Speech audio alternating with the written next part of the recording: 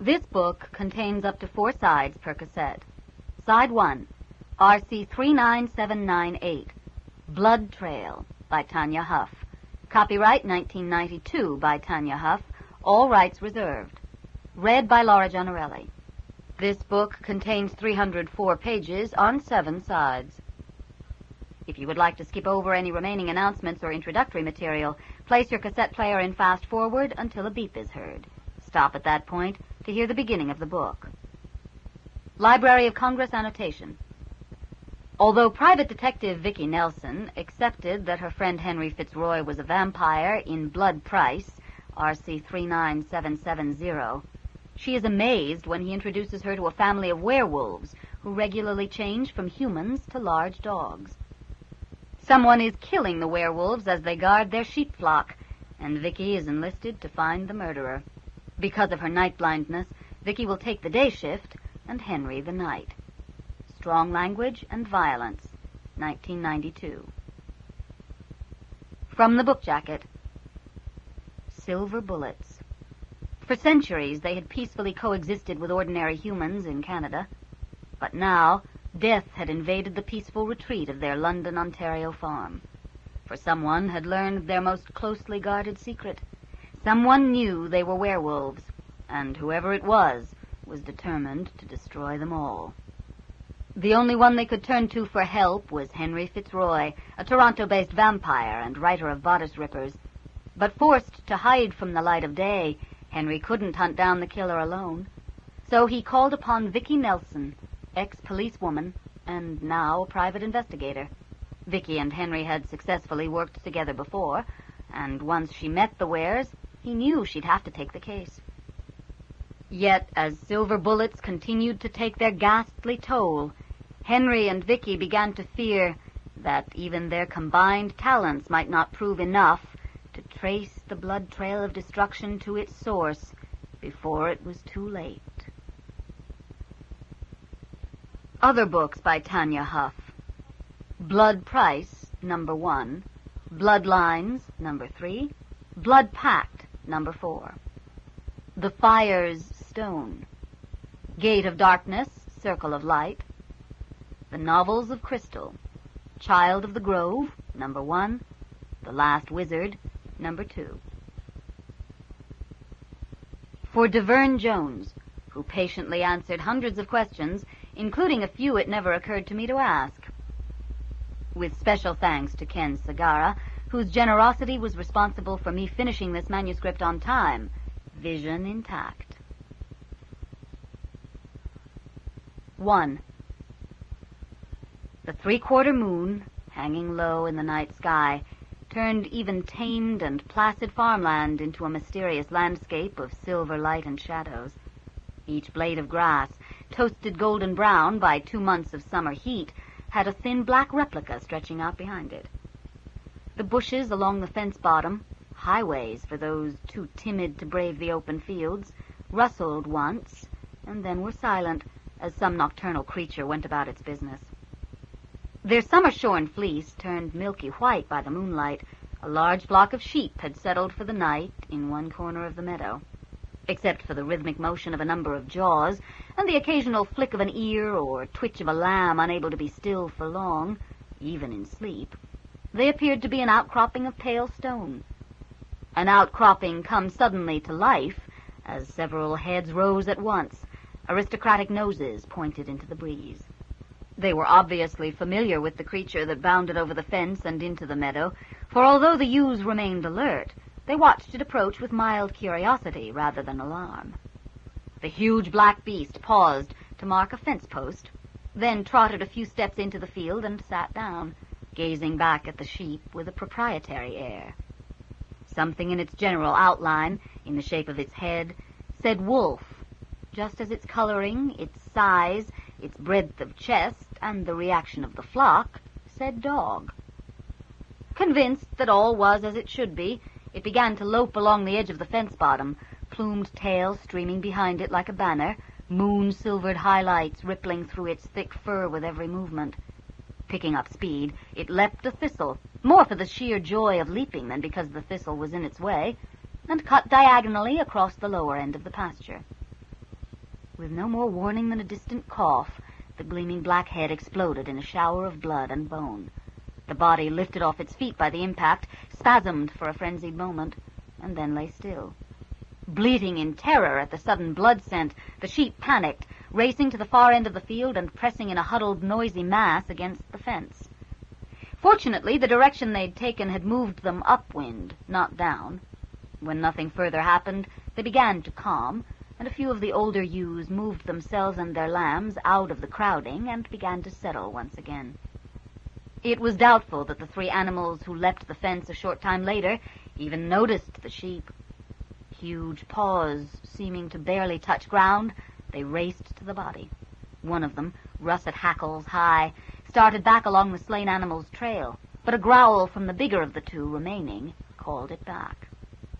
3 pointed muzzles lifted, and the howl that lifted with them panicked the sheep yet again. As the sound rose and fell, its primal cadences wiped out any remaining resemblance the 3 howling might have had to dogs. Vicki hated August. It was the month in which Toronto proved what a world-class city it had become, when the heat and humidity hung on to the car exhaust, and the air in the concrete and glass canyon at Yonge and Bloor took on a yellowish-brown hue that left a bitter taste in the back of the throat, when every loose screw in the city decided to take a walk on the wild side, and tempers were baked short. The police, in their navy blue pants and hats and heavy boots, hated August for both personal and professional reasons. Vicki had moved quickly out of uniform and out of the force entirely a year ago, but she still hated August. In fact, as August was now forever linked with her leaving a job she'd loved, this least congenial of months had been blackened beyond redemption.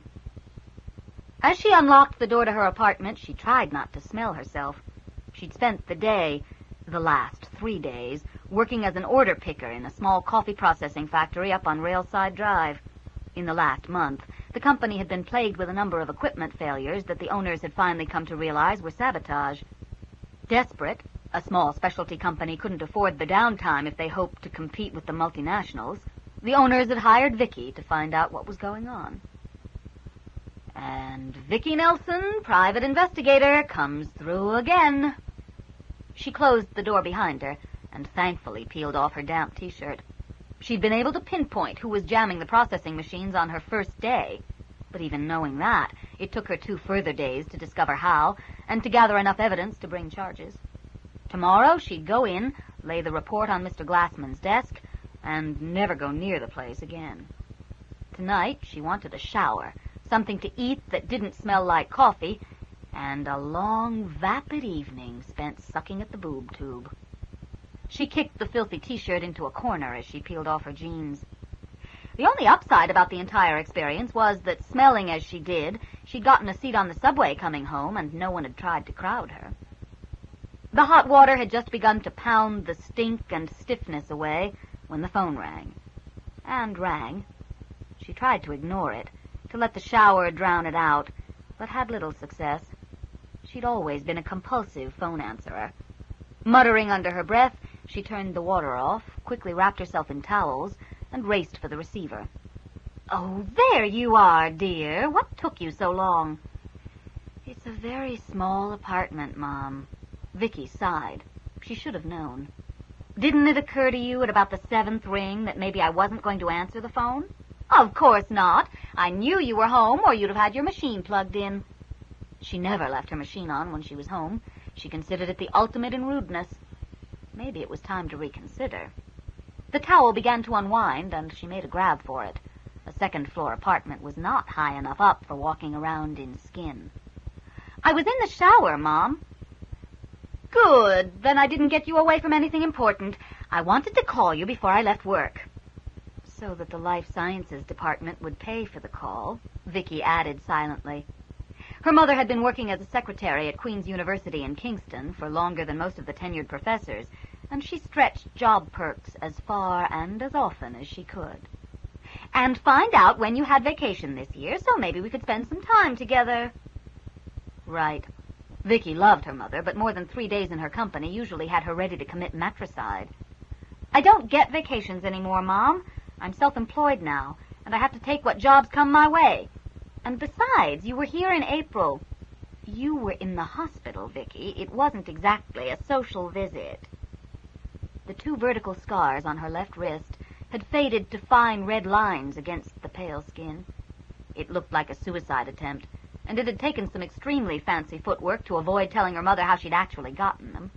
Being set up as a sacrifice for a demon by a sociopathic hacker was not something her mother would deal with well. As soon as I get a free weekend, I'll come by. I promise. I have to go now. I'm dripping on the carpet. Bring that Henry Fitzroy with you. I'd like to meet him. Vicki grinned. Henry Fitzroy and her mother.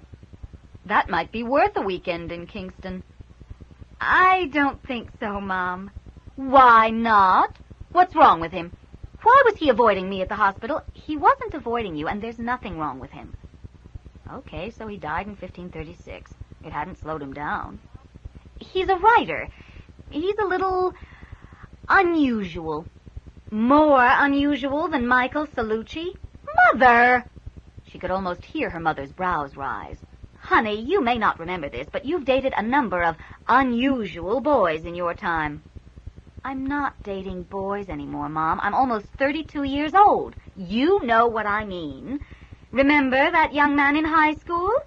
I don't recall his name, but he kept a harem. I'll call you, Mom. Soon. Soon, Vicki agreed, rescued the towel again, and hung up. Dated unusual boys in my time. She snorted and headed back toward the bathroom. All right, a couple of them may have been a bit strange, but she was over 100% certain that none of them were vampires. She turned the water back on and grinned, imagining the scene. Mom, I'd like you to meet Henry Fitzroy. He drinks blood. The grin widened as she stepped under the water. Her mother, infinitely practical, would probably ask what type. It took a lot to disrupt her mother's view of the world.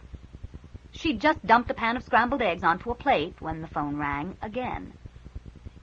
It figures, she muttered, grabbing a fork and crossing into the living room.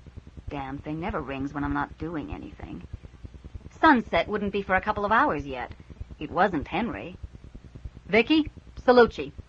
With so many Michaels on the Metropolitan Toronto Police Force, most of them had gotten into the habit of perpetually referring to themselves by their last names, on duty and off. You remember the name of Quest's alleged accomplice? The guy who never got charged. Good evening, Mike. Nice to hear from you. I'm fine, thanks. She shoveled a forkful of egg into her mouth and waited for the explosion. Cut the crap, Vicki. He had some woman's name.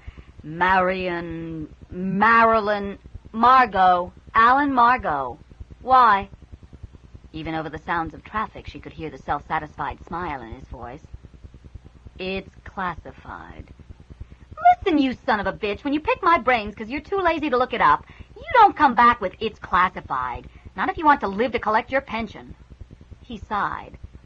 Use the brain you're accusing me of picking. You pulled another body out of the lake? Mere moments ago. So he was still at the site. That explained the background noise. Same pattern of bruises? Near as I can tell, coroner just took the body away. Nail the bastard. That, he told her, is the plan. She hung up and slid into her leather recliner, eggs balanced precariously on the arm. 2 years ago, the case had been hers. Hers the responsibility of finding the scum who'd beaten a 15-year-old girl senseless and then dropped the unconscious body in Lake Ontario. 6 weeks of work, and they'd picked up a man named Quest. Picked him up, charged him, and made it stick. There'd been another man involved. Vicki had been sure of it, but Quest wouldn't talk, and they hadn't been able to lay charges. This time... She yanked her glasses off her nose. This time Salucci would get him, and Vicki Nelson, ex-fair-haired girl of the Metro Police, would be sitting on her duff. The room in front of her blurred into an indistinguishable mass of fuzz-edged colors, and she shoved the glasses back on. Shit. Breathing deeply, she forced herself to calm. After all, what mattered was catching Margot, not who made the collar. She scooped up the remote and flicked on the television. The Jays were in Milwaukee. The boys of summer. She sighed and dug into her cooled eggs, giving herself over to the hypnotic accents of the announcers doing the pre-game show. Like most Canadians over a certain age, Vicki was a hockey fan first, but it was almost impossible to live in Toronto and not have baseball make inroads into your affections. It was the bottom of the seventh, the score 3-5, the Jays behind 2 runs, 2 out and a man on second with Mookie Wilson at bat. Wilson was hitting over 300 against right-handers, and Vicki could see that the Brewers' pitcher was sweating. At which point the phone rang. It figures. She stretched a long arm down and dragged the phone up onto her lap. Sunset had been at 8:41. It was now 9:05. It had to be Henry. Ball 1. Yeah, what? Vicki, it's Henry. Are you all right? Strike 1. Yeah, I'm fine. You just called at a bad time. I'm sorry, but I have some friends here who need your help. My help? Well, they need the help of a private investigator, and you're the only one I know. Strike 2. They need help right now? There were only 2 innings left in the game. How desperate could it be? Vicki, it's important. And she could tell by his voice that it was. She sighed as Wilson popped out to left field, ending the inning, and thumbed the television off. Well, if it's that important, it is. Then I'll be right over. With the receiver halfway back to the cradle, a sudden thought occurred to her, and she snapped it back up to her mouth. Henry? He was still there. Yes? These friends, they aren't vampires, are they? No. Through his concern, he sounded a little amused. They aren't vampires. Greg gave the young woman a neutral nod as he buzzed her through the security check and into the lobby. Vicki Nelson, her name was, and she'd dropped by a number of times over the summer while he was on the desk. Although she looked like the kind of person he'd have liked under other circumstances, he simply couldn't get over the impressions he'd formed during their initial meeting last spring. It didn't help when observation confirmed that she was not the sort who would normally answer the door half-dressed, proving, to his mind, his feeling that she'd been hiding something that night. But what? Over the last couple of months, his belief that Henry Fitzroy was a vampire had begun to fade. He liked Mr. Fitzroy, respected him, realized that all his idiosyncrasies could stem from being a writer rather than a creature of the night. But one last lingering doubt remained. What had the young woman been hiding that night? And why? Occasionally, just for his peace of mind, Greg considered asking her outright, but a certain set to her jaw had always stopped him. So he wondered, and he kept an eye on things, just in case. Vicki felt a distinct sense of relief as the elevator doors closed behind her. Scrutiny by that particular security guard always made her feel, well, dirty. Still, it's my own fault. I'm the one who answered the door practically naked. It had been the only solution she could think of at the time, and as it had worked, distracting the old man from his intention of pounding a croquet stake through Henry's heart, she supposed she shouldn't complain about the after effects. She pushed the button for the 14th floor and tucked her white golf shirt more securely into her red walking shorts. The little adventure last spring had melted off a few pounds, and so far she'd managed to keep them from finding their way back. She carried too much muscle to ever be considered slim, a secret desire she'd admitted to no one, but it was nice to have a little more definition at the waist. Squinting in the glare of the fluorescent lights, she studied her reflection in the stainless steel walls of the elevator. Not bad for an old broad, she decided, shoving the hated glasses up her nose. She wondered briefly if maybe she should have dressed more formally, then decided that any friends of Henry Fitzroy, bastard son of Henry VIII, ex-Duke of Richmond, etc., etc., were not likely to care if the private investigator showed up in shorts. When the elevator reached Henry's floor, Vicki settled her purse on her shoulder and put on her professional face. It lasted right up until the condo door swung open, and the only creature in the entrance hall was a huge russet-colored dog. He has to be a dog. Vicki extended her hand for him to sniff. Wolves don't come in that color. or that size. Do they? She could have added that wolves don't generally hang out in condominiums in downtown Toronto, but given that it was Henry's condo, all bets were off. The animal's eyes were outlined in black, adding to a remarkably expressive face. He enthusiastically sniffed the offered hand, then pushed his head demandingly under Vicky's fingers. Vicky grinned, pulled the door closed, then obediently began to scratch in the thick ruff behind the pointed ears. "Henry?" she called, as a tail, heavy enough to knock a grown man to the ground, slammed rhythmically into the wall. "You home?" "In the living room." Something in the tone of his voice drew her brows down, but a saucer-like paw on her instep almost instantly distracted her. "Get off, you great brute!" The dog obediently shifted his weight. She grabbed his muzzle lightly in one hand and shook his massive head from side to side. "Come on, fella, they're waiting for us." He smiled. There really was no other word for it, whirled around and bounded into the living room, Vicky following at a slightly more sedate pace. Henry stood in his usual place by the huge wall of windows that looked down on the city. The lights he used on the infrequent occasions he had company picked up the red highlights in his fair hair and turned his hazel eyes almost gold. Actually, Vicky was guessing about the effect on his eyes, as she couldn't see details over that great a distance. She never tired of looking at him, though. He had a presence that lifted his appearance from merely pleasing to extraordinary, and she could certainly understand how poor Lucy and Mina hadn't stood a chance against his well-known fictional counterpart. He wasn't alone. The young woman fiddling with the CD player turned as Vicky came into the living room, and Vicky hid a smile as she found herself being thoroughly and obviously looked over. She took a good long look in return. A dancer? Vicky wondered. Although small, the girl was sleekly muscled and held herself in a way that could almost be interpreted as challenging. "Don't try it, kid. If I'm not quite twice your age," the girl could be no older than 17 or 18, "I'm definitely meaner." The short mane of silver blonde hair, Vicky realized with a start, was natural. The brows could have been lightened, but not the lashes. While not exactly pretty, the pale hair made for an exotic contrast with the deep tan. And that sundress certainly leaves little tan to the imagination. Their eyes met, and Vicky's brows rose. Just for an instant, she almost had a grasp of what was really going on. Then the instant passed, and the girl was looking up through her lashes and smiling shyly. The large red dog had gone to sit by Henry's side, his head level with Henry's waist, and now the two of them walked forward. Henry wore a carefully neutral expression. The dog looked amused. "Vicky, I'd like you to meet Rose Hirkins. Her family is having some trouble I think you can help them with." "Pleased to meet you." Vicky held out her hand, and after a quick glance at Henry, "What did he tell her about me?" The younger woman put hers in it.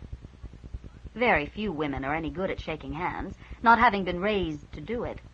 But Vicky was surprised by both a grip that matched her own and a callous-ridged palm. As Rose released her hold, she extended the motion to indicate the dog now leaning against her legs. "This is Storm." Storm held up a paw. Bending over to take it, Vicky grinned. "Pleased to meet you too, Storm." The big dog gave a short bark and leaned forward, dragging his tongue across Vicky's face with enough force to almost dislodge her glasses. "Storm, stop it!" With both hands buried in the russet ruff, Rose yanked the dog back. "Maybe she doesn't want to be covered in slobber." "Oh, I don't mind." She wiped her face off with her palm and resettled her glasses on her nose. "What kind of a dog is he?" "He's beautiful." Then she laughed, for Storm obviously recognized the compliment and was looking smug. "Please don't encourage him, Miss Nelson. He's vain enough already." Rose dug her knee in behind the big dog's shoulder and shoved, knocking him over. "And as for what kind he is, he's a nuisance." Storm didn't look at all put out by being so unceremoniously dumped. Tongue lolling, he rolled over on his back, all 4 feet in the air, and looked expectantly up at Vicky. "Do you want your stomach rubbed, then?" "Storm!" Henry's command brought the animal off the floor to stand looking remarkably chastened. Vicky glanced at Henry in astonishment. What was with him? Perhaps he met Vicki's eyes, then swept his gaze over the girl and the dog. We should get on with things. Vicki found herself moving toward the couch without having made a conscious decision to move. She hated it when he did that. She hated the way she responded to it. And she really hated not being sure if it was the vampire or the prince she was responding to. Somehow knuckling under to a supernatural ability seemed less reprehensible than giving in to a medieval petty dictator. His undead highness and I are going to have a little talk about this. Tossing her bag down, she settled back against the red velvet upholstery, watching Rose curl up in the armchair and Storm throw himself to the floor at her feet. He looked splendid against the cream-colored carpet, but the russet fur clashed a little desperately with the crimson of the chair. Henry dropped one denim-clad leg on the arm of the couch and perched beside her, so close that for a moment Vicki was aware of him alone. It's too soon, Vicki. You lost a lot of blood. She felt her face flush. It had never occurred to her that he wouldn't want to. It was what they were leading up to, wasn't it? They put most of it back at the hospital, Henry. I'm fine. Really. I believe you. He smiled, and she suddenly found the air available in the hallway inadequate. He's had over 450 years to practice that smile, she reminded herself. Breathe. We have to be very careful, he continued, placing his hands lightly on her shoulders. I don't want to hurt you. It sounded so much like dialogue out of a bad soap opera that Vicki grinned. Just so long as you remember I haven't got a couple of 100 years to spare, she told him, digging for her apartment keys. I'll try not to rush you. That had been almost 4 months ago, the first time they'd gone out after she'd been released from the hospital. And they still hadn't. Vicki had tried to be patient, but there were times, and with him sitting so close, this was one of them, when she wanted to kick his feet out from under him and beat him to the floor. With an effort, she brought her attention back to the business at hand. As everyone appeared to be waiting for her to speak, she arranged her face into her best "the police officer is your friend" expression and turned to Rose. What is it you need me to help you with? Again, Rose glanced at Henry.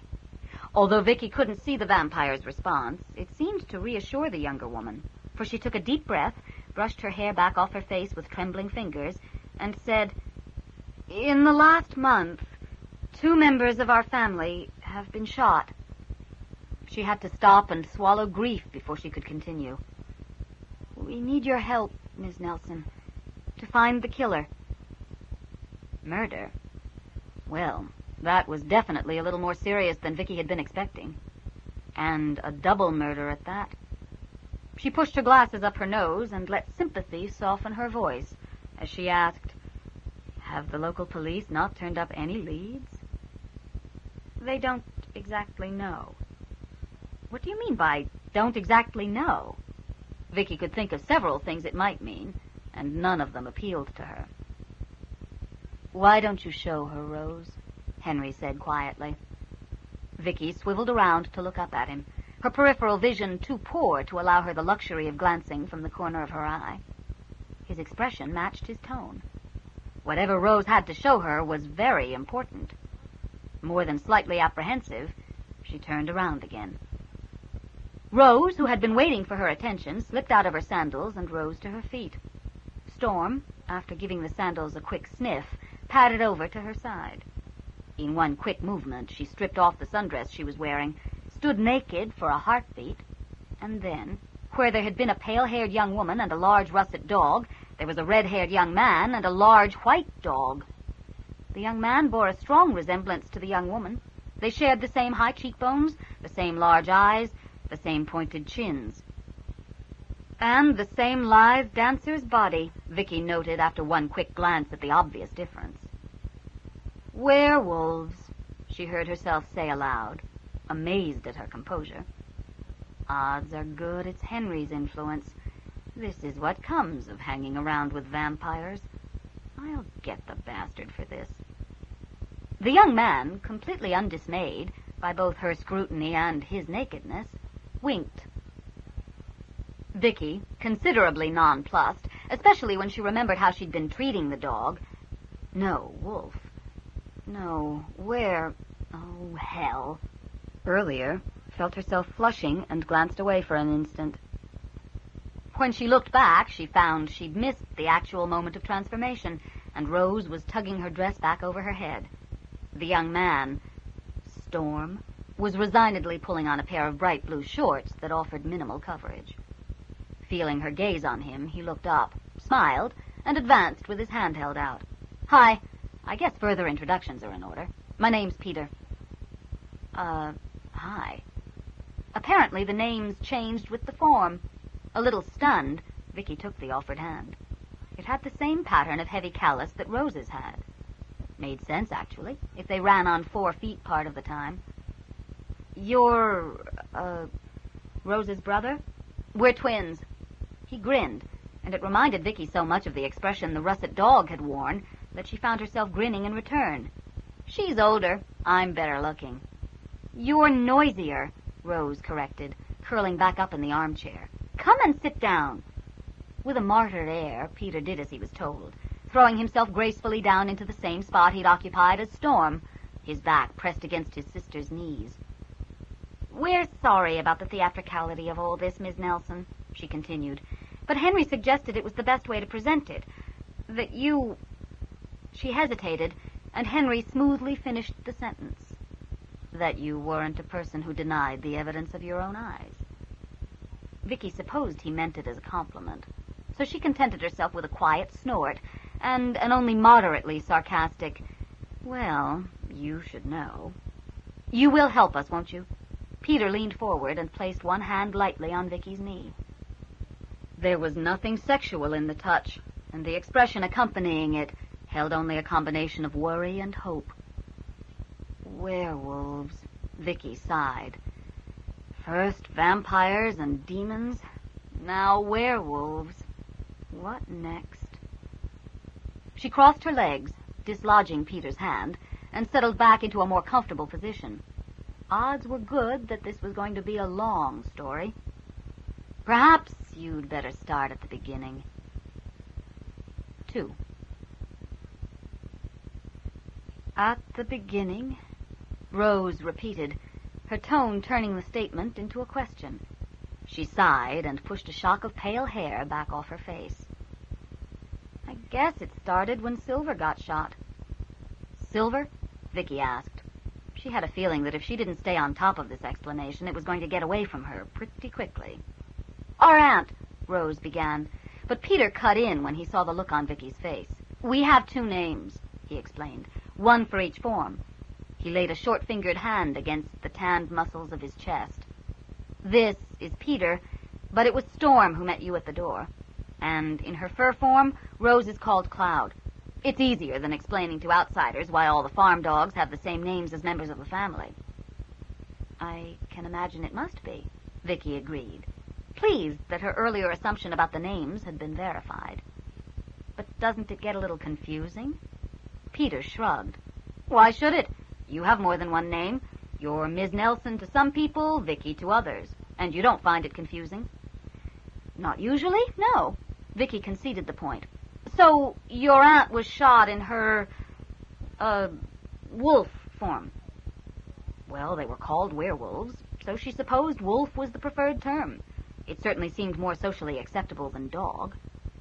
"And just think, before Henry came into my life, I never used to worry about things like that." She'd have to remember to thank him. "That's right," Peter nodded. "Our family owns a large sheep farm just north of London, Ontario." The pause dared her to comment, but Vicki kept her expression politely interested and her mouth shut. "And Silver was shot in the head when she was out checking the flock." "At night?" "Yes." "We thought about telling the police that someone had shot one of our dogs," Rose continued. "And at the time, that's all we thought it was. Some dickhead with a gun who had no way of knowing she was anything more. These things happen. People lose dogs all the time." Her voice broke on the last word, and Peter butted his head against her knees. She threaded her fingers through his hair and went on. Touch appeared to be important to them, Vicki noted. But the last thing we need is police roaming around and asking questions, seeing things. So the family decided to deal with it. Peter's lips drew back off his teeth. Long and white, they were his least human feature. If the family had caught up to Silver's killer, Vicki realized, justice would have little to do with the law and the courts. A year ago, she would have been appalled at the idea.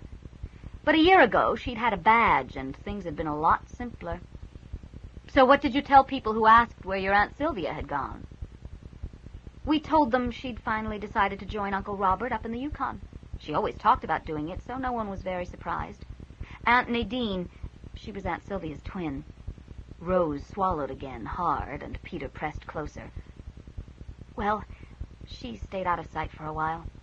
Twin bonds are pretty strong with our people, and she kept having to howl. Anyway, Monday night, Eben, Uncle Jason, was shot in the head while he was out checking on the ewes with fall lambs. No one heard anything, and we couldn't find a scent anywhere near the body. High-velocity rifle, probably with a silencer and a scope, Vicki guessed. She frowned.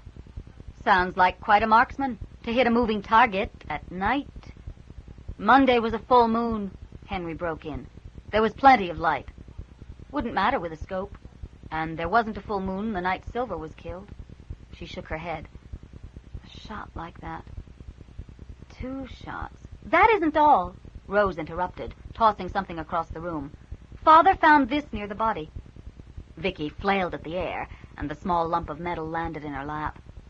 Silently cursing her lack of depth perception, she dug around in the folds of her shorts, and when she fished it out, stared down in puzzlement at what could only be, in spite of its squashed appearance, a silver bullet.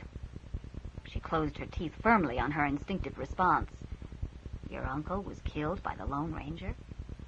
Henry reached over her shoulder and plucked the dully gleaming object from her palm, holding it up to the light between finger and thumb.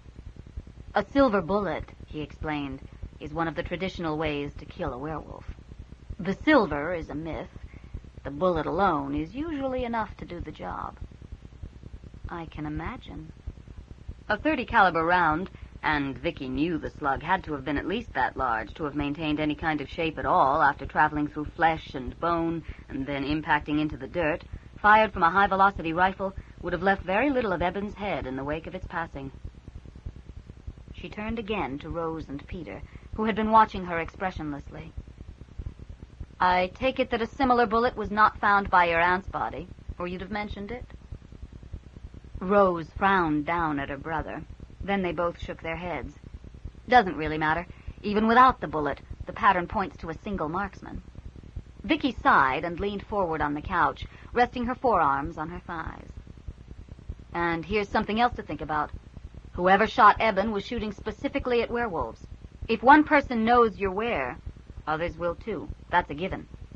These deaths could be the result of a community witch hunt, Henry put in quietly as she paused. She nodded, not lifting her gaze from the twins, and continued. You're different, and different frightens most people. They could be taking their fear out on you. Peter exchanged a long look with his sister. It doesn't have to be that complicated, he said. Our older brother is a member of the London police force, and Barry, his partner, knows he's aware. And his partner is a marksman? All things considered, it wasn't that wild a guess. Nor would it be unlikely that said partner would own a .30 caliber rifle, when any 6 people in any small town would likely own half a dozen between them. The twins nodded. Vicki let her breath out in a long, low whistle. Messy. Has your brother confronted his partner about this? No, Uncle Stuart won't allow it. He says the pack keeps its trouble within the pack. Aunt Nadine convinced him to call Henry, and Henry convinced them both that we should talk to you, that you might be our only chance. Will you help, Miss Nelson? Uncle Stuart said we were to agree to whatever you charge. Peter's hand was back on her knee, and he was staring up at her with such single-minded entreaty that she said without thinking, You want me to find out that Barry didn't do it. We want you to find out who did do it, Rose corrected. Who is doing it, whoever they are. Then, just for an instant, the fear showed through. Someone is killing us, Miss Nelson. I don't want to die. thus lifting this whole discussion out of the realm of fairy tales. I don't want you to die either, Vicki told her gently. But I might not be the best person for the job. She pushed her glasses up her nose and took a deep breath. Both deaths had occurred at night, and her eyes simply didn't allow her to function after dark. It was bad enough in the city, but in the country with no streetlights to anchor her, she'd be blind. On the other hand, what choice did they have? Surely she'd be better than nothing. And her lack of vision didn't affect her mind, or her training, or her years of experience. And this was a job that would count for something. It was important. Life or death. The kind of job Salucci still does. God damn it. She could work around the disability. I can't leave right away. Dawning expressions of relief mixed with hope told her she'd made the right decision. Unfortunately, I have appointments I can't break. How about Friday? Friday evening, Henry interrupted smoothly, after sunset. Meanwhile, no one is to go anywhere by themselves. No one. Both Eben and Silver were shot while they were alone, and that's the only part of the pattern you can change. Make sure the rest of the family understands that. And, as much as possible, stay in sight of the house. In fact, as much as you can, stay in sight of non-Weir. Whoever is doing this is counting on you not being able to tell anyone. And as long as there are witnesses around, you should be safe. Did I miss anything, Vicki? No, I don't think so. He'd missed asking for her opinion before he started his little lecture, but they'd discuss that later. As for his assumption that he'd be going along, well, it solved her transportation problem, and created all sorts of new ones that would have to be dealt with. Again, later. She wasn't looking forward to later. Over the next 2 days, she told the twins, I want you to write me up a list. 2 lists, actually. The people who know what you are on one, and the people who might suspect on the other. Get the input of everyone in the family. We can do that, no problem. Peter heaved a sigh of relief and bounded to his feet. Apparently, the fact that she and Henry operated as a team had come as no surprise to him. Vicki wondered what Henry had told them before she arrived. First thing tomorrow, she buried the slug in tissues and sealed it into one of the small freezer bags she always carried in her purse. I'll drop this off at ballistics and see if they can tell me anything about the rifle it came from. But Colin said... Rose began. Vicki cut her off. Colin said it would lead to awkward questions. Well, it would in London, and considering your family's situation, it's not the sort of thing you want talked about. Good cops remember the damnedest bits of information, and Colin handing around silver bullets could lead to your exposure later on. However, she pitched her voice for maximum reassurance. This is Toronto. We have a much broader crime base, God forbid, and the fact that I was handing around a silver bullet won't mean squat, even if someone does remember it. She paused for breath and tucked the small plastic bag containing the tissues and the slug down into a secure corner of her purse. Don't expect anything, though. This thing is a mess. We won't, and we'll tell Aunt Nadine to expect you on Friday night. Peter smiled at her with such complete and utter gratitude that Vicki felt like a heel for even considering refusing to help. Thanks, Miss Nelson. Yes, thank you. Rose stood as well and added her quieter smile to the brilliance of her brothers. We really appreciate this. Henry was right. What Henry was right about this time got a little lost in Peter shucking off his shorts. Vicki supposed she'd have to get used to it, but at the moment, all that naked young man left her a little distracted. The reappearance of Storm came as a distinct relief. He shook himself briskly and bounded toward the door. Why? Vicki began. Rose understood and grinned. Because he likes to ride with his head out the car window. She sighed as she stuffed the discarded shorts back into her bag. He's such lousy company in a car. Well, he certainly seems anxious to get going. We don't like the city much, Rose explained, her nose wrinkling. It stinks. Thanks again, Miss Nelson. We'll see you Friday. You're welcome. She watched Henry walk Rose to the door, warn them to be careful, and return to the living room. The look on his face rerouted the accusation of high-handedness she was about to make. What's wrong? Both red gold brows rose. My friends are being killed, he reminded her quietly. Vicki felt herself flush. "I'm sorry," she said. "It's hard to hang on to that amidst all the—" She waved a hand as she groped for the word. "Strangeness. It is, however, the important thing to be hung on to." I know. She forced herself not to sound sullen. She shouldn't have had to be reminded of that. "You never thought for a moment that I might say no, did you?" "I've come to know you over these last few months." His expression softened. "You need to be needed, and they need you, Vicki. There aren't too many private investigators they can trust with this." That was easy to believe. As to her needing to be needed, it was a facetious observation that could easily be ignored. "Are all the Ware so—" She searched for the right word and settled on self-contained. "If my family were going through what theirs is, I'd be an emotional wreck." Somehow he doubted that, but it was still a question that deserved answering. From the time they're very young, the Ware are taught to hide what they are, and not only physically. For the good of the pack, you never show vulnerability to strangers. You should consider yourself honored that you got as much as you did. Also, the Ware tend to live much more in the present than humans do. They mourn their dead, then they get on with life. They don't carry the burden of yesterday. They don't anticipate tomorrow." Vicki snorted. "Very poetic, but it makes it nearly impossible for them to deal with this sort of situation, doesn't it?" "That's why they've come to you." "And if I wasn't around?" "Then they'd die." She frowned. "And why couldn't you save them?" He moved to his usual place by the window, leaning back against the glass. "Because they won't let me." "Because you're a vampire?"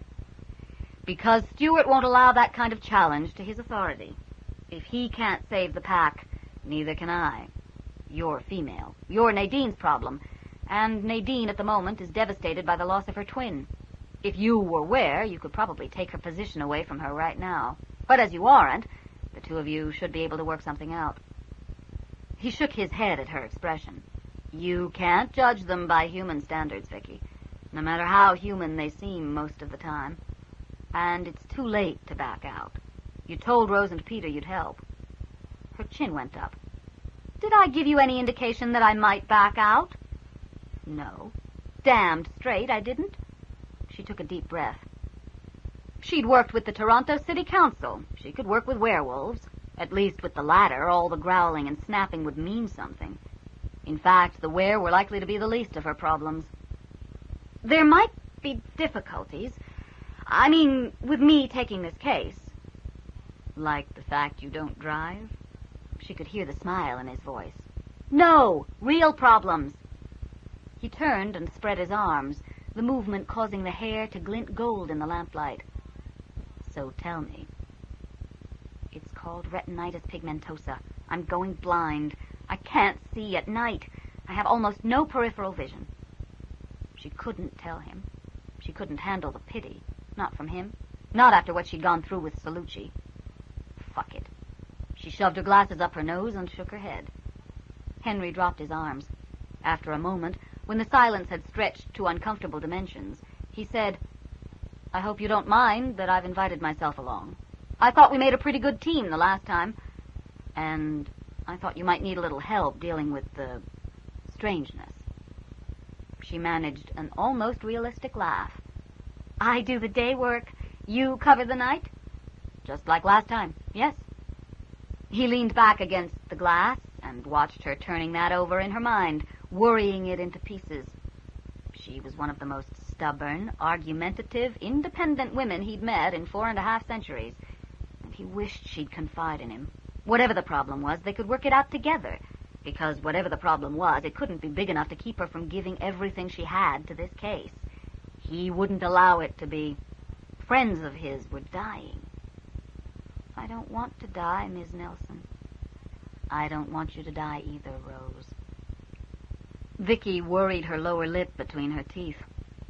If they worked together, he'd find out, eventually. She had to decide if that mattered more than the continuing loss of innocent lives. And put like that, it's not much of a choice, is it? If she wasn't their best chance on her own, together she and Henry were. Screw it. We'll work it out. Henry watched her expressions change and smiled.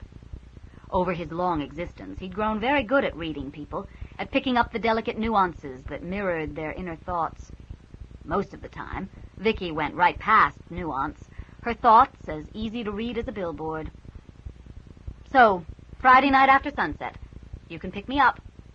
He bowed, the accompanying smile taking the mocking edge off the gesture. As my lady commands. Vicki returned the smile, then yawned and stretched, back arched and arms spread out against the red velvet. Henry watched the pulse beating at the base of her throat. He hadn't fed for 3 nights, and the need was rising in him. Vicki wanted him. He could scent her desire most times they were together, but he'd held back because of the blood loss that she'd taken in the spring. And, he had to admit, held back because he wanted the timing to be right. The one time he'd fed from her had been such a frenzied necessity that she'd missed all the extra pleasures it could bring to both parties involved. The scent of her life filled the apartment, and he walked forward, his pace measured to the beat of her heart. When he reached the couch, he held out his hand. Vicki took it and hauled herself to her feet. Thanks. She yawned again, releasing him to shove a fist in front of her mouth. Boy, am I bagged. You wouldn't believe the time I had to get up this morning. And then I spent the whole day working essentially 2 jobs in a factory that had to be 80 degrees C. Dragging her bag up over her shoulder, she headed for the door. No need to see me out. I'll be waiting for you after sunset Friday. She waved cheerfully and was gone. Henry opened his mouth to protest, closed it, opened it again, then sighed. By the time the elevator reached the lobby, Vicki had managed to stop laughing. The poleaxed look on Henry's face had been priceless, and she'd have given a year of her life to have had a camera. If His Royal Undead Highness thinks he's got this situation under control, he can think again. It had taken almost more willpower than she had to walk out of that apartment, but it had been worth it. Begin as you mean to go on, she declared under her breath, wiping sweaty palms against her shorts. Maybe Mom's old sayings have more value than I thought. She was still smiling when she got into the cab, still flushed with victory. Then she leaned back and looked up at the fuzzy rectangles of light that were Henry's building. She couldn't see him, couldn't have even said for certain which fuzzy rectangle was his, but he was up there, looking down at her, wanting her, like she wanted him, and she felt like a teenager whose hormones had just kicked into overdrive. Why the hell wasn't she up there with him, then? She let her head drop down against the sweaty leather of the seat and sighed. I am such an idiot. Maybe, the cabbie agreed, turning around with a gold-toothed grin. You want to be a moving idiot? Meter's running. Vicki glared at him. Huron Street, she growled. South of College. You just drive. He snorted and faced forward. Just 'cause you unlucky in love, lady, ain't no reason to take it out on me. The cabbie's muttering blended with the sounds of the traffic, and all the way down Bloor Street, Vicki could feel Henry's gaze, hot on the back of her neck. It was going to be a long night. The tape ended, and Rose fumbled between the seats for a new one with no success. The long drive back from Toronto had left her stiff, tired, and too tense to take her eyes off the road, even if it was only an empty stretch of gravel barely a kilometer from home. Hey! She poked her brother in the back. Why don't you do something useful and dig out... Storm, hold on! Her foot slammed down on the brake, with the back end of the small car fishtailing in the gravel and the steering wheel twisting like a live thing in her hands. She fought to regain control, dimly aware of Peter, not Storm, hanging on beside her. We aren't going to make it. The shadow she'd seen stretched across the road loomed darker, closer. Darker, closer. Then, just as she thought they might stop in time, and relief allowed her heart to start beating again, the front bumper and the shadow met. Good. They were unhurt. It was no part of his plan to have them injured in a car accident. A pity the change in wind kept him from his regular hunting ground, but it need not stop the hunt entirely. He rested his cheek against the rifle, watching the scene unfold in the scope. They were close to home. One of them would go for help, leaving the other for him. I guess Dad was right all along about this old tree being punky. Rotted right off the stump. Peter perched on the trunk, looking like a red-haired puck in the headlights. Think we can move it? Rose shook her head. Not just the two of us. You'd better run home and get help. I'll wait by the car. Why don't we both go? Because I don't like leaving the car just sitting here. She flicked her hair back off her face. It's a 5-minute run, Peter. I'll be fine. Geez, you are getting so overprotective lately. I am not. It's just... They heard the approaching truck at the same time, and a heartbeat later, Rose and Storm came around the car to face it. Only the Hirkins farm fronted on this road. Only the Hirkins drove this road at night. His grip tightened on the sweaty metal. They spray the oil back of the crossroads today. Stink like anything. Frederick Kleinbein hitched his pants up over the curve of his belly and beamed genially at Rose. I take long way home to avoid stink. Good thing, eh? We get chain from trunk, hitch to tree, and drag tree to side of road. He reached over and lightly grabbed Storm's muzzle, shaking his head from side to side. Maybe we hitch you to tree, eh? Make you do some work for your living? There are none so blind as those who will not see. There would be no chance of a shot now. Thanks, Mr. Kleinbein. Ah, why thank me? You do half of work. Truck did other half. He leaned out of the window, mopping his brow with a snowy white handkerchief. You and that overgrown puppy of yours get home now, eh? Tell your father some of the wood near top is still good to burn. If he doesn't want, I do. And tell him that I return his sump pump before end of month. Rose stepped back as he put the truck into gear, then forward again as he added something over the sound of the engine that she didn't catch. What? But he only waved a beefy arm and was gone. He said, Peter told her, once the red banner of tail lights had disappeared and it was safe to change, give my regards to your brother. And then he laughed. Do you think he saw you as he drove up? Rose, it's a perfectly normal thing for him to say. He might have meant me. He might have meant Colin. After all, Colin used to help him bring in hay. You worry too much. Maybe, she acknowledged, but silently added as Storm's head went out the window again. Maybe not. He remained where he was, watching until they drove away. Then he slipped the silver bullet from the rifle and into his pocket. He would just have to use it another time. Are you sure of this? The elder Mr. Glassman tapped a manicured nail against the report. It will hold up in court? No doubt about it. Everything you need is right there. Behind her back, the fingers of Vicky's right hand beat a tattoo against her left palm. Every time she faced the elder Mr. Glassman, she found herself standing at parade rest for no reason she could discern. He wasn't a physically imposing man, nor in any way military in bearing, so she supposed it must be force of personality. Although he'd been hardly more than a child at the time, he'd managed to not only survive the death camps of the Holocaust, but bring his younger brother Joseph safely through the horror as well. He closed the report and sighed deeply. Harris. The name put an end to months of petty sabotage, although, as he said it, he sounded more weary than angry. Our thanks for your quick work, Miss Nelson. He stood and held out his hand. Vicki took it, noting the strength beneath the soft surface. I see your bill is included with the report, he continued. We'll issue a check at the end of the week. I assume you'll be available for court appearances if necessary. It's part of the service, she assured him. If you need me, I'll be there. Yo, baby doll! Harris, spending the last of his lunch break outside in the sun with a couple of cronies, heaved himself to his feet as Vicki left the building. Packing it in, eh? Couldn't cut it. Vicki had every intention of ignoring him. Pity that your tight little ass is going to be wiggling its way somewhere else. And then again. He laughed as he saw her reaction, and continued to laugh as she crossed the parking lot to stand in front of him. A jock in his younger days, he had the heavy, bulgy build of a man who'd once been muscular.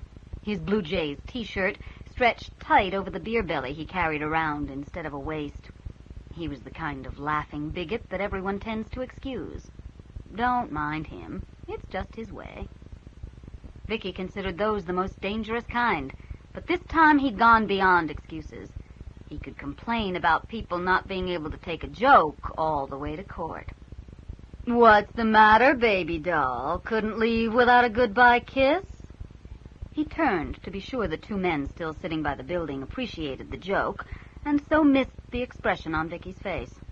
She'd had a bad night. She was in a bad mood, and she was more than willing to take it out on this racist, sexist son of a bitch. He had a good 4 inches on her, and probably 100 pounds, but she figured she'd have little trouble dusting his ass. Tempting, but no. Although her eyes narrowed and her jaw clenched, years of observing due process held her temper in check. He's not worth the trouble. As she turned to leave, Harris swung around and, grinning broadly, reached out and smacked her on the ass. Vicki smiled. Oh, what the hell.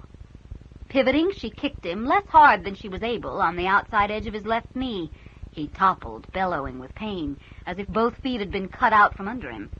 A blow just below his ribs drove the air out of his lungs in an anguished gasp, and given that she resisted stomping where it would hurt the most, she treated herself to slamming a well-placed foot into his butt as he drew his knees up to his chest. Then she grinned at his buddies and started home again.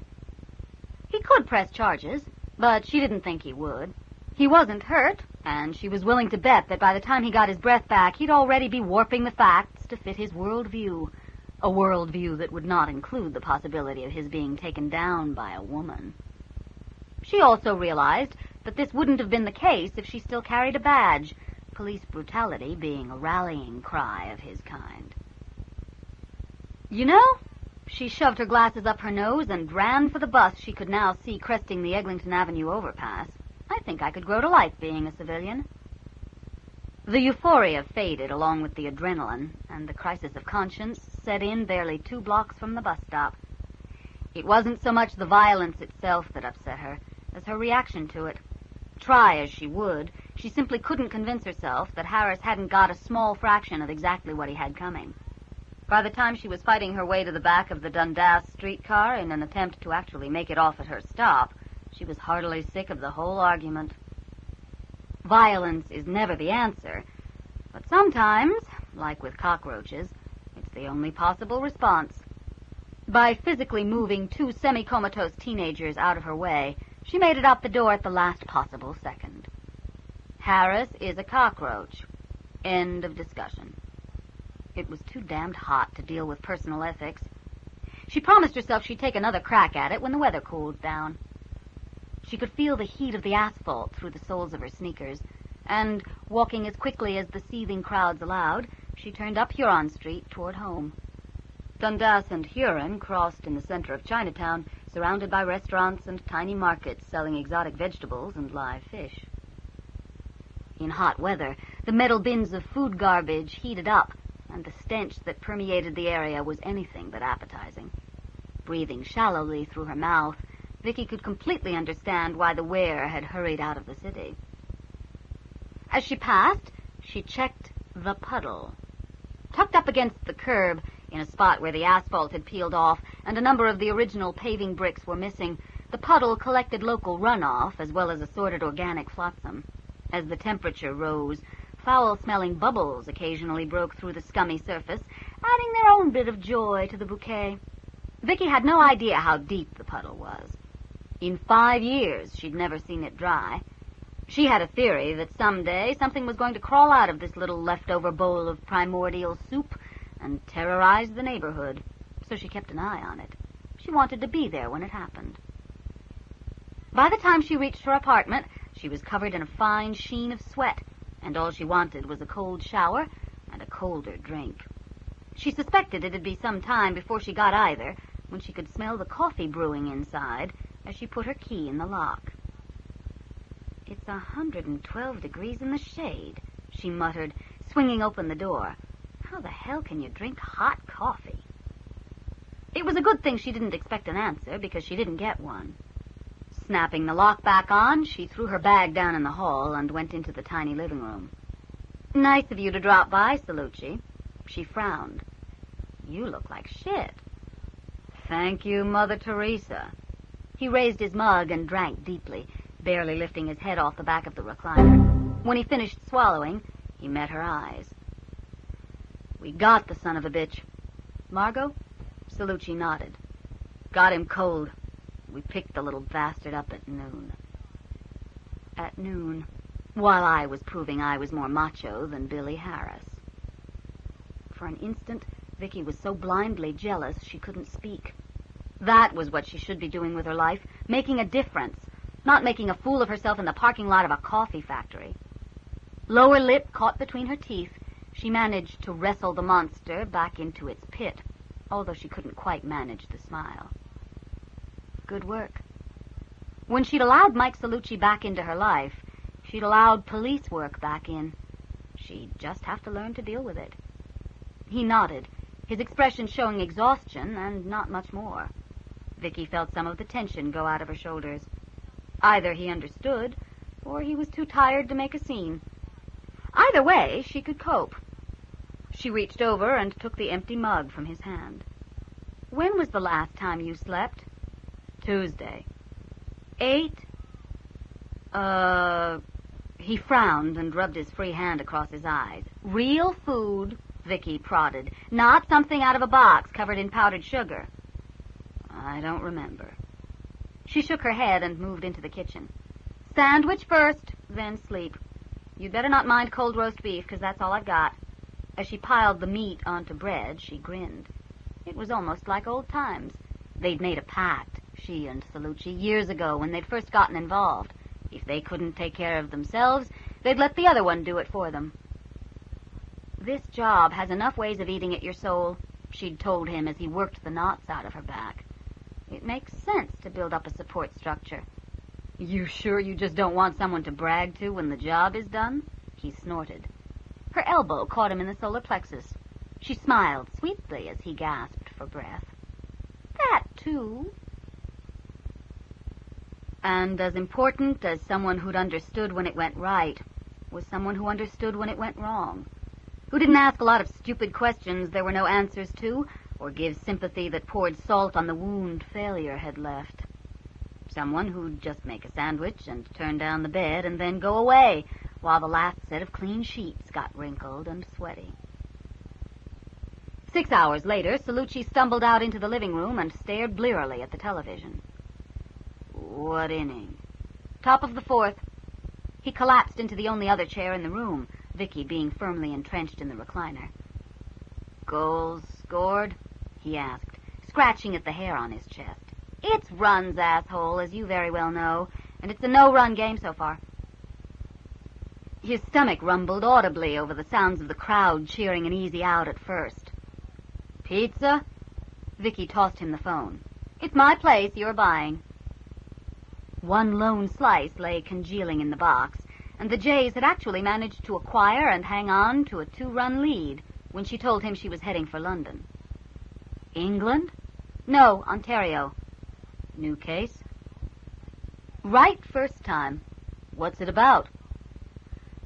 "I'm looking for the person or people involved in shooting a family of sheep-farming werewolves with silver bullets."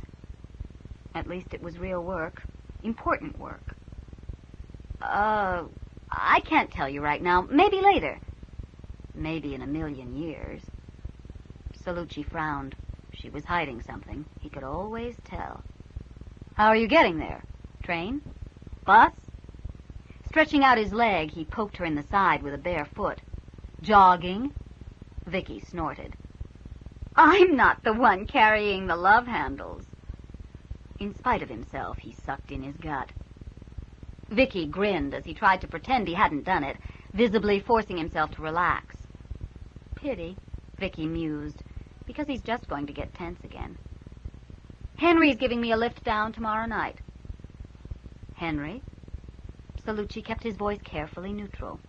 She had, of course, every right to spend time with whoever she wished, but there was something about Henry Fitzroy that Salucci most definitely didn't like. Casual inquiries had turned up nothing to make him change his mind, given that they'd turned up nothing at all. He's involved in this case, is he?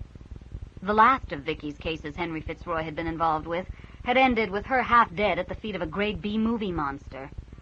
Salucci had been unimpressed. Vicki pushed her glasses up her nose.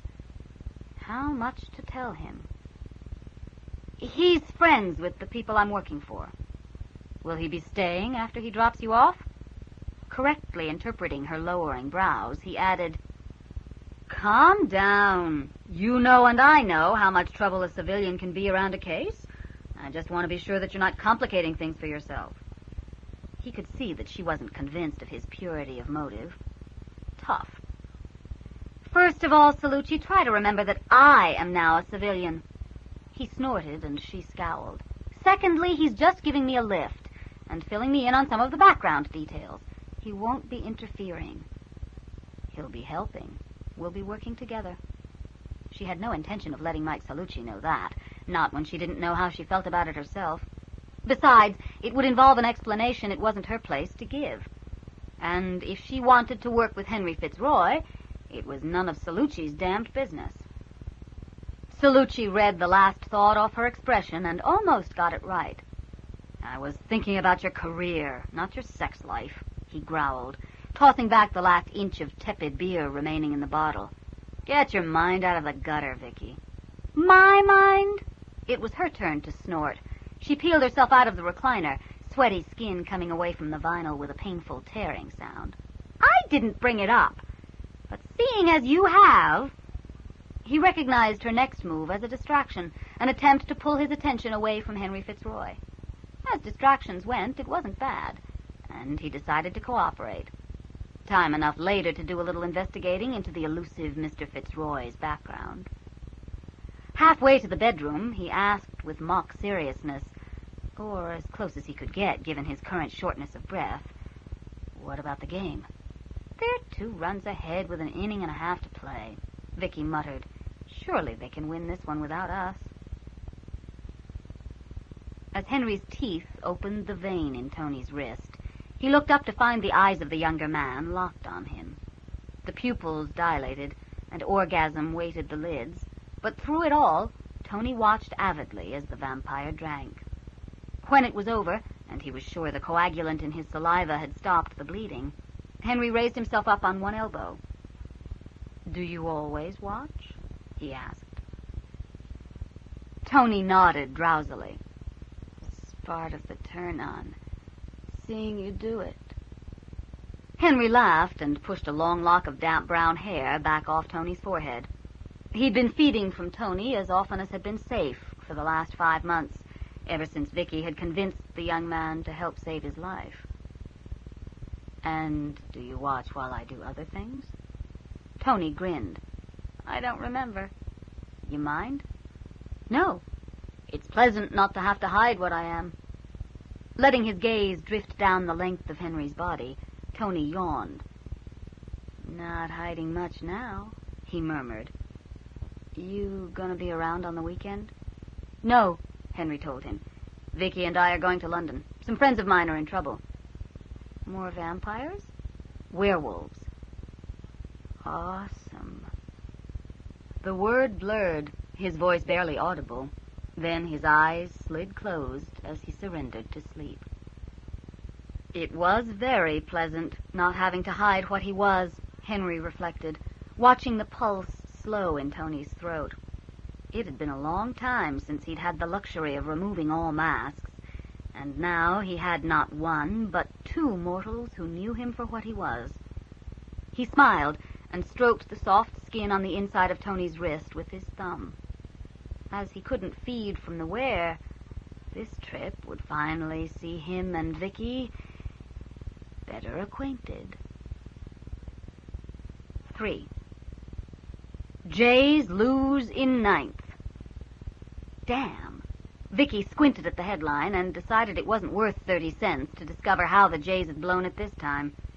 With no streetcar in sight, she leaned against the newspaper box, immediately regretting it, as the box had spent the day basking under an August sun, and its metal surface was hot enough to grill steak. Well, that was just what I needed, she growled, rubbing her reddened forearm. Her eyes itched and ached from a combination of the drops and the contortions her ophthalmologist had just put them through. And now she'd fried 6 square inches of skin, and the streetcar still wasn't coming. Fuck it. Might as well walk while I can still see the sidewalk. She kicked the newspaper box as she went by and stepped out onto the street, challenging a Camaro crossing Broadview on the yellow light. The driver hit the horn as she dodged the front fender, but the expression she turned toward him closed his teeth on the profane comment he'd been about to add. Obviously, not all young men driving Camaros had a death wish. She crossed the Girard Street Bridge in a fog, fighting to keep her emotions under control. Until this morning, she'd thought she'd come to grips with the eye disease that had forced her off the Metro Police.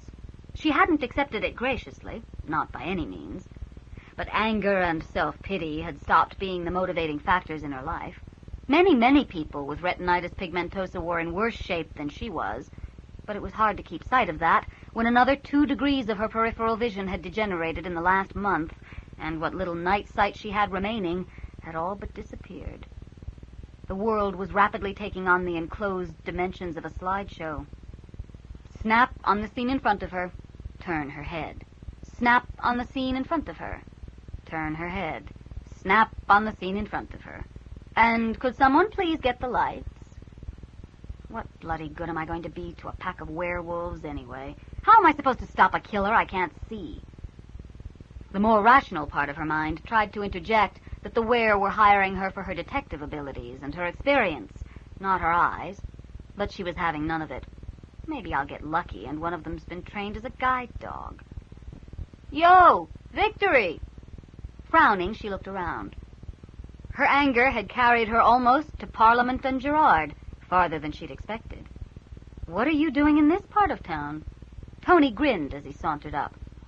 What happened to hi, how are you? Vicki sighed and attempted not to take the day out on Tony. When she'd gone to him for help, and together they'd saved Henry, their relationship had changed, moved up a level from cop and kid. Not that he'd actually been a kid for some time. 4 years ago, when she first busted him, he'd been a scrawny troublemaker of 15. Over the years, he'd become her best set of eyes and ears on the street. Now, they seemed to be moving toward something a little more equal, but old habits die hard, and she still felt responsible for him. All right. She flicked a drop of sweat off her chin. Hi, how are you? How come, he asked conversationally, falling into step beside her, when you ask, how are you, it comes out sounding like, how much shit are you in? How much? None. Vicki turned her head to look at him, but he only smiled beatifically, the picture of wronged innocence. He was looking pretty good, she had to admit. His eyes were clear, his hair was clean, and he'd actually begun to gain a little weight. Good for you. Now, back to my first question. What are you doing in this part of town? I got a place here. He dropped that bombshell with all the studied nonchalance a young man of almost 20 could muster. You what? The exclamation was for Tony's benefit, as he so obviously wanted her to make it. Her mood began to lighten under the influence of his pleasure. It's just a room in a basement. He shrugged. No big deal. But I got my own bathroom. I never had one before. Tony, how are you paying for this?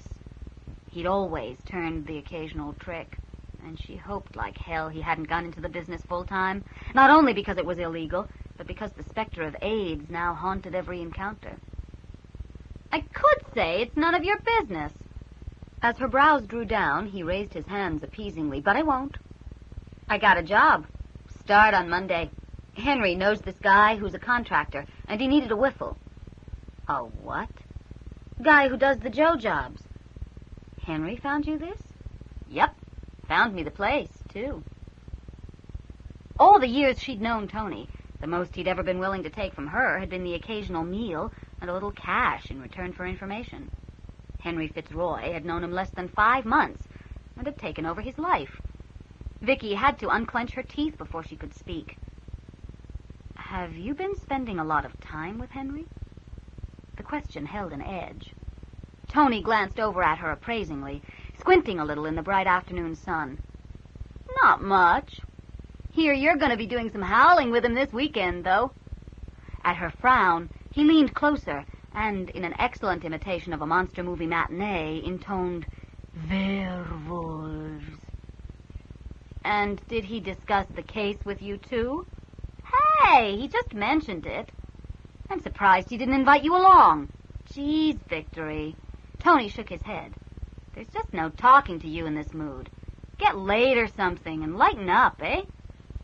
He waved jauntily and raced to catch the streetcar at the lights.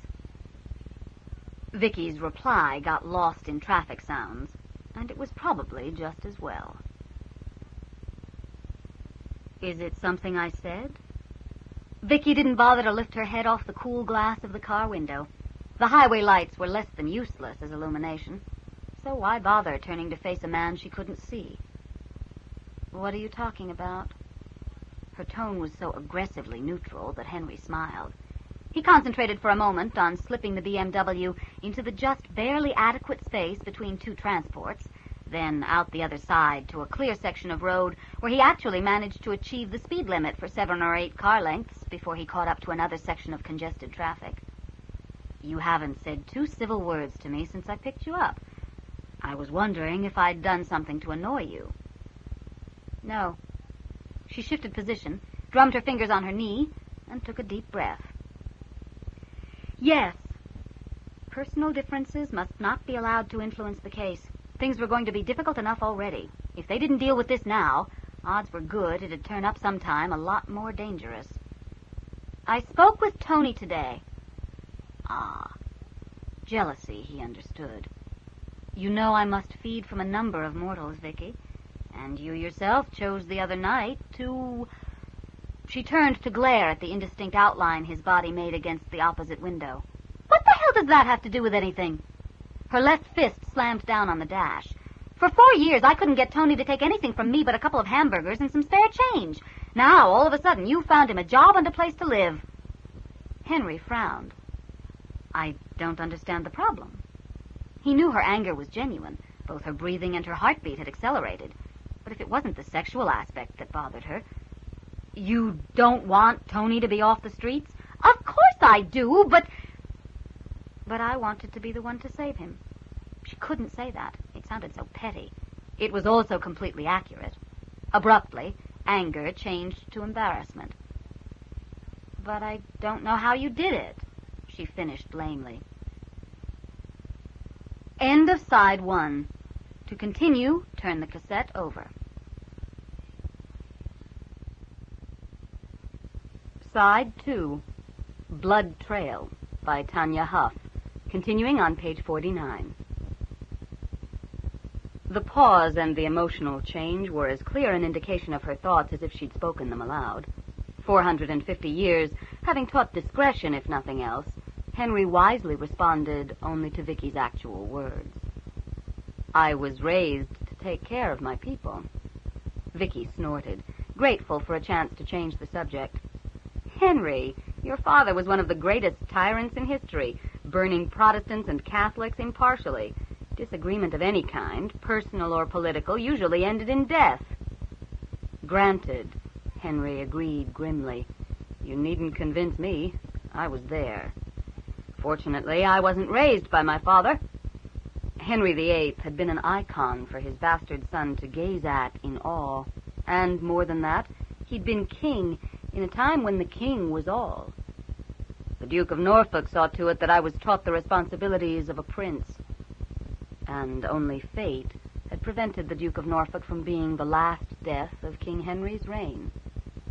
"And Tony is one of your people?" He ignored the sarcasm. "Yes." It was as simple as that for him, Vicki realized. And she couldn't deny that Tony had responded to it in a way he'd never responded to her. She was tempted to ask, "What am I?" but didn't. The wrong answer would likely throw her into a rage, and she had no idea of what the right answer would be. She fiddled with the air conditioning vents for a moment. So, tell me about werewolves. Definitely a safer topic. Where should I start? Vicki rolled her eyes. How about with the basics? They didn't cover lycanthropy at the police academy. All right. Henry drummed his fingers on the steering wheel and thought for a moment. For starters, you can forget everything you've ever seen at the movies. If you're bitten by a werewolf, all you're going to do is bleed. Humans cannot become were. Which implies that werewolves aren't humans. They aren't. What are they then? Small furry creatures from Alpha Centauri? No. According to the oldest of their legends, they're the direct descendants of a she-wolf and the ancient god of the hunt. He pursed his lips. That one's pretty much consistent throughout all the packs, although the name of the god changes from place to place. When the ancient Greek and Roman religions began to spread, the were began calling themselves Diana's Chosen, the hunting pack of the goddess. Christianity added the story of Lilith, Adam's first wife, who, when she left the garden, lay with the wolf god created on the 5th day and bore him children. What do you believe? That there are more things in heaven and earth than are dreamed up in your philosophy? Vicki snorted. What a cop-out, she muttered, and misquoted. How do you know? Remember, I heard the original.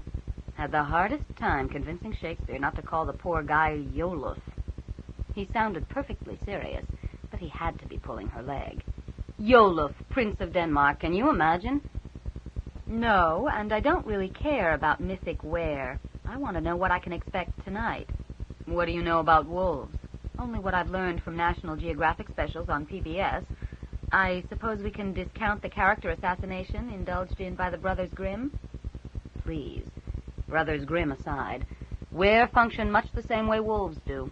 Each pack is made up of a family group of varying ages, with a dominant male and a dominant female in charge. Dominant? How? They run the pack, the family, the farm. They do the breeding. The Stuart and Nadine you mentioned the other night? That's right. Vicki pulled thoughtfully on her lower lip. For something this important, you'd think that they'd have come and spoken to me. The dominant pair almost never leave their territory.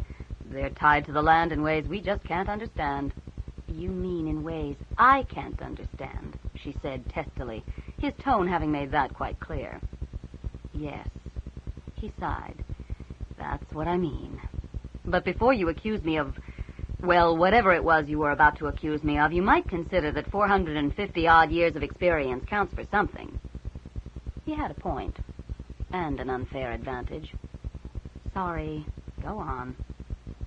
Donald, Rose, and Peter's father used to be the alpha male, so I imagine the hold is still strong on him. Sylvia and Jason are dead, and Colin works nights, which makes it difficult to use me as an intermediary. Rose and Peter, while not adults by were standards, were the only remaining choice. And they were, after all, only the icing on a cake you were perfectly capable of baking on your own. Henry frowned, then smiled as he worked his way through the metaphor. I didn't think you'd be able to turn them down, he said softly. Not after you'd seen them. And what makes you think I'd be able to turn you down? She wondered. But all she said aloud was, You were telling me about the structure of the pack. Yes. Well, about 13 years ago, when Rose and Peter's mother died, their Uncle Stuart and Aunt Nadine took over. Stuart was originally from a pack in Vermont, but had been beta male in this pack for some time. He'd just wandered in? The young males often leave home. It gives them a better chance to breed and mixes the bloodlines. Anyway, Donald gave up without a fight. Marjorie's death hit him pretty hard. Fight? Vicki asked, remembering the white gleam of Peter's teeth. You mean that metaphorically, I hope? Not usually. Very few dominant males will just roll over and show their throat, and Stuart had already made a number of previous attempts. Vicki made a bit of a strangled sound in her own throat, and Henry reached over and patted her on the shoulder. Don't worry about it, he advised. Basically, the were are just nice, normal people. turn into wolves. This was not the way Vicki had been raised to think of normal. Still, she was sitting in a BMW with a vampire. Things couldn't get much stranger than that. Do, all you supernatural creatures hang out together, or what? What? Henry repeated, confused. Vicki pushed her glasses up her nose. It didn't help in the dark, but it was a reassuring gesture, nevertheless. Just tell me your doctor's name isn't Frankenstein. Henry laughed. It isn't. And I met Perkin Hirkins, Rose and Peter's grandfather, in a perfectly normal way. Slowly, as the day released its hold on the world, he became aware. First his heartbeat, gaining strength from the darkness, the slow and steady rhythm reassuring him that he'd survived. Then breathing, shallow still, for little oxygen reached this far below ground. Finally, he extended his senses up and out, past the small creeping things in the earth to the surface. Only when he was sure that no human lives were near enough to see him emerge did he begin to dig his way out. His hiding place was more a collapsed foxhole than anything else, although, if discovered, Henry hoped that the Nazis would believe it a shallow grave. Which, he supposed, as he pushed through the loose dirt, was exactly what it would be if the Nazis discovered it. Being unearthed in daylight would kill him more surely than enemy fire. I really hate this, he muttered, as his head broke free and he unhooked the small perforated shield that kept the earth out of his nose and mouth. He dug in only as a last resort, when dawn caught him away from any other shelter. Once or twice he'd almost left it too long, and had to claw the dirt aside with the heat of the sun dancing fire along his back. Burial reminded him too much of the terror of his first awakening, trapped in his common coffin, immortal and alone, hunger clawing at him. He had all but one leg clear when he caught sight of the animal lying motionless in the pool of darker night under a fir. Wolves? In the Netherlands? He wondered as he froze. No, not a wolf, for the russet coloring was wrong, but it definitely had wolf in its bloodline, and not so very far back. It crouched carefully downwind, ears back flat against its skull, plumed tail tucked in tight against its flanks. It was reacting to the scent of another hunter, preparing to attack to defend its territory. White teeth gleamed in the darkness, and a low growl rumbled deep in the massive throat. Henry's own lips drew back, and he answered the growl. The animal looked surprised. And even more surprised a second later when it found its spine pressed against the forest floor and both Henry's hands clamped deep in its ruff. It struggled and snapped, digging at its captor with all 4 feet. Although the growls continued, it made no louder noises. When it found it couldn't get free, it squirmed around until it managed to lick Henry's wrist with the tip of its tongue. Cautiously, Henry let it up.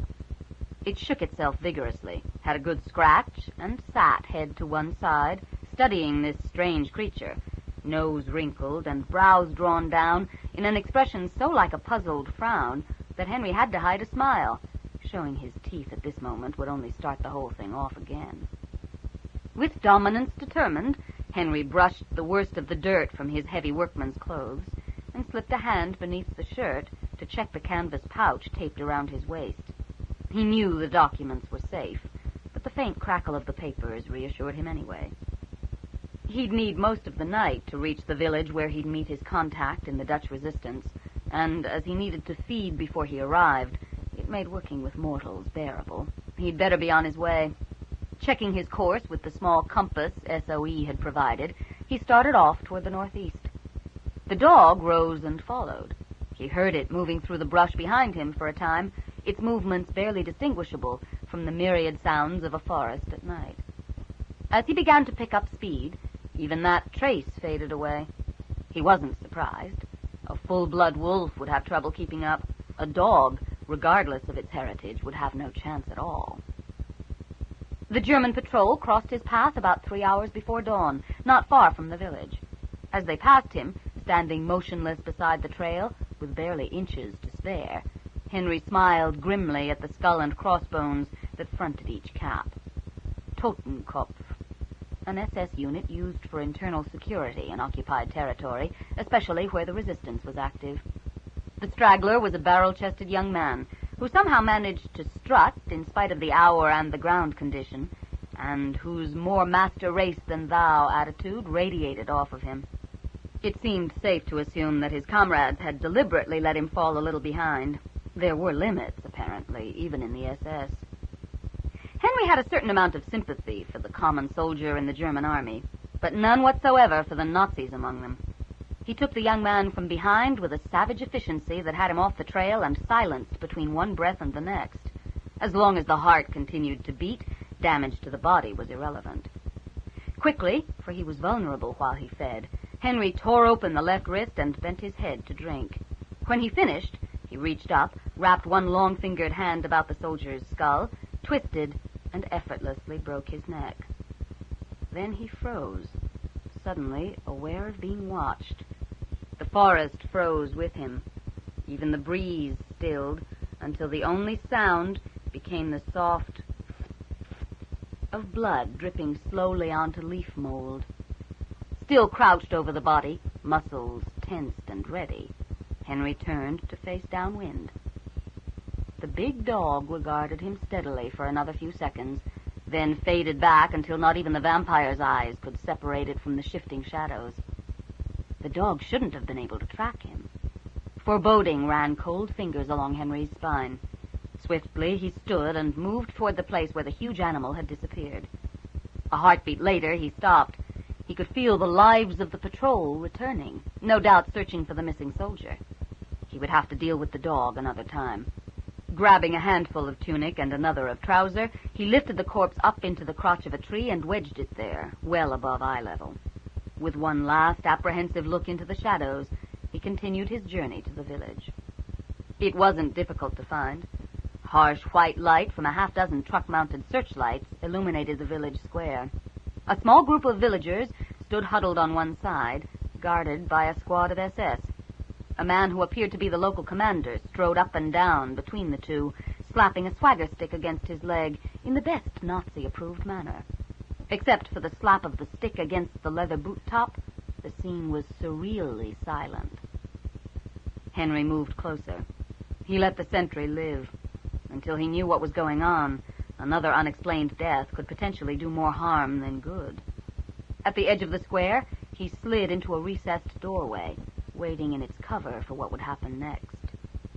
The tiny village held probably no more than 200 people at the very best of times, which these certainly weren't. Its position, near both the border and the rail lines the invaders needed to continue their push north, made it a focal point for the Dutch resistance. The resistance had brought Henry, but unfortunately, it had also brought the SS. There were 71 villagers in the square, mostly the old, the young, and the infirm. Pulled from their beds, they wore a wide variety of nightclothes and almost identical wary expressions. As Henry watched, 2 heavily armed men brought in 5 more. "These are the last?" the officer asked. On receiving an affirmative, he marched forward. "We know where the missing members of your families are," he said curtly, his Dutch accented but perfectly understandable. "The train they were to have stopped is not coming. It was a trap to draw them out." He paused for a reaction, but received only the same wary stares. Although those of an age to understand were very afraid, they hid it well. Henry's sensitive nose picked up the scent, but the commander had no way of knowing his news had had any effect. The apparent lack of response added an edge to his next words. "By now they are dead. All of them." A young boy smothered a cry, and the commander almost smiled. "But it is not enough," he continued in softer tones, "to merely wipe out resistance. We must wipe out any further thought of resistance. You will all be executed, and every building in this place will be burned to the ground as both an example of what happens to those civilians who dare support the resistance, and to those inferiors who dare oppose the master race." "Germans," snorted an old woman, clutching at her faded bathrobe with arthritic fingers. "Talk you to death before they shoot you." Henry was inclined to agree. The commander definitely sounded like he'd been watching too many propaganda films. This did not lessen the danger. Regardless of what else Hitler had done in his economic reforms, he'd at least managed to find jobs for every sadistic son of a bitch in the country. "You!" The swagger stick indicated the old woman. "Come here." Shaking off the restraining hands of friends and relatives and muttering under her breath, she stomped out of the crowd. The top of her head, with its sparse gray hair twisted tightly into an unforgiving bun, came barely up to the commander's collarbone. "You," he told her, "have volunteered to be first." With rheumy eyes, squinted almost shut in the glare of the searchlights, she raised her head and said something so rude, not to mention biologically impossible, that it drew a shocked "Mother!" from an elderly man in the clutter of villagers. Just to be sure the commander got the idea, she repeated herself in German. The swagger stick rose to strike. Henry moved, recognizing as he did so that it was a stupid, impulsive thing to do, but unable to stop himself. He caught the commander's wrist at the apex of the swing, continued the movement, and, exerting his full strength, ripped the arm from the socket. Dropping the body, he turned to charge the rest of the squad, swinging his grisly, bleeding trophy like a club, lips drawn back from his teeth so that the elongated canines gleamed. The entire attack had taken just under 7 seconds. The Nazis were not the first to use terror as a weapon. Henry's kind had learned its value centuries before. It gave him time to reach the first of the guards before any of them remembered they held weapons. By the time they gathered their wits enough to shoot, he had another body to use as a shield. He heard shouting in Dutch, slippered feet running on packed earth, and then suddenly, thankfully, the searchlights went off. For the first time since he entered the square, Henry could see perfectly. The Germans could see nothing at all. Completely unnerved, they broke and tried to run, only to find their way blocked by the snarling attack of the largest dog any of them had ever seen. It was a slaughter after that. Moments later, standing over his final kill, blood scent singing along every nerve, Henry watched as the dog that had followed him all night approached stiff-legged, the damp stain on its muzzle more black than red in the darkness. It looked completely feral, like a wolf from the Brothers Grimm. They were still some feet apart when the sound of boots on cobbles drew both their heads around. Henry moved, but the dog was faster. It dove forward, rolled, and came up clutching a submachine gun in 2 very human hands. As the stormtroopers came into sight, he opened fire. No one survived. Slinging the gun over one bare shoulder, he turned back to face Henry, scrubbing at the blood around his mouth with the back of one grimy hand. His hair, the exact russet brown of the wolf's pelt, fell in a matted tangle over his forehead, and the eyes it partially hid were the eyes that had watched Henry emerge from the earth and later feed. "I am Perkin Hirkins," he said, his English heavily accented. "If you are Henry Fitzroy, I am your contact." After 400 years, Henry had thought that nothing could ever surprise him again. He found himself having to rethink that conclusion. "They didn't tell me you were a werewolf," he said in Dutch. Perkin grinned, looking much younger but no less dangerous. "They didn't tell me you were a vampire," he pointed out.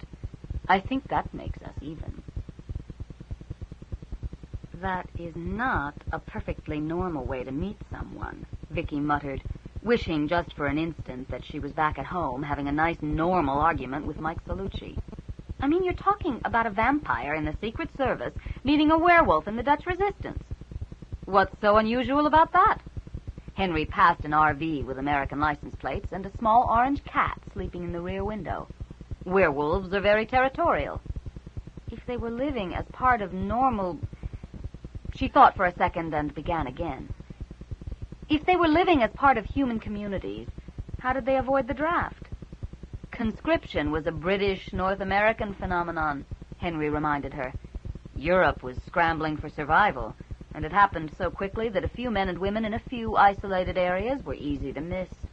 If necessary, they abandoned civilization for the duration of the war and lived off the land. All right, what about British and North American werewolves, then? There are no British werewolves. Why not? Vicki interrupted.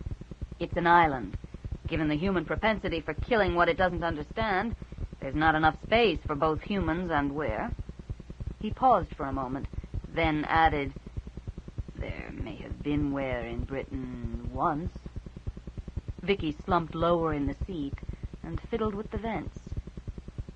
I don't want to die, Ms. Nelson. So the were aren't worldwide? No. Europe as far south as northern Italy, most of Russia, and the more northwestern parts of China and Tibet. As far as I know, there are no native North American were, but I could be wrong. There has been a fair bit of immigration, however. All post-World War II? Not all. So my original question stands. How did they avoid the draft? Vicki heard him shrug, shoulders whispering against the thick tweed seatback. I have no idea. But as most of the were are completely colorblind, I'd guess they flunked the physical. I do know that the Allies used colorblind observers in aerial reconnaissance. Because they had to perceive everything by shape, they were able to see right through most camouflage. Maybe some of that lot were were. Well, what about you, then? How does the vampire convince the government he should be allowed to do his bit for liberty? Then she remembered just how convincing Henry could be. Never mind. Actually, I didn't even approach the Canadian government. I stowed away on a troop ship and returned to England, where an old friend of mine had risen to a very powerful position. He arranged everything. Oh. She didn't ask who the old friend was. She didn't want to know. Her imagination was already flashing her scenes of Henry and certain prominent figures in compromising positions. What happened to the villagers? What? The villagers, where you met Perkin. Did they all die? No, of course not. Vicki couldn't see any of course not about it. After all, they'd wiped out an entire squad of SS, and the Nazis had disapproved of things like that. Perkin and I set it up so that it looked as though they'd been killed in an Allied airstrike taking out the railway line. You called in an airstrike? She could hear the grin in his voice as he answered. Didn't I mention this old friend had risen to a very powerful position? So, one thing still bothered her. The villagers knew there was a pack of werewolves living amongst them? Not until the war started, no. And after the war started? During the war, any enemy of the Nazis was a welcome ally. The British and the Americans even managed to get along. She supposed that made a certain amount of sense. And what about after the war? Perkin emigrated. I don't know. They drove in silence for a while, one of only a few vehicles on the highway now that Toronto had been left behind. Vicki closed her eyes and thought of Henry's story. In some ways, the war, for all its complications, had been a simple problem. At least the enemies had been well defined. Henry, she asked suddenly, do you honestly think that a pack of werewolves can live as a part of human society without their neighbors knowing? You're thinking city, Vicki. The Hirkins' nearest neighbors live 3 miles away. They see people outside the pack when they choose to. Besides, if you didn't know me, and you hadn't met that demon last spring, would you believe in werewolves? Would anyone in North America in this century? Someone obviously does, she reminded him dryly. Although I'd have expected blackmail over murder. It would make more sense, Henry agreed. She sighed and opened her eyes. Here she was, trying to solve the case, armed only with a magnifying glass and a vampire, cut off from the resources of the Metro Police. Not that those resources had been any help so far. Ballistics had called just before she left to tell her that the slug had most likely been a standard 7.62 millimeter NATO round, which narrowed her possible suspects down to the entire North Atlantic Treaty Organization, as well as almost everyone who owned a hunting rifle. She wasn't looking forward to arriving at the Hirkins' farm. This was the first time she'd ever really gone it alone. What if she wasn't as good as she thought? There's a map in the glove compartment. Henry maneuvered the BMW off Highway 2. Could you get it out for me? She found both glove compartment and map by touch and shoved the latter toward her companion. He returned it. Multi-talented though I may be, I'd rather not try to read a map while driving on strange roads. You'll have to do it. Fingers tight around the folded paper, Vicki pushed it back at him. I don't know where we're going. We're on Airport Road, about to turn onto Oxford Street. Tell me how long we stay on Oxford before we hit Clarkside Road. The street lights provided barely enough illumination to define the windshield.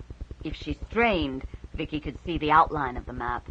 She certainly couldn't find two little lines on it. There's a map light under the sun visor, Henry offered. The map light would be next to useless. I can't find it. You haven't even looked. I didn't say I wouldn't. I said I couldn't. She'd realized from the moment she'd agreed to leave the safe, known parameters of Toronto that she'd have to tell him the truth about her eyes, and couldn't understand how she'd gotten herself backed into that kind of a corner. Tension brought her shoulders up and tied her stomach in knots. Medical explanation or not, it always sounded like an excuse to her, like she was asking for help or understanding. And he'd think of her differently once the disabled label had been applied. Everyone did. I have no night sight, little peripheral vision, and I'm becoming more myopic every time I talk to the damn doctor. Her tone dared him to make something of it.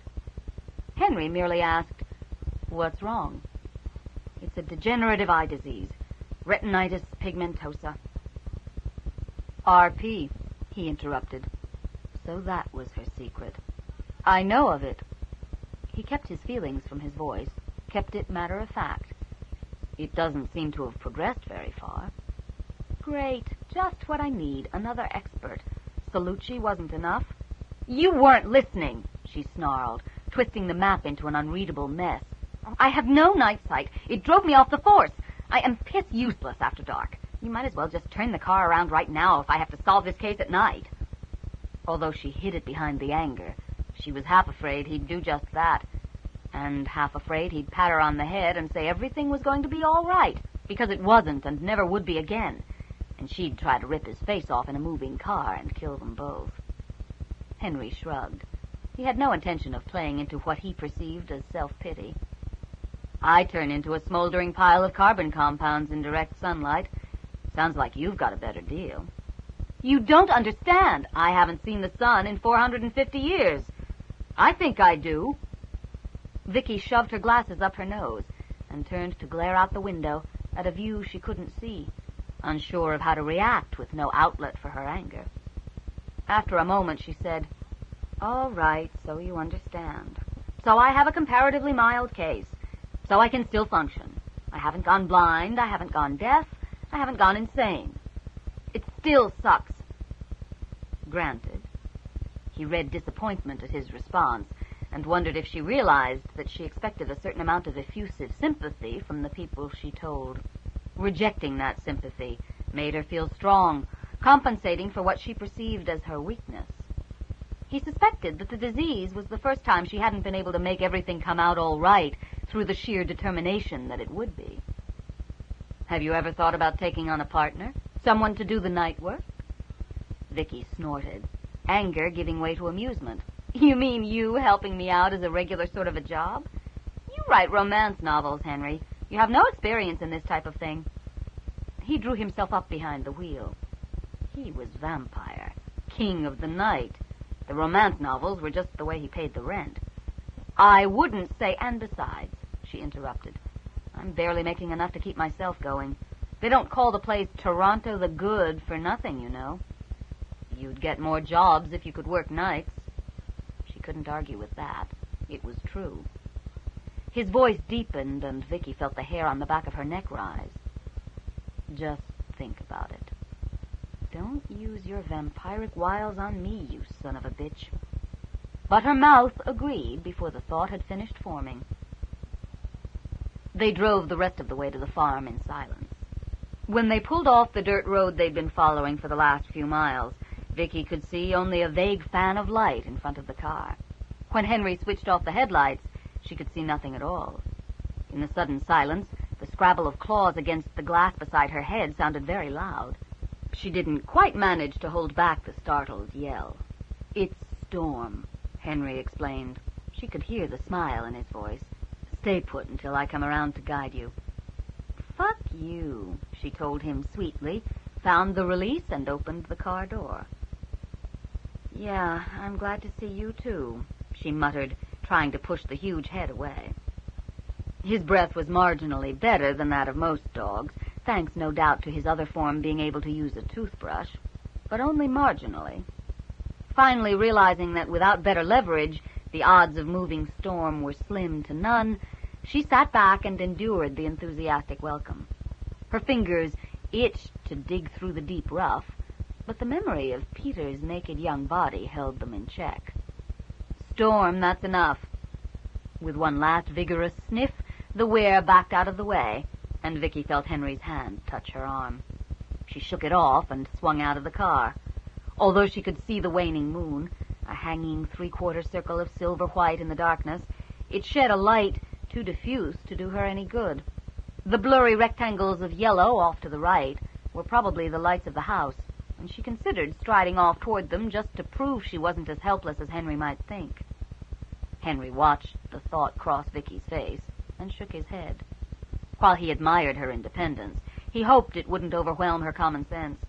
He realized that at the moment she felt she had something to prove and could think of no way to let her know she didn't.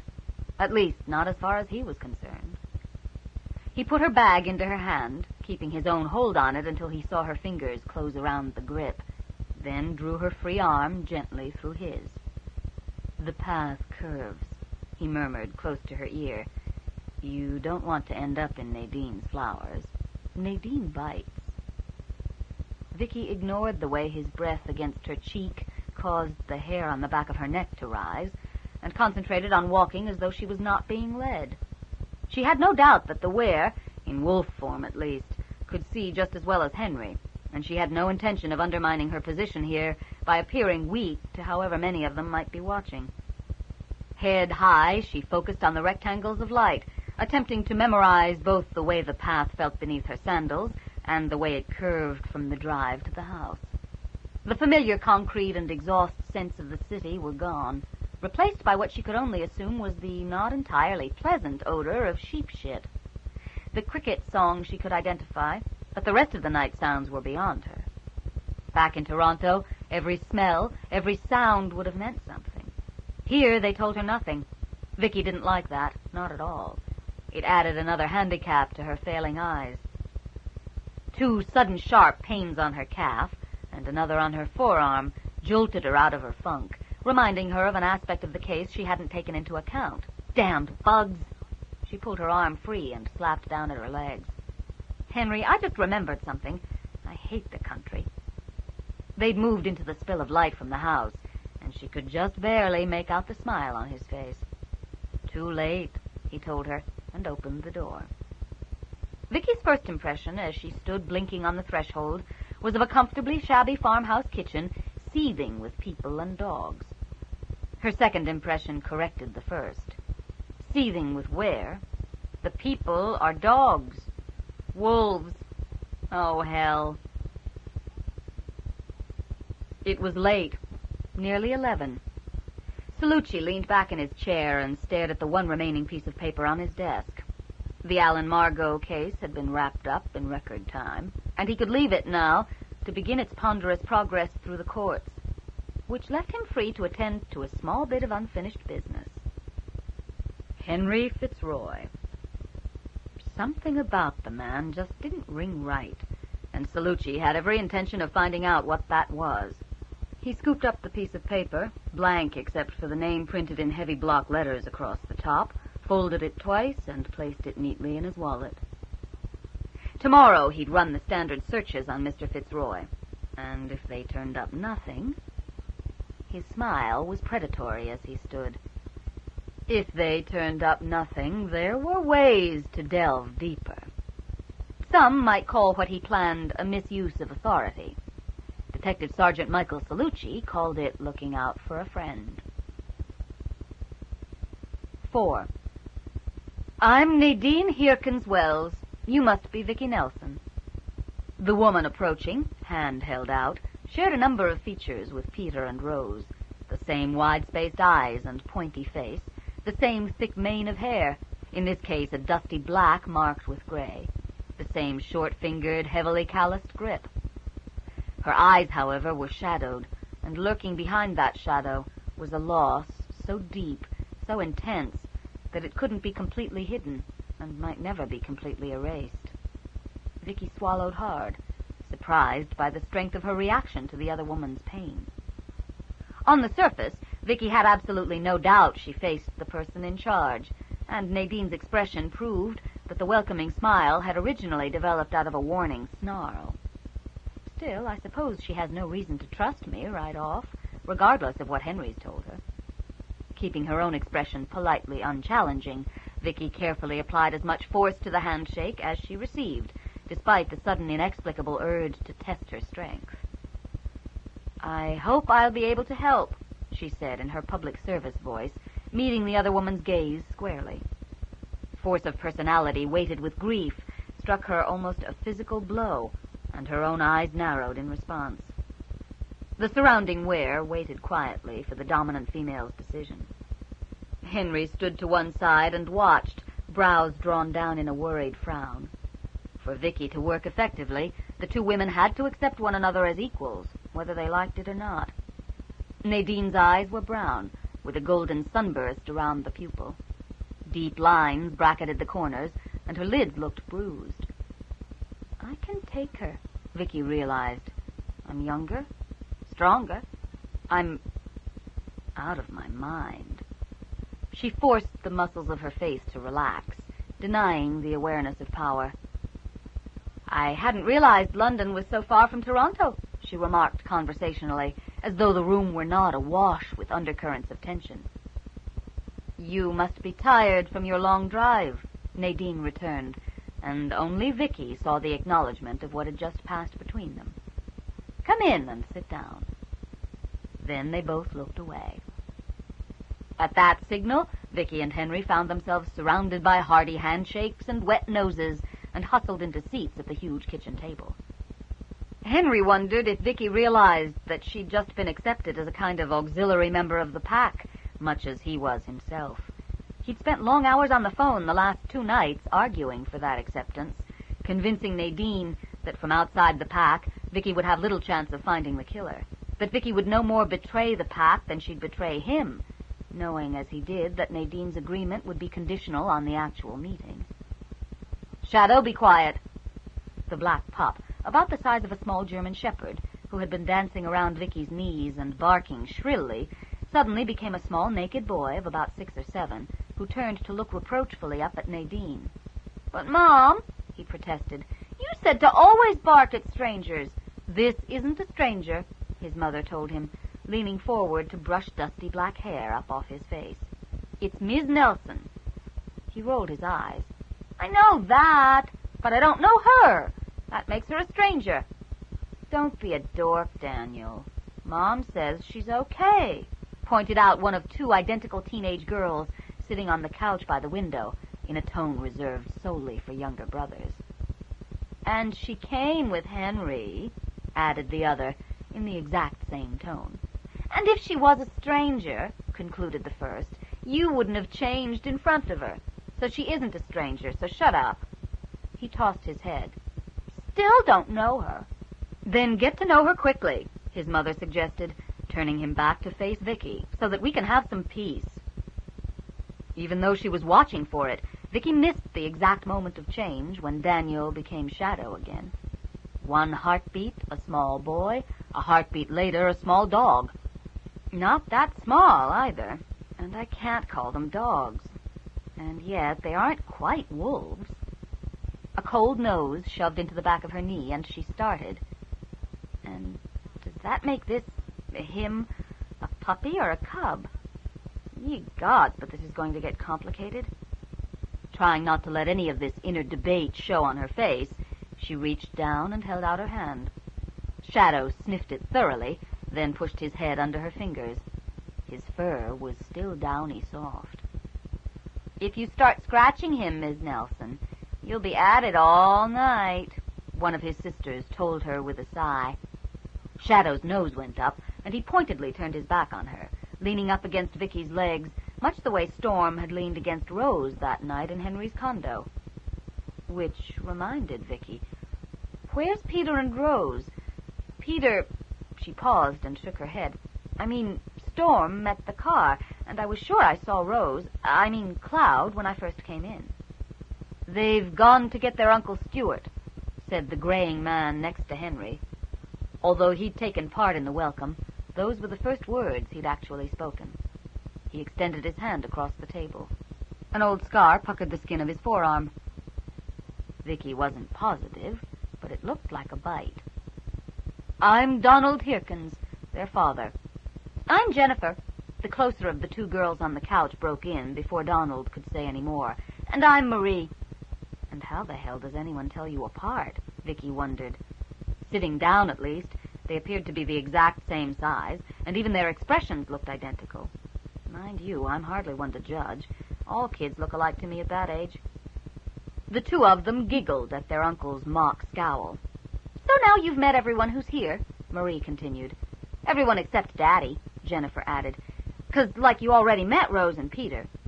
The two of them smiled at her in unison. Even their dimples matched. Daddy must be Stuart, Vicki realized. Nadine's husband, Daniel's father, Donald's brother-in-law, Peter's and Rose's uncle. The dominant male. Meeting him should prove to be interesting. "Nice thing to be ignored in my own home," growled a voice from the door.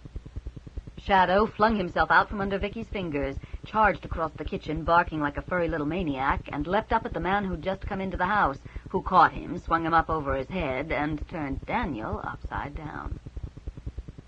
Vicki didn't need an introduction. The same force of personality that marked Nadine marked Stuart, and he was definitely very male. He was also very naked, and that added considerable weight to the latter observation. Vicki had to admit she was favorably impressed, although at 5'10" she could probably give him at least 4 inches. Judging by human standards, which was all she had to work with, Henry's warning aside, he appeared to be younger than his wife by about 5 years. His hair, all his hair, and there was rather a lot of it all over his body, remained unmarked by gray. "Stuart," Nadine pulled a pair of blue sweatpants off the back of her chair and threw them at her husband. He caught them one-handed, Daniel tucked under the other arm, and stared at them with distaste. Then he turned and looked straight at Vicki. "I don't much like clothing, Miss Nelson," he told her, obviously as aware of her identity as she was of his. "It stops the change, and in this heat it's damned uncomfortable. If you're going to be here for a while, you're going to have to get used to the little we wear." "It's your house," Vicki told him levelly. "It's not my place to say what you should wear." He studied her face, then smiled suddenly, and she got the impression she'd passed a test of some kind. Humans usually worry about clothing. "I save my worry for more important things." Henry hid a smile. Since they'd met, he'd been trying to figure out if Vicki was infinitely adaptable to circumstances, or just so single-minded that anything not leading to her current goal was ignored. In 8 months of observation, he'd come no closer to an answer. Tossing the sweatpants in the corner, Stuart held out his hand. "Pleased to meet you, Miss Nelson." She returned both smile and handshake, careful not to come on too strong. Come on too strong to a naked werewolf. Yeah, right. "And you. Please, call me Vicki." "Vicki." Then he turned to Henry, and by the tiniest of changes, the smile became something else. He held out his hand again. "Henry." "Stuart." The smile was a warning, not a challenge. Henry recognized it and acknowledged it. It could change to challenge very quickly, and neither man wanted that. As long as Henry kept to his place, the situation between them would remain tense but stable. Uninterested in all this grown-up posturing, Daniel twisted against his father's side, found the grip loose enough to allow change, did, and began to bark. His father put him down just as the screen door opened and Cloud and Storm came in. For the next few moments, the two older Ware allowed themselves to be attacked by their younger cousin, the fight accompanied by much growling and snapping, and feigned, at least Vicki assumed they were feigned, yelps of pain. As none of the other adults seemed worried about the battle, Vicki took the time to actually look at her surroundings. The kitchen furniture was heavy and old, and a little shabby from years of use. The wooden table could seat 8 easily, and 12 without much crowding. Although the chairs had chew marks up each leg, they, to judge by the one under Vicki, had been made to endure, and still had all 4 feet planted firmly on the worn linoleum. The lounge that the twins were perched on, tucked under the window by the back door, had probably been bought in the 50s and hadn't been moved from that corner since. The refrigerator looked new, as did the electric stove. In fact, the electric stove looked so new, Vicki suspected it was seldom used. The old wood stove in the far corner would likely be not only a source of winter heat, but their main cooking facility. If they cooked. She hadn't thought to ask Henry what the ware ate, or if she'd be expected to join in. A sudden vision of a bleeding hunk of meat with a side of steaming entrails as tomorrow's breakfast made her stomach lurch. The north wall was lined with cupboards, and the south with doors, leading, Vicki assumed, to the rest of the house. To her city-bred nose, the kitchen, quite frankly, smelled. It smelled of old wood smoke, of sheep shit, and quite probably sheep, too, if she had any idea of what sheep smelled like, and very strongly of, well, ware. It wasn't an unpleasant combination, but it was certainly pungent. Housework didn't seem to be high on the list of ware priorities. That was fine with Vicki. It wasn't one of her top 10 ways to spend time either. Her mother, however, would no doubt have fits at the tufts of hair piled up in every available nook and cranny. Of course, my mother would no doubt have fits at this entire situation. Peter stood up and dangled a squirming shadow at shoulder level, front paws in his left hand, rear paws in his right, deftly keeping the pup's teeth away from the more sensitive, protruding areas of his anatomy. So it's probably a good thing she isn't here. Just as she was beginning to wonder if she shouldn't bring up the reason for her visit, Stuart cleared his throat. Peter released Shadow, smiled a welcome at Vicki and Henry, changed, and curled up on the floor beside his twin. Shadow gave one last excited bark and went over to collapse, panting, on his mother's feet. Everyone else, the 2 visitors included, turned to face Stuart expectantly. And all he did was clear his throat. Vicki was impressed again. If he could bottle that, he could make a fortune. Henry assures us that you can be trusted, Ms. Nelson. Vicki. His eyes were a pale husky blue, startlingly light under heavy black brows. I'm sure you realize that things would get very unpleasant for us if the world knew we existed. I realize. And she did, which was why she decided not to be insulted at the question. Although someone obviously knows. Yes. How a word that was mostly sibilance could be growled, Vicki had no idea, but it was. There are 3 humans in this territory who know of the pack. An elderly doctor in London, the local game warden, and Colin's partner. Colin, the police officer. It wasn't really a question. A werewolf on the London police force was a phenomenon Vicki was unlikely to forget. She pulled a notebook and a pen from the depths of her purse. The twins, Rose and Peter, that is, mentioned him. Donald's expression seemed more confused than proud. My oldest son. He's the first of us to hold what you could call a job. The first to finish high school, Nadine said. At Vicki's expression, she added, generally we find school very stressful. Most of us leave as soon as we can. Her lips twisted up into what Vicki could only assume was a smile. Trouble is, they're making it harder to leave. At the same time, they're making it harder to stay.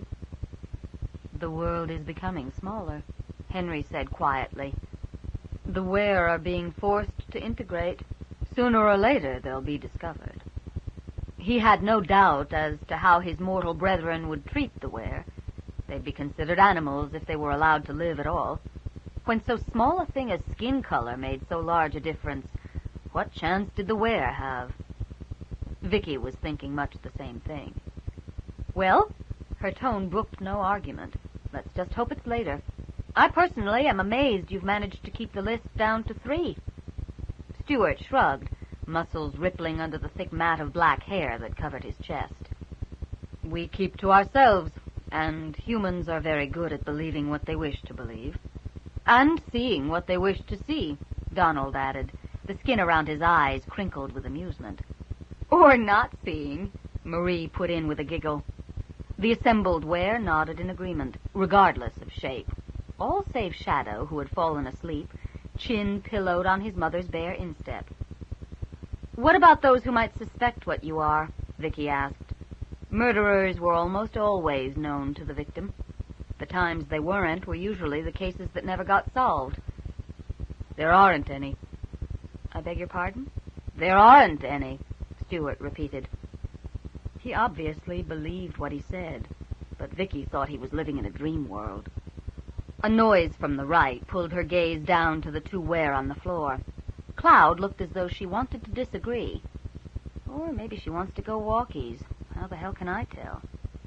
You do have contact with humans, the younger ones at least, on a regular basis. Vicki's gesture covered both sets of twins. What about other kids at school? Teachers? We don't change at school, Marie protested. Jennifer's head bobbed in support, red hair flying. We can't change when we're dressed. And as you're dressed at school, you can't change at school? They seemed pleased she was so quick on the uptake. It must be frustrating. Marie shrugged. It's not so bad. Don't you ever want to tell people what you can do? Show them your other shape? Stewart's growl sounded very loud and very menacing in the shocked silence that followed. The girls looked as though she'd suggested something obscene. Okay, I guess not. Don't judge them by human standards. Try to remember that. What about special friends? Storm and Cloud were unreadable. Marie and Jennifer looked puzzled. Boyfriends? Both girls wrinkled their noses in identical expressions of disgust. Humans don't smell right, Stewart explained shortly. That sort of thing never happens. They don't smell right? No. Vicki decided to leave it at that. She really wasn't up for a discussion of werewolf breeding criteria, not at this hour of the night. There were, however, two things that had to be covered. The first still made Vicki uncomfortable, and in almost a year of working for herself, she hadn't come up with a less than blunt way of bringing it up. About my fee, we can pay it, Stewart told her, and only nodded when she mentioned the amount. All right, then.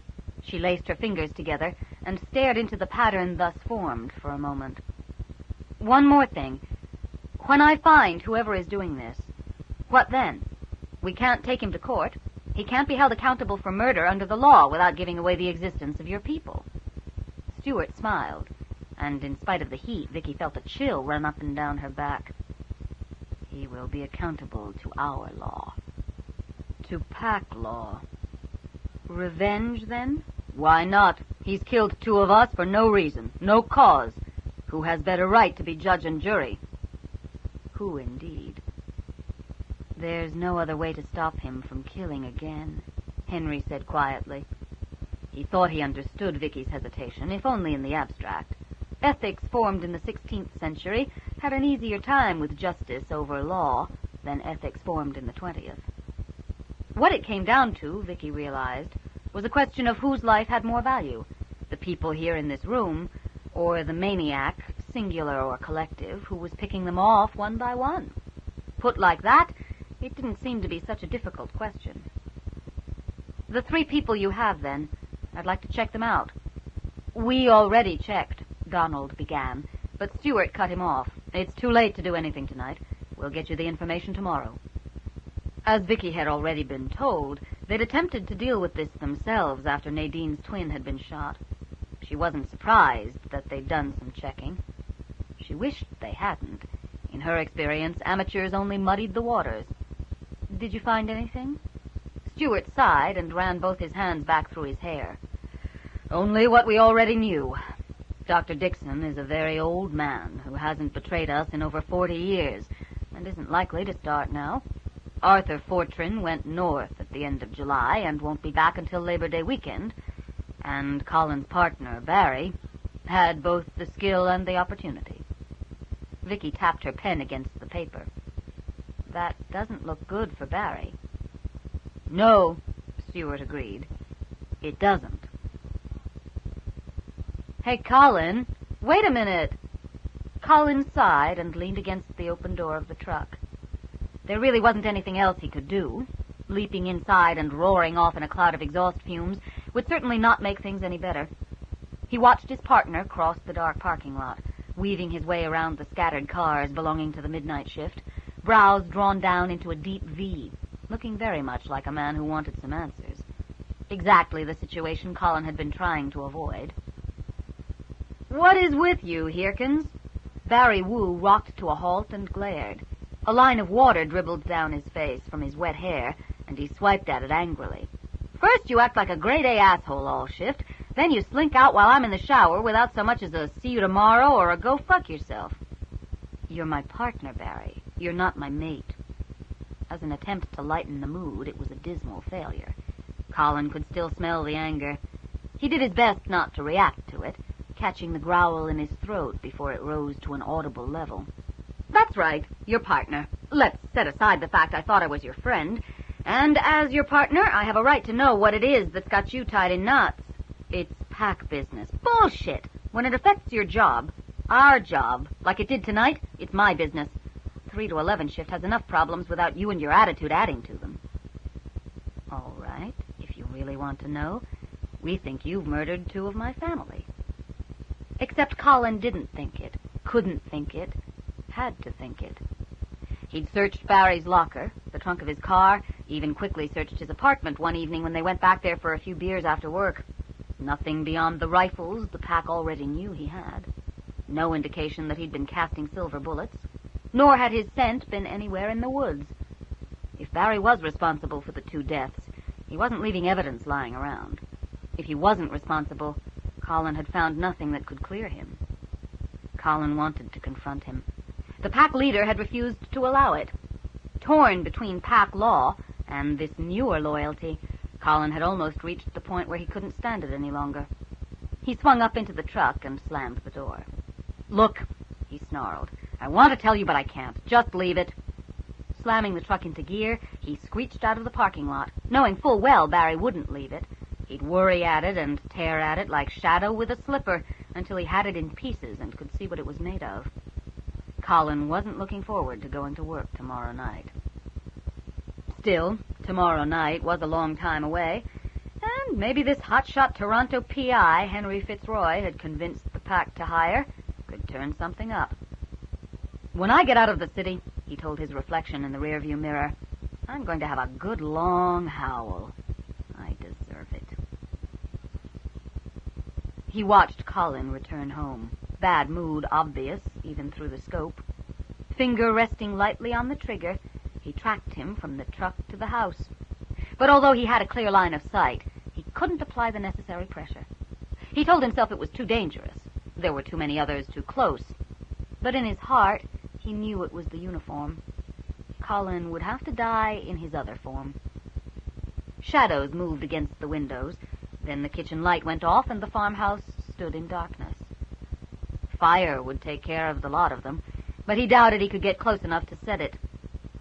Staying carefully downwind, he worked his way back to the road and his car, old skills put to new uses.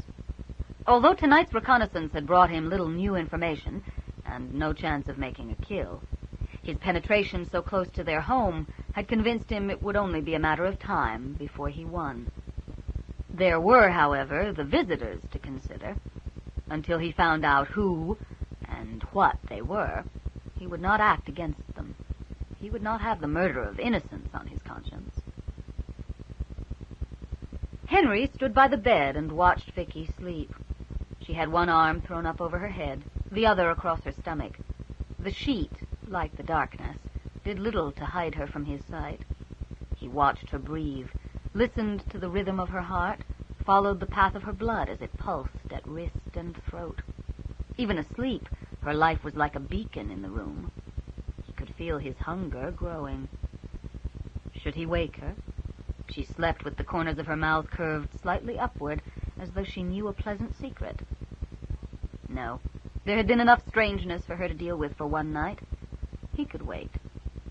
Lightly, very lightly, He drew his finger along the soft skin of her inner arm and whispered, "Tomorrow."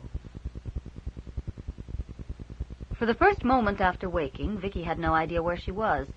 Sunlight painted molten gold across the inside of her lids, and as pretty as it looked, it shouldn't be there.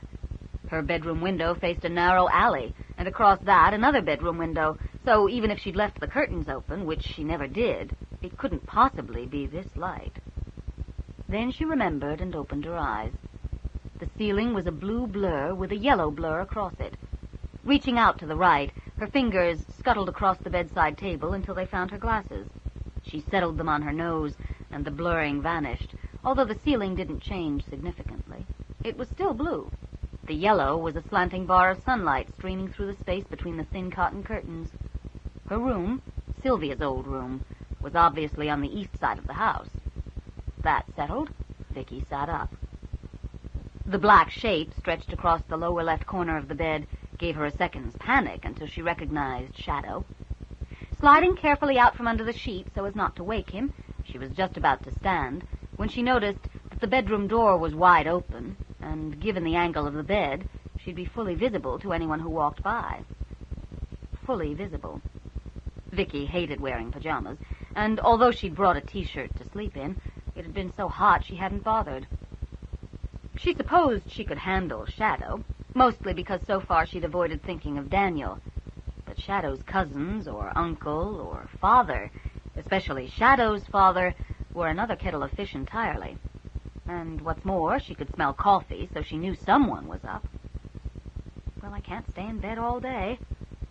Girding her loins, metaphorically speaking, she dashed across the small section of open linoleum and eased the door closed. Shadow scrubbed at his muzzle with one oversized paw, but didn't wake. Feeling considerably more secure, Vicki got into a pair of clean underwear and began to hook on her bra.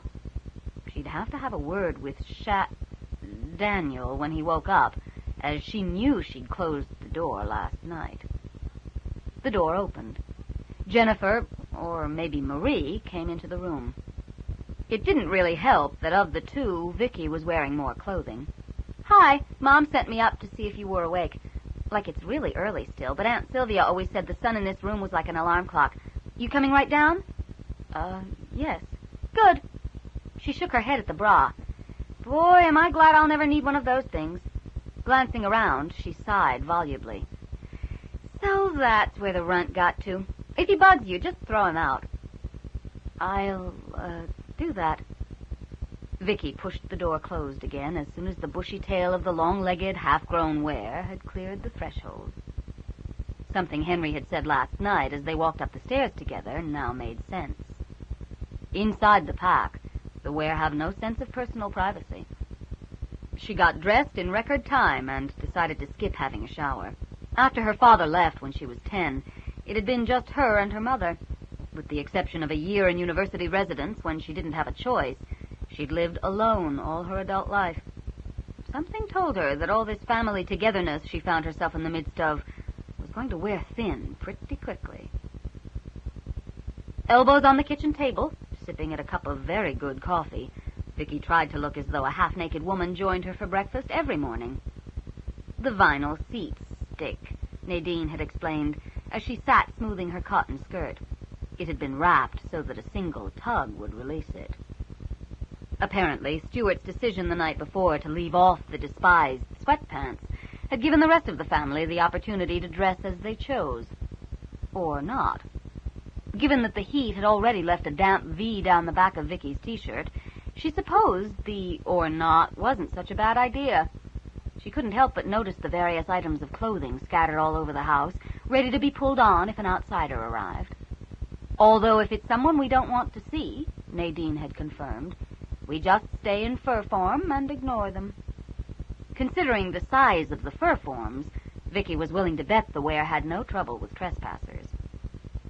From where she sat, Vicki could see out the largest of the 3 kitchen windows. The view included a scruffy expanse of lawn, a weathered building with a slight list to the west that appeared to be a garage, and beyond that, the barnyard. Cloud and Storm were stretched out under the huge willow tree in the center of the lawn. As Vicki watched, Storm lifted his head and yawned.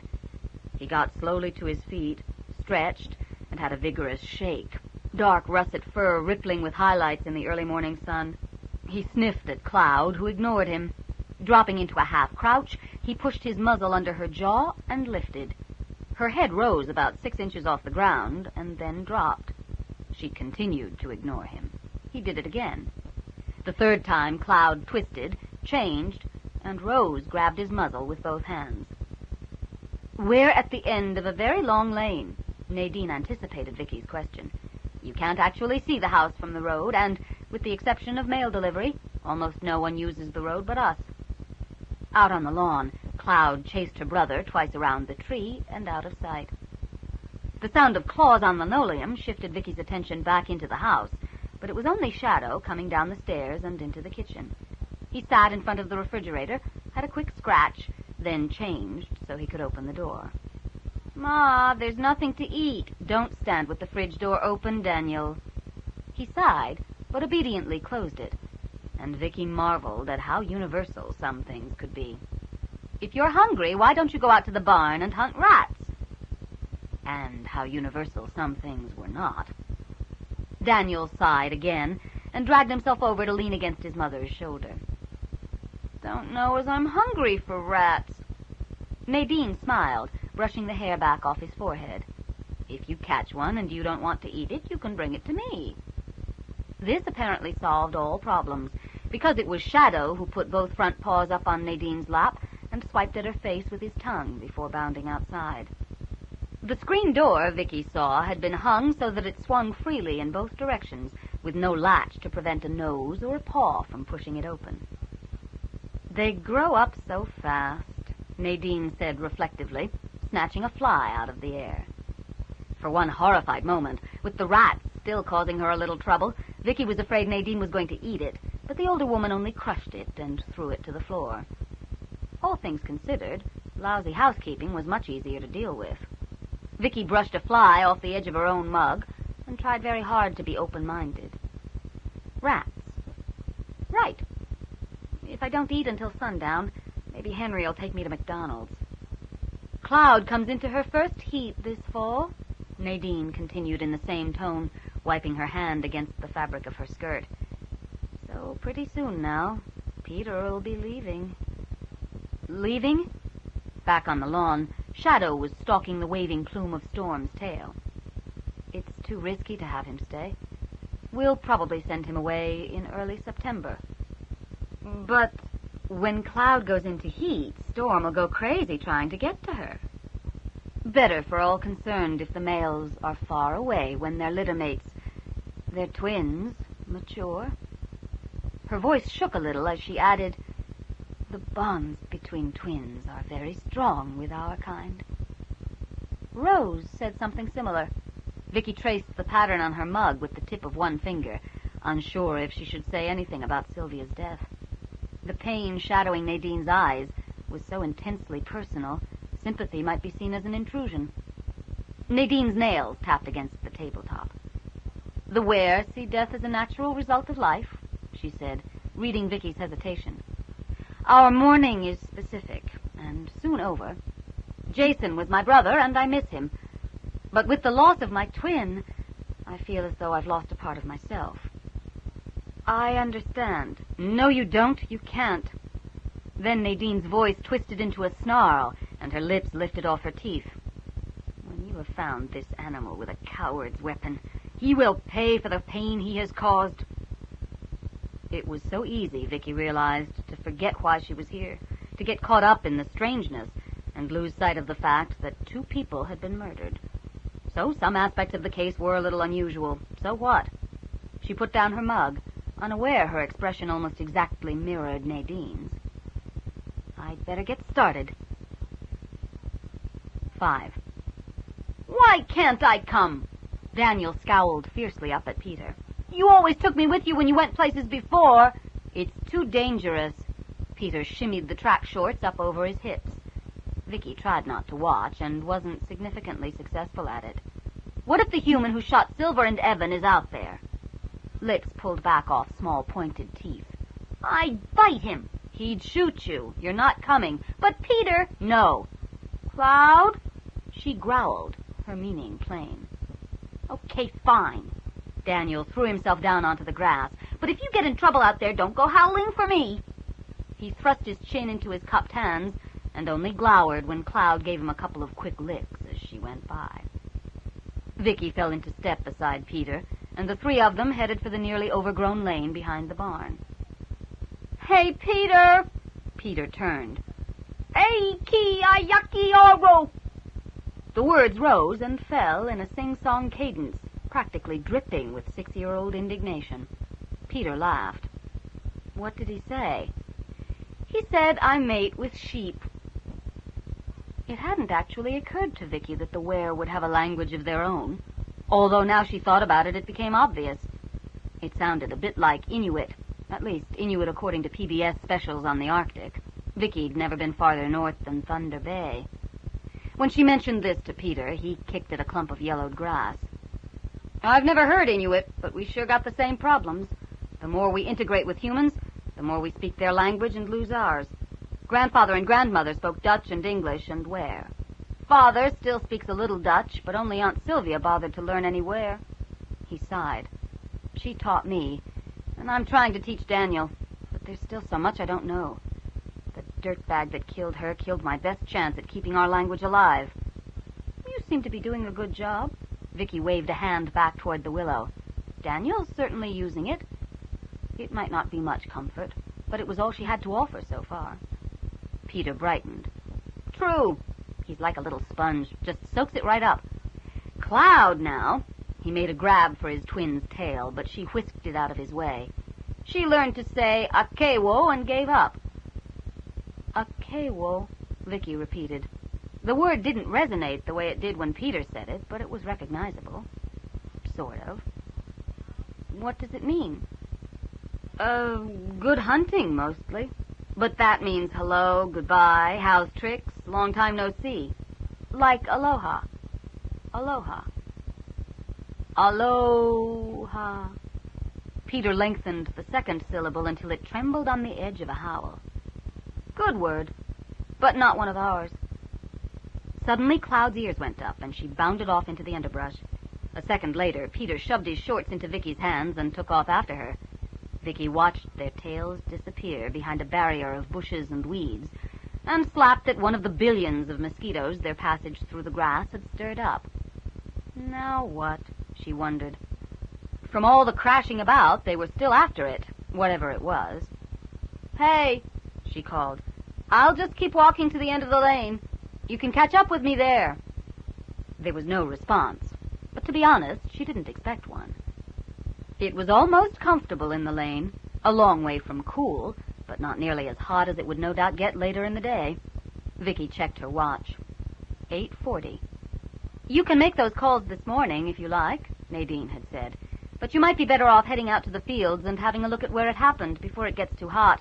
When it warms up in a couple of hours, no one around here will be awake to show you the place. Besides, Peter or Rose can tell you all about the three humans while you go."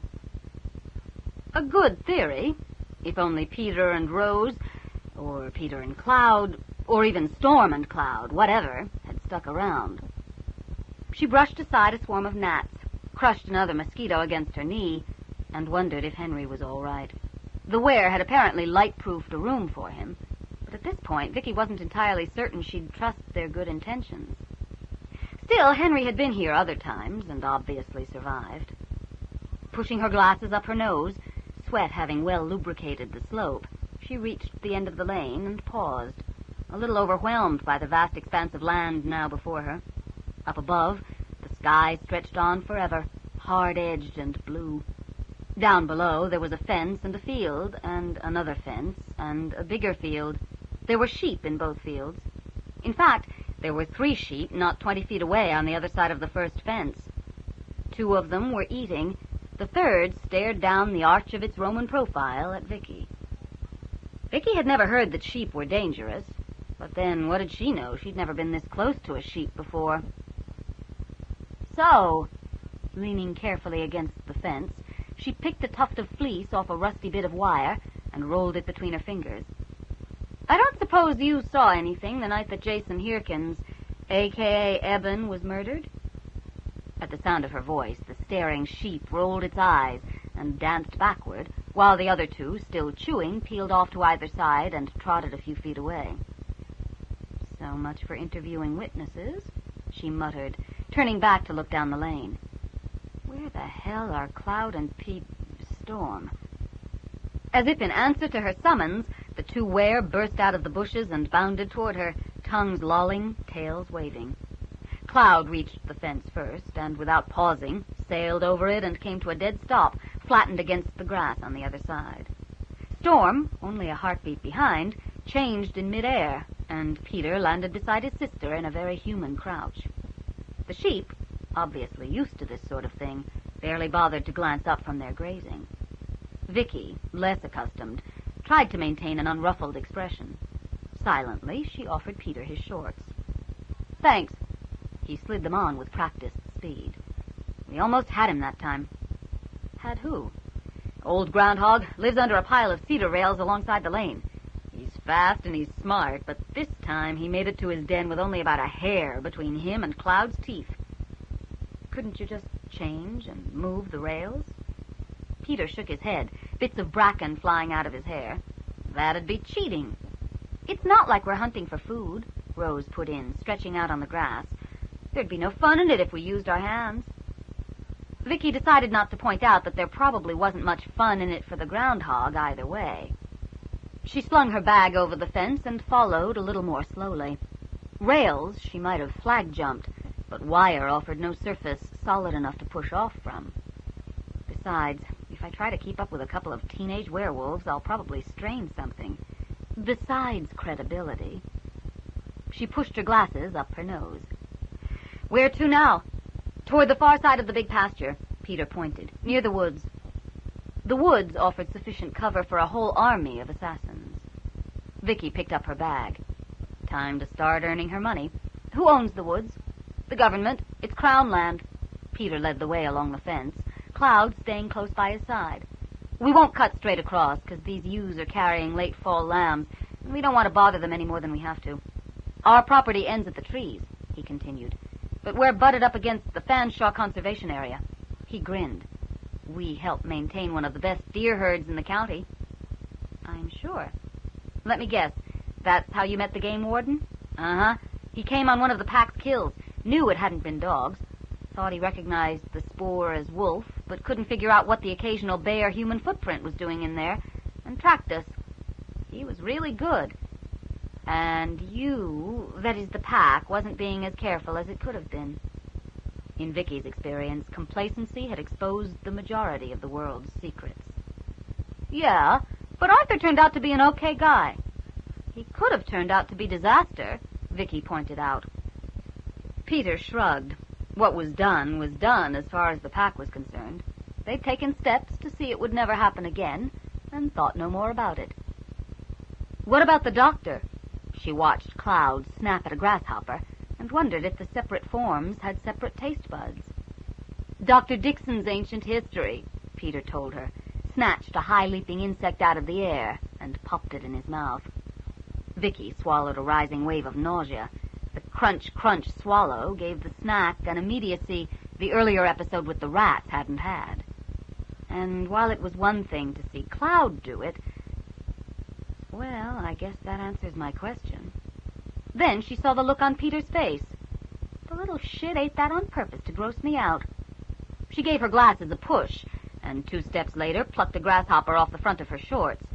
Fortunately, it was a small one. A long time ago, on a survival course, an instructor had told Vicki that many insects were edible. She hoped he hadn't been pulling her leg. Biting down wasn't easy. Actually, it tastes a bit like a squishy peanut. The expression on Peter's face made the whole thing worthwhile. The last time she'd impressed a young man to that extent, she'd been considerably younger herself, and her mother had gone away for the weekend. Mike Salucci would maintain that she was insanely competitive. That wasn't true. She merely liked to preserve the status quo and her position at the top of the heap, and no teenage anything was getting the better of her. "Now then," she tongued something out of her tooth and swallowed it quickly. There were limits. "You were telling me about Dr. Dixon?" Yeah. Well, he shot her a glance out of the corner of one eye, but made an obvious decision not to comment. When our grandparents emigrated from Holland after the war, Grandmother was pregnant with Aunt Sylvia and Aunt Nadine. They got as far as London when she went into labor. We don't normally use doctors. The pack helps if it's needed. I went out to the barn when Daniel was born, but Rose watched. Cloud looked up at the sound of her name. She'd run ahead and was urinating against a fence post. Anyway, Peter continued, nostrils flared as they passed the post, there was this young doctor in the crowd, and before Grandfather could carry Grandmother away, he'd hustled the both of them and Father, who was about 5, into his office. He snickered. Boy, did he get a shock. As soon as they were alone, Grandfather changed and almost ripped his throat out. Lucky for the doctor, Aunt Sylvia was wrong. Somehow, I don't know. Anyway, Dr. Dixon acted like a doctor, and Grandfather let him live. He's been taking care of all our doctor stuff ever since. Handy man to know. The amount of doctor stuff necessary in Canada for government documents alone could be positively staggering. The Ware were lucky they'd stumbled onto Dr. Dixon when they had. So that leaves only Barry Wu. Yeah. Peter sighed deeply and scratched at the patch of red hair in the center of his chest. But you better talk to Colin about him. I intend to, but I'd also like to hear your opinion. Peter shrugged. I like him. I hope he didn't do it. It'll kill Colin if he did. Have they been partners long? Since the beginning. They went to police school together. They'd reached the second fence. Cloud sailed over it, just as she had the first. Peter slipped his thumbs behind the waistband of his shorts, changed his mind, and started climbing. Barry's an okay guy. He reacted to us the same way you did. Twisting his head at an impossible angle, he grinned back over his shoulder at her. Kind of shell-shocked, but accepting. Cloud had run on ahead, nose to the ground. About 3/4 of the way across the field, she stopped, sat back on her haunches, pointed her nose at the sky, and howled. The sound lifted every hair on Vicky's body and brought a lump into her throat almost too big to swallow. From not very far away came an answer. 2 voices rapping about each other in a fey harmony. Then Peter, still in human form, wove in his own song. The sheep had begun to look distinctly nervous by the time the howl trailed off. End of side 2. To continue, change side selector switch and turn the cassette over. Side 3, Blood Trail by Tanya Huff, continuing on page 94. Father and Uncle Stuart, Peter broke the silence to explain the 2 additional voices. They're checking fences. He turned a little red under his tan. Well, it's almost impossible not to join in. As Vicki had felt a faint desire, firmly squelched, to add in her own 2 cents worth, she nodded understandingly. Is that where it happened? Yeah, right here. At first glance, right here looked no different than anywhere else in the field. Are you sure? Of course I'm sure. It hasn't rained and the scent's still strong. Besides, 1 bare foot brushed lightly over the cropped timothy grass. I was the first one to the body. Cloud pushed up against his legs. He reached down and pulled gently on her ears. Not something I'm likely to forget. No, probably not. Maybe she should have told him that he'd forget in time, but Vicki didn't believe in lying if she could avoid it, even for comfort's sake. The violent death of someone close should make a lasting impression. Given that, she gentled her voice to ask, Are you going to be up to this? Hey, no problem. His hand remained buried in the thick fur behind Cloud's head. The Ware touched a great deal, she realized, and it wasn't just the youngsters. Last night around the kitchen table, the 3 adults had seldom been out of contact with each other. She couldn't remember the last time she'd spontaneously touched her mother. And why am I thinking about that now? She dug out her pad and a pencil. Let's get started, then. Eben had been traveling northeast across the field. The bullet had spun his body around so that the ruin of his head had pointed almost due north. Even without Peter's description, there were enough rust-brown stains remaining on the grass to show where what was left of Eben's head had come to rest. The shot had to have come from the south. Vicki sat back on her heels and stared south into the wood. Brilliant deduction, Sherlock.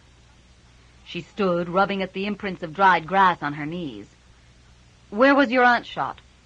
Peter remained sitting, Cloud's head in his lap. In the small south field, just off that way. He pointed. The small south field wrapped around a corner of the woods. Eben was coming from there. Similar shot? Yeah. Headshots at night on moving targets. Whoever he was good. Which way was the body facing? Like this. Peter shoved Cloud's body around until it was aligned to the northwest. She endured the mauling, but didn't look thrilled. Silver's tracks had been coming from the south, and the shot had spun her in an arc identical to Eben's. The conservation area woods ran east of the small south field. I think we can safely assume it's the same guy, and he shot from the cover of the trees, Vicki muttered, wishing for a city street and a clear line of sight. Trees shifted and moved about the way buildings never did, and from where Vicki stood, the woods looked like a solid wall of green and brown, with no way of knowing what they hid. A dribble of moisture rolled out of her hair and down the back of her neck. Someone could be watching now, raising the rifle, taking aim. You're getting ridiculous. The killings have happened at night. But she couldn't stop a little voice from adding, so far. Her back to the trees and an itching she couldn't control between her shoulder blades, she stood. Come on. Where? Peter rose effortlessly. Vicki tried not to be annoyed. We're going to have a look for the bullet that killed your aunt. Why? He fell into step beside her as Cloud bounded on ahead. We're eliminating the possibility of two killers. So far, the pattern of both deaths are identical, with only one exception. The silver bullet? That's right. If the deaths match on all points, the odds are good there's a single person responsible. So, if that's the case, how do you find them? You follow the pattern back. Peter frowned. I don't think I understand what you mean. Common sense, Peter, that's all. She scrambled over another fence. Everything connects to everything else. I just figure out how. After Aunt Sylvia died, the pack went hunting for her killer, but we couldn't find any scents in the woods that didn't belong. What do you mean, didn't belong? Well, there's a lot of scents in there. We were looking for a strange one. He squirmed a little under Vicki's frown and continued in a less condescending tone. Anyway, after Uncle Jason was shot, Uncle Stewart wouldn't let anyone go into the woods except Colin. Good way to lose Colin, Vicki thought, amazed as she often was at the stupid things otherwise intelligent people could do. But all she said aloud was, and what did Colin discover? Well, not Barry's scent, and I think that was mostly what he was looking for. Cloud was making tight circles, nose to the ground, in roughly the center of the field. Is that where it happened? Uh-huh. Teeth clenched. Vicki waited for the howl. It didn't come. When she asked Peter why, he shrugged and said, It happened weeks ago. Don't you miss her? Of course we do, but... He shrugged again, unable to explain. Everyone but Aunt Nadine had finished howling for Silver. Cloud had found the bullet by the time they reached her, and had dug it clear with more enthusiasm than efficiency. Her muzzle and paws had acquired a brown patina, and the rest of her pelt was peppered with dirt. Good nose! Vicki exclaimed, bending to pick up the slug. And a good thing there wasn't anything else to learn from the scene, she added silently, surveying the excavation. A quick wipe on her shorts, and she held the prize up in the sunlight. It certainly wasn't lead. Peter squinted at the metal. So it's just one guy? Vicki nodded, dropping the bullet into her bag. Odds are good. One marksman, who killed at night with a single shot to the head. One executioner. And you can find him now? I can start looking. We should have found the dirtbag, Peter growled, savagely ripped up a handful of grass. I mean, we're hunters. Hunting for people is a specialized sort of a skill, Vicki pointed out levelly. The last thing she wanted to do was inspire heroics. You have to train for it, just like everything else. Now then, she squinted at the woods, then looked back at the two young Ware. I want the both of you to return to the house. I'm going to go in there and have a look around. Ms. Nelson, you don't have much experience in woods, do you? Rose asked tentatively. No, not especially, Vicki admitted. But, Rose, what the hell do you think you're doing? It's just that you're from the city, and that's not what I meant. She positioned herself between the woods and the girl. You know someone is watching your family from those trees. Why are you changing? Why take such a stupid risk? Rose rubbed at the dirt on her face. But there's no one there now. You can't know that. Why, the whole damned county wasn't in on the family secret. Vicki had no idea. Yes, I can. How? It's upwind. Upwind? The woods are upwind? You can smell that there's no one there? That's right. Vicki reminded herself once again not to judge by human standards and decided to drop it. I think you two should get home. Maybe we should stay with you. No, Vicki shook her head. If you're with me, you'll influence what I see. She raised a hand to cut off Peter's protest and added, even if you don't intend to. Besides, it's too dangerous. Peter shrugged. It's been safe enough since Eben died. It took her a moment to understand. You mean that 2 members of your family were shot out here, and you're still coming in range of the woods? At night? We've been in pairs, like Henry said, he protested, and we've had the wind. I don't believe this. From now on, until we know what's going on, no one comes out to these fields. But we have to keep an eye on the sheep. Why? Vicki snapped, waving a hand toward the flock. Do they do something? Besides eat and sleep? No, not really. But the reason there's so few commercial sheep operations in Canada is a problem with predators. Peter's lips drew back off his teeth, and under his hair his ears went back. We don't have problems with predators. But you've got to keep a pretty constant eye out, Rose continued. So someone's got to come out here. Can't you move the sheep closer to the house? We rotate the pastures, Peter explained. It doesn't quite work like that. Bugger the pastures and bugger the sheep, Vicki said. Her tone, in direct contrast to her words, reminiscent of a lecture on basic street safety to a kindergarten class. Your lives are more important. Either leave these sheep alone for a while or move them closer to the house. Rose and Peter exchanged worried glances. It's not just the sheep, Rose began. Then what? Well, this is the border of our family's territory. It has to be marked. What do you mean marked? Vicki asked, even though she had a pretty good idea. Rose waved her hands. Her palms were filthy. You know, marked. Scent marked. I would have thought that had been done already. Well, yeah, but you've got to keep doing it. Vicki sighed. So you're willing to risk your life in order to pee on a post? It's not quite that simple. Rose sighed as well. But I guess not. I guess we could talk to Uncle Stuart, Peter offered. You do that, Vicki told him agreeably. But you do that back at the house. Now. But no. Things had been a little strange for Vicki lately. Her eyes, Henry, werewolves. But she was working now, and regardless of the circumstances, that put her back on firm ground. 2 shots had been fired from those trees, and somewhere in the woods would be the tiny bits of flotsam that even the most meticulous of criminals left behind. Evidence that would lead her out of the woods and right down the bastard's throat. The twins heard the change in her voice, saw the change in her manner, and responded. Cloud stood and shook, surrounding herself for a moment in a nimbus of fine white hairs. Peter heaved himself to his feet, his hand on Cloud's shoulder. He tucked his thumbs behind the waistband of his shorts, then paused. Would you mind? He asked, gesturing at her shoulder bag with his chin. Vicki sighed, suddenly feeling old. The distance between 31 and 17 stretched far wider than the distance between 31 and 450.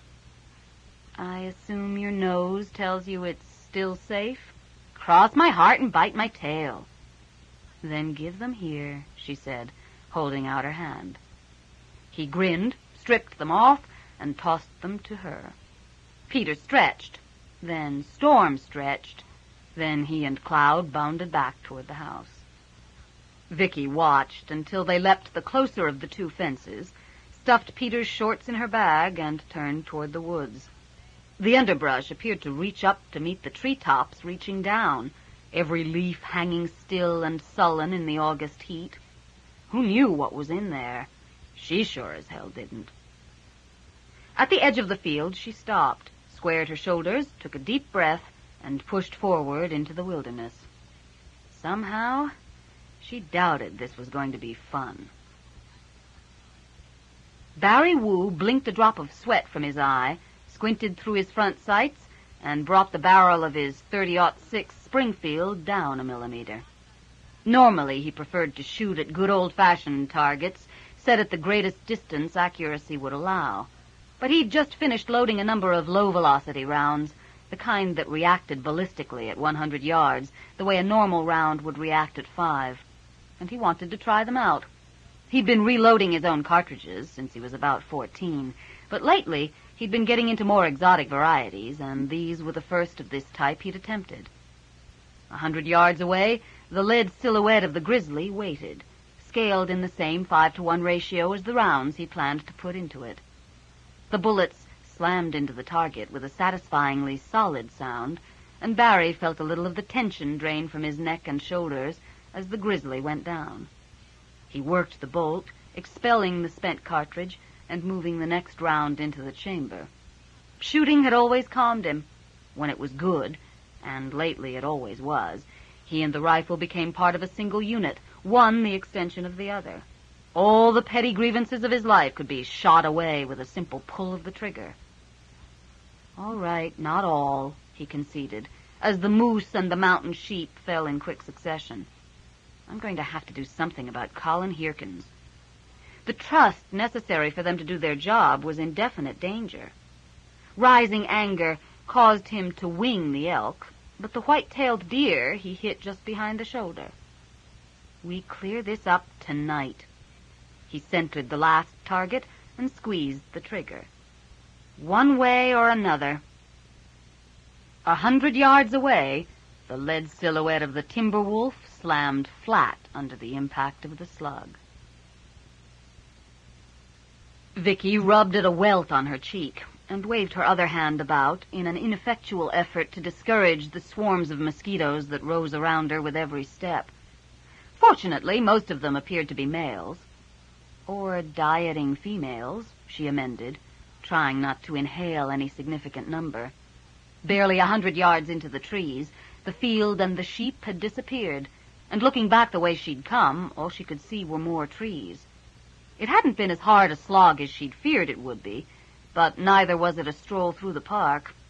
Fortunately, the sunlight blazed through to the forest floor in sufficient strength to be useful. The world was tinted green, but it was visible. Somebody should tidy this place up, she muttered, unhooking her hair from a bit of dead branch. Preferably with a flamethrower. She kept to as straight a path as she could, picking out a tree or a bush along the assumed line of fire, and then struggling toward it.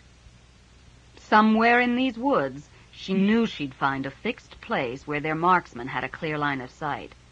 It hadn't taken her long to realize that this place could only exist up off the forest floor, which explained why the were had found nothing. If they hunted like wolves, it was nose to the ground. Trouble was, every tree she passed had so far been unclimbable.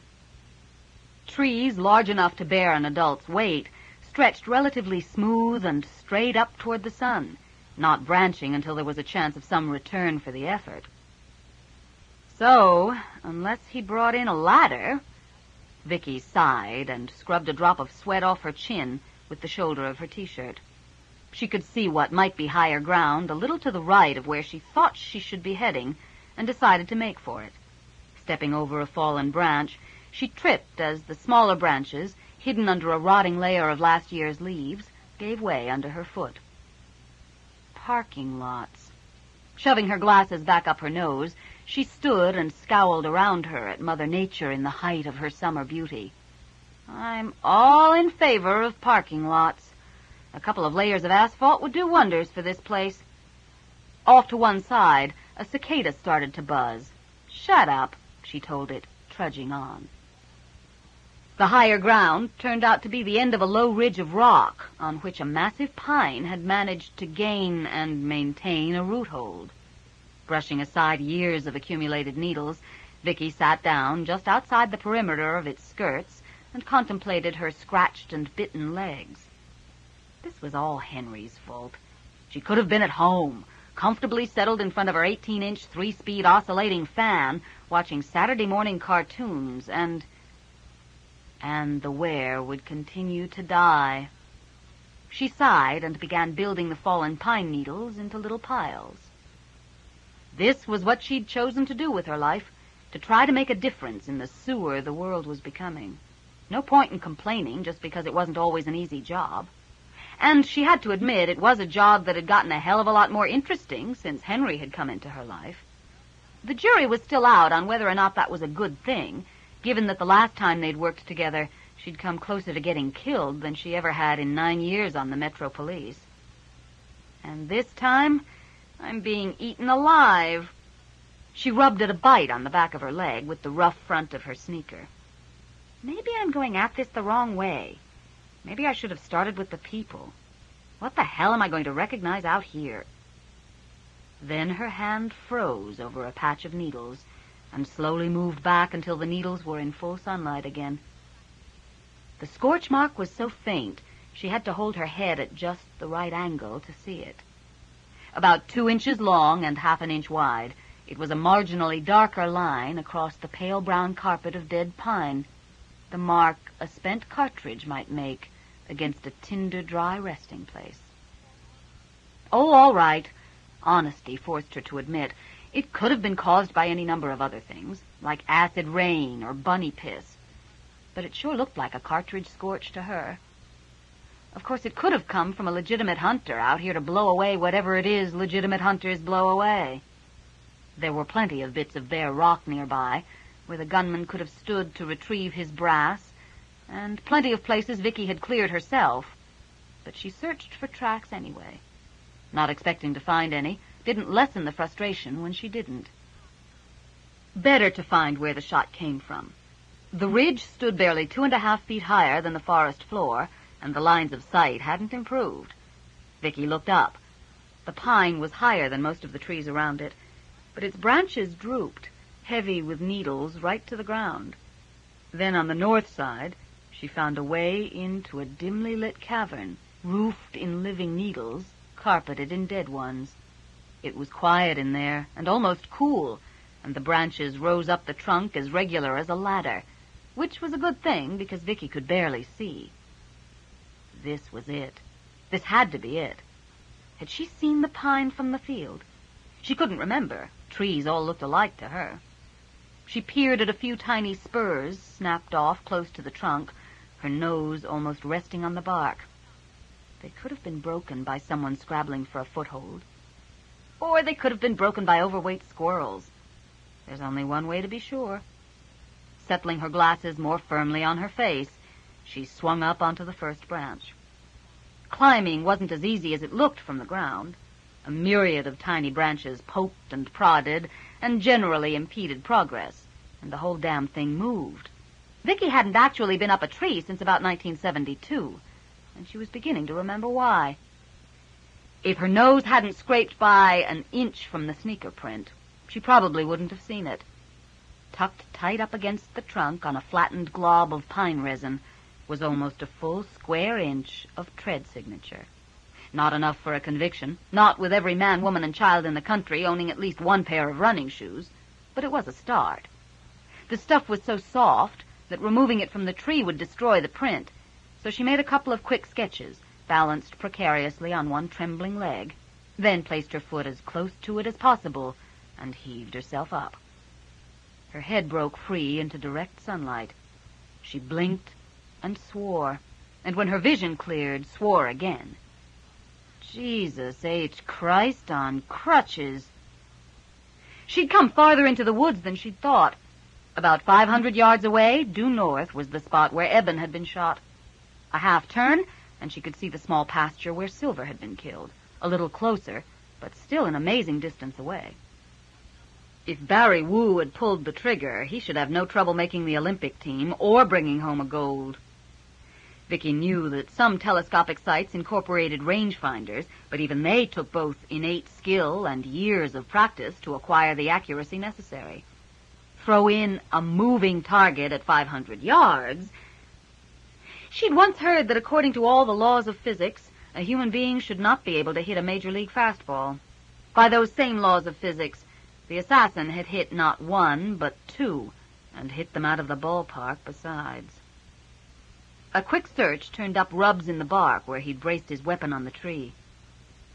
Unfortunately, she sighed, leaning her head back against a convenient branch. Discovering how and where brings me no closer to finding the answers to why and who. Closing her eyes for a moment, the sun hot against the lids, she wondered if she'd actually go through with it.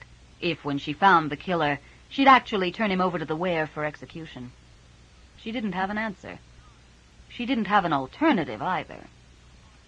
It was time to head back to the house and make some phone calls, although she had a sick feeling that a drive into town and a good look at Constable Barry Wu's sneakers would be more productive.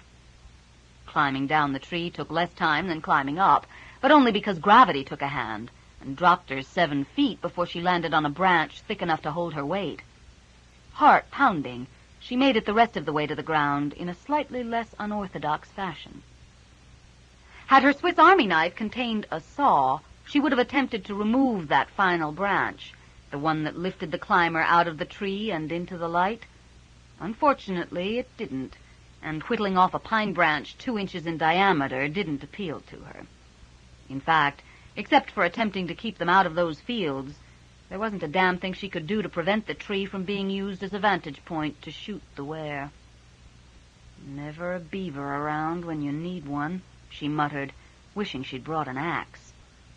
She had, however, uncovered 2 facts about the murderer. He had to be at least 5'10", her height. Any shorter, and his shoulder wouldn't be level with the place where the rifle barrel had rested. And the odds were good that his hair was short and straight. She dragged a handful of needles and a small branch out of her short, straight hair. Had her hair been long or curly, she'd never have made it out of the tree alive. "Excuse me." The shriek was completely involuntary, and as she caught it before it passed her lips, Vicki figured it didn't count. Her hand on her bag, it had made a useful weapon in the past. She whirled around to confront 2 puzzled-looking middle-aged women, both wearing high-powered binoculars, one of them carrying a canvas bag about 1 meter long and 20 centimeters wide. "We were just wondering," said the shorter, "what you were doing up that tree." Vicki shrugged, waning adrenaline jerking her shoulders up and down. "Oh, just looking around." She waved a not quite nonchalant hand at the canvas bag. "You out here to do a little shooting?" "In a manner of speaking, although this is our camera tripod, not a rifle.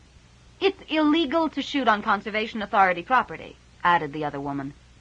She glared at Vicki, obviously still unhappy at having found her up in a tree. "We would report anyone we found shooting out here. You can be certain of that." "Hey!" Vicki raised both hands to shoulder height. "I'm unarmed." As neither woman seemed to appreciate her sense of humor, she lowered them again. "You're birders, aren't you?" A recent newspaper Nature column had mentioned that birders was now the preferred term, bird watcher having gone out of vogue. Apparently, the column had been correct.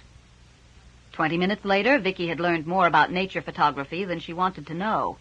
Learned that in spite of the high-power binoculars, the 2 women had seen nothing strange on the Hirkins farm. "We don't look at other people's property. We look at birds."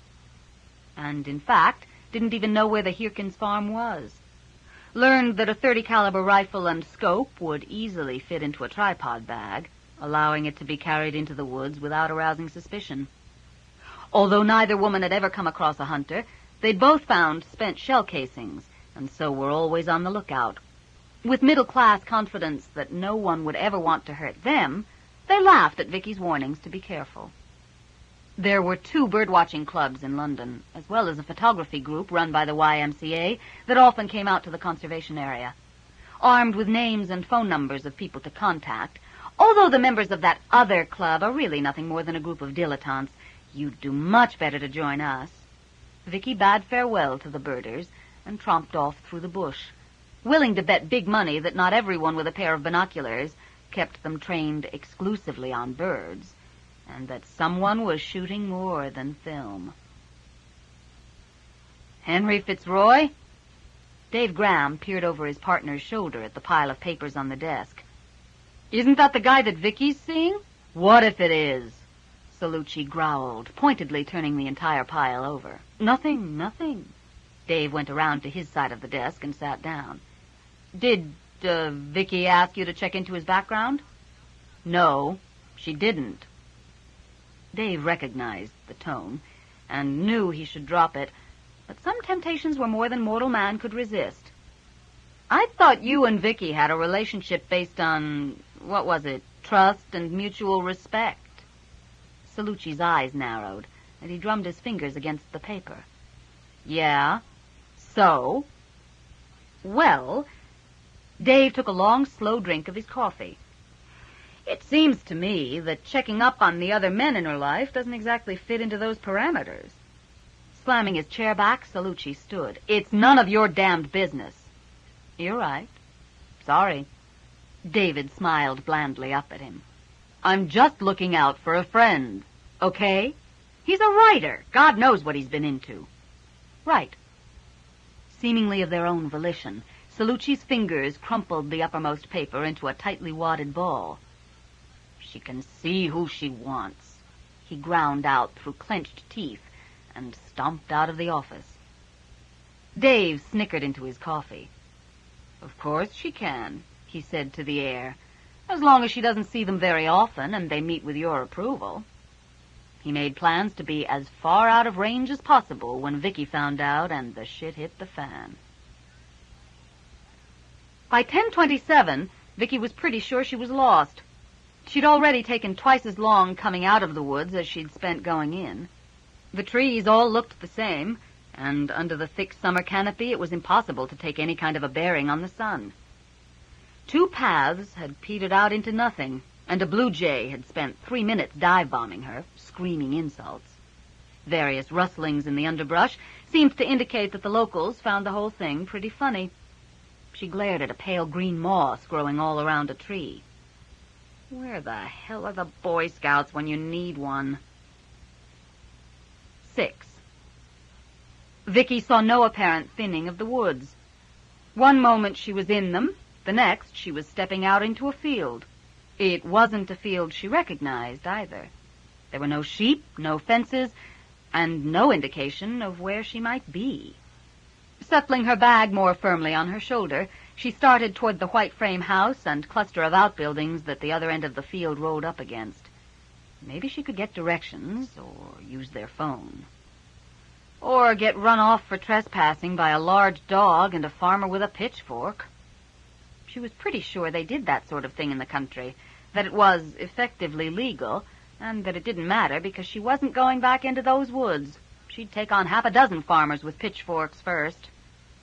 As she approached, wading knee-deep through grass and goldenrod and thistles, she became convinced that no one had worked this farm for quite some time.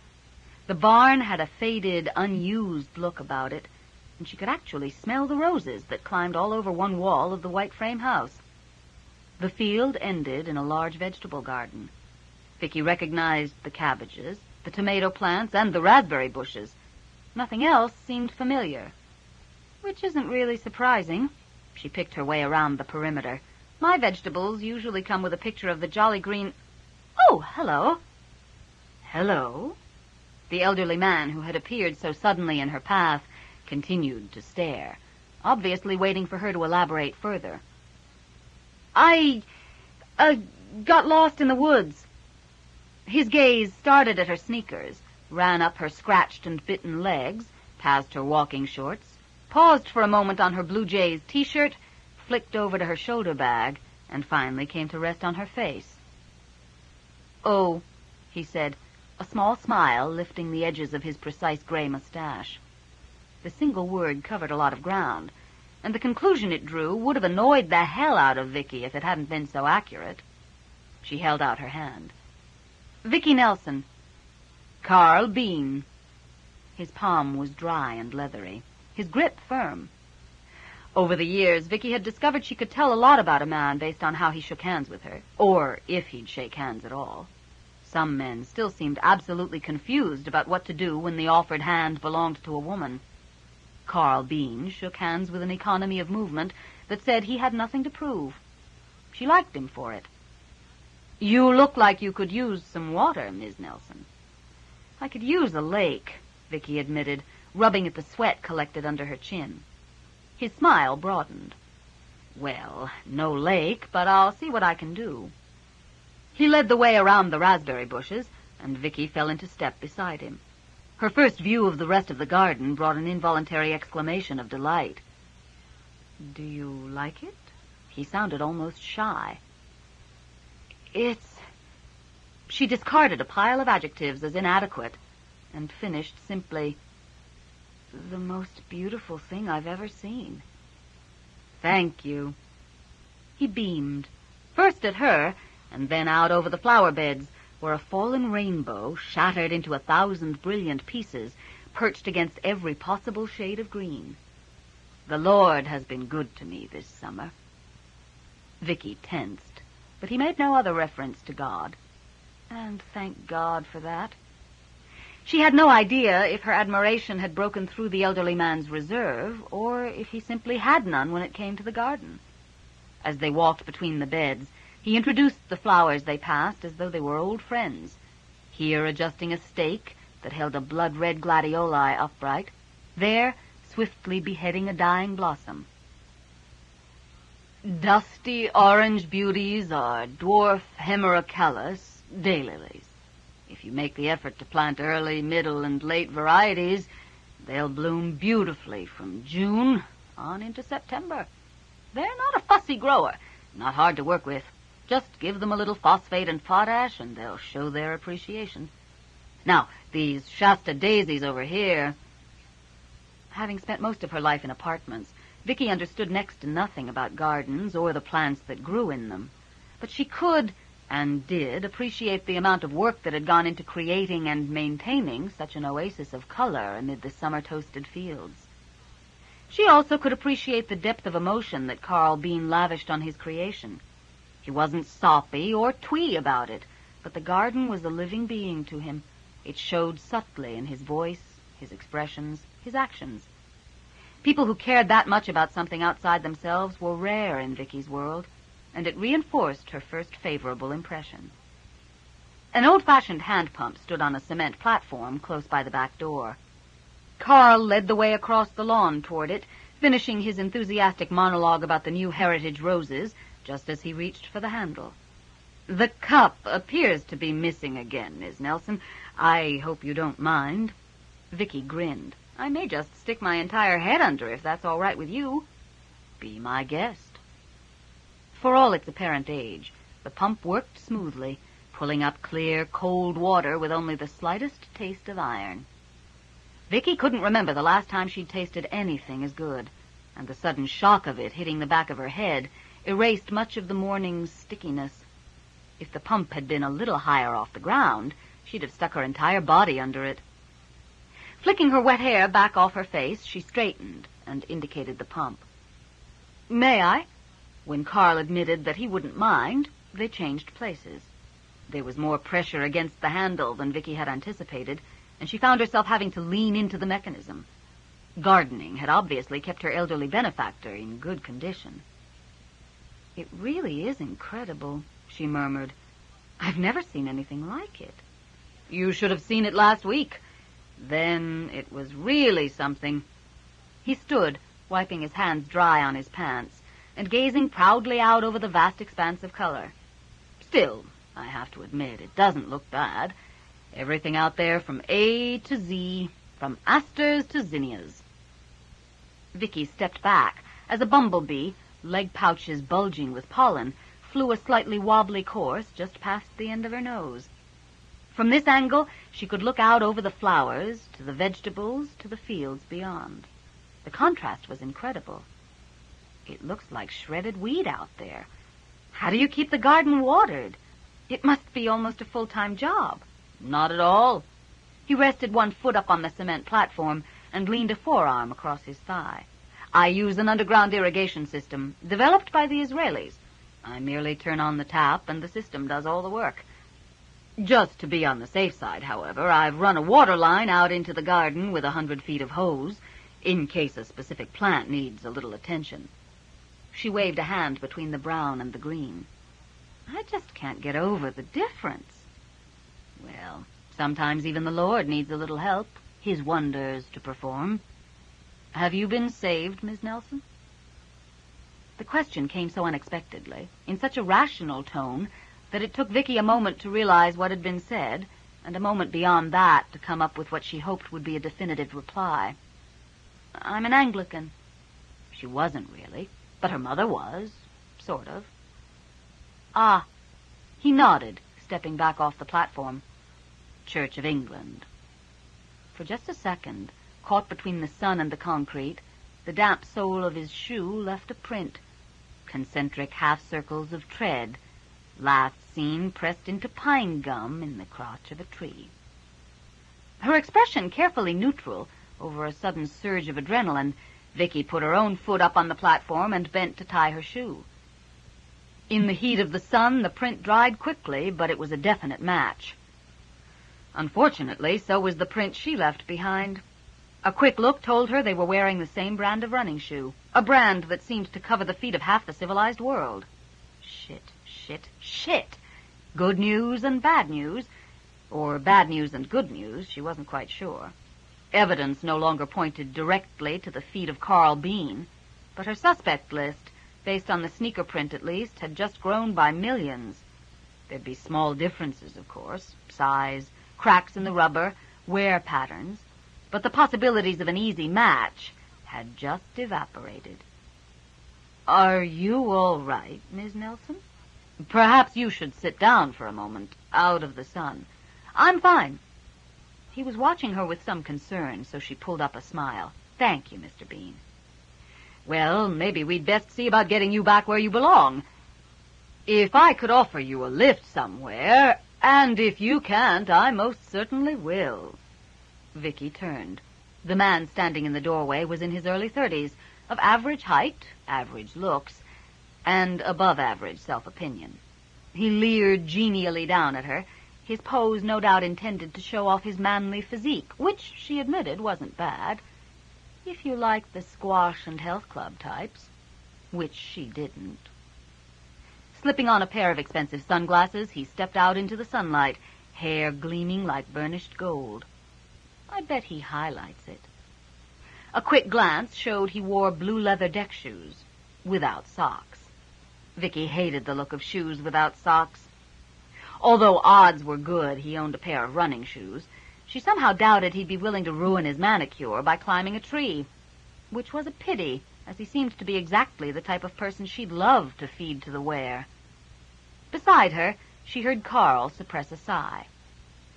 Miss Nelson, may I introduce you to my nephew, Mark Williams? The younger man grinned broadly at his uncle.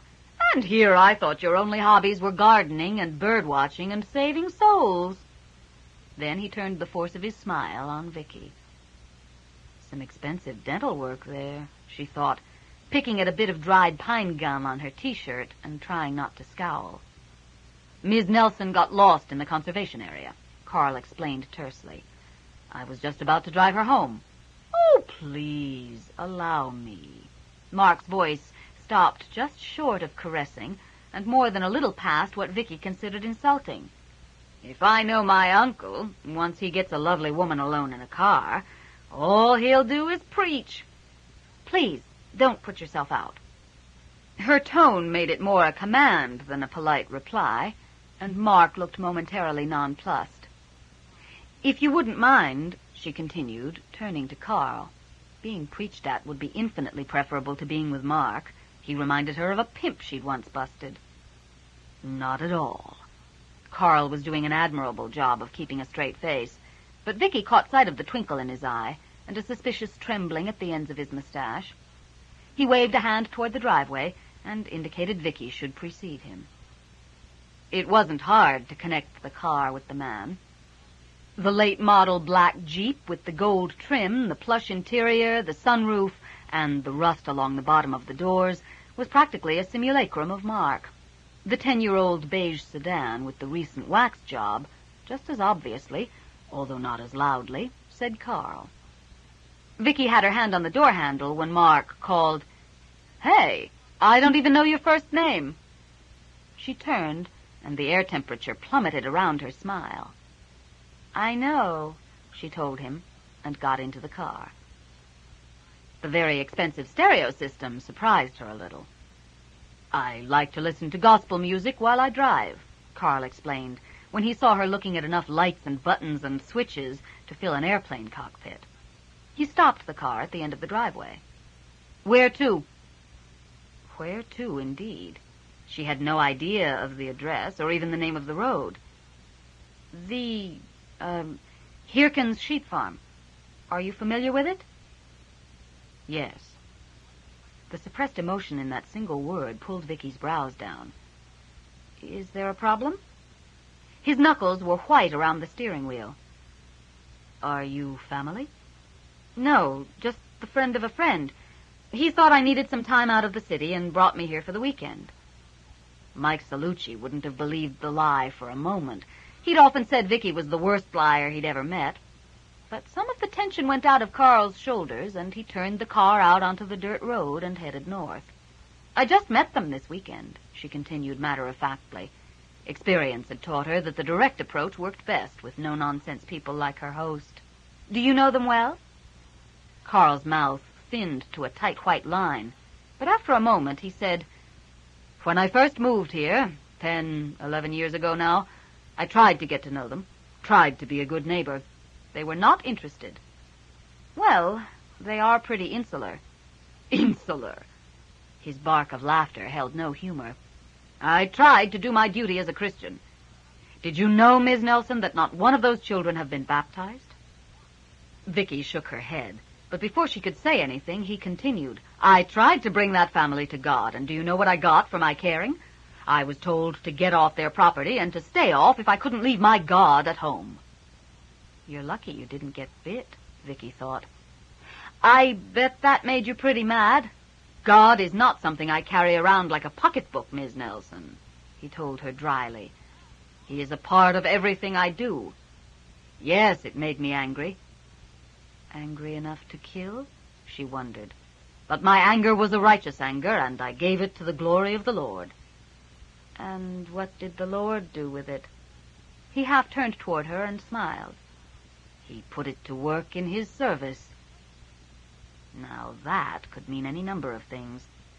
Vicki stared out the window. "How do you bring up the subject of werewolves?" "Your nephew mentioned that you're a birder." "When I can spare time away from the garden." "Ever go into the conservation area?" "On occasion." "I have a cousin who's a birder." She had nothing of the sort. It was a textbook interrogation lie. "He tells me you can see all sorts of fascinating things out in the woods. He says the unusual and bizarre lurk around every corner." "Does he?" His list must be interesting, then. "What's the most interesting species you've ever identified?" Gray brows drew down. "I had an Arctic tern once. No idea how it got so far south. I prayed for its safe flight home, and as I only saw it the once, I like to think my prayers were answered." An Arctic tern? That, he told her without taking his eyes off the road, was exactly the reaction of the others I told. I never lie, Miss Nelson, and I never give anyone a chance to call me a liar twice. She felt as though he'd just slapped her on the wrist. "Sorry." Well, that got me exactly nowhere. "Looks like good hunting out here. she said casually, peering out the car window, watching trees and fields and more trees and more fields go by. "Do you hunt?" "No." The single syllable held such abhorrence, such strength of emotion, Vicki had to believe it. Taking the lives of God's creatures is an abomination. She squirmed around to face him, wondering how he'd rationalize his diet. "You don't eat meat?" "Not since 1954. "Oh." His point. "What about your nephew?"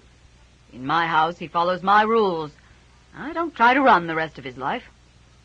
Nor do you approve of the rest of his life, Vicki realized. "Has he been staying with you long?" "No." Then he added, "Mark is my late sister's son, my only living relative." Which explains why you let the slime bag stay around at all. She sensed his disapproval, but whether it was directed at her or at Mark, she couldn't say. "I've never hunted," she told him, attempting to get back into his good graces.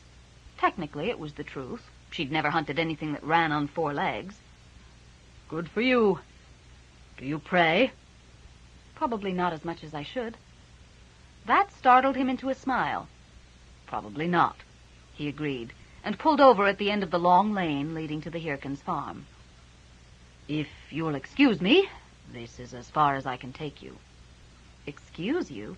You've saved me a long, hot walk. I'm in your debt." She slid out of the car, and with one finger holding her glasses, leaned back in through the open window. "Thanks for the ride, and the water, and the chance to see your garden." He nodded solemnly. "You're welcome. Can I convince you to join me at worship tomorrow, Miss Nelson?" "No, I don't think so." "Very well." He seemed resigned. "Be careful, Miss Nelson. If you endanger your soul, you endanger your chance of eternal life." Vicki could feel his sincerity, knew he wasn't just saying the words, so she nodded and said, "I'll be careful," and stepped back onto the shoulder. She waited where she was until he maneuvered the big car around in a tight 3-point turn, then shifted the weight of her bag on her shoulder, waved, and started toward the lane. Which was when she saw Storm emerge from the hedgerow about 100 meters down the road. Tongue lolling, he trotted toward her, sunlight shimmering in the golden highlights of his fur. Tires growled against gravel. The big sedan picked up speed and headed right for the young ware. Vicki tried to yell, to Storm, to Carl, she wasn't sure, but all that came out of a mouth gone suddenly dry was a strangled croak. Then, in a spray of dirt and small stones, it was over. Carl Bean, his car and his god, disappeared down the road, and Storm danced a welcome around her. As her heart started beating again, Vicki settled her glasses back on her nose, her free hand absently rubbing the warm fur between Storm's ears. She could have sworn, "I must have got just a little too much sun." Finding nothing to interest him in the highly overrated great outdoors, Mark Williams wandered back into the house and pulled a cold beer out of the fridge. Thank God dear Uncle Carl has nothing against alcohol in moderation. He laughed and repeated, "Thank God." Hopefully that blonde bitch was getting an earful of peace and love and the rest of that religious crap from the crazy old coot. She hadn't been his type anyway. He liked his women smaller, more complacent, willing to be overwhelmed. The kind he could be sure wouldn't go screaming to the police over every little bending of the rules. "What I like is the kind of woman that doesn't land me in the middle of goddamned nowhere." He took a long swallow of beer and looked out the kitchen window at the fields shimmering in the heat. Shit. He sighed. This is all Annette's fault. If Annette hadn't been ready to blow the sweet little operation he'd been running out of Vancouver, he wouldn't have had to have her killed so quickly that he'd had to hire professional help, and sloppy professional help at that. He shuddered to think of how close he'd come to spending his most productive years behind bars. Fortunately, he'd been able to arrange it so that the hired help had ended up taking the fall. He'd barely been able to close down the business, realize most of the projected profits, and get out of the province before the hired help's family had arrived to demand their share. And thus I find myself in the ass end of civilization. He finished the beer and yawned. It could have been worse. The nights, at least, offered rare sport. Grinning, he tossed the empty into the case. Last night's bit of fun had proven his skills were still as sharp as they'd ever been. A second yawn threatened to dislocate his jaw. He'd been up until the wee small hours of the morning and been awakened obscenely early. Maybe he should head upstairs for a nap. Don't want the fingers trembling at a critical moment. Besides, he grabbed another beer to take with him. There's bugger all else to do until dark. When an overgrown lilac hedge blocked the line of sight from the road, Vicki silently handed Peter his shorts. Thanks. What were you doing with old man Bean? I came out of the woods on his property. It certainly wasn't going to hurt anything if Peter believed she'd chosen her direction on purpose. He gave me a ride back. Oh, good thing Uncle Stewart didn't see him. Your uncle really ran him off? Oh, yeah. And if Aunt Nadine hadn't stopped him, he'd have probably attacked. Vicki felt her brows go up, and she turned her head to look at Peter directly. She'd gotten used to the disembodied voices of the people walking beside her, but occasionally she just had to see expressions. He'd have attacked over a difference in religion? Is that what old man Bean said? Peter snorted. Jennifer and Marie were 6, maybe 7, and Aunt Nadine was pregnant with Daniel. Old man Bean came over. He dropped by pretty often back then, trying to save our souls, and it was driving us all nuts. And he started talking about hell. I don't know what he said, because I wasn't there, but he really scared the girls, and they started to howl. Peter's brows drew down, and his ears went back. You don't do that to cubs. Anyway, Uncle Stewart showed up, and that was that. He's never come back. He was pretty angry about it, Vicki offered. Not as angry as Uncle Stewart. But you must see him occasionally. Peter looked confused. Why? Vicki thought about that for a moment. Why, indeed? She hadn't seen the 2 young men who lived in the back basement apartment of her building since the day they'd moved in. If, in almost 3 years, she hadn't run into them in the hallway, by the only door... Well, the odds are good you can miss someone indefinitely out here in all this space. Never mind. He shrugged, the fine spray of red-gold hair on his chest glinting in the sun. Okay. They'd come to the end of the lane, and Vicki leaned gracefully against the huge tree that anchored it to the lawn. Mopping her dripping brow, she opened her mouth to ask where everyone was, when Peter threw back his head and ran his voice wordlessly up and down a double octave. Rose wants to tell you something, he said by way of explanation. Rose wanted to tell her about Frederick Kleinbein. I think she's imagining things, Peter volunteered after his sister finished talking. What do you think, Miss Nelson? I think, Vicki told them, that I'd better go speak to Mr. Kleinbein. She didn't add that she doubted the trees falling at that time and in such a way had been entirely natural. Off the top of her head, she could think of at least 2 ways it could be done without leaving a scent for the wearer to trace. Had Peter actually left the car, she was pretty certain he'd have returned to find his twin had been shot the same way as Silver and Eben, which meant the assassin's pattern wasn't tied to that tree in the woods, which opened up a whole new can of worms. Thank God for Frederick Kleinbein. His arrival had no doubt saved Cloud's life, and simultaneously removed him from the suspect list. All things considered, though, she thought she'd better have a talk with him anyway. Rose shot a triumphant look at her brother. He lives just back of the crossroads. I can tell you how to get there if you want to take Henry's car. Henry's car? Yeah, it's about 3.5 miles, maybe a bit more. It's easy enough for 4 legs, but a bit of a hike for 2. Peter leaned forward, nostrils flared. What's wrong? Nothing's wrong, but just as I suspected, I'm piss useless out here. You see, I can't. See, that is. And I can't drive. How the hell am I supposed to do anything, and what the hell can I tell you? She jumped as Rose reached out and stroked her arm, calloused fingers lightly running over sweaty skin. She realized the touch was for comfort, not pity, and stopped herself from jerking the arm away. I don't drive, she told them, her voice hard-edged to keep it from shaking. I can't see well enough. Oh, is that all? Peter leaned back, relieved. No problem. We'll drive you. I'll just go get the keys.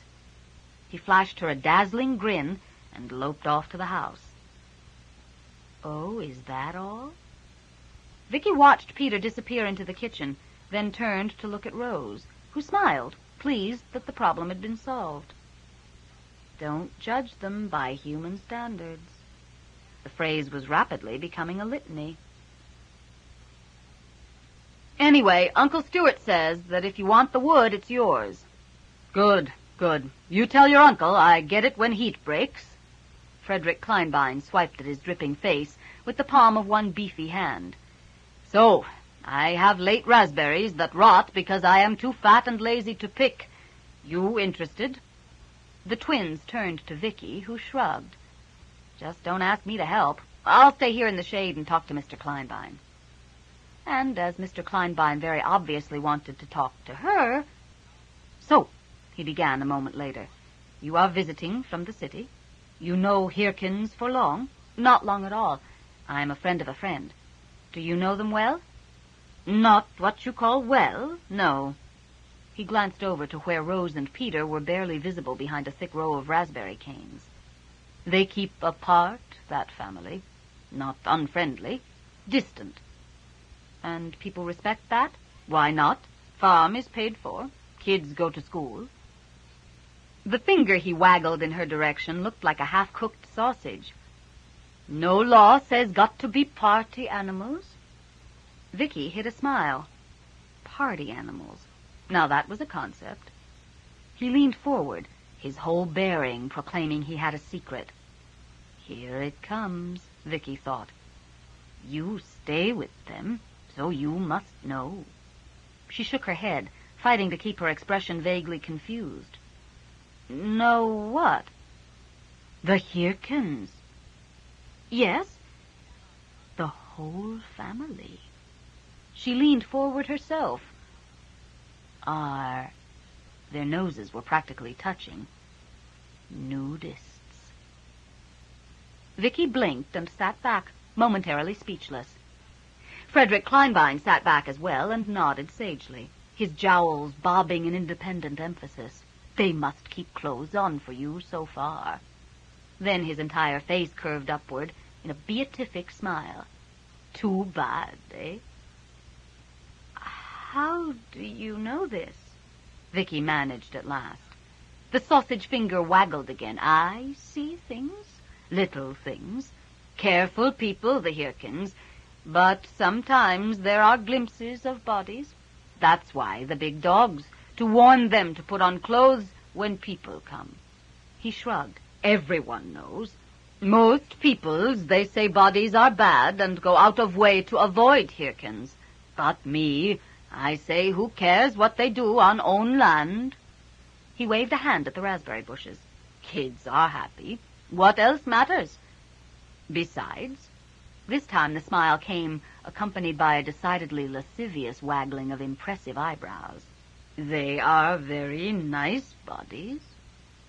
Vicki had to agree. So, the surrounding countryside thought the Hirkins were nudists, did it? She doubted they'd have been able to deliberately create a more perfect camouflage. What people believe defines what people see. And people looking for flesh were not likely to find fur. And it's a hell of a lot easier to believe in a nudist than a werewolf. Except that someone, she reminded herself, feeling the weight of the second silver bullet dragging at her bag, isn't following the party line. Although his nephew's Jeep was still in the driveway, Mark himself appeared to be nowhere around. Carl sat down at the kitchen table and leaned his head in his hands, thankful for the time alone. The boy was his only sister's only son, flesh of his flesh, blood of his blood, and the only family he had remaining. Family must be more important than personal opinion. Was it a sin, he wondered, that he couldn't find it in his heart to care for Mark? That he didn't even like him very much? Carl suspected he was being used as a refuge of some sort. Why else would this nephew he hadn't seen in years suddenly appear on his doorstep for an indefinite stay? The boy, the man, was a sinner. There was no doubt about that. But he was also family, and that fact had to outweigh the other. Perhaps the Lord had sent Mark here at this time to be saved. Carl sighed and rubbed at a coffee ring on the table with his thumb. He was an old man, and the Lord had asked a great deal of him lately. Should I ask Mark where he goes at night? Do I have the strength to know? 7. These are our south fields. This is the conservation area. Mr. Kleinbein lives here, and here's Old Man Bean's place. Peter squinted down at his sketch, then dragged another 3 lines into the dirt. These are the roads. The old school road's crooked, Rose pointed out, leaning over his shoulder. There's a rock in the way. So do it here. She suited the action to the words, smoothing her palm over his road and drawing in a new one with her fingertip. And you avoid the rock. Peter snorted. Then it's at the wrong angle. Not really. It still goes from the corner down the wrong way, her brother interrupted. Does not. Does so. They both had lips and fingers stained with berry juices, and Vicki marveled at how easily they could switch from adults to children and back again. She'd decided on the drive back from Mr. Kleinbein's, who had parted from her with a wink-wink, nudge-nudge adjuration to keep her eyes open, not to tell them about the local belief that they were nudists. She hadn't quite decided whether or not she was going to mention it to their Uncle Stuart, mostly because she doubted he'd care. You've got to bring the crossroads up here. Do not do so. It doesn't matter, Vicki told them, stopping the argument cold. The where, she'd realized while watching them draw the neighborhood on a bald patch of lawn, had very little sense of mapping. Although they probably knew every bush and every fence post on their own territory, the dimensions Peter had drawn were not the dimensions Vicki remembered. She frowned and pushed her glasses back up her nose. As near as I can tell, here's the tree, and here's where I ended up coming out of the woods. But why didn't you just follow your back trail? Rose asked, still confused on that point despite explanations. Vicki sighed. The where also had a little trouble dealing with the concept of getting lost. Before they could reopen the subject of noses, a small black head shoved itself under Vicki's hand. A shadow crept forward, trying to get a better look at what was going on. Peter grabbed him by the scruff of the neck and hauled him back.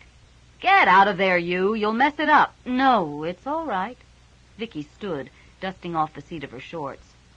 The grass on the lawn was sparse, and bare, dusty patches were common.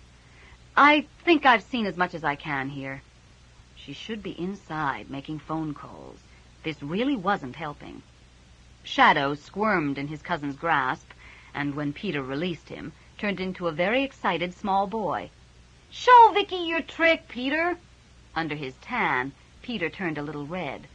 I don't think she wants to see it, kiddo. Yes, she does.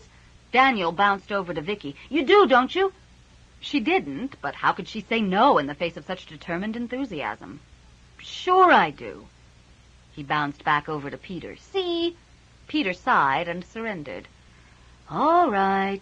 He reached out and tugged at the lock of hair falling into Daniel's eyes. Go and get it. Barking shrilly, Shadow raced off to the front of the house. Is he talking when he does that? Vicki wondered aloud. Not really. Rose's ears pricked forward toward the sound. Fur-form noises are kind of emoting out loud. So Shadow's barking translates into, oh boy, oh boy, oh boy? The twins looked at each other and laughed. Close enough, Rose admitted. Shadow raced back silently, but only, Vicki suspected, because the huge yellow frisbee he carried made barking impossible. He dropped it at Peter's feet. It looked more than a little chewed, and sat back, panting expectantly. Peter skimmed out of his shorts and scooped up the plastic disc. You ready? He asked. The entire back end of Shadow's body wagged. Looking not unlike an ancient Greek discus thrower, Peter whipped the frisbee into the air. Shadow took off after it, and a heartbeat later so did Storm. Muscles rippling under his russet coat, he raced past the smaller ware, drew his hindquarters under, and flung himself into the air, jaws spread, ready to clamp his teeth down on the rim of the disc. Only to have it snatched out of his grasp by a larger black ware, who hit the ground running with both Storm and Shadow in hot pursuit. Rose giggled, thrust her sundress into Vicky's hands, and Cloud took off after them. They raced around the yard for a moment or two then, working as a team. Cloud and Storm cut the larger ware off and jumped it. Shadow, still barking whenever he managed to find a spare breath, threw himself on the mix of tumbling bodies. A moment later, Nadine looked up out of the pile of multicolored fur, tossed the frisbee to one side, and grinned at Vicki. "So, you about ready for lunch?" "We found tracks not 500 yards from the house." The words were almost an unintelligible growl. The silence that followed them took only a few seconds to fill with answering anger. Nadine crossed the kitchen and clutched at her mate's arm. "Whose?" she demanded. "Whose tracks?" "We don't know. But the scent, garlic. The trail reeks of nothing but garlic." "How old?" Peter wanted to know. 12 hours, maybe a little more, maybe a little less. Stuart's hair was up, and he couldn't remain still, pacing back and forth with jerky steps. If Eben had been shot from that tree in the woods, as all evidence seemed to suggest he had, 500 yards and 12 hours meant the assassin had come within range of the house sometime last night. "Maybe you'd all better stay at a hotel in town until this is over," Vicki suggested, knowing, even as the words left her mouth, what the reaction was going to be. "No," Stuart snapped, turning on her. "This is our territory, and we will defend it." "He's not after your territory," Vicki pointed out, her own voice rising. "He's after your lives. Take them out of his range, just for a time. It's the only sensible thing to do." "We will not run." "But if he can get that close, you can't protect yourselves from him." Stuart's eyes narrowed, and his words were nearly lost in his snarl. "It will not happen again." "How do you propose to stop it?" This was worse than arguing with Salucci. "We will guard." "You haven't been guarding." "He has not been on our territory before." Vicki took a deep breath. This was getting nowhere fast. "At least send the children away." "No!" Stuart's response was explosive, and Vicki turned to Nadine for help. Surely she'd understand the necessity of sending the children to safety. "The children must stay within the safety of the pack." Nadine held a solemn-looking Daniel very tightly, one hand stroking his hair. Daniel, in turn, held tight to his mother. "This coward with a gun does not run this pack." Stuart yanked his chair out from the table and threw himself down on it. "And his actions will not rule this pack. We will live as we live." He jabbed his finger at Vicki. "You will find him." He wasn't angry at her, Vicki realized, but at himself, at his perceived failure to protect his family. Even so, the heat of his gaze forced her to look away. "I will find him," she said, trying not to resent the strength of his rage. "Let's just hope I find him in time." Lunch began as an assault, meat ripped and torn between gleaming teeth, an obvious surrogate for an enemy's throat. Fortunately for Vicki's peace of mind, things calmed down fairly quickly, the ware, especially the younger ware, being incapable of sustaining a mood for any length of time when distracted by the more immediate concerns of who forgot to take the butter out of the fridge and just where exactly was the salt. The entire family ate in human form, more or less in human style. "It makes it easier on the kids when they go back to school," Nadine explained, putting Daniel's fork into his hand and suggesting that he use it. The cold mutton accompanying the salad was greasy and not particularly palatable, but Vicki was so relieved it was cooked that she ate it gladly. "Ms. Nelson went to see Carl Bean this morning," Peter announced suddenly. "Carl Bean?" Donald glanced over at Stuart, whose ears had gone back again, then at Vicki. "Why?" "It's important I talk to the neighbors," Vicki explained, shooting a look of her own at the dominant male. "I need to know what they might have seen." "He hasn't been around here for years," Nadine said emphatically. "Not since Stuart ran him off for frightening the girls." Jennifer had nightmares about his God for months. Stewart snorted. God. He wouldn't know a real God if it bit him on the butt. Old fool's a grass-eater. Vicki blinked. What? Vegetarian, Rose translated. Did he tell you that? Didn't have to. Stewart cracked a bone and sucked out the marrow. He smells like a grass-eater. Donald tossed a heel of bread onto the table and dusted his hands off against his bare thighs. He stopped me in town once and pointed out the evils of giving life to animals only to kill them. He did it to me once, too, but I pointed out that killing animals was easier than eating them alive. Peter tossed a radish up into the air, caught it between his teeth, and crunched down with the maximum possible noise. Like majorly gross, Peter. Jennifer made a disgusted face at her cousin, who only grinned and continued devouring his lunch. You don't think it's Old Man Bean, do you, Vicki?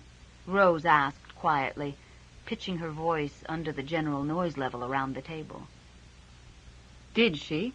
Living so close, Carl Bean had opportunity to both accidentally discover the ware's secret and access the tree the shots had come from. He was in good physical condition for a man his age, and deeply held religious beliefs were historically a tried and true motive for murder. He had, however, expressed an abhorrence for killing that Vicki believed. And, besides a sneaker tread he shared with all and sundry, no evidence linked him to the crimes. The fact that she'd liked him, as subjective as that was, had to be considered. Good cops develop a sensitivity to certain personality types that, no matter how carefully hidden, set off subconscious alarms. Carl Bean seemed like a decent human being, and they were rare. On the other hand, the next likeliest suspect was a police officer, and Vicki didn't want to believe that Barry Wu was responsible. She glanced down the table at Colin, who, while larger than his uncle and father, was still a small, wiry man, and probably wouldn't have made the force under the old size requirements.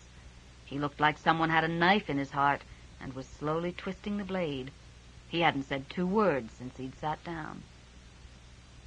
Did she think it was Old Man Bean? No. Nor did she want to think it was Colin's partner. Nor could she completely rule either of them out, not until the murderer was found. A great many people had access to the woods, however, and in spite of the statistics, the most obvious suspects didn't always turn out to be guilty. She turned back to Rose, waiting predator-patient for an answer. Until I get more information, I have to suspect everyone, Rose, even Mr. Kleinbein. This is too important not to. Having cleared the table of anything remotely like food, the Ware were rising and going their separate ways. Donald had already changed, padded out to the porch, and collapsed in a dark triangle of shade. Shadow, with permission from his mother, had taken a bone into a corner, and, holding it between his front paws, was chewing it into submission.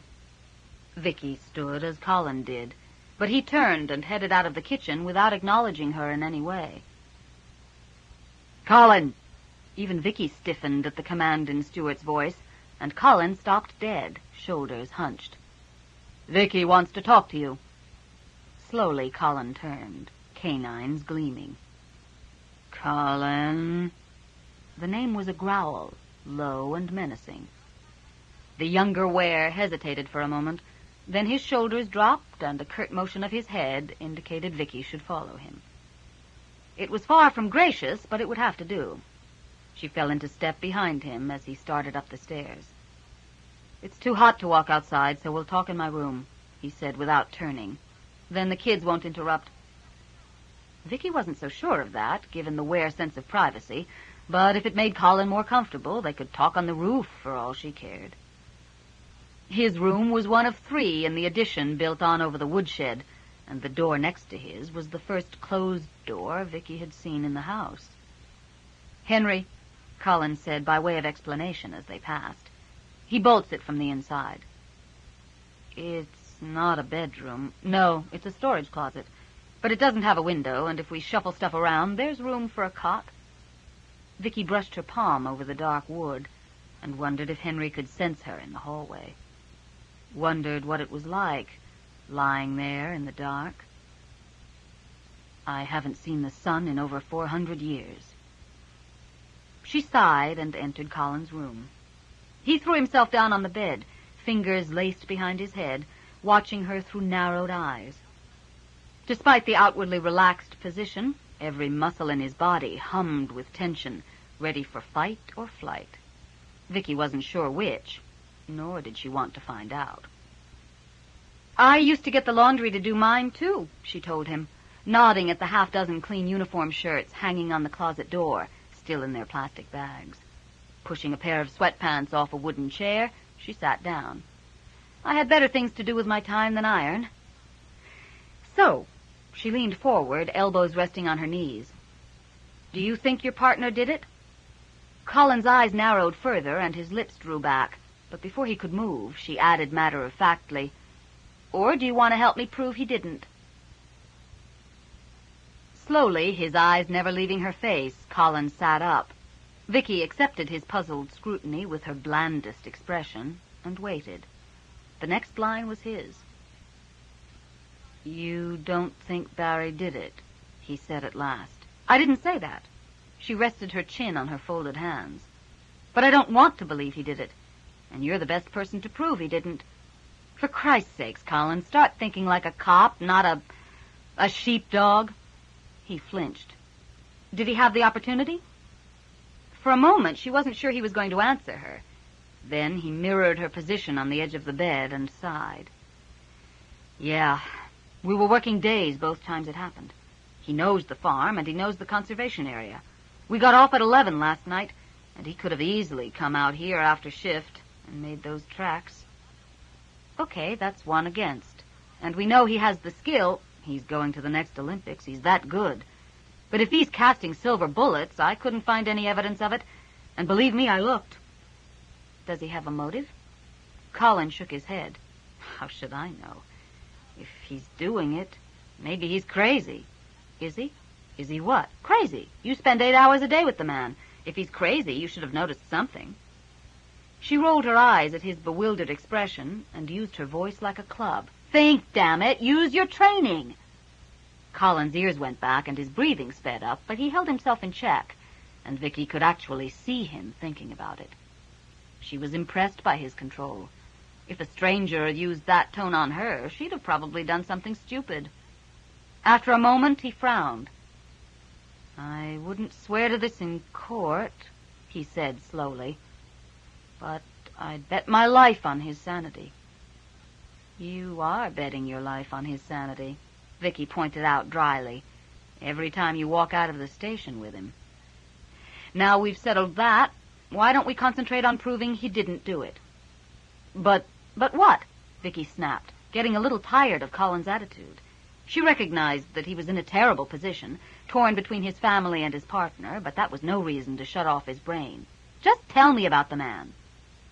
We were at the police college together. He ran his hands through his hair, the cropped cut accentuating the point of both chin and ears. I wouldn't even be a cop if it wasn't for Barry, and I guess he wouldn't be one if it wasn't for me. He was the only visible ethnic minority cadet there, and I was, well, what I am. We ended up together to survive. When we graduated, we managed to stay together. Well, mostly. It's not like we're mated or anything. Vicki wasn't surprised by Barry's philosophical reaction to his partner's actual race. In the us-against-them attitude that the job forced police officers to develop, finding out that one of us was a werewolf could be dealt with, at least on an individual basis. Can I depend on my partner to back me up was the crucial question, not does my partner bay at the moon. And now that she thought about it, Vicki had known a number of cops who bayed at the moon. And the night I got shot... Wait a minute, you what? Colin shrugged it off. We surprised a couple of punks during a hold-up. They came out shooting. I took a slug in the leg. It was nothing. Wrong. Very wrong. Vicki grinned. Barry was there? Of course he was. He saw you bleed? Yeah. You probably talked later about dying, about how you thought you were going to be killed? Yeah, but why would Barry shoot at the were with silver bullets, expensive rounds that he'd have to make himself, risking discovery, when he knows that good old lead will do the job? To throw us off his trail? Colin! Vicki threw her hands up. That would take a crazy person, and you've already told me Barry is sane. Trust your instincts, at least when you've got enough facts to back them up. Colin opened his mouth, closed it, and then shuddered as if a great weight had been lifted off of him. He leapt to his feet, threw back his head, and howled. Vicki, who had pretty much forgotten that he was naked, found herself suddenly made very aware of it. The were might react sexually to scent, and therefore not react at all to humans, but humans had a visually based libido, and Vicki's had just belted her in the crotch. Oh, Lord, why me? She thought, as huge black paws came down on her shoulders and a large pink tongue swept vigorously across her face. After Colin had galloped off to confront his pack leader, he needed Stuart's permission to finally speak to Barry about what had been going on. Vicki spent the early part of the afternoon on the phone, confirming that the game warden had indeed been up north since the beginning of August, and had in fact been there on the 2 nights of the murders, his location supported by a bar full of witnesses. That done, and his name crossed off her list, she changed her clothes and had Rose and Peter drive her into London. Storm spent the entire trip with his head out the window, mouth open, eyes slitted against the wind, ears flat against his skull. The membership lists of both birdwatching clubs were relatively easy to get. She merely showed the presidents of each her identification and told them she'd been hired to find a distant relative of a very rich man. All I have to go on is that they once lived in the London area and enjoyed birdwatching. There's a great deal of money involved if I find them. But are you looking for a man or a woman? I don't know. Vicki looked peeved. He's lost almost all his marbles, and that's all he can remember. Oh, yes, he mumbled something about this relative being a marksman. Neither president rose to the bait. If the killer was one of the birders, he or she hadn't mentioned his or her interest in firearms to the executive of either club. You don't have a third cousin named Anthony Carmeletti, do you? Vicki crossed her fingers as she asked. If either of them did have a third cousin named Anthony Carmeletti, it was going to blow her rich dying relative story right out of the water. She received one definite no with a 20-minute lecture on genealogy, one, I'll ask my mother, can you get back to me tomorrow, from an octogenarian, and both lists. And Salucci says I'm a lousy liar. Ha! Now what? Rose asked as she got back into the car after the second stop. Now I need the membership list of the photography club, but I doubt the YMCA will just hand it over. And I need the OPP list of registered firearms, which should be a little easier to get. Cops tended to cooperate with their own. But right at the moment, I need to talk to Dr. Dixon. First impressions said Dr. Dixon could not have been the killer. He was a frail old man who wouldn't have made it to the tree, let alone climbed it carrying a high-powered rifle and scope. They had a short but pleasant visit. Dr. Dixon told Vicki embarrassing stories about Rose and Peter when they were children, which the twins paid no attention to, as they were busy in the next room decimating his record collection. Opera, the doctor explained, when Vicki wondered what was going on. Everywhere I've ever met is crazy about it. Everywhere? Vicki asked. Everywhere I've met, he reiterated. Stuart's old pack in Vermont prefers Italian, but they're close enough to civilization they can afford to be picky. Most of the rest, at least in Canada, particularly the pack just by Algonquin Park and the lot up by Moussan, are glued to the CBC Sunday afternoons. How many packs are there? Well, I just mentioned 4, and there's at least 2 up in the Yukon, 1 in northern Manitoba.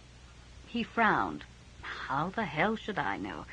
Enough for genetic diversity, although at some point they seem to have inbred for opera. Can't get enough. I lend this lot records, and... He raised his voice. Occasionally they bring them back. Next time, Dr. Dixon, Peter called. We promise. Sure you will, he muttered. If that damned pup's been chewing on them again, I'll scratch him behind the ears and tell him he's adorable, Rose finished, coming into the room with a half-dozen albums under her arm. Just like you always do. While they were leaving, Vicki paused on the front step and watched Storm race across the lawn after a butterfly. End of side 3. To continue, turn the cassette over.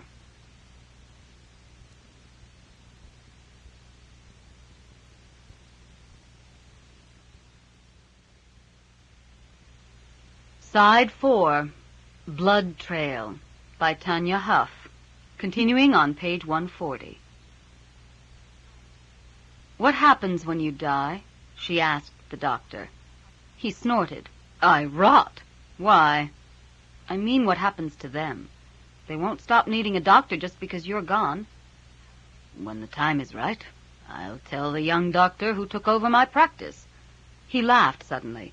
"She grew up not knowing if she wanted to be a vet or a GP. The where should be right up her alley." "Don't wait too long," Vicki warned. "Don't stick that investigating nose of yours in where it doesn't belong," Dr. Dixon shot back. "I've known the Hirkins family for years, longer than you've been alive. I have no intention of dropping dead and leaving them to face the world alone."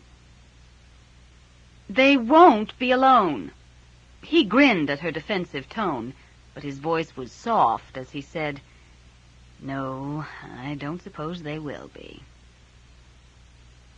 Jennifer and Marie didn't bother coming in for dinner. "They shared a rabbit about an hour ago," Nadine explained, smiling fondly, sadly, out the window at them. They were curled so tightly around each other that it was difficult to see where one fur form ended and the other began. Colin had long since left for work, so only the 7 of them sat down at the table. Daniel did his best to make up for the missing 3. After dinner, Vicki worked on her notes. Impressions of Carl Bean, Frederick Kleinbein, the birders, the doctor, the new set of tracks.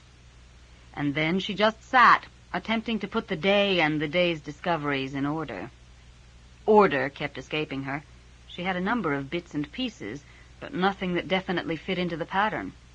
The opera in the background wasn't a lot of help, and the weird harmonics added by her hosts could only be called distracting. Actually, Vicki could think of a number of other things to call them, but she went to the pond to watch Shadow hunt frogs instead. Under the circumstances, it seemed safer, not only for Shadow, but for herself as well. "Don't let him eat too many," Nadine called over the music as they left, "or he'll make himself sick." "I'm not at all surprised," Vicki muttered, but she ended up letting him eat both frogs he caught.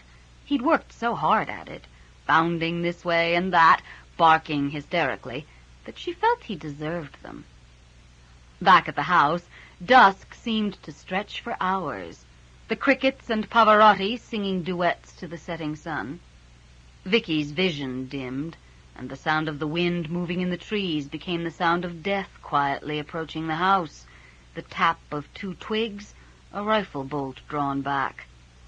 She knew she was allowing her imagination to overrule common sense, even while she waited for the gunshot that would tell her it wasn't imagination at all.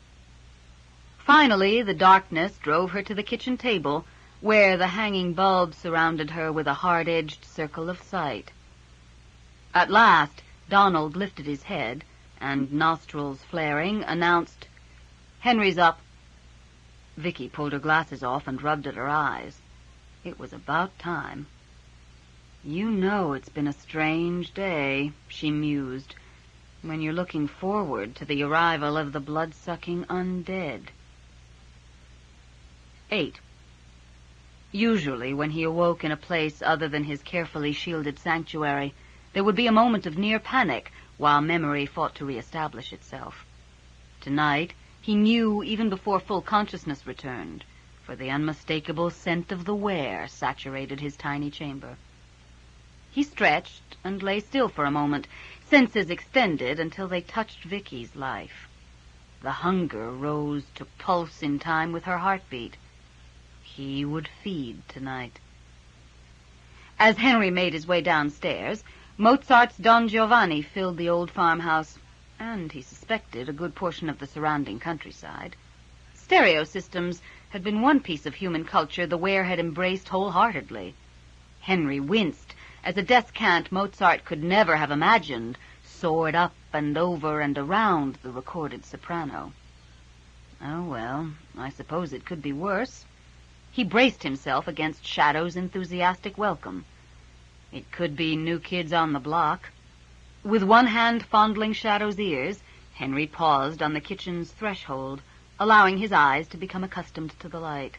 He half expected to see Vicki seated at the table, but the room was empty, save for Donald, who sat, feet up, watching Jennifer and Marie work their way through a sink full of dishes. Seconds later, this simple domestic scene shattered as Shadow bounded forward and shoved a cold, wet nose against the back of Marie's bare legs. A plate hit the floor, bounced, and lay there forgotten as both twins chased their younger brother out of the house. "Evening," Donald grunted as Henry bent to pick up the plate. "Don't suppose you know any opera singers?" He'd known an opera dancer once, almost 200 years ago, but that wasn't quite the same thing. "Sorry, no." "Why?" "Thought if you knew one, you could bring her out." Donald waved an arm in the air, the gesture encompassing Don Giovanni. "Be nice to hear this stuff live for a change." Henry was about to point out that Toronto wasn't that long a drive, and that the Royal Canadian Opera Company, while not Vienna, definitely had its moments, when he had a sudden vision of Ware at the theater and blanched. "Where is everyone?" he asked instead. "Tag and Skye," Stuart and Nadine, Henry translated, "are out hunting, in spite of protests from your Ms. Nelson. You saw the exit of the terrible trio. Colin is at work, and my other two are—" The descant rose above the tenor solo, wrapping the notes almost sideways to each other. "In the living room with their heads between the speakers. They got a couple of old recordings from the doctor today. Obscure companies that aren't out yet on CD. He scratched at the mat of red hair on his chest and frowned. "Personally, I think the tenor is a little sharp." "Why the doctor? Was someone hurt?" "Everyone is fine." Vicki's voice came from behind him, from the door leading to the bathroom, and her tone added, "so far." Henry turned as she continued. "I needed to talk to him to make sure he wasn't the killer." "And are you sure?" "Quite. It's not him. It's not Colin's partner, and it's not the game warden. Unfortunately, at least another 37 people regularly go wandering through the woods with high-powered binoculars, and it could be any one of them. Not to mention an unknown number of nature photographers whose names I don't have yet." Henry raised a brow and smiled. "Sounds like you've had a productive day." Vicki snorted. "I've had a day," she amended, shoving her glasses back up her nose. "I'm not really any closer to finding out who did do it. And Stuart and Nadine have gone for a little nocturnal hike." Her opinion of that dripped off her voice. "They're hunters. They can hunt at the local supermarket until this is over," she snapped, "like the rest of us." "They aren't like the rest of us," Henry reminded her. "You can't judge them by—" "Leave it. I've had just about as much of that observation as I can take." She sighed at his expression and shook her head. "I'm sorry. I'm just a little frustrated by illogical behavior. Can we go somewhere and talk?" "Outside?" She scowled. "It's dark. I won't be able to see. And besides, outside is crawling with bugs. What about my room?" "What about mine?" While it wasn't large, his was the only room in the house with a door that could be bolted from the inside. If they began in his room, they wouldn't have to move later when it came time to feed. He felt her blood calling him, and the plate he still held snapped between his hands. "Oh, hell. Donald, I'm sorry." Donald only shrugged, a suspiciously knowing smile lurking around the edges of his mouth. "Don't worry about it. We're kind of hard on dishes around here anyway."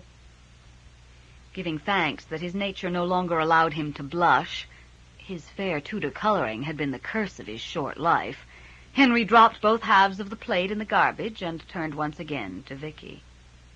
For a change, he found her expression unreadable. "Shall we?" he asked. taking refuge in formality. Scalloped glass light fixtures illuminated the stairs and the upper hall in the original section of the house. But the Ware, who could see almost as well in the dark, hadn't bothered extending them down the hall of the addition.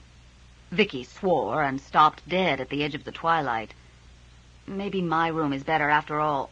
Henry tucked her arm in his and pulled her gently forward. It isn't far, he said soothingly. Don't patronize me, she snapped. I'm going blind, not senile. But her fingers tightened against the bend of his elbow, and Henry could feel the tension in her step.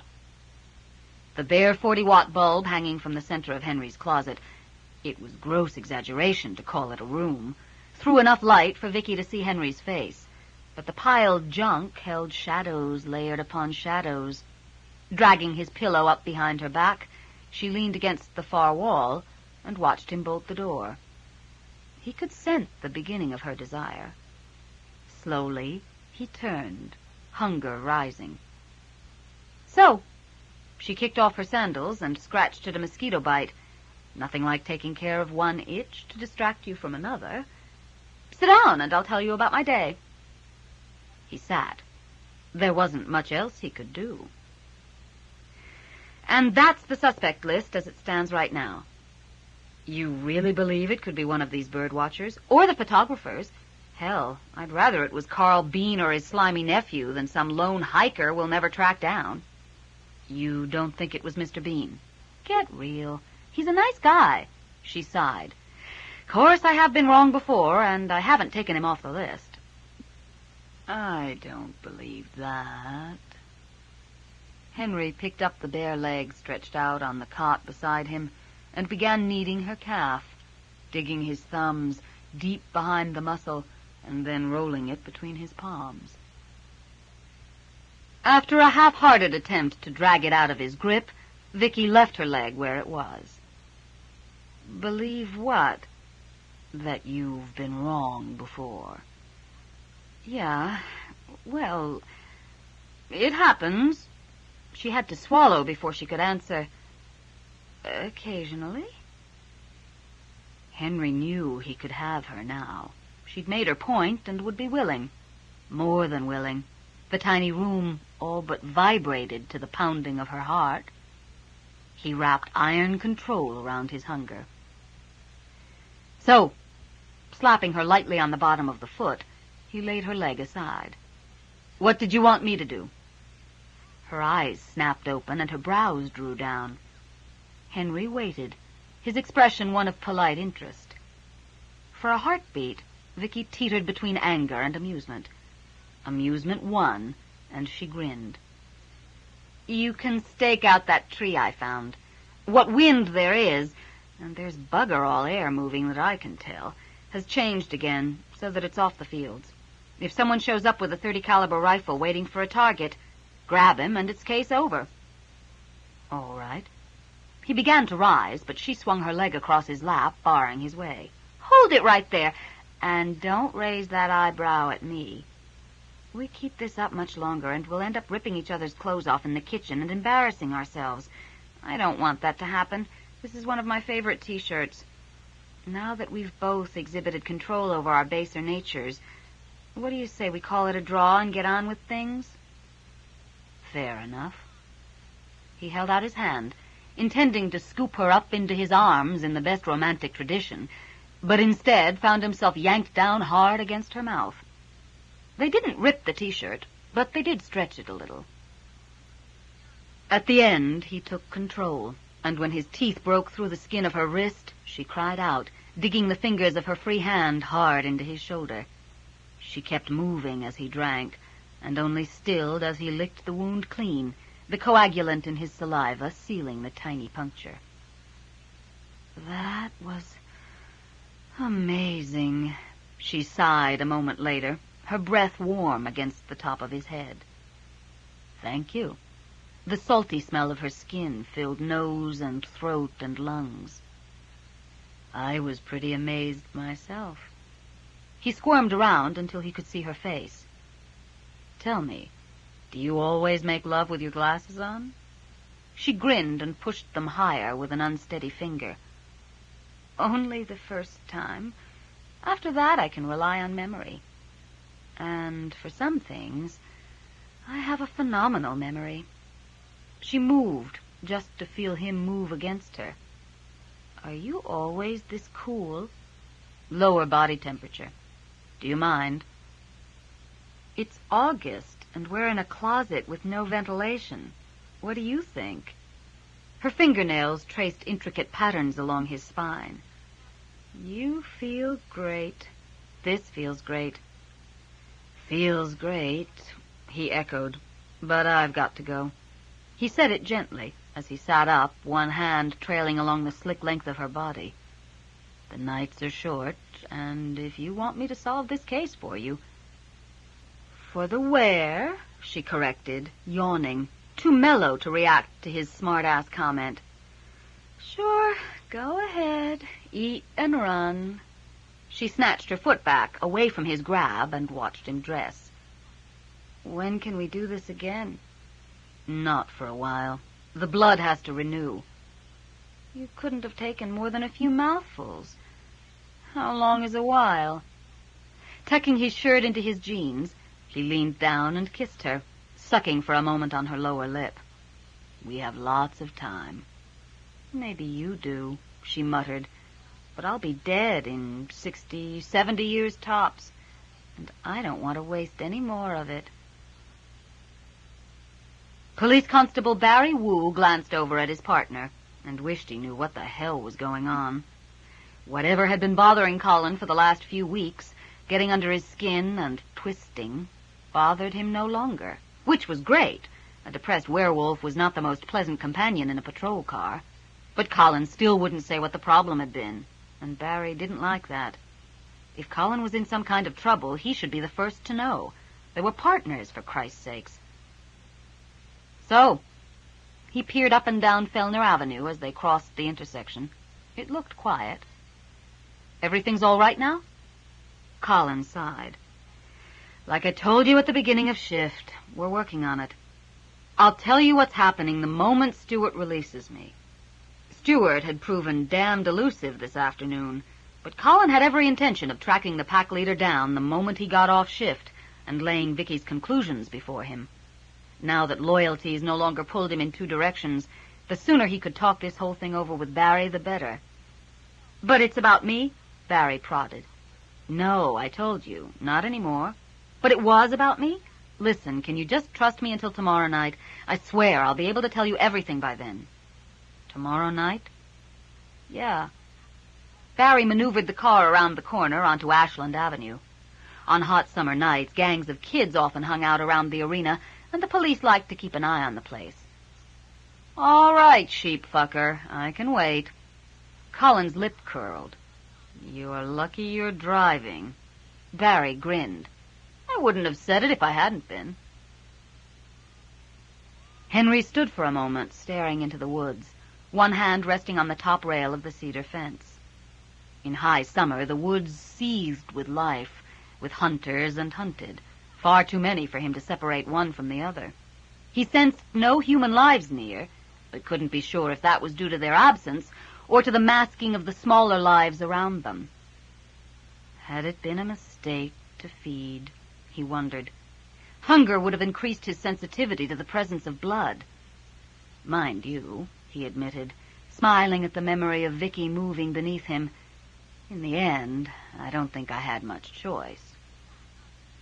In the past, when he stayed with the Ware for longer than 3 days and it became imperative to feed, he'd drive into London for a couple of hours and hire a prostitute. He didn't mind paying occasionally. Spread over time, it was still cheaper than buying groceries. Upon a moment's reflection, he decided not to share that thought with Vicki. The fence was barely a barrier, and a moment later he moved shadow-silent through the trees, following the trail Vicki had laid that morning.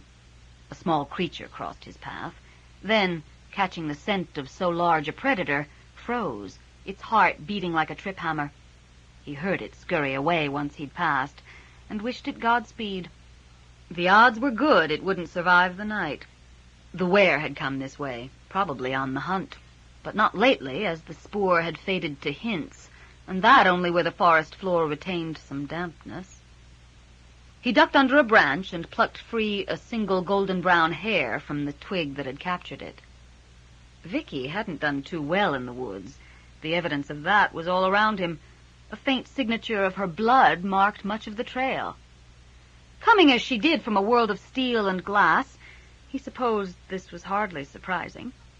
Tucking the hair safely in his pocket, he continued along her path, allowing his mind to wander with her memory while he walked. He hadn't intended to come out tonight, but he hadn't been able to sleep, so he took that as a sign. Settling back in the tree, drawing in deep breaths of the warm, pine-scented air, he brushed away a rivulet of sweat and squinted at the sky. The stars were 100,000 gleaming jewels, and the waning moon basked in reflected glory. There would be light enough. Below and behind him, some large creature blundered about. Perhaps a cow or sheep had wandered into the conservation area from one of the nearby farms. It didn't matter, now that the wind had changed. His interest lay in the pale rectangles of field beyond the woods. They would come to check the sheep, and he would be waiting. With the barrel of his rifle braced against a convenient limb, he laid his cheek gently against the butt and flicked on the receiver of his night scope. He'd ordered the simplest infrared scope from a Bushnell catalog back in early summer when he'd first known what he had to do. It had cost him more than he could really afford, but the money had been well spent. Nor did he begrudge the continuing outlay for lithium batteries, replaced before every mission. A man is only as good as his equipment. His old sergeant had made sure every man he commanded remembered that. Under the crosshairs, the ghostly outline of trees began to show, punctuated here and there by the dim red heat signatures of small animals. Without bothering to turn on the emitter, he scanned both fields, registering nothing more than the sheep.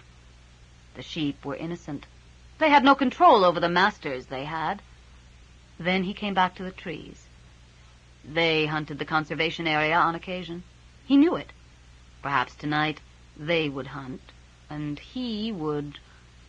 He frowned at a flash of red between two trees. Showing too dim for the size, he had no idea what it might be. Moving slowly, silently, he flicked on the emitter, playing the beam of infrared light over the area. Although the naked eye could see no difference, his scope brightened as if he'd turned on a high-powered red flashlight. The creature he'd scanned should be... With an effort, Henry brought himself back to the woods. It was infinitely pleasanter replaying the earlier part of the night, but he knew he must be getting close to the pine. He lifted his head to scan the treetops and snapped it back, snarling, as a beam of red light raked across his eyes. Holy shit! Mark Williams raised his uncle's shotgun in trembling hands. He didn't know what that was. He didn't care. He'd had nightmares about things like that, the kind of nightmares that jerked you awake, sweating, scrabbling for the light, desperately trying to push back the darkness. It didn't look human. It didn't look safe. He pulled the trigger. The buckshot had spread enough that it did little real damage when it hit, tracing a pattern of holes down the outside of his right hip and thigh. The light had been an annoyance. This was an attack. Henry had warned Vicki once that his kind held the beast much closer to the surface than mortals did. As blood began to slowly seep into his genes, he let it loose. A heartbeat later, a slug hit him high in the left shoulder and spun him around, lifting him off his feet. His skull cracked hard against the trunk of a tree, and he dropped, barely conscious, to the ground. Through the pain, through the throbbing of his life in his ears, he thought he heard voices, men's voices, one almost hysterical, the other low and intense. He knew it was important that he listen, that he learn, but he couldn't seem to focus. The pain he could deal with. He'd been shot before, and knew that even now his body had begun to mend. He fought against the waves of gray, trying to hold on to self, but it was like trying to hold sand that kept seeping out of his grasp. The voices were gone. Where, he had no idea. Then a hand reached down and turned him gently over. A voice he knew said quietly, "We've got to get him back to the house." "I don't think he can walk. Go for Donald. He's too heavy for you to carry." Stuart. He recognized Stuart. That gave him a place to start from. By the time Nadine returned with Donald, he'd managed to grab onto his scattered wits and force them into a semblance of reason.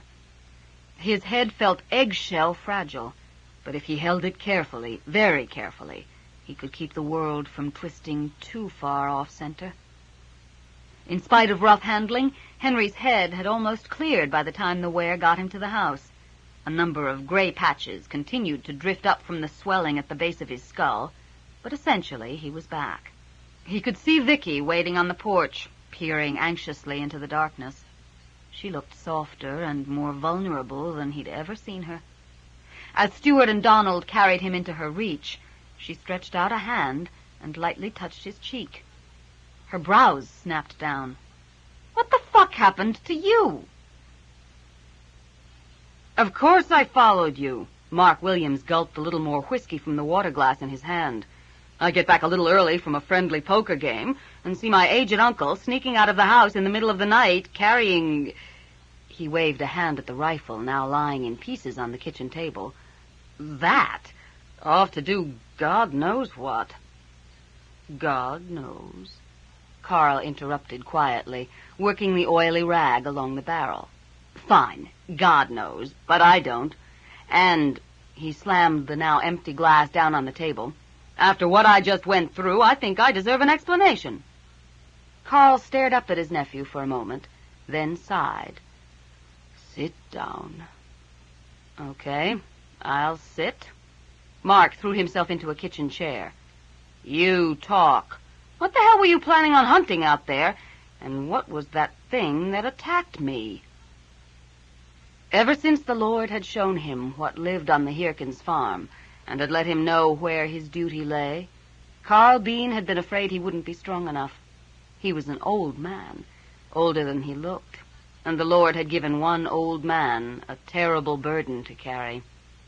Mark was not who he would have chosen to help him bear his cross, but the Lord worked in mysterious ways, and apparently Mark had also been chosen. It made a certain sense, he supposed. The boy was his only living relative, and by pulling that trigger tonight, he'd proven he had the strength to enter the fray. Perhaps his own sins would be washed away in the blood of the ungodly he was to help destroy. Carl made his decision and took the 3 rounds he'd prepared from his vest pocket, standing them on the table. They gleamed in the overhead light like tiny missiles. "Holy shit! That's silver!" "Yes."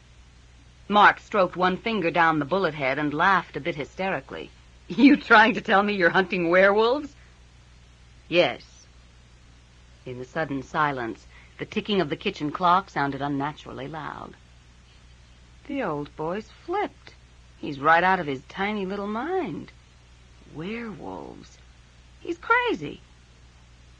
And then Carl started to talk of how he'd been out bird-watching in late spring and seen the first change by accident, how he'd seen the others by design, how he'd recognized a creature of the devil, realized that this was why none of the cursed family ever entered God's house, realized they were not God's creatures, but Satan's, sent by the great deceiver to spread darkness on the earth.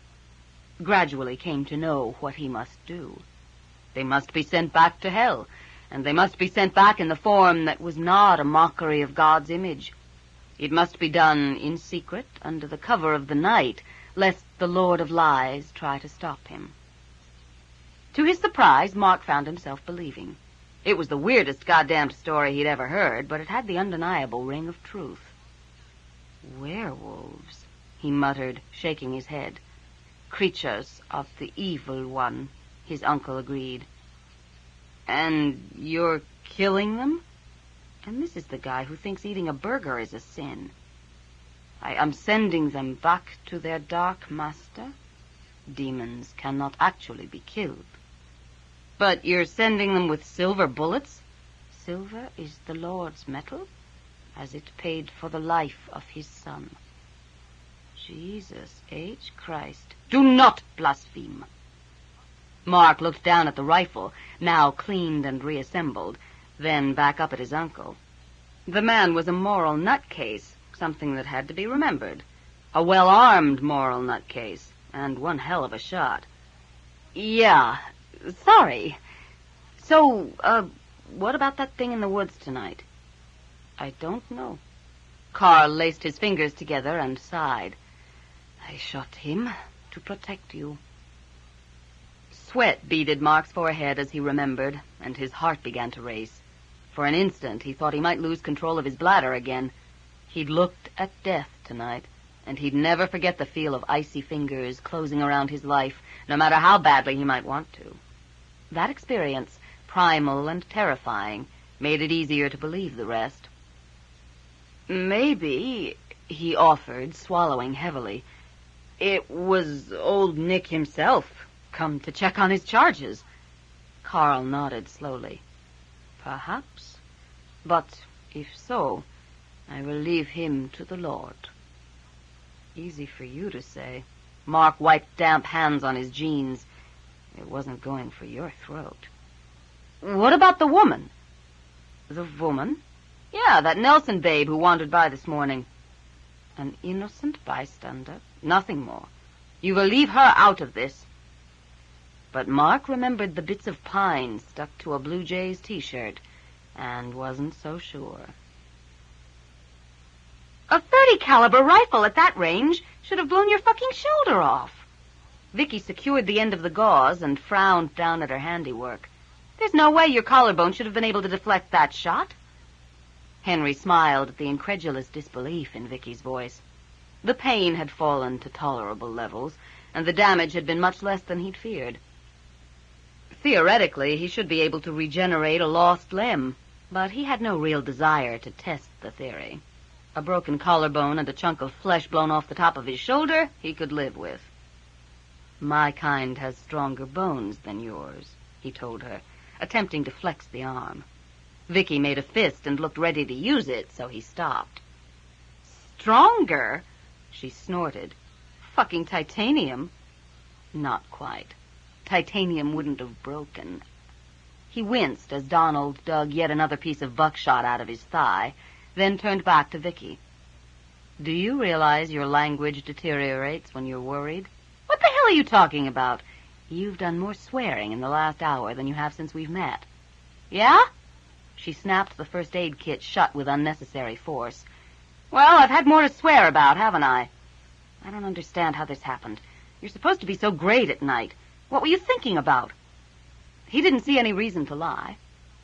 You. Us. What happened earlier?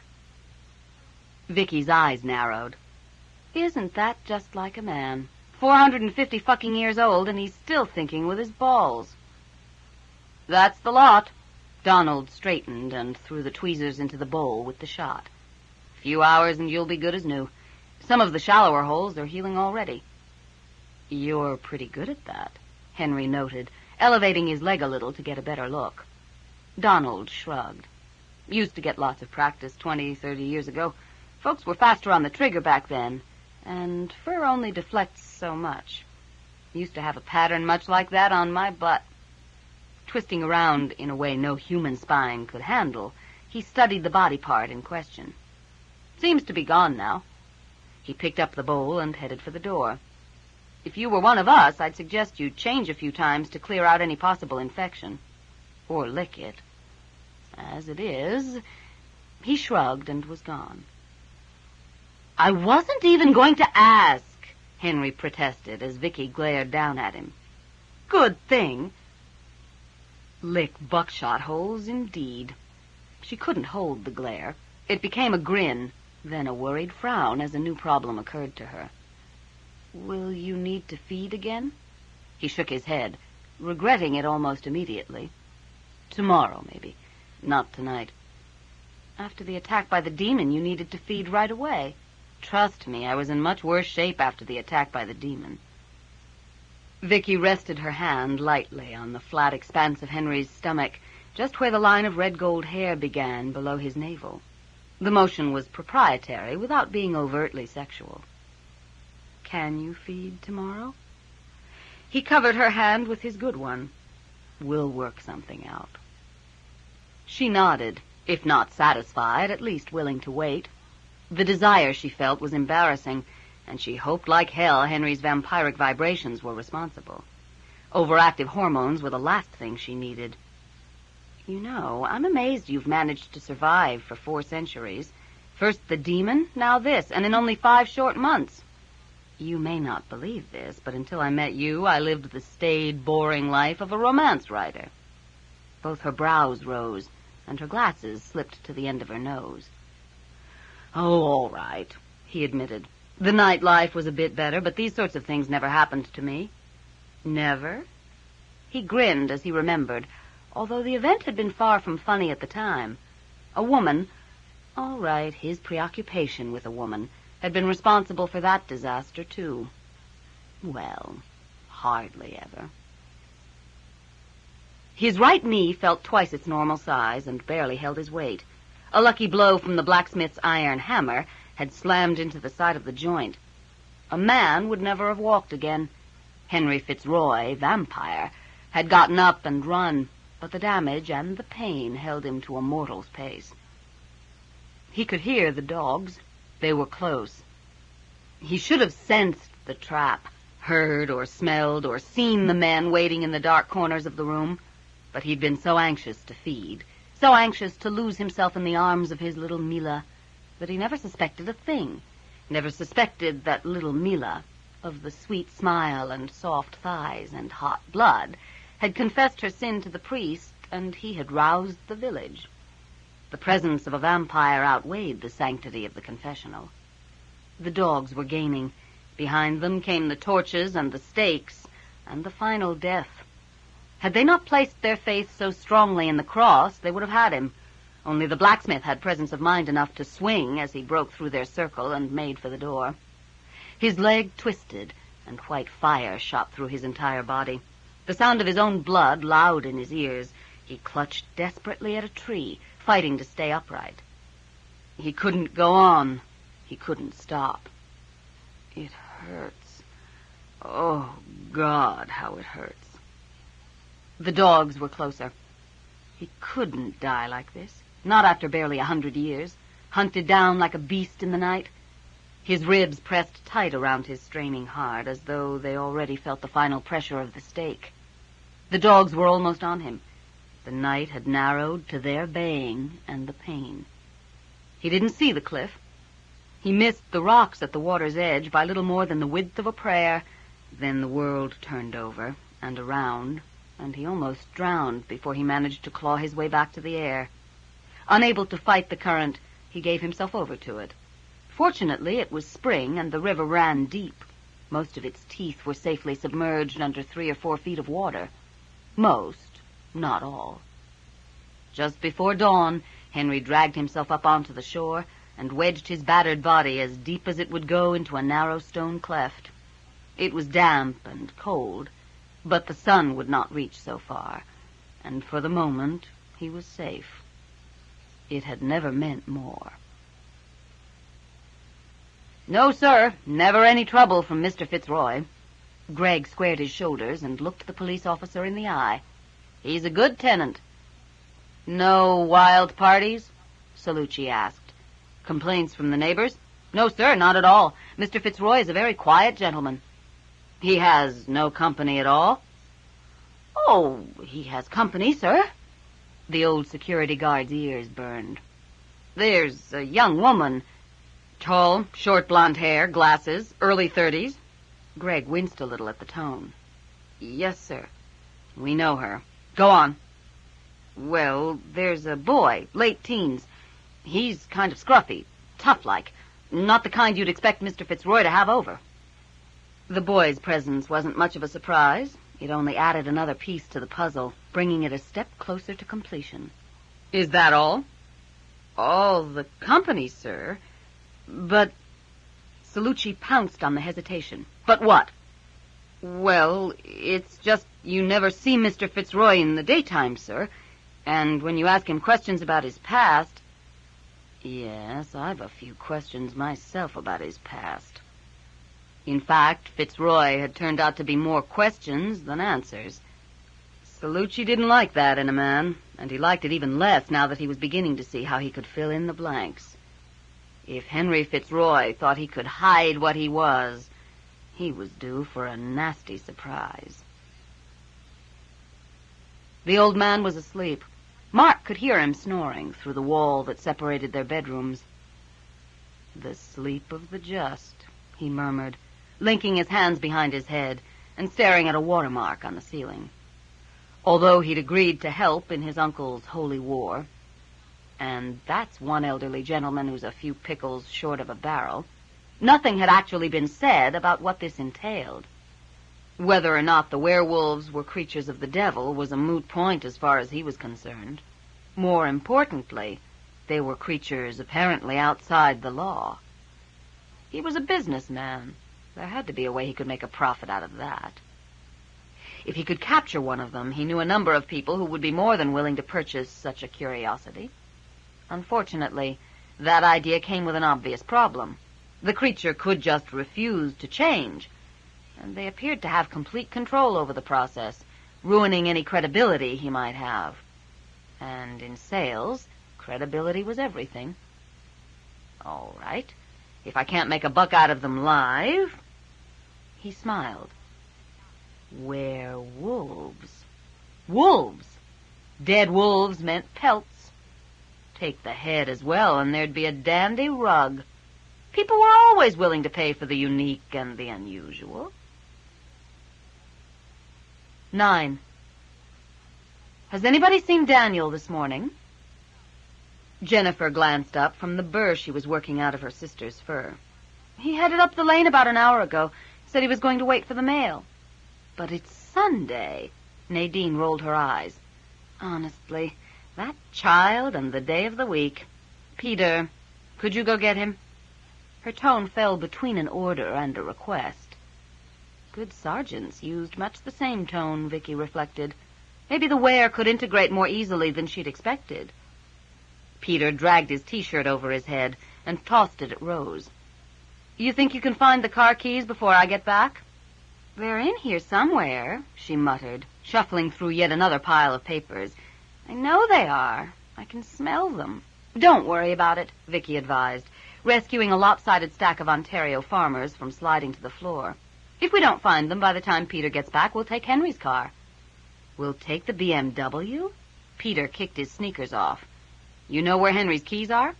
Vicki grinned. Sure. He gave them to me in case we needed to move it. All right. He dropped his shorts on Rose's head. Don't look too hard, he instructed, then changed and barreled out the door, heading at full speed up the lane. Mark had intended to just drive by the farm to see if he could spot any of these alleged werewolves and get a good look at their pelts. But when he saw the shape sitting by the mailbox, it seemed like a gift from God. And, as I have been assured, God is on our side. So he stopped. It didn't look like a wolf, but neither did it look quite like a dog. About the size of a small German shepherd, it sat watching him, head cocked to one side, panting a little in the heat. Its pure black coat definitely appeared to have the characteristics of a wolf pelt, with the long, silky hairs that women loved to run their hands through. He stretched an arm out the open window of the car and snapped his fingers. Here, boy. Come here. The creature stood, stretched, and yawned, its teeth showing very white against the black of its muzzle. Why hadn't he brought a biscuit or a pork chop or something? Come on. Pity it was black. A more exotic color would fetch a higher price. And then he saw a flash of red coming up the lane. When it reached the mailbox, he realized that the black must only be about half grown. The red creature was huge, with the most beautiful pelt Mark had ever seen. Long, thick hair, shaded from a deep russet to almost a red gold in the sunlight. Every time it moved, new highlights flickered along the length of its body. Both muzzle and ears were sharply pointed, and its eyes were delineated with darker fur, giving it an almost humanly expressive face. He knew people who would pay big bucks to own a fur like that. It studied him for a moment, head high, ignoring the attempts of the smaller one to knock it over. There was something in its gaze that made Mark feel intensely uncomfortable, and any doubts he might have had about these creatures being more than they seemed vanished under that steady stare. Then it turned, and both creatures headed back down the lane. Oh, yes, he murmured, watching them run. "I have found my fortune." Best of all, if anything went wrong this time, crazy Uncle Carl and his high-caliber mission from God would take the rap. First on the agenda, a drive into London to do a little research.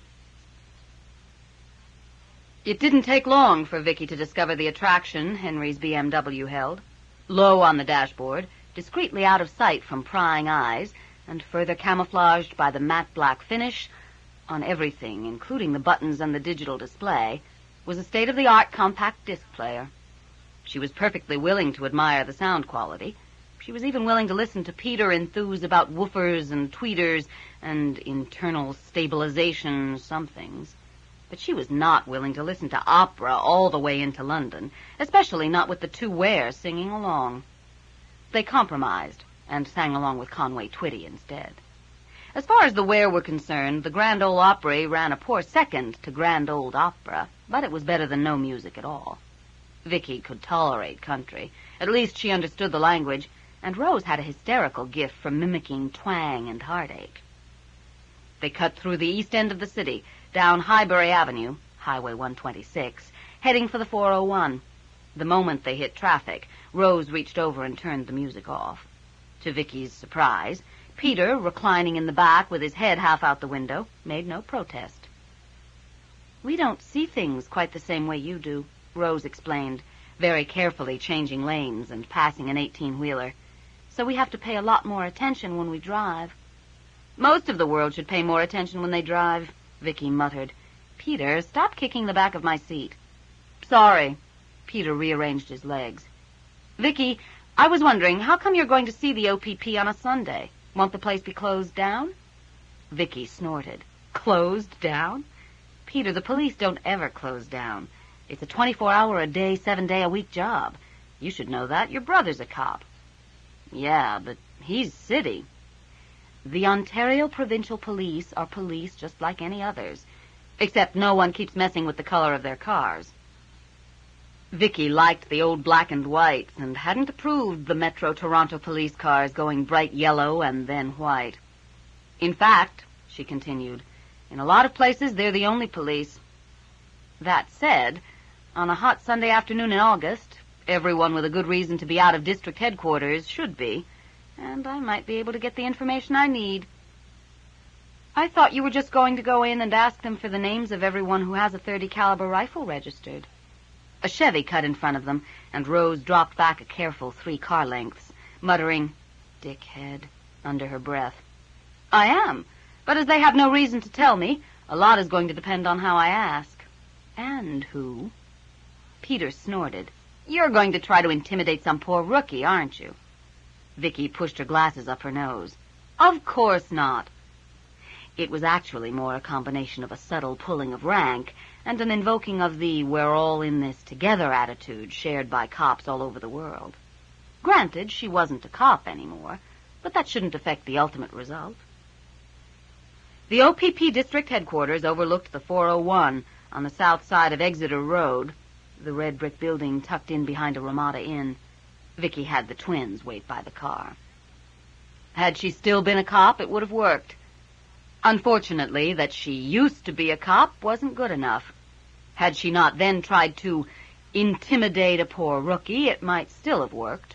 But the very intense young woman she spoke to knew Vicki had no right to the information, working on a case or not, and her backup refused to show it to her.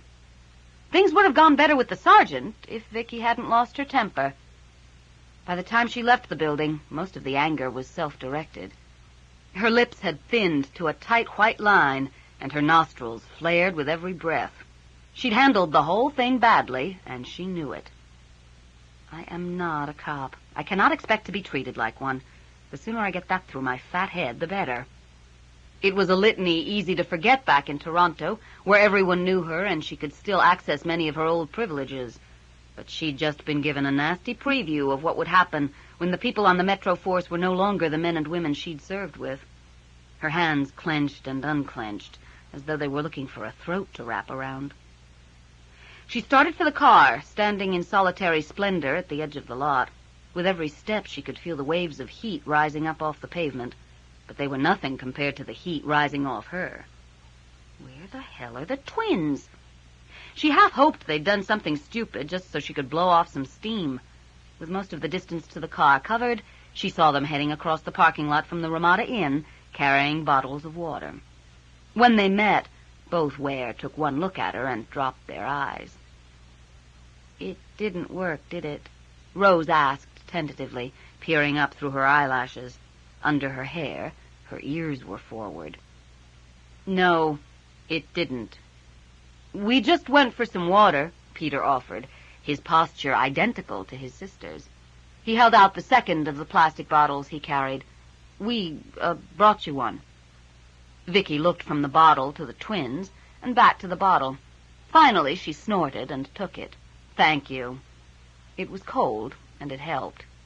"Oh, chill out. I'm not going to bite you." Which was when she realized that they thought she might. Which was so absurd that she had to laugh. Both sets of ears perked up, and both twins looked relieved. If they'd been in fur, they probably would have bounced. As they weren't, they merely grinned and drank their water. Dominant, submissive behavior, Vicki thought, draining her bottle. She worried about that a little.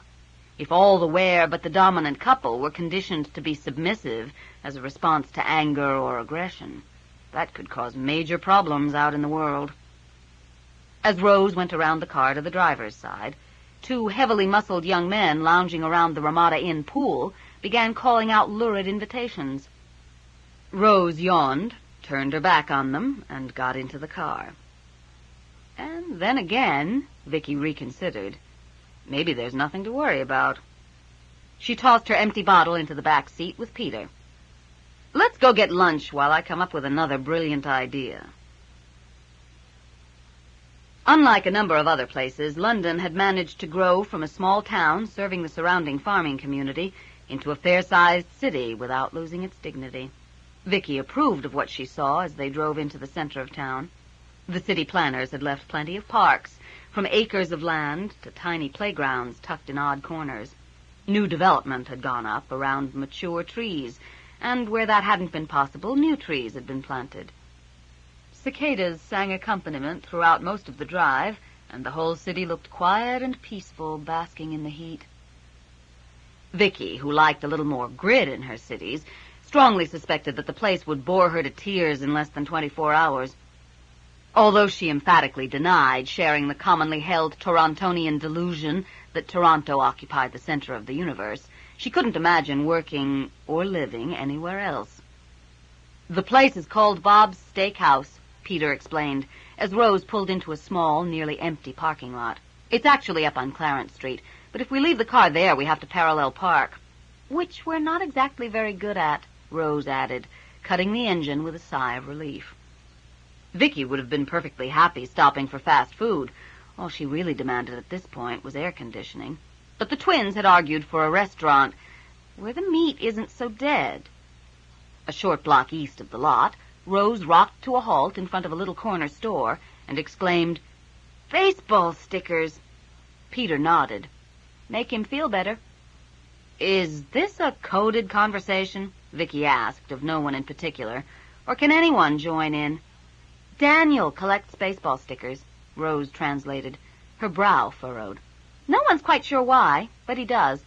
If we bring a few packages back, it'll make up for him not being able to come with us."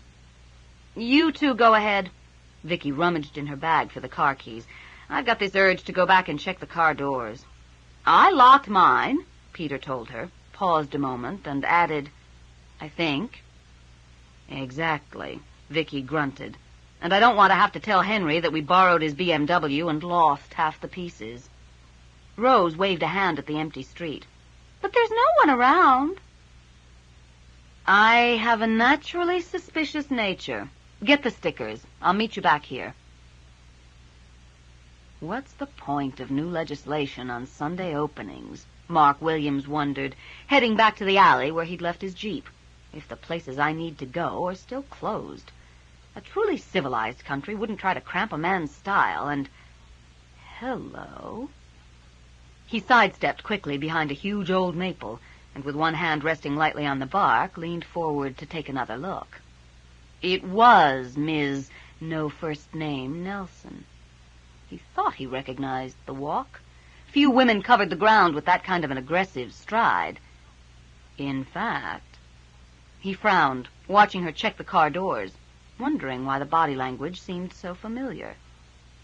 Drives a BMW, eh? Not too shabby. As she turned away from the car, he ducked back, not wanting to be seen. A number of his most profitable enterprises had begun with him watching and keeping his mouth shut. When he felt enough time had passed, he took another look. Jesus H. Christ, she's a cop. For those who took the trouble to learn certain subtle signs, playing Spot the Cop became a game easy to win. Mark Williams had long ago taken the trouble to learn the signs. It never hurt to be prepared, and this wasn't the first time that preparation had paid off. What's she got to do with those werewolves, though? That's the question. Maybe the aged uncle hasn't been as clever as he thought. If she's a friend of the family, and a cop... He came out from behind the tree as she disappeared up a side street at the other end of the parking lot. He couldn't tell if she was packing heat, but then she could be packing a cannon in that oversized bag of hers, and no one would be the wiser. Thinking furiously, he sauntered slowly across the street. If she could prove the aged uncle had been blowing away the neighbors' dogs, she didn't have to bring up the subject of werewolves at all. Uncle Carl would, and Uncle Carl would get locked away in a loony bin. And there would go his own chance to score big. She was onto something. The pine needles on yesterday's T-shirt proved she'd found the tree, and he'd be willing to bet that that little lost waif routine she'd pulled in the aged uncle's flower factory was just a ploy to get close. He laid his hand against the sun-warmed metal of the BMW. I'm not going to lose this chance. She wouldn't appreciate it. She'd say he was interfering, that she could take care of herself, that he should stop being such a patronizing SOB. Mike Salucci put down the electric razor and glared at his reflection in the bathroom mirror. He'd made up his mind. He was going to London, and Vicki Nelson could just fold that into corners and sit on it. He had no idea what this Henry Fitzroy had gotten her involved with, nor did he really care. London, Ontario probably couldn't come up with something Vicki couldn't handle. As far as he knew, the city didn't have nuclear capabilities. Fitzroy himself, however, that was a different matter. Yanking a clean golf shirt down over his head, Salucci reviewed all he had learned about this historical romance writer. Historical romances, for God's sake. What kind of job is that for a man? He paid his parking tickets on time. He hadn't fought the speeding ticket he'd received a year ago, and he had no criminal record of any kind. His books sold well. He banked at Canada Trust, he paid his taxes, and his charity of choice appeared to be the Red Cross. Not many people knew him, and the night guard at his condo both respected and feared him.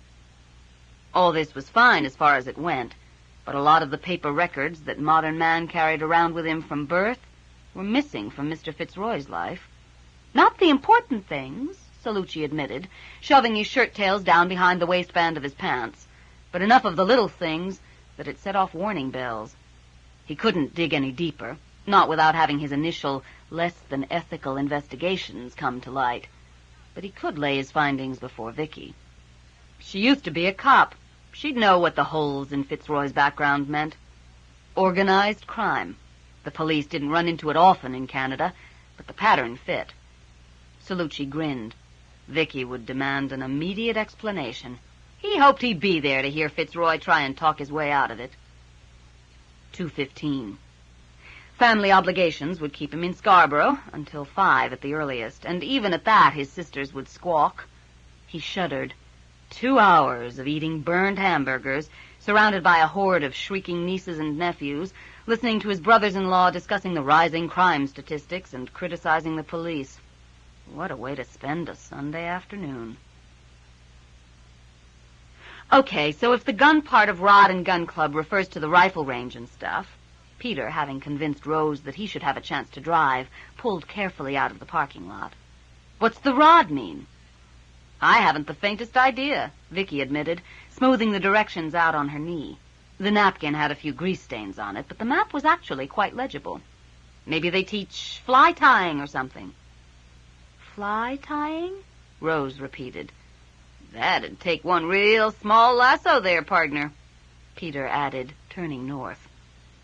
Vicki spent the next few blocks explaining what she knew about tying bits of feathers to hooks. As explanations went, it was sketchy. Neither, when asked, did she have any idea why theoretically mature adults would want to stand thigh-deep in an ice-cold stream, being eaten alive by insects, so that they could, if lucky, eat something that didn't even look like food when cooked, but rather stared up at them off the plate in its full fishy entirety. She was, however, willing to allow that it took all types.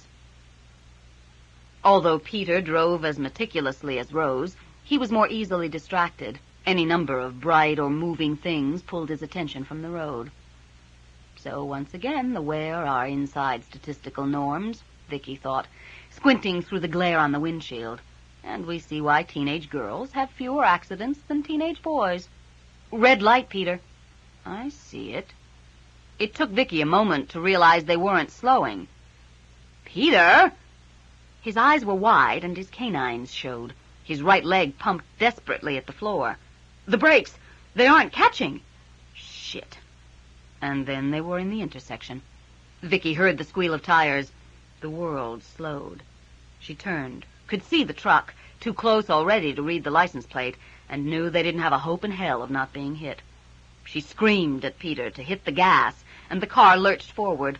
The grill of the truck filled the window, and then, with an almost delicate precision, it began to push through the rear passenger door.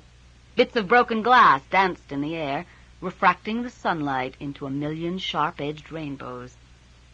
The world returned to normal speed as the two vehicles spun together across the intersection, tortured metal and rubber shrieking, until the back of the BMW slammed into a light pole and the truck bounced free.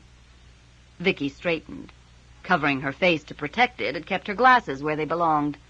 Thankfully, she pushed them up her nose, then reached over and turned off the ignition.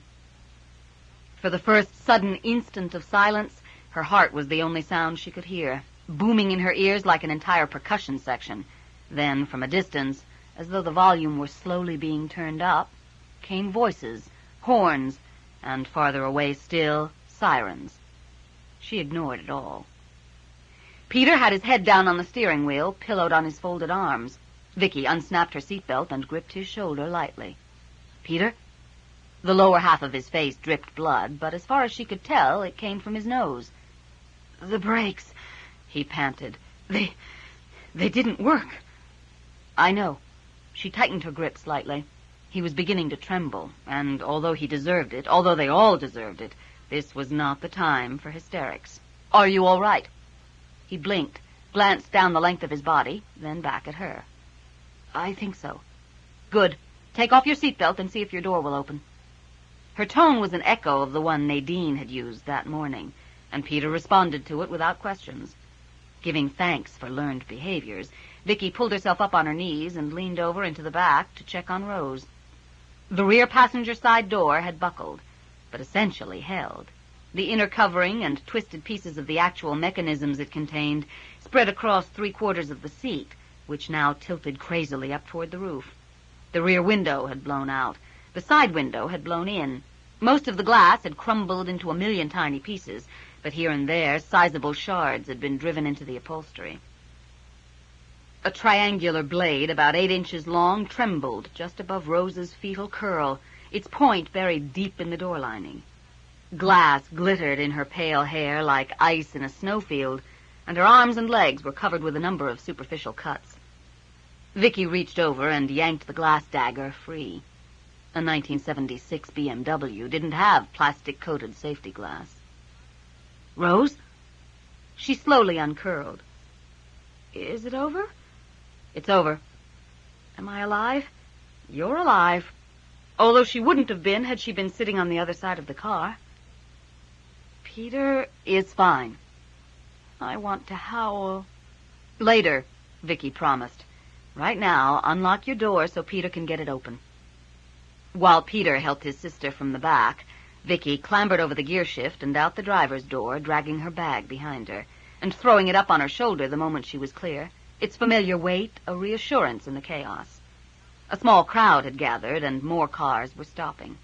One of them, she was pleased to note, belonged to the London police, and other sirens could be heard coming closer. With the twins comforting each other and essentially unharmed, Vicki made her way around the car to check on the driver of the truck. Blood ran down one side of his face from a cut over his left eye, and the right side of his neck was marked by an angry red friction burn from the shoulder strap of his seatbelt. "Jesus Christ, lady," he moaned as she stopped beside him. "Just look at my truck." Although the massive bumper had absorbed most of the impact, the grill had been driven back into the radiator. "Man, I didn't even have 50 clicks on this thing yet. My wife is going to have my ass." He reached down and lightly touched the one-hole headlight. "Quartz halogen. $79 a pop." "Is everyone all right here?" Vicki knew what she'd see before she turned. She'd used that exact tone too many times herself. The London police constable was an older man, gray hair, regulation mustache, regulation neutral expression. His younger partner was with the twins, and the two uniforms from the second car were taking charge of traffic and crowd control. She could hear Peter beginning to babble about the brake failure, and decided to let him be for the moment.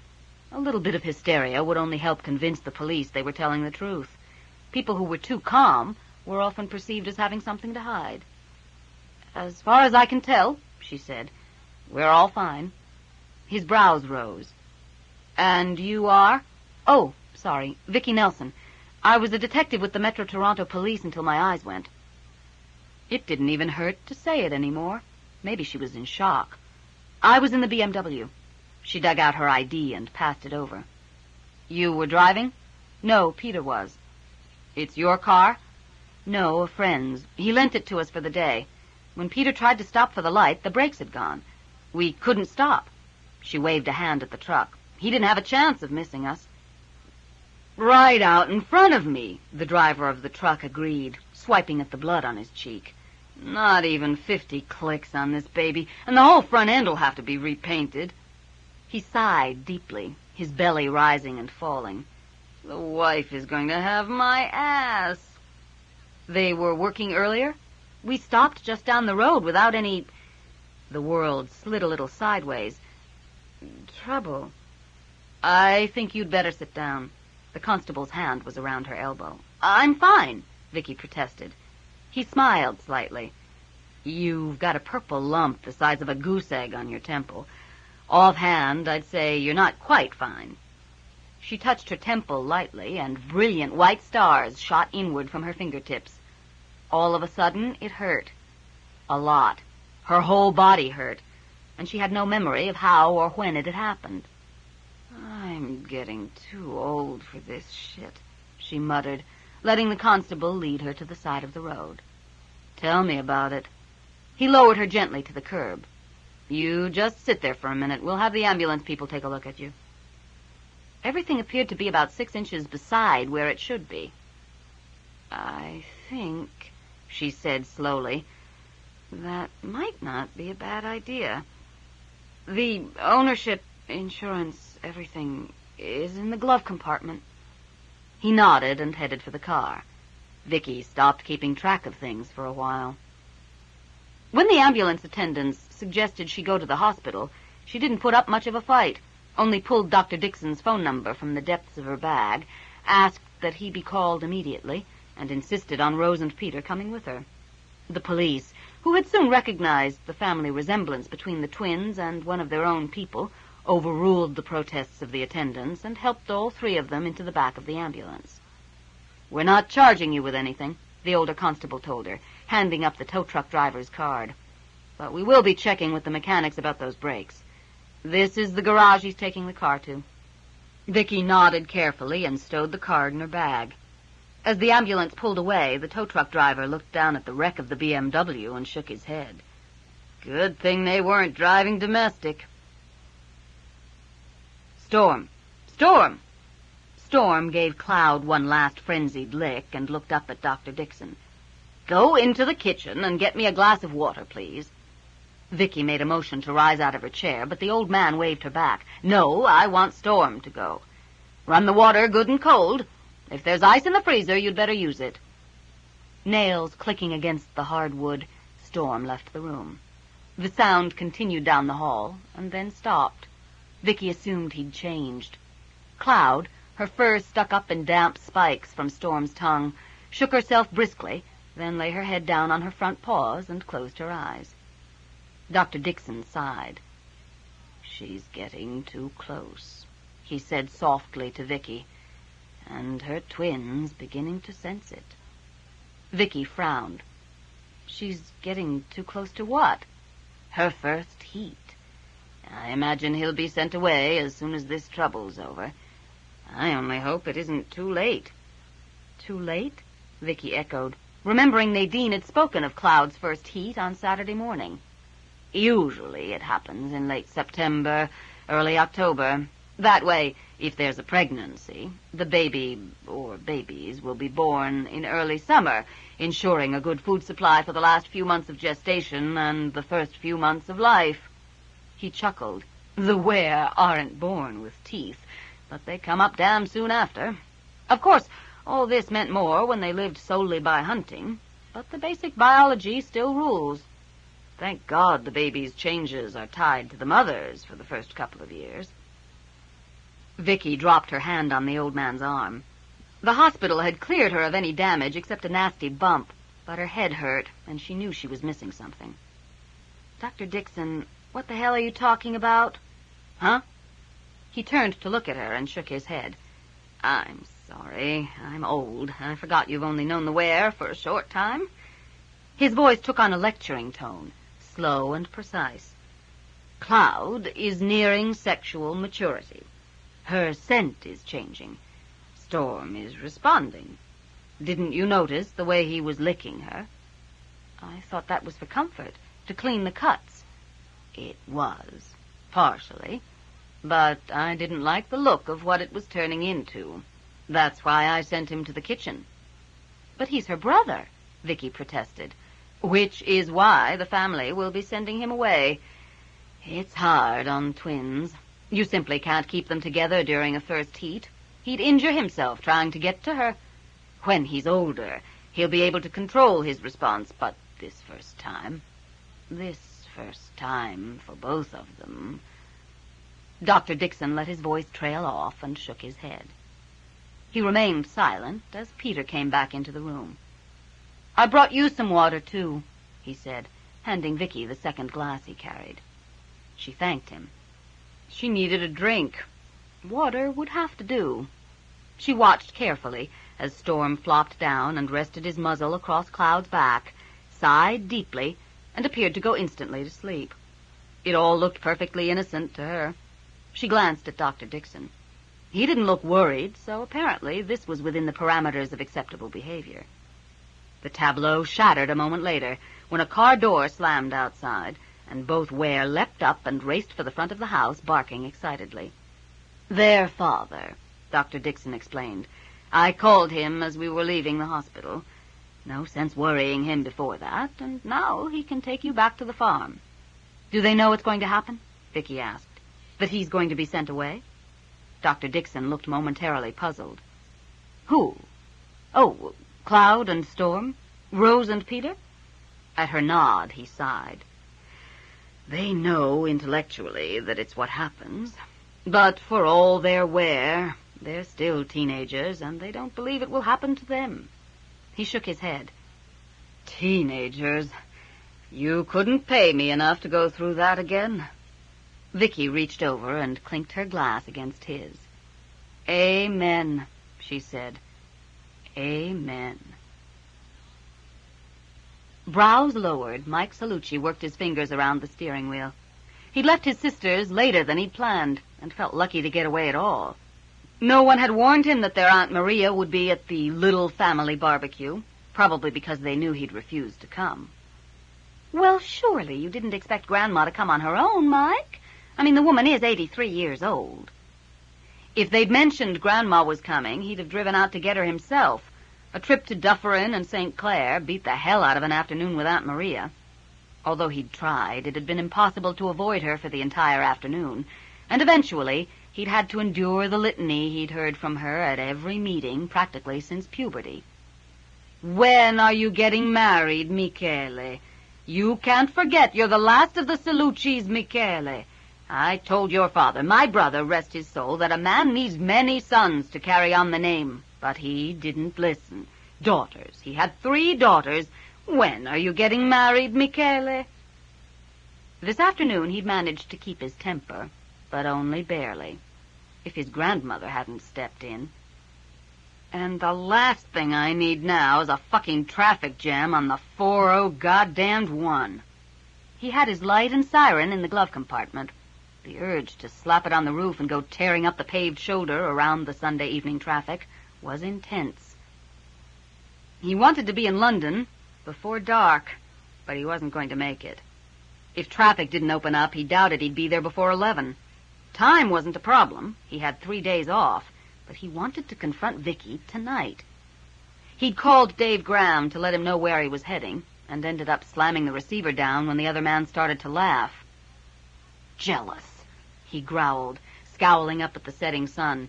It wasn't funny. Vicki had to be told what kind of person she'd gotten involved with. He'd do the same for any friend. Suddenly he grinned. Maybe he should introduce Vicki to Aunt Maria. The old lady'd never know what hit her. "What are you so nervous about?" Vicki jumped, whirled, and glared up at Henry. "Don't do that." "Do what?" "Sweet Jesu, Vicki, what happened?" He reached out to touch the purple and green lump on her temple, but stopped when she flinched back. "There was an accident." "An accident?" He glanced around, nostrils flared. "Where is everyone?" "Outside." Vicki took a deep breath and released it slowly. "We agreed I should be the one to tell you. Peter had wanted to, but Vicki had overruled him. He'd been through enough for one day." Henry frowned. There were strange undercurrents in Vicki's voice he didn't understand. "Has someone else been shot?" "No, not that." She glanced out the window. Although the sun had set, the sky was still a deep sapphire blue. "The Ware have been staying out of those fields, patrolling around the house. It seems to be working for now. No, this involves something else." "Something that involves—" He flicked his gaze over to the lump, and she nodded. "And me." "In a manner of speaking. The brakes failed on the BMW today. Peter, Rose, and I were broadsided by a truck. The car was pretty badly damaged." "And the 3 of you weren't badly hurt?" "If we had been," Vicki snapped, "I'd have more to worry about than totaling your car." She winced. "Sorry. It's been a day." Henry smiled. "Another one." He cupped her chin lightly with his right hand and looked up into her eyes. "No concussion?" "No. Peter got a bloody nose, and Rose has a few cuts from flying bits of glass. We were lucky." His hazel eyes appeared almost green in the lamplight. She could feel his hand on her skin through every nerve in her body, which was strange, because as far as she could remember, her chin had never been in erogenous zone before. She moved back, and his hand dropped. "You were very lucky," Henry agreed, pulling out a chair and settling into it. He wasn't sure if Vicki was responding to his hunger. His own injuries would heal faster if he fed, or if his hunger rose with her response. But for the moment, he ignored both possibilities. "I don't understand about the brakes, though. I had a full service check done in the spring, and they were fine. I've hardly driven the car since." Vicki dropped into a chair beside him. "The garage was closed today, it being Sunday and all, so I'll talk to the mechanic tomorrow." She leaned her elbows on the table and peered into his face. "You're being very understanding about this. If someone trashed my BMW, I'd be furious." 450 years gives you a different perspective on possessions," he explained. "You learn not to grow too attached to things." "Or people?" Vicki asked quietly. His smile twisted. "No, I've never managed to learn that, although every now and then I make the attempt." Vicki couldn't imagine watching everyone she cared about grow old and die while she went on without them, and she wondered where Henry found the strength. Which set her to wondering, "How are you tonight?" She plucked gently at the sling around his left arm. Bruised thigh, bruised head, shoulders healing. It was frustrating more than painful, especially with her blood so close. "You've got that look on your face." "What look?" "Like you're listening to something." To her heartbeat, to the sound of her blood as it pulsed just under the skin. "I'd better go." She stood with him. "No, Vicki." Just in time, she remembered not to raise her brows. "No, Vicki?" "Henry, you need to feed. I need to relax. I'm a grown woman, and if I think I can spare you another few mouthfuls of my precious bodily fluids, you have no room for argument." Henry opened his mouth, closed it again, and surrendered. Healing had used up whatever reserves he had, and the hunger was too strong to fight. At least, that's what he told himself as they climbed the stairs. "How dare you? How fucking dare you?" Barry Wu couldn't remember ever being so furious. "You goddamn fucking son of a bitch, you actually believed I'd do something like that?" Colin was trying desperately hard to keep his own temper, but he could feel himself responding to Barry's anger. He'd been pulled out of the car for special duty tonight, and this was the first chance they'd had to talk. "If you'd listen, I said I didn't believe you did it." Barry slammed his palm down on the hood of Colin's truck. "But you didn't believe I didn't. It took a fucking Toronto P.I. to convince you. You've got to admit the evidence." "I don't have to admit shit." He stomped off half a dozen paces, whirled around, and stomped back. "And another thing, where the fuck do you get off searching my place?" "What? I was supposed to just sit on my ass and wait for the guy to strike again?" "You could have fucking told me." "I couldn't fucking tell you." "Hey." Neither of them had heard the car pull up. They spun simultaneously, shoulder to shoulder, dropped into a defensive position, and went for their guns. Which neither of them are wearing. Salucci lifted a sardonic eyebrow. "How lucky for all three of us." "You two might want to find another place to have your disagreement. Police officers screaming profanities at each other in the station parking lot looks bad to civilians." If he remembered correctly, a sergeant had once said the same to him and Vicki.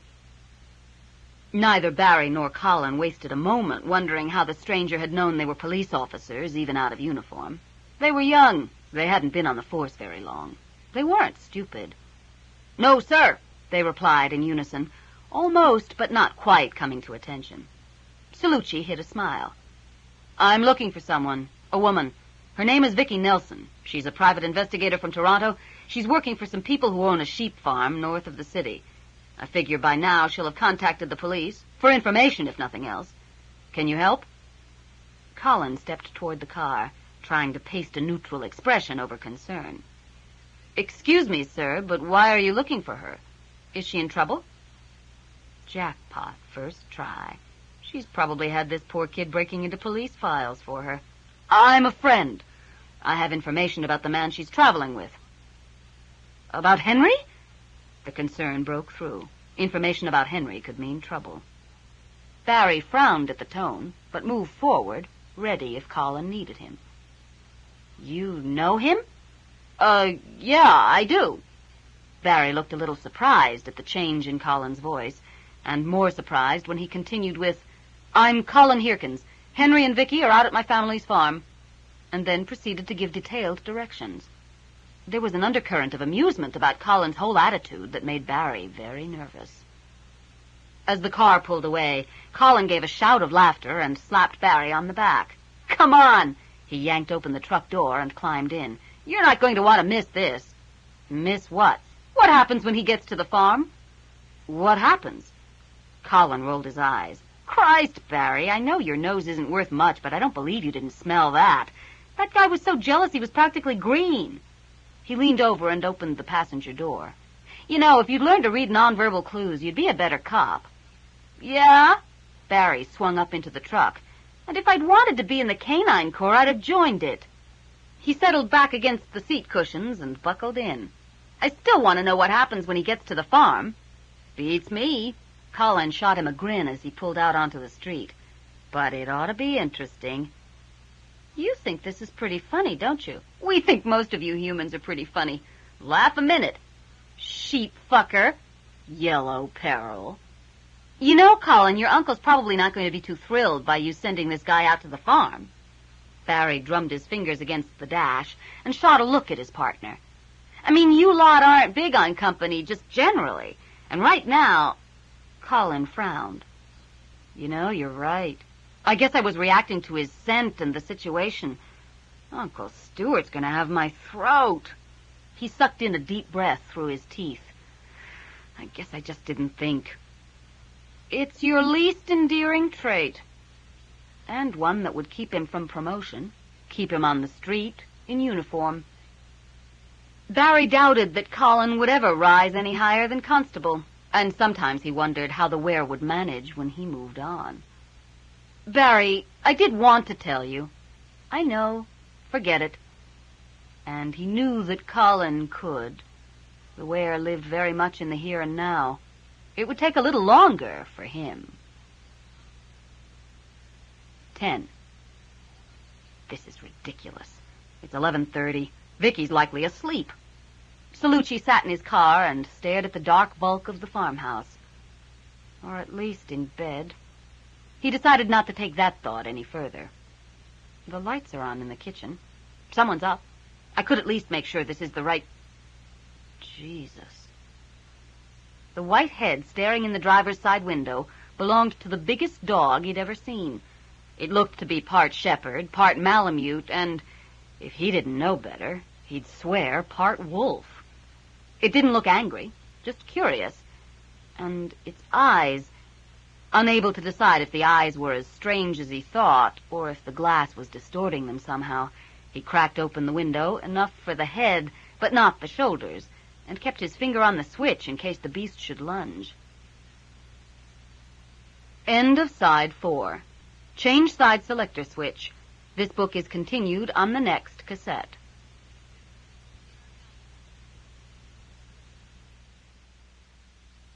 Side 5. Blood Trail by Tanya Huff. Continuing on page 185. Not so much as a whisker crossed the edge of the window, but the wet black nose twitched once, twice, as the cool air inside the car flowed out into the night. The eyes were strange. It wasn't just the glass. Salucci wasn't quite sure what the difference was, but he'd never seen a dog of any kind with eyes that looked so human. Suddenly, the big dog whirled and ran barking for the house, its pale form flickering like a negative image against the night. Realizing his choice had just been made for him, Salucci shut off the engine. He'd been announced. He might as well go in.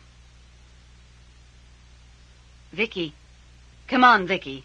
Wake up. Vicki tried to ignore both the voice and the hand gently shaking her shoulder, but in spite of her best efforts, her body betrayed her and began losing its hold on sleep. Finally, she surrendered, muttered an obscenity, and groped for her glasses. Cool fingers gripped her wrist, guiding her search. She didn't bother opening her eyes until she actually had the glasses in place. Not much point when she wouldn't be able to see anything anyway. In the dim spill of light from the hallway, she could just barely make out the darker outline of a man. It had to be Henry. Not only was he the only adult male in the house who habitually wore clothes, but the temperature of his touch was a dead giveaway. Henry, I'm flattered, but I'm exhausted. Get lost. She could hear the smile in his reply. Next time I'll be able to do more of the work. But that wasn't why I woke you. We've got company, and I think you'd better get up. What time is it? 11:33. Vicki really disliked digital watches. Only racehorses and defense attorneys needed to time life to the second. I just got to sleep. Can't it wait until morning? I don't think so. All right. She sighed and swung her legs out from under the sheet. Who is it? Detective Sergeant Michael Salucci. Say what? I heard you the first time. Close the door and turn on the light. He did as she requested, shielding his eyes against the sudden glare. The clothes she'd worn this afternoon would have to do. Salucci had certainly seen her look worse. Are you sure? Very. Cloud checked out the car when it first pulled up. She said she could smell a gun, so I took a quick look. It's Michael Salucci. Keeping in mind how we met, I'm not likely to forget him. Vicki had very little memory of how Henry and Salucci had met, but considering that she was tired and bleeding and about to become a demonic sacrifice at the time, that was hardly surprising. What the hell is he doing here? I don't know. Henry leaned back against the wall and waited while she pulled a T-shirt over her head before he continued. But I thought you might like to be there when we found out. Be there? She stuffed her feet into sandals and stood, running both hands through her hair rather than search for a brush. You couldn't pay me enough to miss this explanation, and if something isn't very wrong that I have to know about immediately, and I'll be damned if I can think of what that might be, I'll have a few words to say in return. Because Henry had every intention of living for another 450 years, he kept his initial response to that clamped firmly behind his teeth. Detective Sergeant Michael Salucci, ma'am. Is Vicki Nelson here? Yes, she's here. Henry's gone to wake her. That isn't necessary. Henry must have seen him approaching the house and recognized him. He's got eyes like an owl, if that's the case. I couldn't see my hand a foot in front of my face out there. Cloud cover's got everything blocked off. It's late. Now I know this is the right place. I can return tomorrow. Nonsense. The woman stepped back out of the way and motioned him into the kitchen. You've driven all the way from Toronto. You might as well wait. She'll be right down. If they'd gone to get her up, he didn't really have a choice. The only thing worse than having Vicki dragged out of bed would be having her dragged out of bed and not staying around to explain why. Slipping his shield and his ID back into his pocket, he followed a gesture into a chair, keeping a wary eye on the huge white dog who watched him from across the room. This is ridiculous. One more night isn't going to make a difference, and she's not going to be happy about being woken up. A red dog came out and sat beside the white. It looked less than happy to see him. It also looked larger, although, considering the size of the first, Salucci found that difficult to believe. He shifted a little in his chair. What, kind of dogs are they? They're descended from an obscure European hunting breed. You've probably never heard of it. Something like wolfhounds? Something like, yes. She pulled out a chair and sat down, pinning him under a curiously intent gaze. My name is Nadine Hirkins-Wells. My husband and I run this farm. Vicki is working for us at the moment. Is there something I should know, Detective? No, ma'am. This doesn't concern you. In fact, Salucci was having a little trouble dealing with a friendship between the man he perceived Henry Fitzroy to be and this woman. Although physically she was quite striking, with her widow's peak and sharp, almost exotic features, the quality of her surroundings said poor white trash. Her wrinkled, sleeveless dress looked as if it had just been picked up off the floor and thrown on. And there's enough stuff scattered around to dress a half a dozen people, provided they're not too fussy about the condition of their clothes. None of the furniture could be less than 10 years old. Clumps of hair had piled up in every corner, and the whole kitchen had a kind of shabby ambiance that indicated money was scarce. Of course, all their spare cash could be going into dog food. He heard footsteps on the stairs and stood, turning to face the door leading into the hall. All right, Salucci, what's wrong? Vicki stopped barely a handspan from his chest and glared up into his face. Someone had better be dying. Her tone added, or someone's going to be. What the hell happened to your head? My what? Oh, that. I was in a car accident this afternoon. I guess I hit the dash. The fingers on her right hand patted the air over the purple and green swelling. The hospital says it's just a bump. Looks bad, but no real damage. Her eyes narrowed, glasses sliding down her nose with the motion. Your turn. Henry, standing just inside the kitchen, hid a smile. Vicki obviously thought Salucci was entitled to hear about the accident. While she was telling him, the challenge dropped from her voice and posture. The moment she finished, it was back. Salucci drew in a deep breath and let it out slowly. Can we talk somewhere privately? Privately? He glanced over her shoulder at Henry. Yeah, privately. As in, I'd like to speak with you alone. Vicki frowned. She'd seen that look before. Politely translated, it meant he was ready to make an arrest. Why he should be aiming it at Henry? We'll go out to your car. I thought you couldn't see in the dark. I know what you look like. She grabbed his arm just above the elbow and propelled him toward the kitchen door, throwing an "I won't be long" to the room in general as they left. The moment they were clear of the house, Peter stretched and said, I wonder why she didn't want to use the living room. Henry grinned. Where you could have heard every word they said? Well, Vicki has a pretty good idea of how well the wearer can hear. He walked to the window and stared across the dark lawn at Salucci's car. And she knows how well I can. Well, he tapped his fingers against the steering wheel. Where to start? It's about your friend, Mr. Fitzroy. Vicki snorted. No kidding. I did some checking into his background. You what? He ignored the interruption and continued. And there are a number of discrepancies I think you should know about. And I suppose you had a good reason for abusing police privilege? The tension in her jaw pulled at her temple, sharpening the pain and spreading it out over her skull, but Vicki didn't dare unclench her teeth. If Salucci had discovered Henry's secret, she had to know about it, and couldn't risk it getting lost in a screaming fight. Later. Salucci could hear the suppressed anger in her voice, could see the tightening of her lips in the pale oval of her face. He had no idea why she was hanging on to her temper, but he knew it wouldn't last, so he'd better use the time he had. Your reason, Salucci? You think what happened last spring wasn't reason enough? Not if you just started searching now. No, I don't. What makes you think I just started searching now? He could see the lighter slash of her smile. It didn't look friendly. You drive all the way from Toronto. You barge into a strange house at 11:30 at night. You have me roused from sleep and dragged from bed. And I'm supposed to believe this is information you've had for months?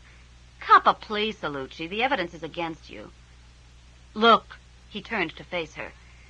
Your friend isn't what you think he is. What do I think he is? This didn't sound good. Oh, I don't know. Salucci drove both hands up through his hair. Hell, yes, I do. You think he's some sort of exotic literary figure who can wine you and dine you and offer you moonlit nights of romance. Vicki felt her jaw drop. But he's got holes in his background you could drive a truck through. Everything points to only one answer. He's got to be deeply involved in organized crime. Organized crime? Her voice came out flat, no inflection. It's the only solution that fits all the facts. She sputtered. She just couldn't help it. She just couldn't hold it in any longer. Salucci leaned toward her, trying to read her expression. When she got over the initial shock, she'd want to hear what he'd found. Vicki managed to repeat organized crime one more time before she lost it. He watched her laugh and wondered if he should smack her. He could always use hysteria as an excuse. Finally, she managed to get hold of herself. Are you ready to listen? He asked through gritted teeth. Vicki shook her head, reached up and brushed the long curl of hair back off his forehead. She didn't have to see it to know it was there.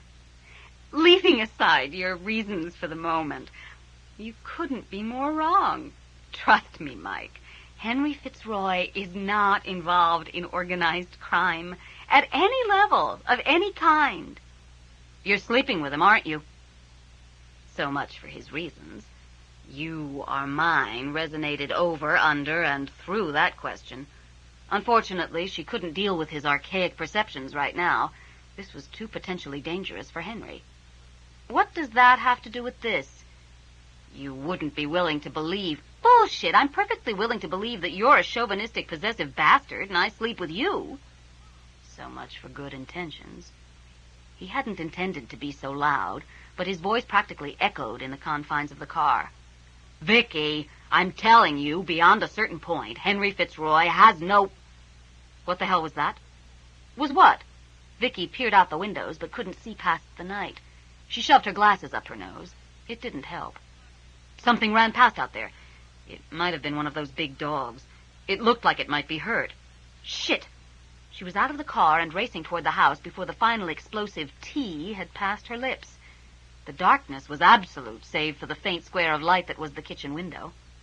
It's a big building. How can I miss it? Then she remembered Henry warning her the first night about the curve in the path. Too late. She stumbled and fell, burying her hands in the loose dirt of the garden. Come on. Salucci heaved her to her feet and kept a tight hold on her arm. If it's that important, I'll be your eyes. They pounded through the kitchen door together, just in time to see a massive russet shape crash to the floor, the fur on its chest a darker, more deadly shade of red.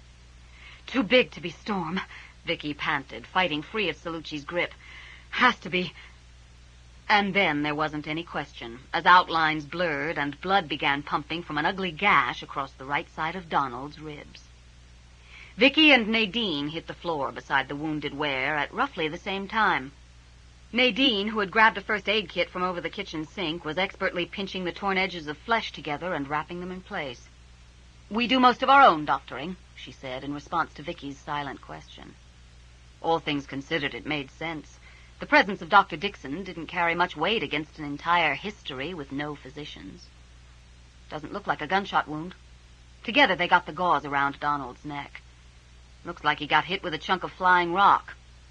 Nadine snorted. Comforting. I thought, Vicki grunted, holding Donald's weight while Nadine continued to wind the gauze, that you'd all agreed to stay out of those fields. It isn't that easy to overcome a territorial imperative. It isn't that easy to overcome a .30 caliber slug, either. What the hell are you two talking about? Salucci took a step forward. What the hell is going on around here? Later, Mike. I think he's going to need a hospital. I think you're right. Cloud. To Salucci's astonishment, the big white dog galloped out of the room. What's it going to do? Call 911? Yes, Vicki snapped, pushing at her glasses with the back of a bloody hand. Henry started across the kitchen. Someone was going to have to take care of Michael Salucci, and, as much as he might wish otherwise, it looked like it was going to have to be him. No need for concern, Detective. It's just werewolves. Coercion would be safer than explanation. Get him outside and twist his mind until he no longer knew exactly what he'd seen. Unfortunately, by the time Henry had covered the 4 meters to Salucci, the situation had changed again. Stewart, who had seen a stranger's car parked at the end of the lane, had grabbed a pair of shorts from the barn and changed before coming to the house. A voice and a pair of hands could often make a difference in an unplanned confrontation, but now he wished he'd stayed with tooth and claw. A member of his pack was down, and the blood scent drew his lips back from his teeth. What's going on? He growled. Donald got hit. Vicki thinks it was a ricochet. There's an ambulance coming. Nadine shot the words out without looking up. He changed as he went out. Stewart turned to face the stranger, hackles rising, ears tight against his head. And this one saw? Yeah, this one saw. Salucci's jaw jutted out at a dangerous angle. And I want some explanations of what I saw, and I want them now. Don't push, Detective. Henry could see that Stewart was close to the edge, and was facing Salucci's aggression the way he'd face a challenge from a dominant male of his own kind. Stay out of this, Fitzroy. His fingers curled into fists. Salucci locked eyes with the man in the doorway. He'd taken as much abuse as he was going to. Dogs did not change into men. I want answers now. The growl was a warning, and something deep in Salucci's hindbrain recognized it as such. He didn't listen. Well, I'm waiting. He didn't have to wait long. His tottering worldview fell and shattered as thumbs were shoved behind shorts, shorts hit the floor, and a great black beast that seemed mostly teeth leapt suddenly for his throat. Then something pushed him back, and Henry and the beast were on the floor. Henry had thrown his good shoulder under the charge and managed to force Stewart's fur form down. With only one arm, however, he couldn't keep him there without injuring him. At least his anger's been redirected. Salucci knew a man couldn't possibly move as fast as Henry Fitzroy was moving. The beast lunged, and Fitzroy was somewhere else, instantly, or as near as made no difference. Again, and again, and again, with barely a heartbeat between. And through it all, came the deep-throated growl of an enraged animal, building to a savage crescendo with each attack. A deadly little dance, Henry realized, as teeth snapped closed on the air beside his hip. Even with one bad arm, he knew he could force the wearer to submit. He was stronger and faster. But then what? Defeat the dominant male and rule the pack? No, thank you, he thought, as they scrabbled through another movement. But he could feel himself responding to the scents and the sounds and the anger, and wondered how much longer he'd be able to maintain control. There has to be a way to break through.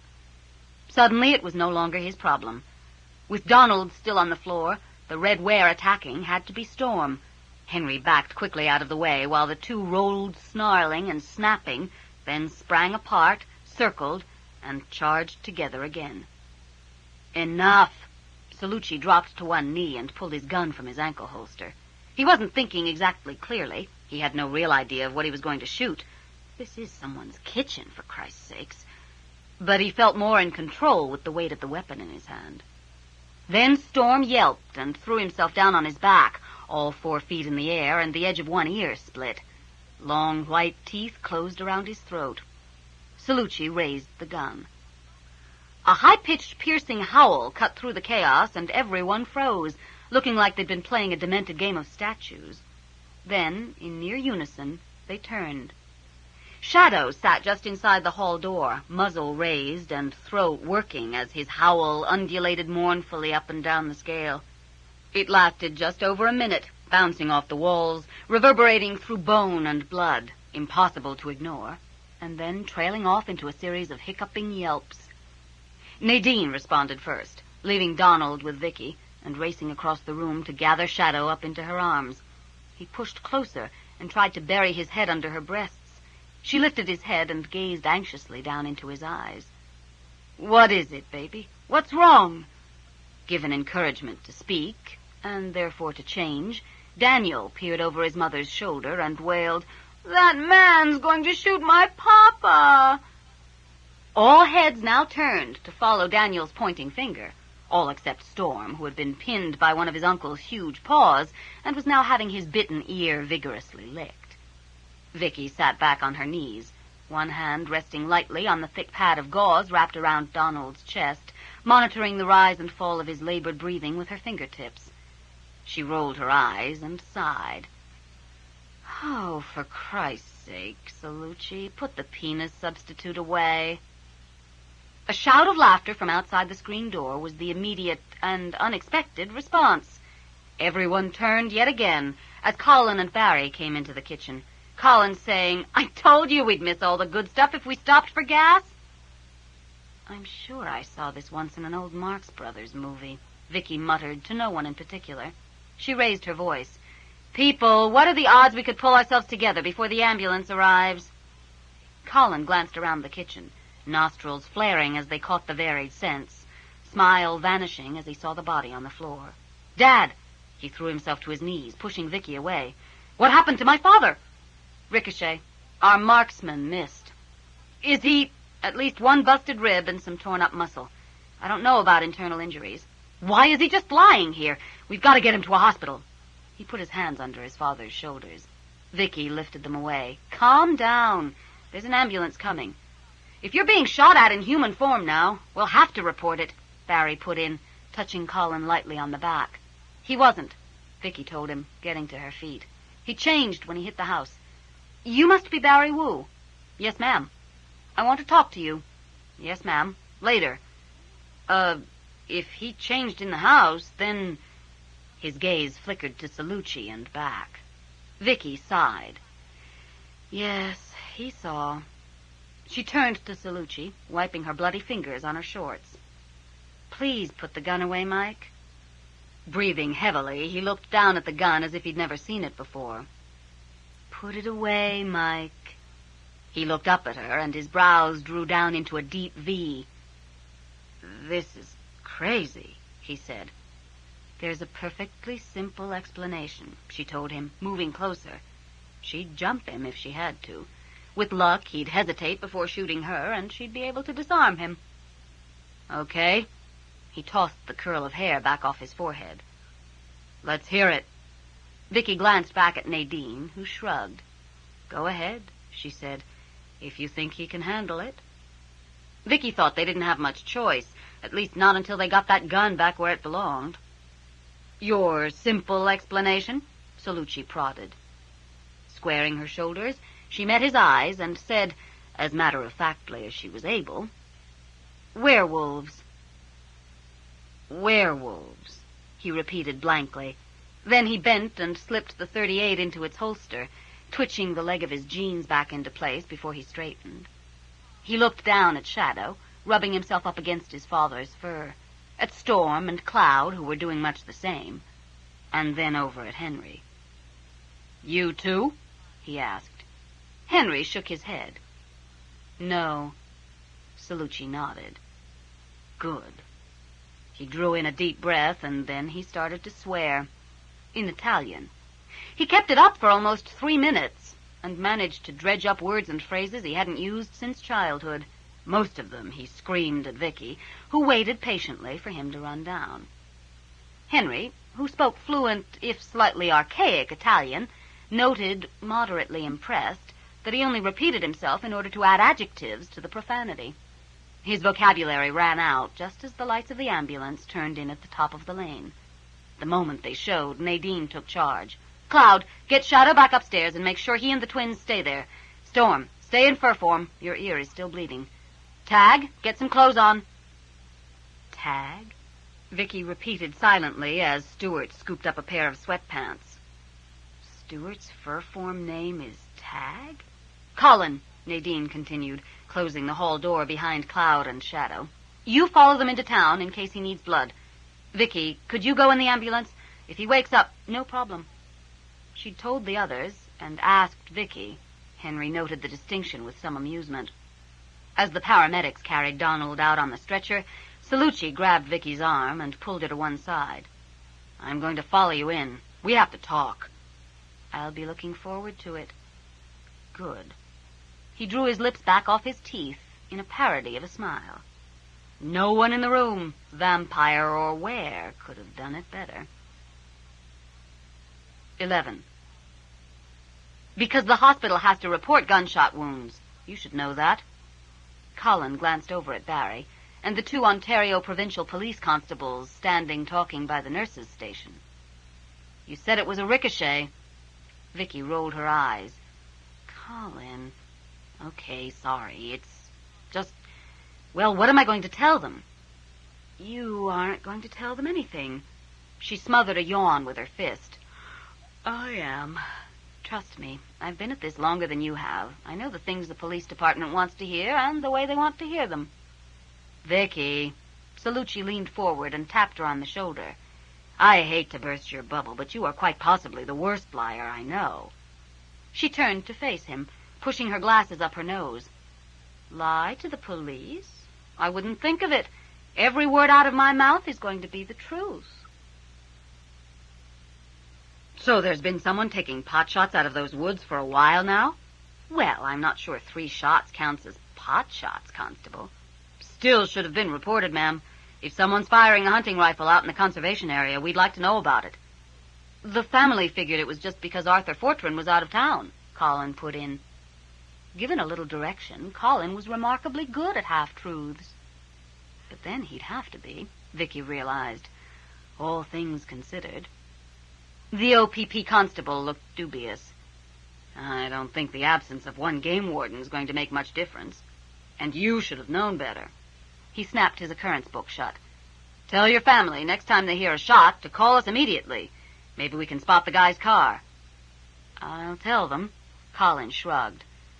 "Yeah, I know, but will they listen?" The constable sighed and glanced over at Vicki. He didn't think much of a Toronto private detective messing around in his neck of the woods, although her police background did lend credibility. His warning to be careful died in his throat when he caught her eye. She looked like a person who could take care of herself, and anything else that crossed her path. "So," he turned back to Colin, "this have anything to do with your Aunt Sylvia leaving?" Colin snorted. "Well, she did say it was the last straw." "Didn't she head up to the Yukon?" Yeah, her brother, my Uncle Robert, has a place just outside Whitehorse. She said it was getting too crowded around here. Your Uncle Jason just took off, too, didn't he? Yeah. Father accused Aunt Sylvia of starting an exodus and threatened to lock Peter Rose and I in the house until things calmed down. Well, frankly, I was surprised he stayed around as long as he did.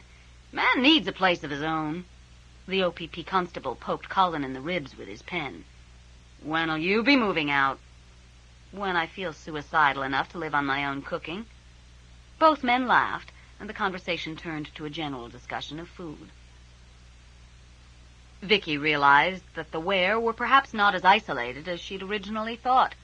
Colin leaving the farm and taking a job had brought them to the attention of the police, if nothing else. Fortunately, the police tended to take care of their own. As for the shooting, she knew there wasn't much the OPP could do. She could only hope that a few extra patrols up and around the area would give her time to find this psycho before anyone else got killed.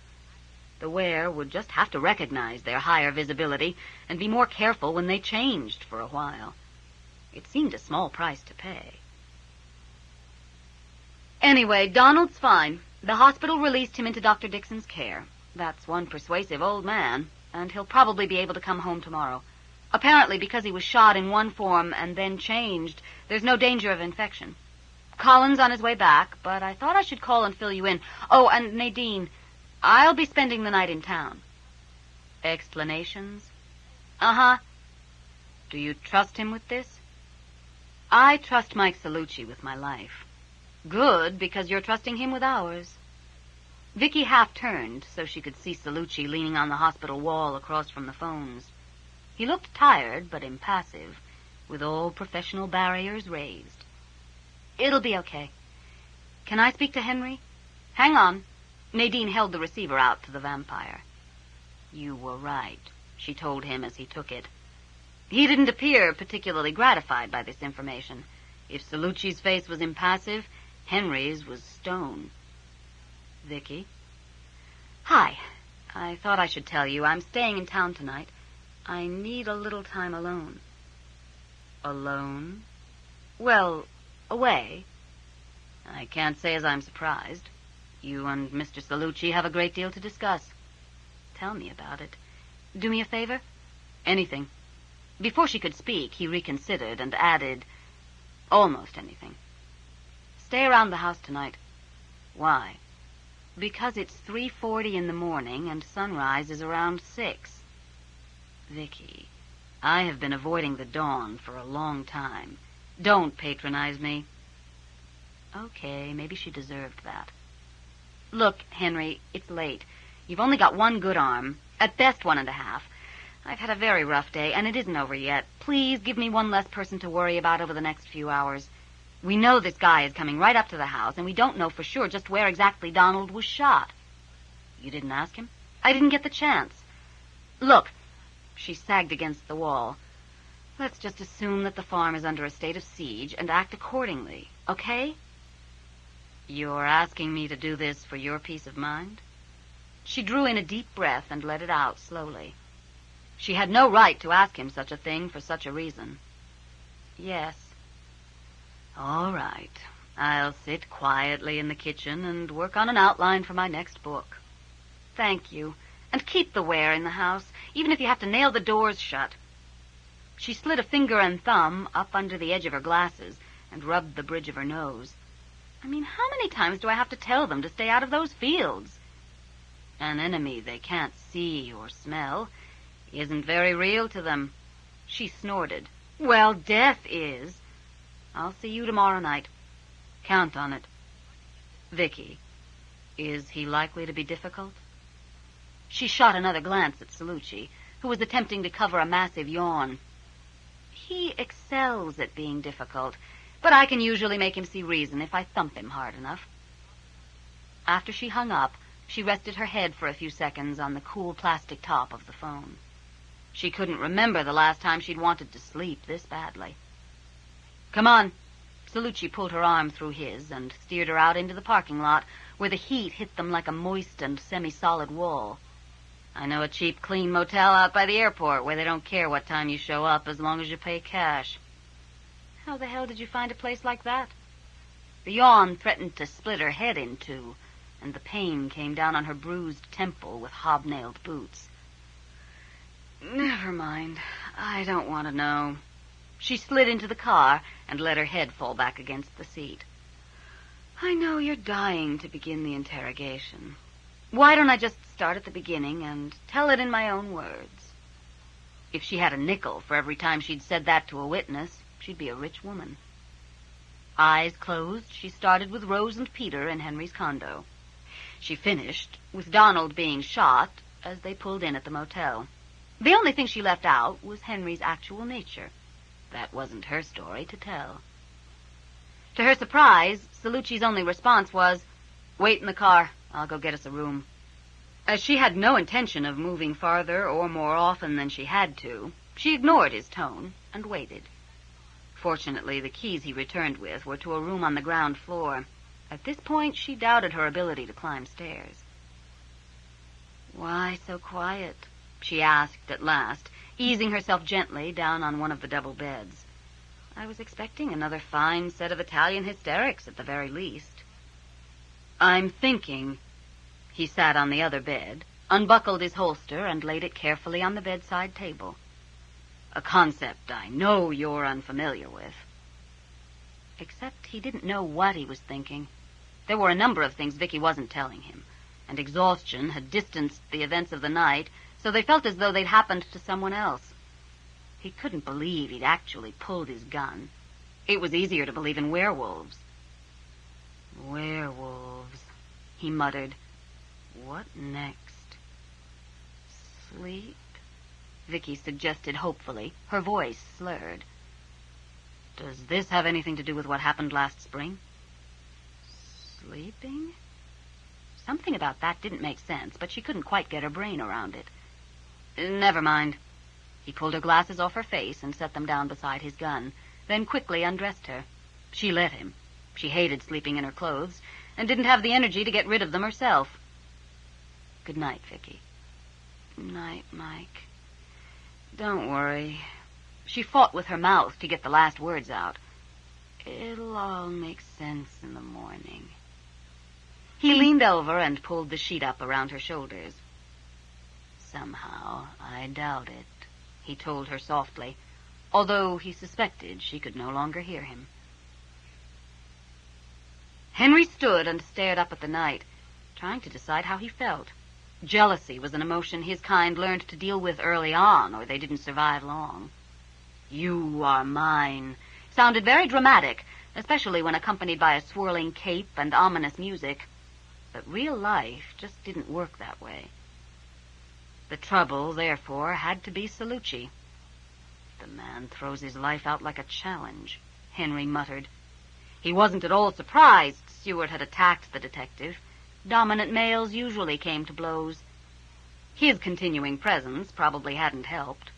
Although he had a special status within the family, while he was around, Stewart remained on edge, instincts demanding that one of them submit. It was the alpha male's responsibility to protect the pack, and his frustration at having to call in outside help had no doubt destabilized Stewart further. Given Salucci's attitude and Stewart's state of mind, a fight had been inevitable. Storm's intervention, on the other hand, had been a complete surprise to everyone involved, including Storm. Cloud must be getting very close for her twin to be behaving so irrationally. Which brought them back around, more or less, to Vicki. Henry grinned. If Salucci was aware, he'd piss a circle around her, telling the world, "This is mine." And then Vicki would get up and walk out of it. "I'm not jealous of him," he told the night, aware as he spoke that it was almost a lie. Can we love? The process had begun, although the final change had not yet been made. Christina turned to him, dark eyes veiled behind the ebony fan of her lashes. "Do you doubt it?" she asked, and came into his arms. He had loved 6 times in the centuries since, and each time it had shone like a beacon in the long darkness of his life. Was it happening again? He wasn't sure. He only knew he wanted to tell Mike Salucci, "The day is yours, but the night is mine." Salucci would be as unlikely to agree to such a division as Vicki would. "You cannot resent what they do in the daylight hours." Christina laid his head upon her breast and lightly stroked his hair. "For if you do, it will fester in your heart and twist your nature, and you will become one of those creatures of darkness they are right to fear. Fear is what kills us." Perhaps when the ware were safe, he would ask her, "Will you give me your nights?" Perhaps. He wanted to touch her, hold her.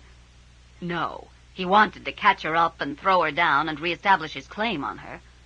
The intensity of his desire frightened him, stopped him. Confused, he sat on the edge of his bed, watching her sleep, listening to the soft sound of her breathing play a counterpoint to the helicopter roar of cheap air conditioning. They'd never had an exclusive relationship. They'd both had other lovers. She'd had other lovers. Mike Salucci forced his hands to relax against his bare thighs and took a deep breath of the chilled air. Nothing had changed between him and Vicki since Henry Fitzroy came on the scene. Suddenly, he couldn't stop thinking about the first 8 months after she'd left the force. They'd had one last bitter fight, and then no contact at all, as the days dragged into weeks and the world had become more and more impossible to deal with. Until she was gone, he hadn't realized how important a part of his life she'd been. And it wasn't the sex he'd missed. He'd missed conversations and arguments, even considering that most of their conversations became arguments. And just having someone around who'd get the joke. He'd lost his best friend and had barely learned to live with the loss when fate had thrown them together again. No one should have to go through that twice. But Fitzroy wasn't taking her anywhere. Was he? "Look, if you think that after last night I'm going meekly back to Toronto, think again. I'm driving you back to the farm. Get in the car." Vicki sighed and surrendered. She recognized Salucci's "there's more going on here than meets the eye, and I'm going to get to the bottom of it regardless of how you feel" tone. And it was just too hot to keep arguing. Besides, if he didn't drive her, someone would have to come out from the farm to get her, and that didn't seem entirely fair. And he already knew about the ware, so what harm would it do with Henry safely locked away? "So," he started the engine and flipped the air conditioning on full. "What are the odds your furry friend is going to go for my throat again?" "Depends." "What are the odds you're going to act like a jackass?" He frowned. "Did I?" Vicki shook her head. "Just when you think he has no redeeming characteristics." "Well," she said aloud, "you did challenge Stuart's authority in his own house." "I was a little upset. Werewolves are a new concept for me. I wasn't myself." "You were definitively yourself," Vicki corrected with a smile. "But I think that under normal circumstances, Stuart will be able to deal with that." They stopped for breakfast at a hotel down the road, and Vicki allowed Salucci to pump her about the case while they ate, giving the waitress only one bad moment when Vicki exclaimed, "And to blow the top of his head off from that distance was one hell of a shot," just as she put the plates down. If Salucci noticed she talked around Henry's involvement, he didn't mention it. She couldn't decide if he was being tactful or deep. "You do realize," Salucci said, mashing the last of his hash browns into the leftover yolk on his plate, "that there are 2 of them out there, one with a shotgun and one with a rifle?" She shook her head, setting down her empty coffee mug with just a little too much force. "I don't think so. This has all the earmarks of being a one-person setup. I know. She raised her hand and cut off his protest. "Henry got shot at twice." Henry's injuries had been considerably downplayed over the course of the conversation. "But one man can operate 2 guns, and up until now there's been no evidence of a second player." Salucci snorted. "There's been bugger all evidence, period. But the tracks, the tree, the type of shot, all point to a single obsessed personality. I think he—" She spread her hands as Salucci's brows went up. "Or she just kept the shotgun handy in case anyone got too close." "Like your writer friend." His tone made it perfectly clear what he thought about both Henry and Henry wandering around in the woods playing the great detective. Henry Fitzroy can take care of himself. Oh, obviously. He stood and tossed a 20 down on the table. That's why he got shot. Twice. Still, I'm amazed you let an amateur wander around out there at night, considering the danger. I didn't know about the shotgun, she protested as they left the coffee shop, then wished she could recall the words the moment they left her mouth. Henry's a grown man, she muttered, getting into the car. I didn't let him do anything.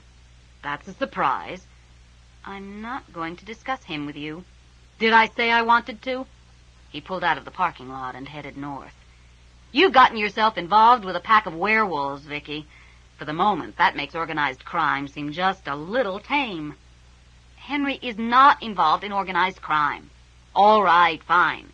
It makes whatever he is involved with seem just a little tame. Vicki pushed her glasses up her nose and slouched down in the seat. That's all you know, she thought. She recognized the set of Salucci's jaw and knew that although he might be temporarily distracted by the wear, he wasn't going to let his suspicions about Henry drop. Fine, Henry can deal with it. In 400-odd years, this can't be the first time. While she had no intention of getting caught in the crossfire, she would be perfectly willing to bash their heads together if it became necessary. Look, she said, just before they reached Highbury Avenue, if you're going to hang around, you might as well make yourself useful. He scowled suspiciously. Doing what? Turn right. You're going to pay a visit to the OPP for me. She had to give him credit for brains. He understood the reason for the visit immediately. You haven't got the firearms registration list, have you? Why the hell not? Well, Vicki flicked the air conditioner vents back and forth a time or two. The OPP and I had a little misunderstanding. She hated admitting even that much, knowing that Salucci would blow it all out of proportion. I'll bet, he grunted, and to her surprise let it drop. 20 minutes later, when he came out of the station, he made up for his silence. A little misunderstanding? He slammed the car door and twisted around to glare at her. Vicki, you may have destroyed any chance of provincial cooperation with local police forces for now and for always. What the hell did you say? She told him. He shook his head. I'm amazed the duty sergeant let you leave the building alive. I take it then that you didn't get the list. Dead on, Sherlock. But I did get an earful concerning proper police procedure. Damn it, I need that list. Should have thought of that before you made the crack about his mother. Salucci stopped the car at the parking lot exit. Which way? Left. Vicki waited until he'd maneuvered the car around the turn and into traffic before she added, I want you to pick up a membership list from the Y. Have you alienated them, too? She supposed it was a legitimate question, all things considered. No, but I have no right to ask them for the list, and they have no reason to hand it over. You, however, are a cop. She poked him in the biceps. Nice people, like those at the Y, are used to trusting the police. If you ask them for their firstborn child, they'll hand the little nipper over. You want me to lie for you? Vicki smiled at him, showing her teeth. You're always bragging about how good you are at it. The nice people at the YMCA proved fully as cooperative as Vicki had suggested, and Salucci threw the membership list of the photography club on her lap as he climbed into the car. Anything else? He grumbled, starting the engine. You're the one who decided to stick around, Vicki pointed out, scanning the membership for names she recognized. No one looked familiar, so she folded it carefully and put it in her purse. That's it for this morning. Let's head out to the farm. I'm desperate for a change of clothes. Although she'd had a lovely long shower behind the locked door of the motel bathroom, she was still wearing yesterday's shorts and shirt, and they were both a bit the worse for wear. I was wondering what that smell was. Piss off, Salucci. You sure you can find your way out of the city? He could, although he had to start from the police station to do it. They drove in silence for a while, Vicki half dozing as she stared out the window at the passing fields and trees and trees and fields, and suddenly she straightened. I think you missed the turn. What are you talking about? I don't remember seeing that ruined schoolhouse before, just because you didn't see it. Look, I've been out this way 3 times now. Twice, she used the word to cut off his next comment, in the daylight when I could see. I think you missed the turn." "You might be right," he conceded, searching the surrounding farmland for landmarks. "Should we turn around now or cut east at the next opportunity?" "Well, county roads are usually laid out on a simple grid pattern. As long as we head south at the first opportunity, we should be fine." "The next east it is, then." Vicki slid down in the seat and braced her knees against the dashboard. They both knew it would make more sense to turn around now and look for the correct crossroad, but Vicki was comfortable and relaxed for the first time in days, and didn't think a few extra moments would make a difference. She understood Mike Salucci. He had come to represent the natural in the face of the supernatural, and that meant she could let her guard down in a way she couldn't with either Henry or the Ware. If they turned and went back, the interlude would only be over that much earlier. She didn't dare guess what Salucci's reasons were for driving on. The side road they turned onto petered out in a farmyard after 6 kilometers. The farmer, not bothering to hide his amusement, gave them directions while his dog marked a rear tire. They'd driven past the south turnoff, thinking it was only a lane. "This thing has more potholes than Spadina Avenue," Vicki grunted, blocking the ceiling's attempt to smack her in the head. "Do you think maybe you could slow down? Just watch for the red barn." The red barn had either fallen or faded. It certainly wasn't where the farmer had said. They finally turned east on the second crossroad, which, after 2 kilometers, swung around a gentle banked curve and headed due south. "We're going to end up back in London at this rate." Salucci sighed. "Hasn't anyone out here ever heard of street signs? There's a building up ahead. Let's see if we can get some coherent directions this time." They'd turned into the driveway before Vicki recognized the white farmhouse. "Lost again, Miss Nelson." Carl Bean approached the passenger side of the car, brushing dirt off his hands. Vicki smiled up at him. "Not this time, Mr. Bean." She hooked a thumb back over her shoulder. "He was driving." Carl bent so he could see into the car and nodded at Salucci, who nodded back and said, "We seem to have taken a wrong turn." "Easy to do in the country," the older man told him, straightening. Vicki thought he looked tired. His eyes were ringed in purple shadows, and the lines running past the corners of his mouth had deepened. "Trouble in the garden?" she asked, and wondered why he started. "No trouble." He rubbed at a bit of mud dried to the edge of his thumb, his hands washing around and around themselves. Well, lost again, Miss Nelson." The words were identical, but the tones sat just this side of insult. "I think you'll have to face the fact that some people aren't cut out for country life." Vicki considered returning a smile as false as the one Mark Williams offered her, but decided not to bother. She didn't like him. She didn't care if he knew it. He pushed past his uncle and leaned into the car, resting one hand on the bottom edge of the open window. "I see this morning you've managed to lead someone else astray." His left hand stretched across Vicki into the car. "Mark Williams." "Salucci. Michael Salucci." They shook briefly. Vicki found herself tempted to take a bite out of the tanned arm as it withdrew. She restrained herself. Time spent with the Ware had obviously influenced her thinking. Besides, odds are I'd catch something disgusting. "What happened to your head?" He sounded concerned. "I had an accident," and it was none of his business. "You weren't badly hurt?" Carl looked down over his nephew's shoulder, brow furrowed. "Just a bump," Vicki assured him. He nodded, satisfied, and she shot Mark a look that warned against further questions. "We're trying to get to the Hirkins farm." Salucci wore his neutral expression, not friendly, not unfriendly, just there. Vicki had one like it. She didn't bother to put it on. "No problem. 3 or 4 kilometers down this road and the first left. Their lane's about 2K in." He laughed companionably. His breath spilled into the car, smelling like mint, and about 2K long once you get there. "Nothing wrong with privacy," Salucci said mildly. "Nothing at all," the other man agreed. He stood and spread his hands, the gold hair on his forearms glinting in the sun. "I'm all for it, myself." "I bet you are," Vicki thought.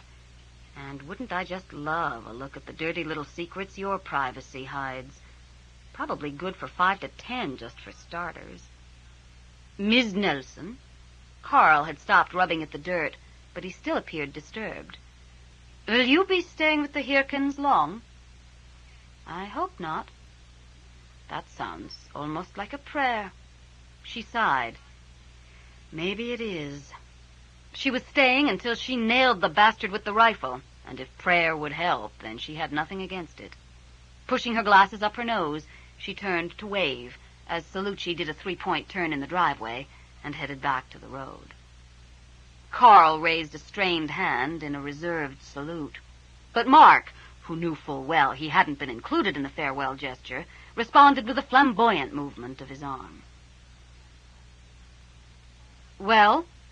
Well, what? He half turned toward her, brows up. You aren't actually asking my opinion, are you? Salucci. He pursed his lips and turned back to face the road. The older man's upset by something, probably the younger. Pity you can't choose your relatives. Given what you told me over breakfast and what I observed just now, my brilliant powers of deduction conclude you like Mr. Bean, who I admit seems to be a decent sort, but you don't like Mr. Williams. Vicki snorted. Don't tell me you do. He didn't seem so bad. Hey, don't assault the driver. Then don't bullshit me. Salucci grinned. What, you want your opinion confirmed? That's got to be a first. Vicki waited. She knew he wouldn't miss an opportunity to tell her what he thought. I think, he continued right on cue, that Mark Williams would sell his own mother if he figured he could make a profit from the deal. I guarantee he's up to something else. His kind always are. Vicki shoved at her glasses, even though they were sitting firmly at the top of her nose. It'd be a cold day in hell before Mark Williams had the discipline to become the kind of marksman who was picking off the wear. Carl Bean turned away the moment the car left the drive. He'd always been able to find peace in the garden, but this morning it had eluded him. He kept hearing over and over the cry of the creature he had wounded in the night. It was not one of God's creatures, so its pain should have no power to move him, but he couldn't block the cry from his mind or his heart. The Lord tested him to see if his resolve was strong. Evil must not be pitied. It must be cast out. 2 cops. Mark Williams pursed his lips thoughtfully. She seems to have brought in reinforcements. It was too bad yesterday's accident hadn't removed the problem, but as he always said, nothing ventured, nothing gained. Even if Ms. Nelson's friend was here to investigate the crash, he'd been very careful to leave nothing on the car that would incriminate him. On the other hand, with the 2 of them rummaging about, he'd better get a move on, or between the police and his trigger-happy uncle, there'd be nothing left of his lovely little plan. Are you going to fight with my father again? Not unless he fights with me.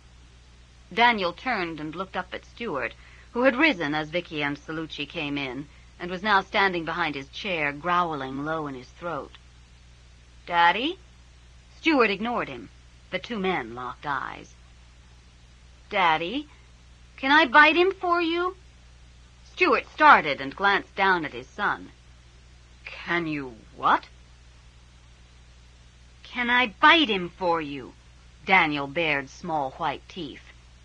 Daniel, you don't just go around biting people. You've been taught better than that. The youngest Ware narrowed his eyes. You were going to, he pointed out. That's different. Why? You'll understand when you're older. Understand what?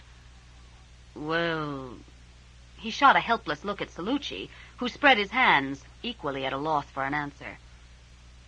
It's a man thing. Daniel snorted. I never get to bite anybody, he complained, kicked the screen door open, and stomped out into the yard. Although laughter might be the spark in the tinder, Vicki couldn't help herself. She collapsed back onto the sagging couch, holding her sides and gasping for breath. A man thing! She managed to wheeze finally, and started up harder than ever. The 2 men looked down at her, and then at each other, expressions identical. Stuart Hirkins Wells. Michael Salucci. Is she with you? Never saw her before in my life. When Vicki came downstairs from changing her clothes, only Nadine was in the kitchen. "Where is everyone?" she asked, shoving her glasses up her nose and setting her bag on the floor. "Well, my daughters are out in the barn chasing rats. My son is hopefully wearing himself out chasing that frisbee." Vicki peered out the kitchen window and saw, to her surprise, Salucci throwing the frisbee for Shadow. "What's he still doing here?" "I think he's waiting for you." Vicki sighed. "You know, when we turned in the lane, I thanked him for his help and told him to get lost. I wonder what made me think he'd listen." "He's a man. I think you're expecting too much of him. Anyway, Rose and Peter are getting dressed to take you back into town, and Tag's gone to check the flock." Which reminded Vicki of something she'd meant to ask. "Tag? He doesn't look much like a Tag." "Maybe not now," Nadine agreed. "But he was the youngest and the smallest in a set of triplets, and I guess it suited him then." "The smallest?" Nadine grinned.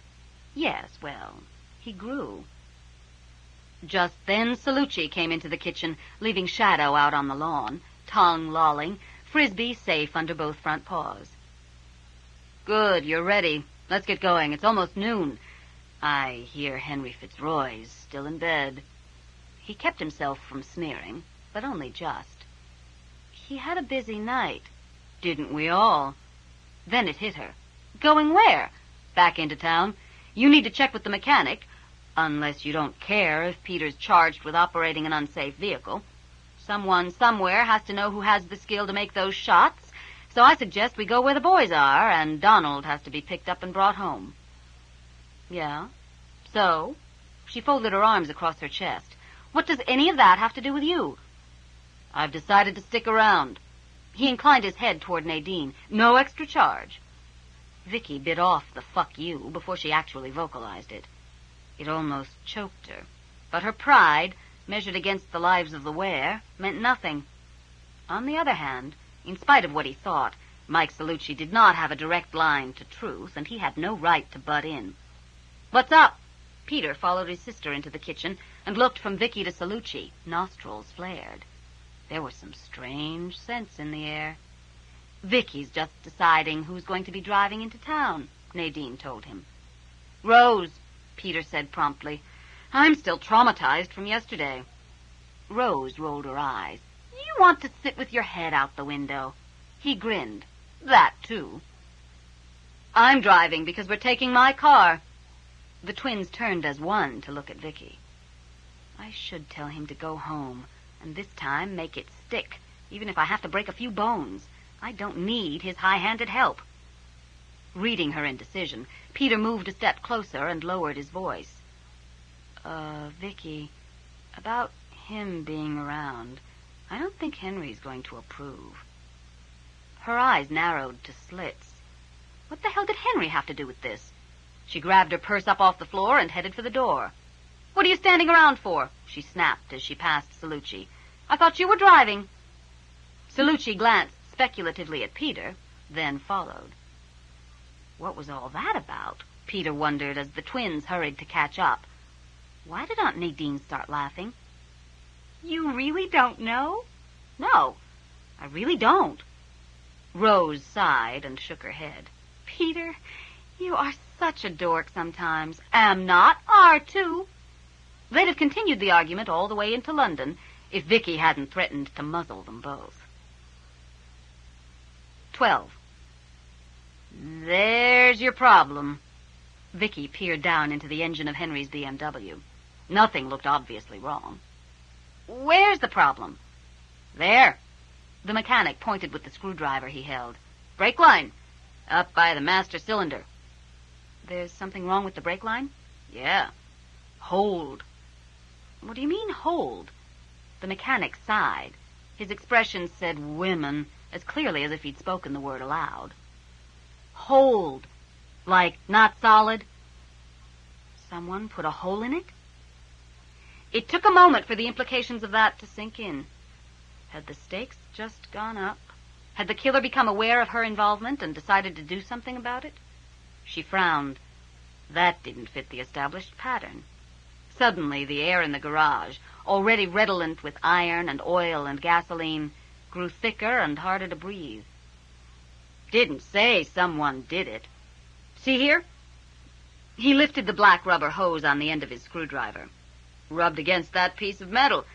Rubbed just right between the ribs and broke through. Shrugging, he let the hose drop. Happens. Brakes work for a while, but lose fluid. Lose enough fluid and... A greasy finger cut a line across his throat. Yes, I know. Vicki straightened. I was there. So you'll be telling the police? Accident. Tough luck. Nobody's fault. He shrugged again and turned to shake his head at the destroyed side of the car.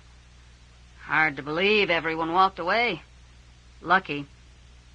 Very lucky, Vicki realized.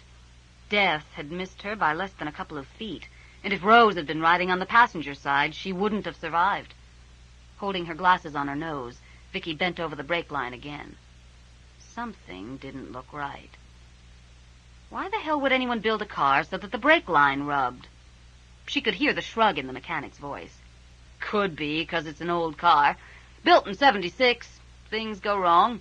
Could have been a mistake on the line. No two cars are exactly alike. All right. It made sense. Bad luck and nothing more had put her and Rose and Peter in the car when that little mistake had paid off. Jesus, if you can't count on a BMW... Except there were two spots bracketing the tear where the yellow markings on the hose showed brighter. Places where accumulated dirt could have rubbed off on someone's fingers as they gave that little mistake a helping hand. Careful not to touch the rubber, Vicki pressed her finger against the protruding bit of metal that had done the actual damage. While not exactly sharp, it held a definite edge. Suppose you wanted to hold someone's brake line and yet made it look like an accident. She gestured down into the engine. How long would it take you to duplicate that? The mechanic looked speculative. Not long. They'd been in the restaurant for an hour and a half. Plenty of time. Intrigued by the idea, he reached down into the car. I'd grab it here. Don't touch it. He jerked back as though stung. I don't think I want to take any chances. I want you to call the police. I have the number of the officer at the scene if you don't. No, I got it. Good. Tell him you found suspicions of tampering, and if nothing else, they should take prints. She had her own small kit. Not exactly high-tech, but certainly up to lifting prints off greasy hoses. If, however, police technology could be brought to bear, so much the better. Why don't you call? Because you're the expert. He scowled at her for a moment, then sighed and said, Okay, lady, you win. I'll call. Now, she suggested. Okay, now. You don't touch nothing while I'm gone. Fine. And you don't touch anything until the ident man has come and gone. The scowl returned. He went 2 steps, stopped, and looked back. Someone tried to kill you, eh? Maybe. Or Peter, or Rose. He shook his head, his expression hovering between respect and disgust. Bet it isn't the first time. He continued to the office without waiting for a reply. Vicki rubbed her right thumb against the faint scars on her left wrist, saw again the inhuman smile, and heard the demon say, So you are to be the sacrifice. A trickle of sweat that had nothing to do with the heat ran down between her breasts, and behind it she could feel her heart begin to race. Death had been so close that a shadow of it remained long after the substance had been defeated. With practiced skill, she pushed the memory away and buried it deep. The world outside the memory seemed strange for a moment. Then she shook her head and forced herself back to the present. Out by the car, Rose was telling Salucci some kind of story that involved a great deal of arm-waving, Peter hovering protectively at her side. When Salucci laughed at something Rose said, Vicki saw Peter's shoulders stiffen. Peter, could you come here, please? Reluctantly, he came. She nodded toward the car. What are the odds that you could pick up someone's scent off a rubber brake line? Peter glanced down into the engine and wrinkled his nose. Slim to none. The smell of the brake fluid is kind of strong. Why? Vicki saw no point in lying. The Ware already knew they were under the threat of death. I think someone engineered yesterday's accident. Wow, Henry's going to be pissed. Henry? Well, they totaled his car. And almost killed us, Vicki reminded him. Oh, yeah. The office door opened and the mechanic walked back into the garage. He didn't look thrilled. Okay, I called.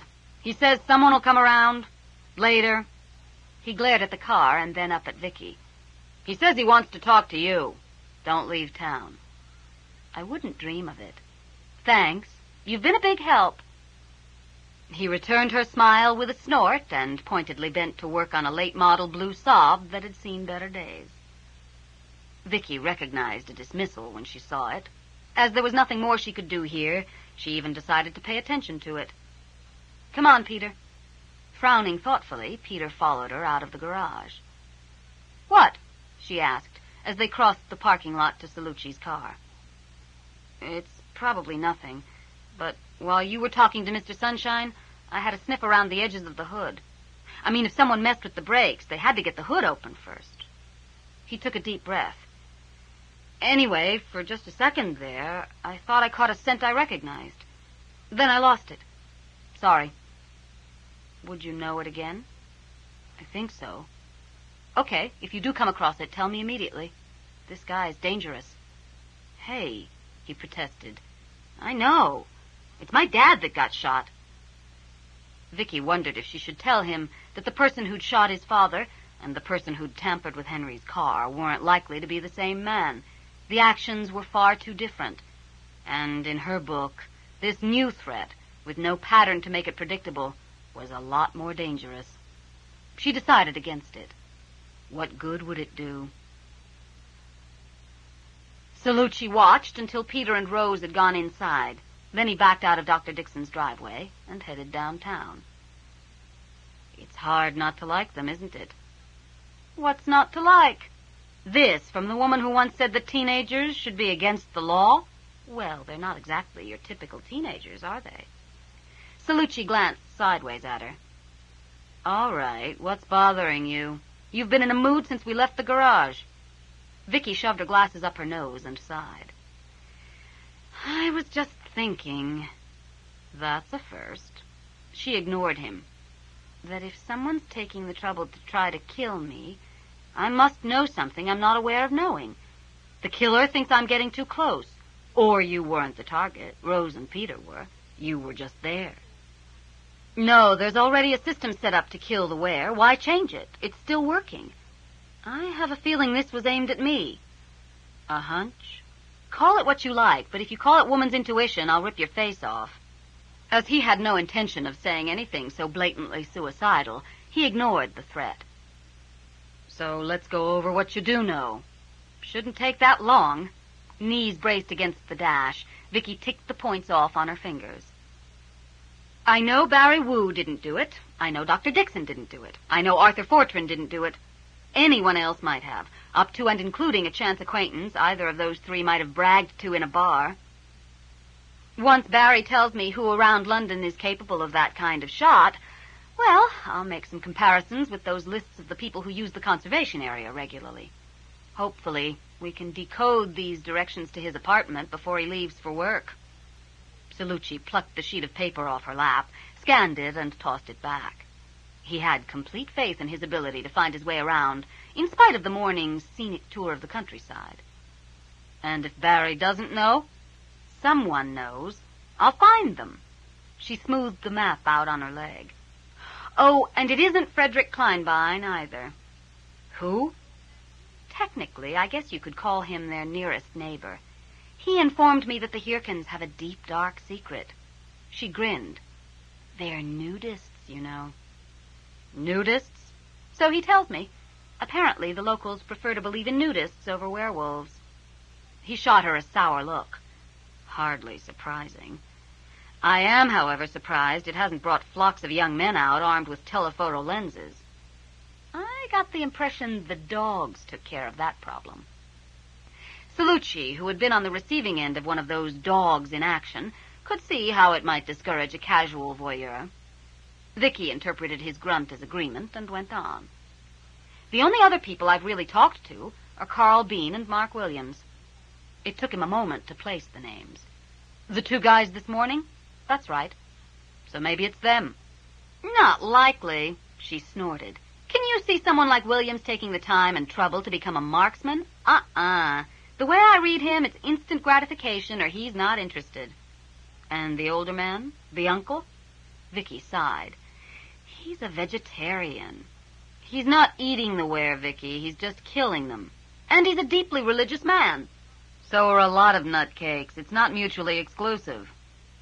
And he gardens. And you like him. She sighed again, flicking the air conditioning vent open and closed. Yeah, and I like him. He seems like such a basically decent person.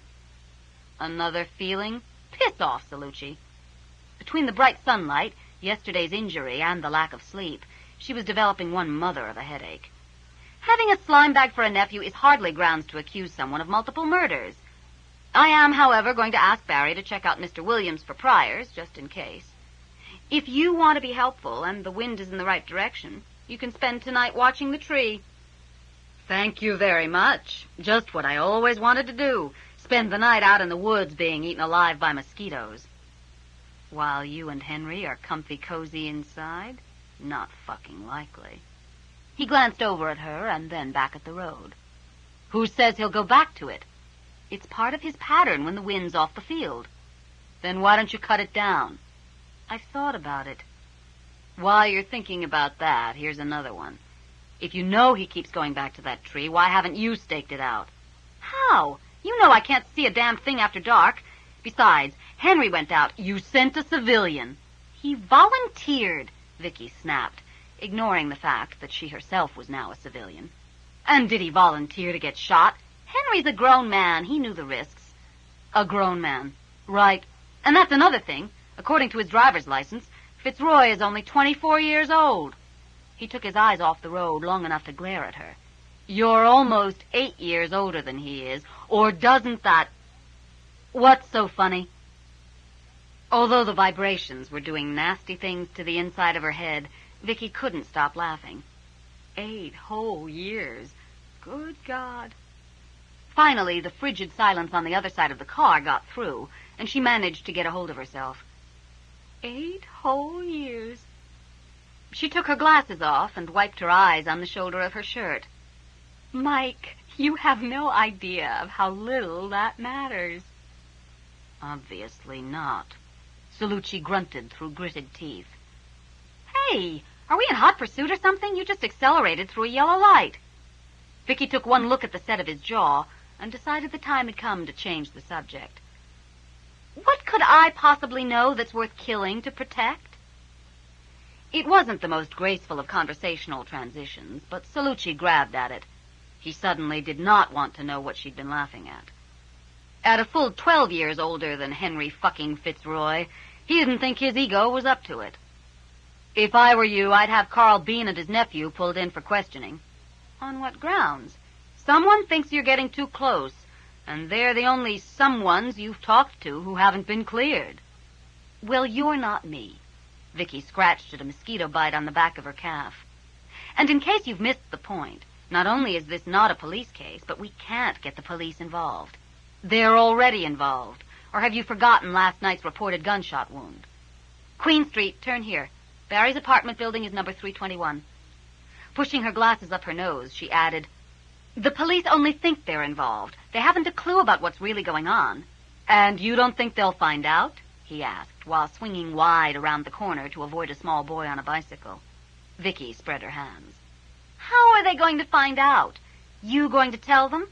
They'll investigate. Sure they will. The OPP will swing around by the conservation area a little more frequently for a couple of weeks, and then something more important than an accidental shooting will come up for them to allot man-hours to. But it wasn't an accident, Salucci pointed out, making an effort and keeping his temper. They don't know that. Vicki forced herself to relax. Clenched teeth just made her temples throb and had no effect on the thick head sitting next to her. Nor are they going to find out. Well, they're going to have to get involved when you find out who's doing the killing. Or, he continued sarcastically, had you planned on arranging an accident that would take care of everything? There, she pointed. 321. Sign says visitors parking is in the rear. The silence around the words spoke volumes. Jesus Christ, Vicki. You aren't going to bring this to trial, are you? She studied the toes of her sneakers. Answer me, damn it. He slammed on the brakes, and almost before the car had stopped, grabbed her shoulder, twisting her around to face him. Trial? She jerked her shoulder free. God, he was so dense sometimes. And what happens to the wear at a trial? The law. They don't want the law, Salucci. They want justice. And if the killer goes to trial, they won't get it. You know as well as I do that the victim goes on trial with the accused. What kind of a chance would the wear have? If you're not white, or you're poor, or God forbid you're a woman, the system sees you as less than human. The wear aren't human. How do you think the system is going to see them? And what kind of a life would they have after it was finished with them? He couldn't believe what he was hearing. Are you trying to convince me, or are you trying to convince yourself? Shut up, Salucci. He was deliberately not understanding. His own neat little worldview gets screwed, and he can't adapt. That's not my fault. His voice rose in volume to match hers. I'm not going to stand around and watch you throw away everything you've believed in for so long. Then leave. You're willing to be judge and jury. Who's to be the executioner? Or are you going to do that, too? They stared at each other for a moment. Then Vicki closed her eyes. The pounding of her heart became rifle fire, and on the inside of her lids she saw Donald bleeding. Then one by one, the rest of the pack sprawled where the bullets dropped them, their fur splattered with blood, and only she was left to mourn. She drew in a long, shuddering breath, and then another, and then she opened her eyes. I don't know, she said quietly. I'll do what I have to. And if that includes murder, leave it, Mike. Please. I said I didn't know. He forced both hands up through his hair, closing his lips around all but one of the things he wanted to say. He even managed to keep his voice sounding reasonably calm. You used to know. Life used to be a lot simpler. Besides, she unhooked the seatbelt, gave a shaky and totally unconvincing laugh, and opened the car door. I haven't even caught the son of a bitch yet. Let's worry about this shit when it hits the fan. Salucci followed her into Barry Wu's building, concern and anger in about equal proportions grinding together inside his head. Life used to be a lot simpler. He sure couldn't argue with that. Most of all, you need a good set of knives. I have the knives. Pah, new knives. Factory edges are crap. I'll have them sharpened this afternoon. Pah! The elderly man pulled a torn envelope out of the mess of papers on the kitchen table and scribbled an address on the back of it. Go here, he commanded as he passed it to his visitor. Last place in town that might do a decent job. Mark Williams folded the paper in half and tucked it in his wallet. A few questions asked around the fur trade had gotten him the old man's name. A 50 had bought him a couple of hours of instruction. Considering what the pelts were going to net him, he considered it money well spent. Okay, listen up. We go over this one more time, and if you go slow, you shouldn't have any trouble. Your first cut is along the length of the belly. Almost a seam there anyway. Then... The problem is there isn't anyone else. In fact, I'm not positive I could make those shots myself. Not at night. Barry stuck his head out of the bedroom where he was getting dressed for work. I haven't done much scope work. What about one of the special weapons and tactics people? His eyebrows drew down. You mean a cop? Salucci sighed. In his opinion, young men always looked petulant when they tried to scowl. You trying to tell me London's never had a bad cop? Well, no. But it's not like we're Toronto or anything. He disappeared back into the bedroom and emerged a moment later, uniform shirt hanging open and carrying his boots. I guess I could ask around, he offered, perching on the edge of the one remaining empty chair. The apartment was a little short of furniture, although both the television and stereo system were first-rate. But frankly, I don't think any of those guys could do it either. He took a deep breath. I know it sounds like bragging, but even considering my lack of scope work, none of them are in my league. Vicki picked Barry's police college graduation picture up from its place of honor on top of the television. Only one of the earnestly smiling faces in the photograph belonged to a visible minority, Barry Wu. Plus 5 women and a werewolf. What a great mix. All the women were white. Technically, so was the werewolf. And the police wonder why community relations are falling apart.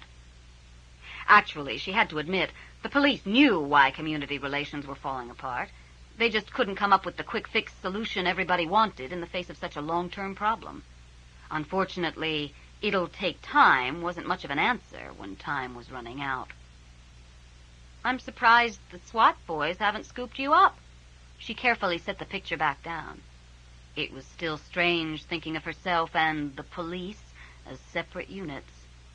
He smiled a little self-consciously. I've been warned the moment I come back with Olympic gold, I'm theirs. The smile faded as he bent to lace his boots. I guess I'd better check them out, hadn't I? Well, if you can find out what their best marksmen were doing on the nights of the murders, it would help. Yeah, he sighed. Pity we didn't have some big hostage crisis those nights that'd clear them. Pity, Vicki agreed, and hid a totally inappropriate smile. The boy, young man, had been completely serious. I just can't believe that someone would be shooting at Colin's family. I mean, he sat up and began buttoning his shirt, fingers trembling with indignation. They're probably the nicest people I know. It doesn't bother you that these people turn into animals? Salucci asked. Barry stiffened.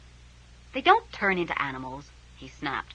Just because they have a fur form doesn't make them animals. And anyway, most of the animals I've met lately have been on 2 legs. And besides, Colin's a great cop.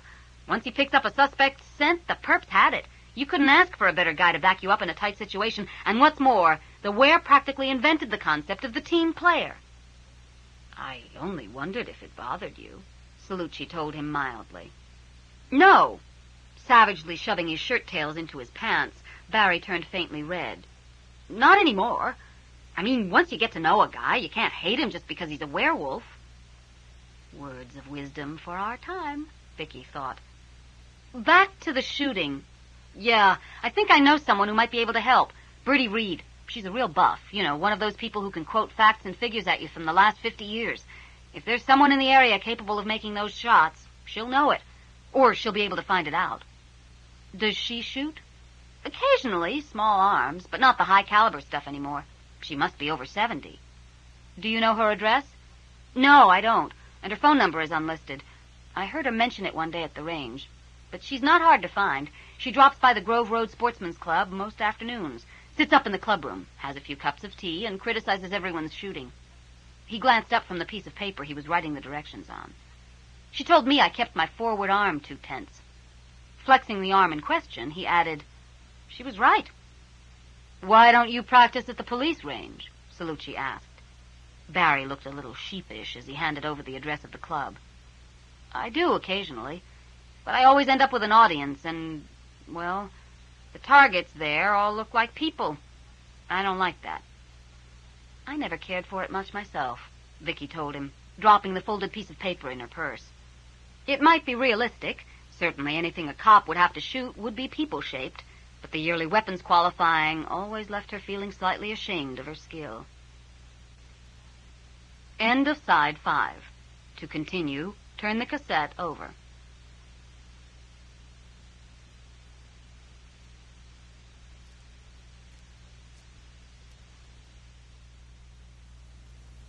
Side 6. Blood Trail by Tanya Huff. Continuing on page 232. They accompanied Barry down to the parking lot, watched him shrug into a leather jacket. I'd rather sweat than leave my elbows on the pavement. And a helmet with a day-glow orange strip down the back, carefully pack his cap under the seat of his motorcycle, and roar away. Vicki sighed, carefully leaning back on the hot metal of Salucci's car. Please tell me I was never that gung-ho. You weren't, Salucci snorted. You were worse. He opened the car door and eased himself down onto the vinyl seat. There hadn't been any shade to park in, not that he would have seen it, given the conversation they'd been involved in when they arrived. Swearing under his breath as his elbow brushed the heated seat back, he unlocked Vicki's door and was busying himself with the air conditioning when she got in. The echoes of their fight hung in the car. Neither of them spoke, afraid it might begin again. Salucci had no desire to do a monologue on the dangers of making moral judgments, and he knew that as far as Vicki was concerned, the topic was closed. But if she thinks I'm leaving before this is over, she can think again. He didn't have to be back at work until Thursday, and after that, if he had to, he'd use sick time. It was more than Henry Fitzroy now. Vicki needed saving from herself. For the moment, they'd maintain the truce. It's almost 2:30 and I'm starved. How about stopping for something to eat? Vicki glanced up from Barry's scribbled directions and gratefully acknowledged the peace offering. Only if we eat in the car on the way. Fine. He pulled out onto the street. Only if it's not chicken. In this heat, the car'll suck up the smell of the kernel, and I'll never be free of it. They stopped at the first fast food place they came to. Sitting in the car, eating French fries and waiting for Vicki to get out of the washroom, Salucci's attention kept wandering to a black and gold Jeep parked across the street. He knew he'd seen it before, but not where, only that the memory carried vaguely unpleasant connotations. The driver had parked in front of an ancient shoe repair shop. A faded sign in the half of the window Salucci could see proclaimed, "You don't look neat if your shoes are beat." He puzzled over the fragment of memory until the answer walked out of the shop. Mark Williams. No wonder I had a bad feeling about it. Williams had the kind of attitude Salucci hated. He'd take out-and-out obnoxiousness over superficial charm any day. He grinned around a mouthful of burger, which certainly explains my relationship with Vicki. Whistling cheerfully, Williams came around to the driver's side of the Jeep, opened the door, and tossed a bulky brown paper package onto the passenger seat before climbing in himself. Had he been in his own jurisdiction, Salucci might have gone over for a chat, just on principle, let the man know he was being watched, try to find out what was in the package. He strongly believed in staying on top of the kind of potential situations Mark Williams represented. As it was, he sat and watched him drive away. With the Jeep gone, a second sign became visible in the shoe shop window. Knives sharpened. Bertie Reed? The middle-aged man sitting behind the desk frowned. I don't think she's come in yet, but... The phone rang, and he rolled his eyes as he answered. Grove Road Sportsman's Club. That's correct. Tomorrow night in the pistol range. No, ma'am. There'll be no shooting while the function is going on. Thank you. Hope to see you there. Damn phones, he continued as he hung up. Alexander Graham Bell should have been given a pair of cement overshoes and dropped off the Continental Shelf. Now then, where were we? Bertie Reed, Vicki prompted. Right. He glanced up at the wall clock. It's only just turned 3. Bertie's not likely to be here for another hour. If you don't mind my asking, what's a couple of Toronto P.I.s want with Bertie anyway? More than a little amused by his assumption that her ID covered Salucci as well, Vicki gave him her best professional smile, designed to install confidence in the general public. We're looking for some information on competition shooting, and Barry Wu told us that Ms. Reed was our best bet. You know Barry? We make it our business to work closely with the police. Salucci had no problem with being perceived as Vicki's partner. Better that than flashing his badge all over London, behavior guaranteed to be unpopular with his superiors in Toronto. And so do we. His voice grew defensive. Gun club members take responsibility for their weapons. Every piece of equipment that comes into this place is registered with both the OPP and local police, and we keep no ammunition on the premises. It's the assholes who think a gun is a high-powered pecker extension, begging your pardon, who start blasting away in restaurants and schoolyards, or who accidentally blow away Uncle Ralph while showing off their new .30 caliber toy. Not our people. Not that it's better to be shot on purpose than by accident, Vicki pointed out acerbically. Still, she acknowledged his point. If the entire concept of firearms couldn't be stuffed back into Pandora's box, better the glamour be removed and they become just another tool or hobby. Personally, however, she'd prefer worldwide gun control legislation so tight that everyone, from manufacturers to consumers, would give up rather than face the paperwork, and the punishment for the use of a gun while committing a crime would fit the crime. And they could use the bastard's own weapon, then bury it with the body. She'd developed this philosophy, when she saw what a 12-gauge shotgun at close range could do to the body of a 7-year-old boy. "Do you mind if we wait for Ms. Reed to arrive?" Salucci asked, before the man at the desk could decide if Vicki's words had been agreement or attack.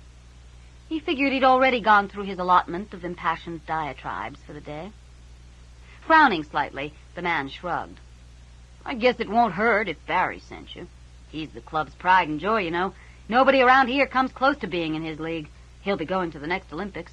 And if there's any justice in the world, coming back with gold." "Damn!" As he reached for the phone, he motioned toward the stairs. "Club room's on the 2nd floor. You can wait for Bertie up there." The club room had been furnished with a number of brown or gold institutional sofas and chairs, a couple of good-sized tables, and a trophy case. A small kitchen in one corner held a large coffee urn, a few jars of instant coffee, an electric kettle, and 4 teapots in varying sizes. The room's only inhabitant at 3 o'clock on a Monday afternoon was a small gray cat curled up on a copy of the Shooter's Bible, who looked up as Vicki and Salucci came in, then pointedly ignored them. From behind the large windows in the north wall came the sound of rifle fire. Salucci glanced outside, then picked up a pair of binoculars from one of the tables and pointed them downrange at the targets. "Unless they're cleverly trying to throw us off the trail," he said a moment later, passing them to Vicki. "Neither of these two are the marksmen we're looking for." Vicki set the binoculars back on the table without bothering to use them. "Look, Salucci, there's no reason for both of us to be stuck here until 4. Why don't you swing around by Dr. Dixon's, take the twins and their father home, and then come back and pick me up?" "While you do what?" "Ask a few questions around the club, then talk to Bertie. Nothing you'd need to babysit me during." "Are you trying to get rid of me?" he asked, leaning back against the cinder block wall. "I'm trying to be considerate." She watched him fold his arms and stifled a sigh. "Look, I know how much you hate waiting for things, and I doubt there's enough going on around here to keep both of us busy for an hour." As much as he disliked admitting it, she had a point. "We could talk," he suggested warily. Vicki shook her head. Another talk with Michael Salucci was the last thing she needed right now. "When it's over, we'll talk." He reached out and pushed her glasses up her nose. "I'll hold you to that." It sounded more like a threat than a promise. "Call the farm when you want me to start back. No point in me arriving in the middle of things." "Thanks, Mike." "No problem."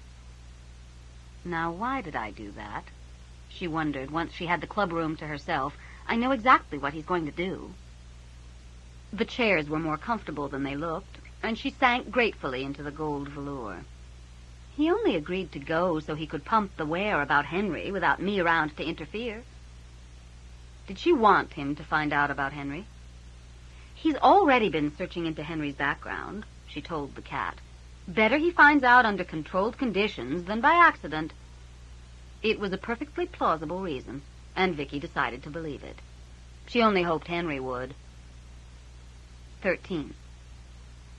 "I'm sorry, you just missed him. He's gone back to bed." "Gone back to bed?" Salucci glanced down at his watch. "It's 10 to 4 in the afternoon. Is he sick?" Nadine shook her head. "Not exactly. But his allergies were acting up, so he took some medicine and went upstairs to lie down." She placed the folded sheet carefully in the laundry basket, reminding herself to inform Henry of his allergies when darkness finally awakened him.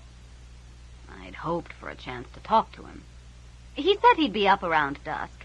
The pollen count doesn't seem to be as high after dark." As she spoke, she reached out to take the next piece of clean laundry from the line and overbalanced. Instantly, Salucci's strong grip on her elbow steadied her. Almost a pity he isn't aware, she thought, simultaneously thanking him and shaking off his hand. And it's a very good thing Stewart is out in the barn. "If you stay for supper," she continued, "you can talk to Henry later." Allergies. Henry Fitzroy did not look like the type of man to be laid low by allergies. As much as Salucci wanted to believe that a writer, and a romance writer yet, was an ineffectual weakling living in a fantasy world, he couldn't deny the feeling of strength he got from the man. He was still more than half convinced the writing covered connections to organized crime. After all, how long could it take to write a book? there'd be plenty of time left over to get involved in a great many unsavory things. Unfortunately, he couldn't wait around indefinitely. Thank you for the invitation, but, Detective? He turned toward the summons. It's Miss Nelson, on the phone for you. If you'll excuse me? Nadine nodded, barely visible under the folds of a slightly ragged, fitted sheet. Nocturnal changes were hard on the linens. Wondering what had gone wrong, Salucci went into the house and followed the red-headed teenager into a small office just off the kitchen. The office was obviously the remains of a larger room, left over when indoor plumbing and a bathroom had been put into the farmhouse. Thank you, He'd met the younger set of twins not 15 minutes before, when they'd appeared to help Peter and Rose get Donald upstairs and into bed. But he had no idea which one this was. Jennifer, she giggled and tossed her mane of russet hair back off her face. I'm the prettier one. Pardon me. Salucci smiled down at her. I'll remember that for next time. She giggled again and fled. Still smiling, he picked up the old black receiver. Probably the original phone from when the line had been put in 30 years before. Salucci. Vicki, who'd learned her phone manners in the same school, had no problem with the lack of pleasantries. She seldom used them herself. I just found out that Bertie Reed won't be in until 5 at the earliest. You going to wait? I don't see as I have an option. Shall I come in? No point, really. Stay around the farm so I can reach you and try to keep the Hirkins from going out to those south fields. Should be safe enough in the daytime. I don't care. No one else gets shot if I have to leash the lot of them. She hung up without asking about Henry. Salucci found that a little surprising, as though she'd known he wouldn't be around. Of course, she could just be showing more tact than usual, but he doubted it. Mulling over possibilities, he returned to the yard and Nadine. It looks like I'll be staying around for a while. The woman Vicki needs to speak with is going to be late. No problem. Which wasn't the exact truth.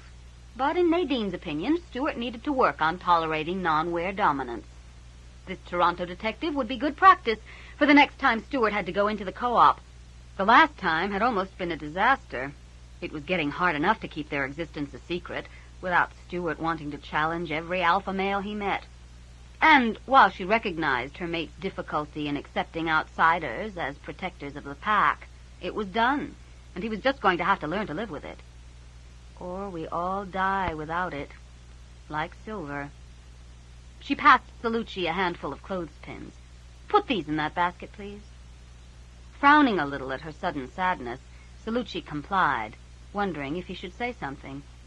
And if so, what? Mom? The perfect picture of 6-year-old dejection, Daniel dragged himself around the corner of the house and collapsed against the step. I want to go to the pond, but there's no one to take me. Daddy's got his head stuck in a tractor, and he says Peter and Rose got to fix that fence up by the road, and Uncle Donald's sick, and Colin's gone to work, and Jennifer and Marie are taking care of Uncle Donald. He let his voice trail off and sighed deeply. I was wondering... Not right now, sweetie. She reached down and stroked his hair back out of his eyes. Maybe later. Daniel's ebony brows drew down. But I want to go now. I'm hot. I can take him. Salucci spread his hands as Nadine turned to look at him. I don't have anything else to do.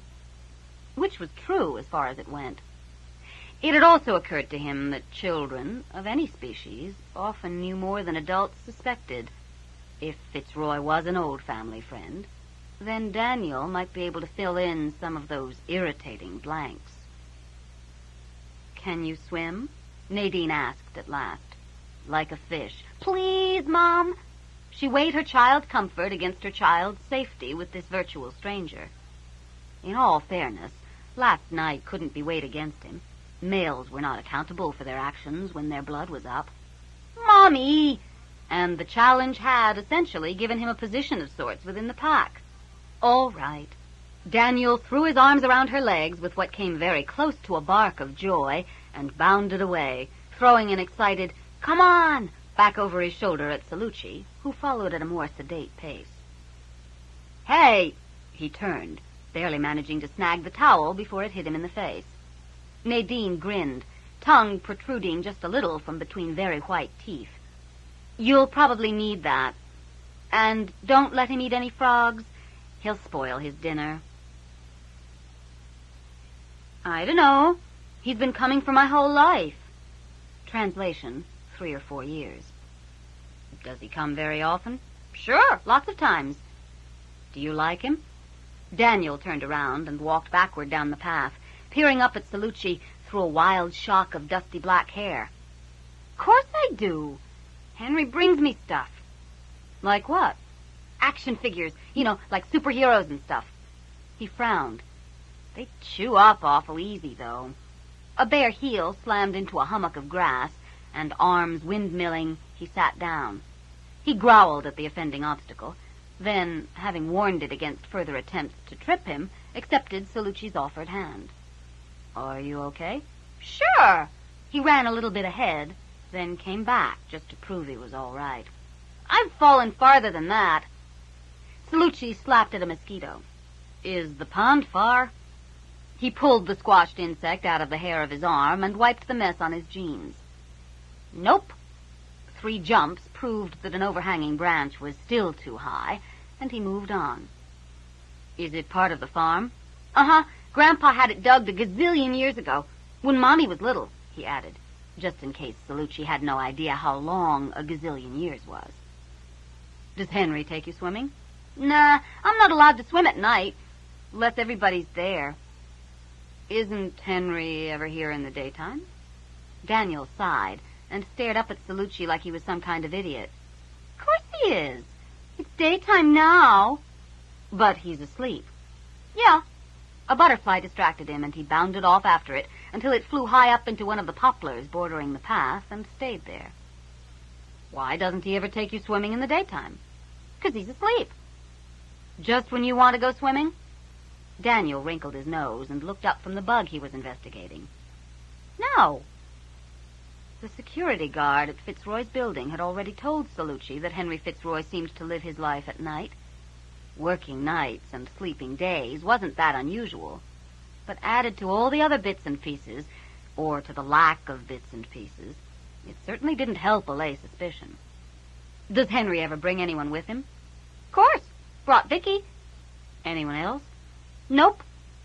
"Do you know what Henry does when he's at home?" Daniel knew he wasn't supposed to tell that Henry was a vampire, just as he wasn't to tell about his family being werewolves.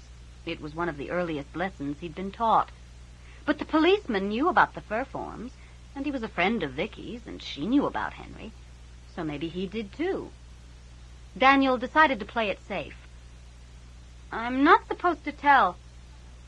That sounded promising. "Not supposed to tell what?" Daniel scowled. This grown-up was real dull. All he wanted to do was talk, and that meant no fur form. Vicki had been lots more fun. She'd thrown sticks for him to chase. "You mad at Henry 'cause he's with your mate?" "She's not my mate," Salucci snapped, before he considered the wisdom of answering the question at all. "You smell like she is." His brow furrowed. "She doesn't, though." He had to ask. "And what does she smell like?" "Herself." This is not the type of conversation to have with a 6-year-old, Salucci reminded himself, as the path opened out into a small meadow, the pond shimmering blue-green in a hollow at the far end. "Oh, boy! Ducks!" Daniel tore out of his shorts and raced across the field, barking shrilly, tail thrashing from side to side. The half-dozen ducks waited until he was almost at the pond before taking wing.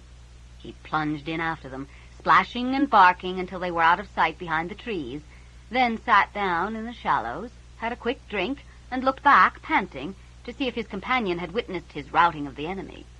Salucci laughed and scooped up the discarded shorts. "Well done," he called. He'd felt a superstitious prickling up his spine when the boy had first changed, but it hadn't been able to maintain itself against the rest of the scene.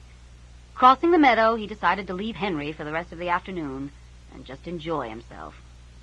"Is it deep?" he asked, arriving at the pond. "About as deep as you near the middle," Daniel told him after a moment's study.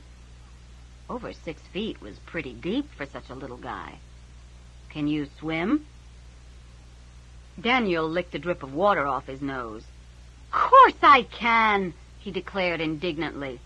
I can dog paddle. Think we'll get this done by supper time? Rose asked, scrubbing a dribble of sweat off her forehead. I didn't think Uncle Stewart gave us an option. Peter panted, leaning on the mallet. He's sure been growly lately.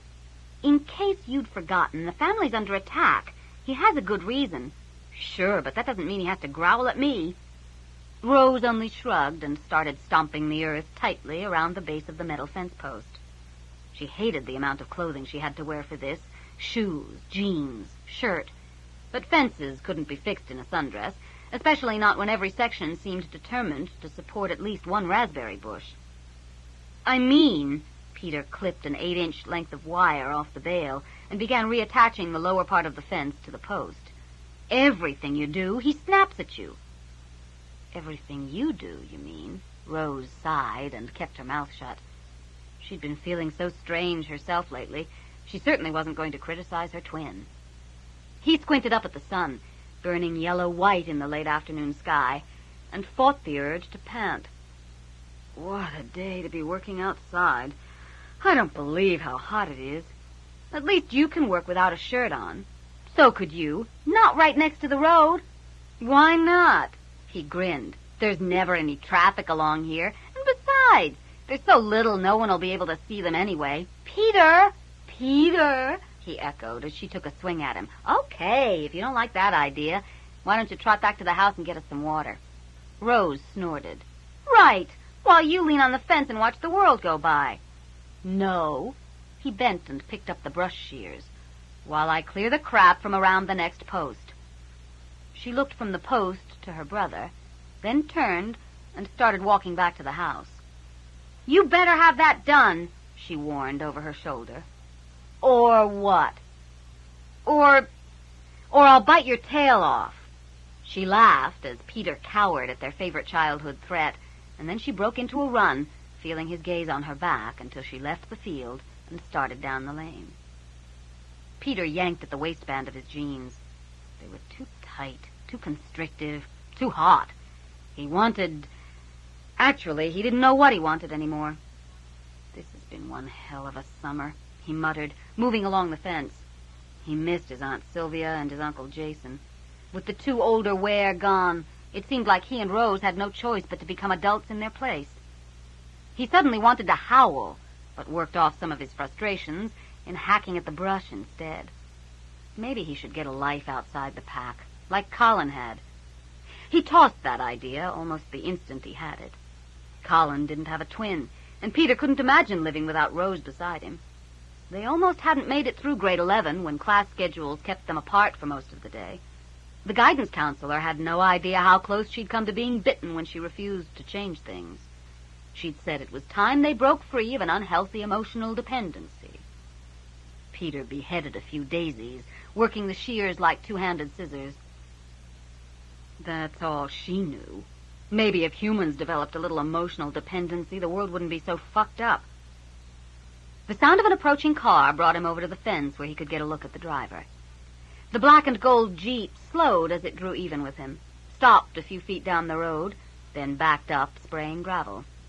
It was the same Jeep that had been parked at the end of the lane Sunday morning when he'd gone to the mailbox to fetch Shadow. Hackles rising, he put down the shears and jumped the fence. Time to find out why this guy was hanging around. Mark Williams couldn't believe his luck. Not only was there a solitary werewolf right up by the road where he could get to it, but it was one of the redheads. One of the young redheads. And in his experience, teenage anythings could be easily manipulated into impulsive, reckless behavior. Even in jeans and running shoes, the creature had a certain wolf-like grace. And as Mark watched it jump the fence and start toward the car, he became convinced that this was the other version of the animal he'd seen by the mailbox yesterday. The set of its head, the expression of wary curiosity, was, given the variation in form, identical. He rolled down the window, having already determined how to take advantage of this chance meeting. He'd always believed he did his best work off the cuff. You one of the Hirkins? Yeah. What of it? You may have noticed me around a bit lately. Yeah. Mark recognized the stance. The creature wanted to be a hero. Well, keep your pants on. You'll get your chance. I've, had my eye on your little problem. What problem's that? He pointed his finger and said, Bang. Hear you lost 2 members of your family this month. I have, The sudden noise startled him, especially when he realized what it was. The creature was growling, the sound beginning deep in its throat and emerging clearly as threat. Mark pulled his arm into the car and kept one finger on the window control. No point taking unnecessary chances. I have information that might help you catch the person responsible. Are you interested? Russet brows drew down. Why tell me? Mark smiled, being careful not to show his teeth. Do you see anyone else to tell? I thought you might want to do something about it. The growling faded and stopped. But never mind. Mark shrugged. Careful now. It's almost hooked. If you'd rather sit safely at home while other people save your family. He started to raise the window. No, wait. Tell me. Got him. My uncle, Carl Bean, the grass-eater? The disgust in the interruption couldn't be missed. Mark hid a grin. He'd been about to say his uncle had seen something through his binoculars while bird-watching, but hurriedly rewrote the script to take advantage of the prejudice of a predator for a vegetarian, even if it did throw his uncle to the wolves, so to speak. Yeah, the grass-eater. He's the one. But no one will believe you if you just tell them. So meet me in his old barn tonight after dark, and I'll give you the proof. I don't believe you. Suit yourself. But just in case you decide your family's worth a bit of your time, I'll be in the barn at sunset. I suppose you can tell your people, anyway. He sighed deeply, shaking his head. But you know that without proof they won't believe you. A grass-eater? Ha! Not any more than you believe me. And if you don't come, you'll have missed your only chance. Not something I'd like to have on my conscience. Mark raised the window and drove away before the creature had a chance to sort out the convolutions of that last sentence and ask more questions. A number of things could go wrong with the plan, but he was pretty sure he'd read the beast correctly, and the risk fell within acceptable limits. He glanced in the rearview mirror to see the creature still standing by the side of the road. Pretty soon it would convince itself that, regardless of the stranger's motives, it couldn't hurt to check out the proof. In the way of the young, it wouldn't bother telling anyone else, not until it was sure. Come on. Save the world. Be a hero. Impress the girls. Mark patted the bundle of leg-hold traps on the seat beside him. Make me rich. Rose got back to the fence with the jug of water, just as the dust trail behind the car began to settle. She'd seen Peter talking to someone, but hadn't been able to either see or smell who it was. Hey, she called. You standing in the road for a reason? Peter started. Peter, what's wrong? Nothing. He shook himself and came back over the fence. Nothing's wrong. Rose frowned. That was a blatant lie. About to call him on it, she remembered the advice Aunt Nadine had given her when she'd mentioned Peter's recent moodiness. Let him have a little space, Rose. It's hard for boys around this age. They'd never had secrets from each other before, but perhaps Aunt Nadine was right. Here, she held out the jug. Maybe this will make you feel better. Maybe. But he doubted it. Then their fingers touched, and he felt the light caress sizzle up his arm and resonate through his entire body. The world went away as he drank in her scent, musky and warm and so very, very close. He swayed. He felt the jug pulled from his lax grip and then the freezing cold splash of water over his head and torso. Rose tried not to laugh. He looked furious, but that she could deal with. I thought you were going to faint, she offered, backing up a step. If we could change, Peter growled, tossing his head and spraying water from his hair. I'd chase you into the next county, and when I caught you, I'd... You what? She taunted, dancing out of his reach, suddenly conscious of a strange sense of power. If only she weren't wearing so many clothes. A rivulet of water worked its way past the waistband of his jeans. Damn it, Rose, that's cold. I'd bite your tail off, that's what I'd do. She laughed then. It was impossible not to, and the moment passed. Come on. She picked up the mallet and headed toward the fence. Let's get this done before Uncle Stewart bites both our tails off. Peter grabbed the bale of wire and followed. But I'm all wet, he muttered, rubbing at the moisture beading the hair on his chest. Quit complaining. Mere moments ago, you were too hot. She lifted the mallet over her head, and the smell of her sweat washed down over him. Peter felt his ears begin to burn, and all at once he came to a decision. He would go to Carl Bean's barn tonight. He toyed with the idea of telling his Uncle Stewart, and then discarded it. One of two things would happen. Either he'd dismiss the information about the grass-eater out of hand and want to know what this human was up to, or he'd believe the information and want to receive the proof himself. Either way, he, Peter, would be out of the action. That wasn't going to happen. He'd tell Uncle Stewart when he had the proof. Present it to him as a fait accompli. That would show the older Ware he was someone to be reckoned with. Not a child any longer. Peter's head filled with visions of challenging the alpha male and winning, of running the pack, of winning the right to mate. His nostrils flared. If he came back with the information that saved the family, it couldn't help but impress Rose. You, the young woman who's waiting to see me? Vicki came awake with a start and glanced down at her watch. It was 6:10. Damn, she muttered, shoving her glasses back up her nose. Her mouth tasted like the inside of a sewer. Here, maybe this'll help. Vicki stared down at the cup of tea that had suddenly appeared in her hand and thought, why not? A moment later, she had her answer. Because I hate tea. Why did I do that? She very carefully set the cup down and forced her scattered wits to regroup. This is the clubroom at the Grove Road Sportsman's Club. So this little old lady in blue jeans must be Bertie Reed in the flesh, such as remains of it. The older woman smiled, showing a mouthful of teeth, too regular to be real. And you must be Vicki Nelson, private investigator. The smile broadened, the face around it compressing into an even tighter network of fine lines. I hear you need my help. Yeah. Vicki stretched, apologized, and watched as Bertie settled carefully into one of the gold velour chairs, teacup balanced precisely on one knee. Barry Wu tells me that if anyone in this city can help, it's you. She looked pleased. He said that? What a sweetie. Nice boy, Barry. Bound to be in the medals at the next Olympics. So everyone says. No, everyone says he'll take the gold. I don't. I don't want to jinx the boy before he gets there. Neither do I want him to feel badly if he comes home with the silver. Second best in the entire world is nothing to feel badly about.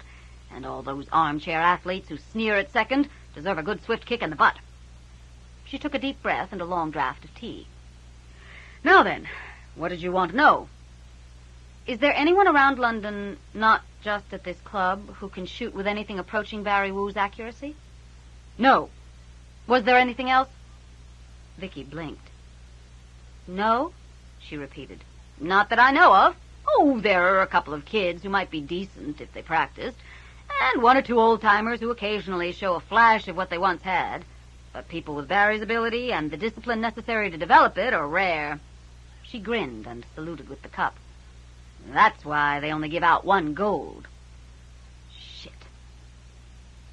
The old woman studied Vicki's face for a moment, then put down the teacup and settled back in the chair, crossing one denim-clad leg over the other, the lime green laces in her high tops, the brightest spot of color in the room. How much do you know about competition shooting? Not much, Vicki admitted. Then tell me why you're asking that question, and I'll tell you if you're asking the right one. Vicki took off her glasses and scrubbed at her face with her hands. It didn't make things any clearer.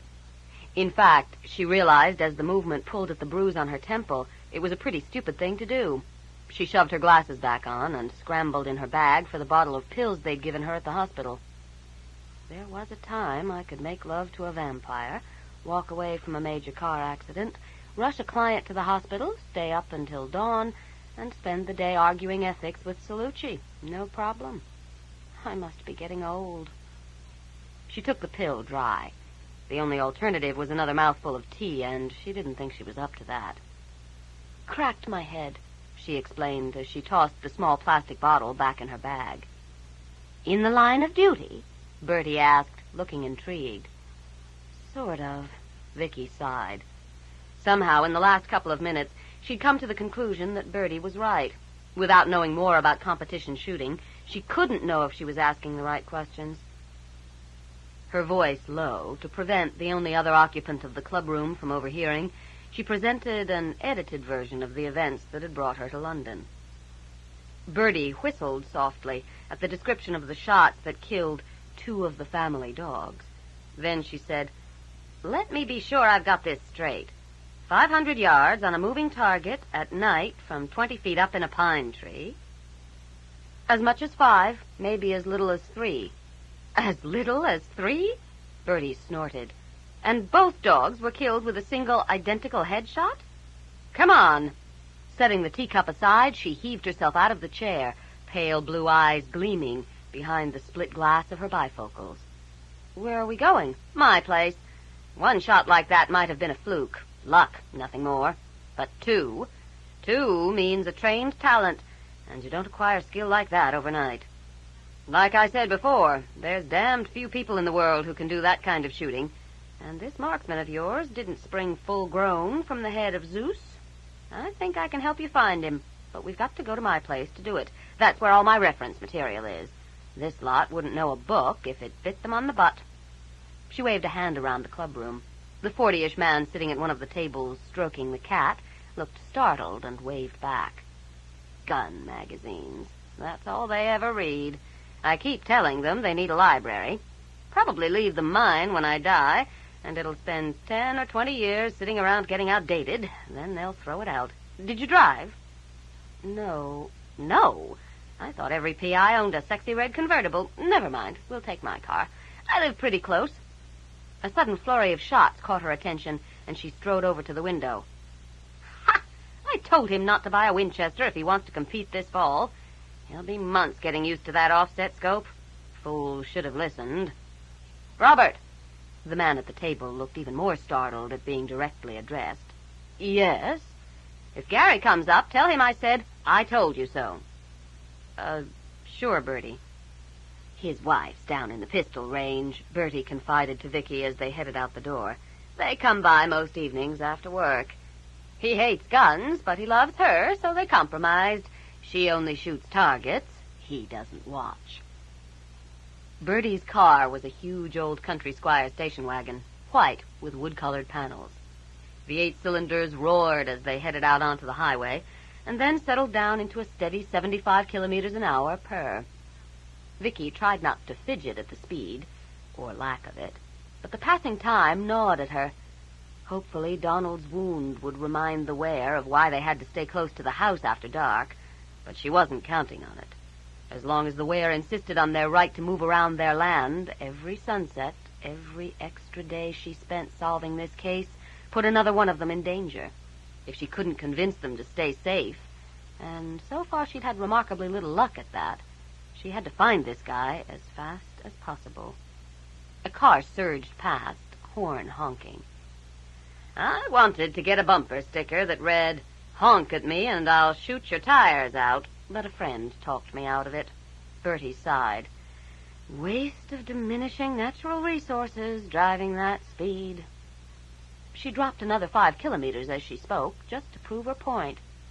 Vicki sighed as well, but her reasons were a little different. 14. Bertie Reed lived in a small bungalow about a 10-minute drive from the range. 10 minutes had anyone else been driving. Vicki sighed silently as she got out of the car and followed the older woman into the house. May I use your phone? I'd better call... Oh, hell, what do I call Salucci? My driver, and let him know where I am. Phone's right there. She pointed into the living room. I'll just go put the kettle on for tea, unless you'd rather have coffee. I would, actually. It's only instant. That's fine. Thank you. Vicki was not a coffee snob, and anything was better than tea. The phone, a white touch-tone, sat on a pile of newspapers beside an overstuffed floral armchair with a matching footstool.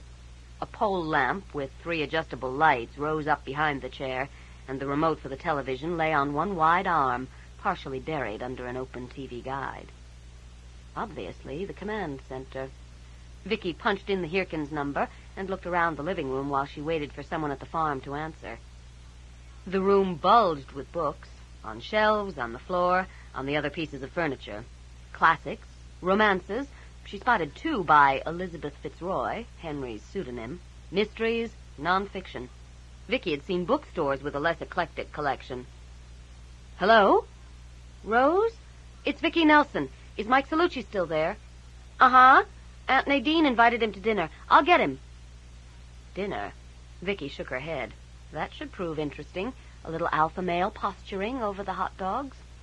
She heard voices in the background. Then someone lifted the receiver. Great timing. We just sat down. You ready to be picked up? No, not yet. Ms. Reed arrived late. I'm at her place now and likely to be for some time. She doesn't know who the marksman is, but she thinks we can find out. How? Anyone as good as this guy is has to have left some kind of a record. And if someone made a record of it, she says she has a copy. But she glanced around the living room. Nothing appeared to be shelved in any particular order. It may take a while to find it. Do you want me to come in? No. The less time she spent with him, the less likely he'd restage the afternoon's fight. And she just didn't want to deal with that right now. Letting Salucci tie her in knots wouldn't help anyone. Her job was to find the killer and stop him, not argue the ethics of the case. I'd rather you stayed there and kept an eye on things. What about Henry? What about Henry? She wondered how his absence had been explained. Salucci swore he always knew when she lied, so she chose her words carefully. He hasn't any training. Christ, Vicki, these are werewolves. I haven't any training. In her mind's eye, she saw him tossing the curl of hair back off his forehead. And that wasn't what I meant. Listen, Mike, I told you what I think of your organized crime theory, and I haven't got time to pander to your bruised male ego right now. You and Henry work it out. The best defense is a good offense. She didn't know where she'd first heard it, but it made sense. I'll call you when I get done. She could hear him speaking as she hung up. He didn't sound happy. Odds are he'll repeat it later, so I haven't missed anything. The early evening sunlight stretched long golden fingers into the living room. Almost 2.5 hours remained until dark. Vicki found herself wishing she could push that pulsing golden ball down below the horizon, releasing Henry from the hold of day. Henry understood, unlike Mike Salucci, who was trying to apply rules to a game no one was playing. And wasn't I just thinking it was nice to have Salucci around, lending an aura of normality to all this? When did my life get so complicated? Cream and sugar, Bertie called from the kitchen. Vicki shook her head, trying to clear the cobwebs. Just cream, she said, moving toward the voice. Nothing to do but keep going and hope it all untangled itself in the end. The second bedroom had been turned into a library, with bookshelves on 3 of the 4 walls and filing cabinets on the 4th. A huge paper-piled desk took up much of the central floor space. The desk caught Vicki's eye. It's called a partnership desk, Bertie told her, caressing a gleaming edge of dark brown wood with a fingertip. It's really 2 desks in a single piece of furniture. She lifted a pile of newspapers off one of the chairs and motioned for Vicki to sit down. Ruth and I bought it almost 25 years ago now. If you don't count the cars or the house, it's the most expensive thing we ever bought. Ruth? Vicki asked, leveling a space on the desk blotter for her coffee. The older woman picked up a framed photograph off one of the bookshelves, smiled down at it for an instant, then passed it over. Ruth was my partner. We were together for 32 years. She died 3 years ago. Heart attack. Her smile held more grief than humor. There hasn't seemed to be much point in house cleaning without her around. You'll have to excuse the mess. Vicki returned the picture. It's hard to lose someone close, she said softly. thinking that Nadine's eyes had held the same stricken look when she'd spoken of her twin. "And I'd be the last person to criticize house cleaning, as long as you can find things when you need them." "Yes, well..."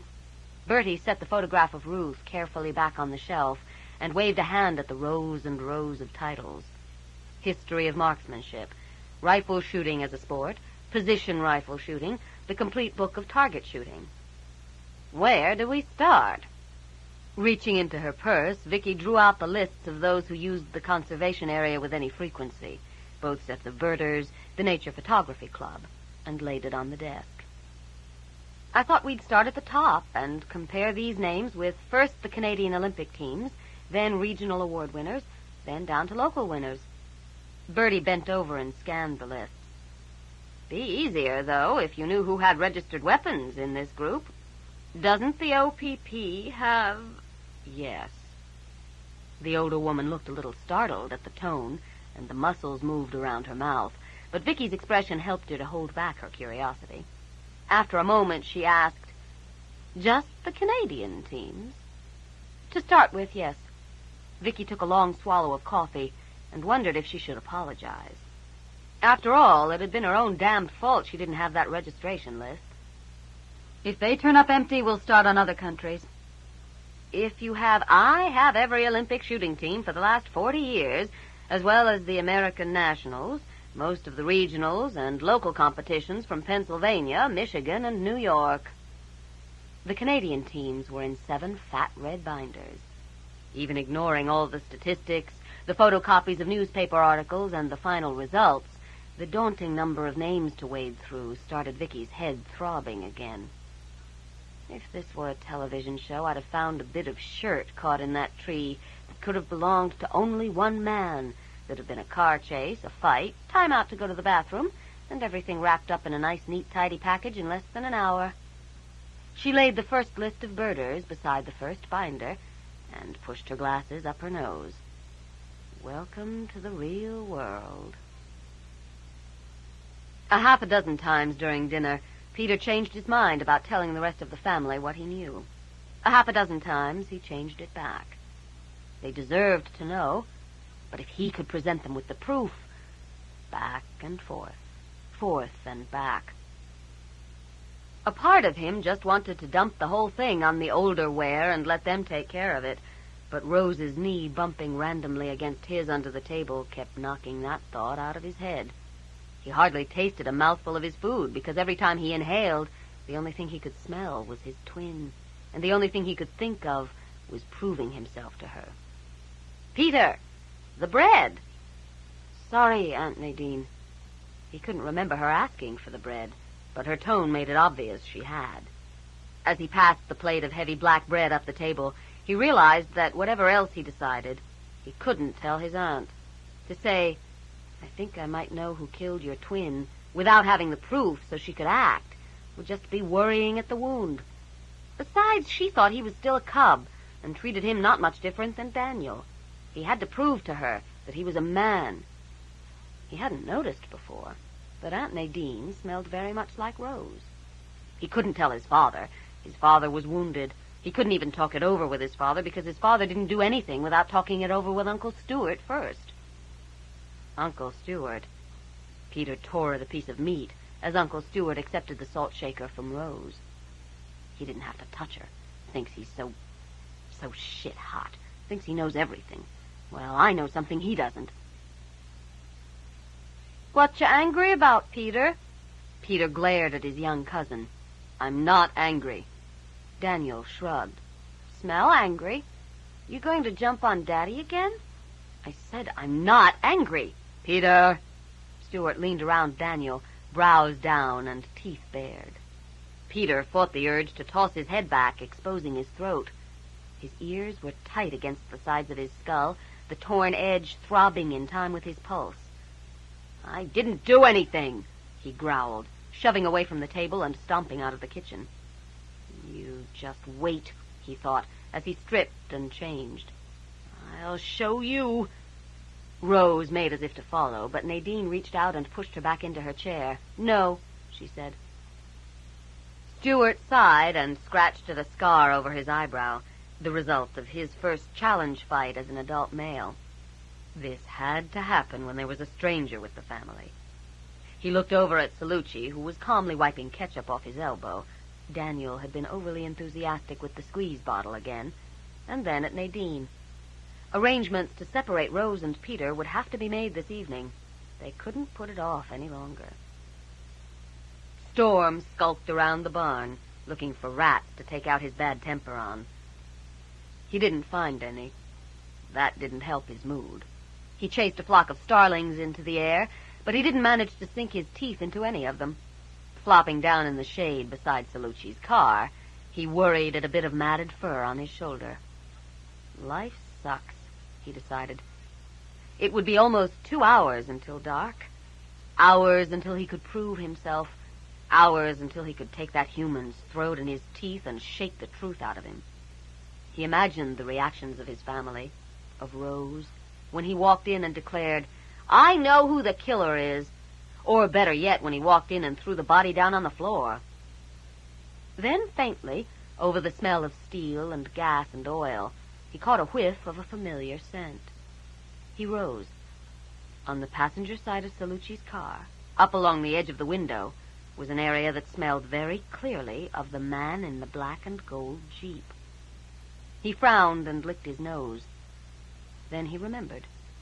The scent he'd caught at the garage, the trace clinging to the hood release of Henry's wrecked car, was, except for intensity, identical to the scent here and now. This changed things. Tonight's meeting could only be a trap. Storm scratched at the ground and whined a little in his excitement. This was great. This alone would convince everyone to take him seriously. "Peter?"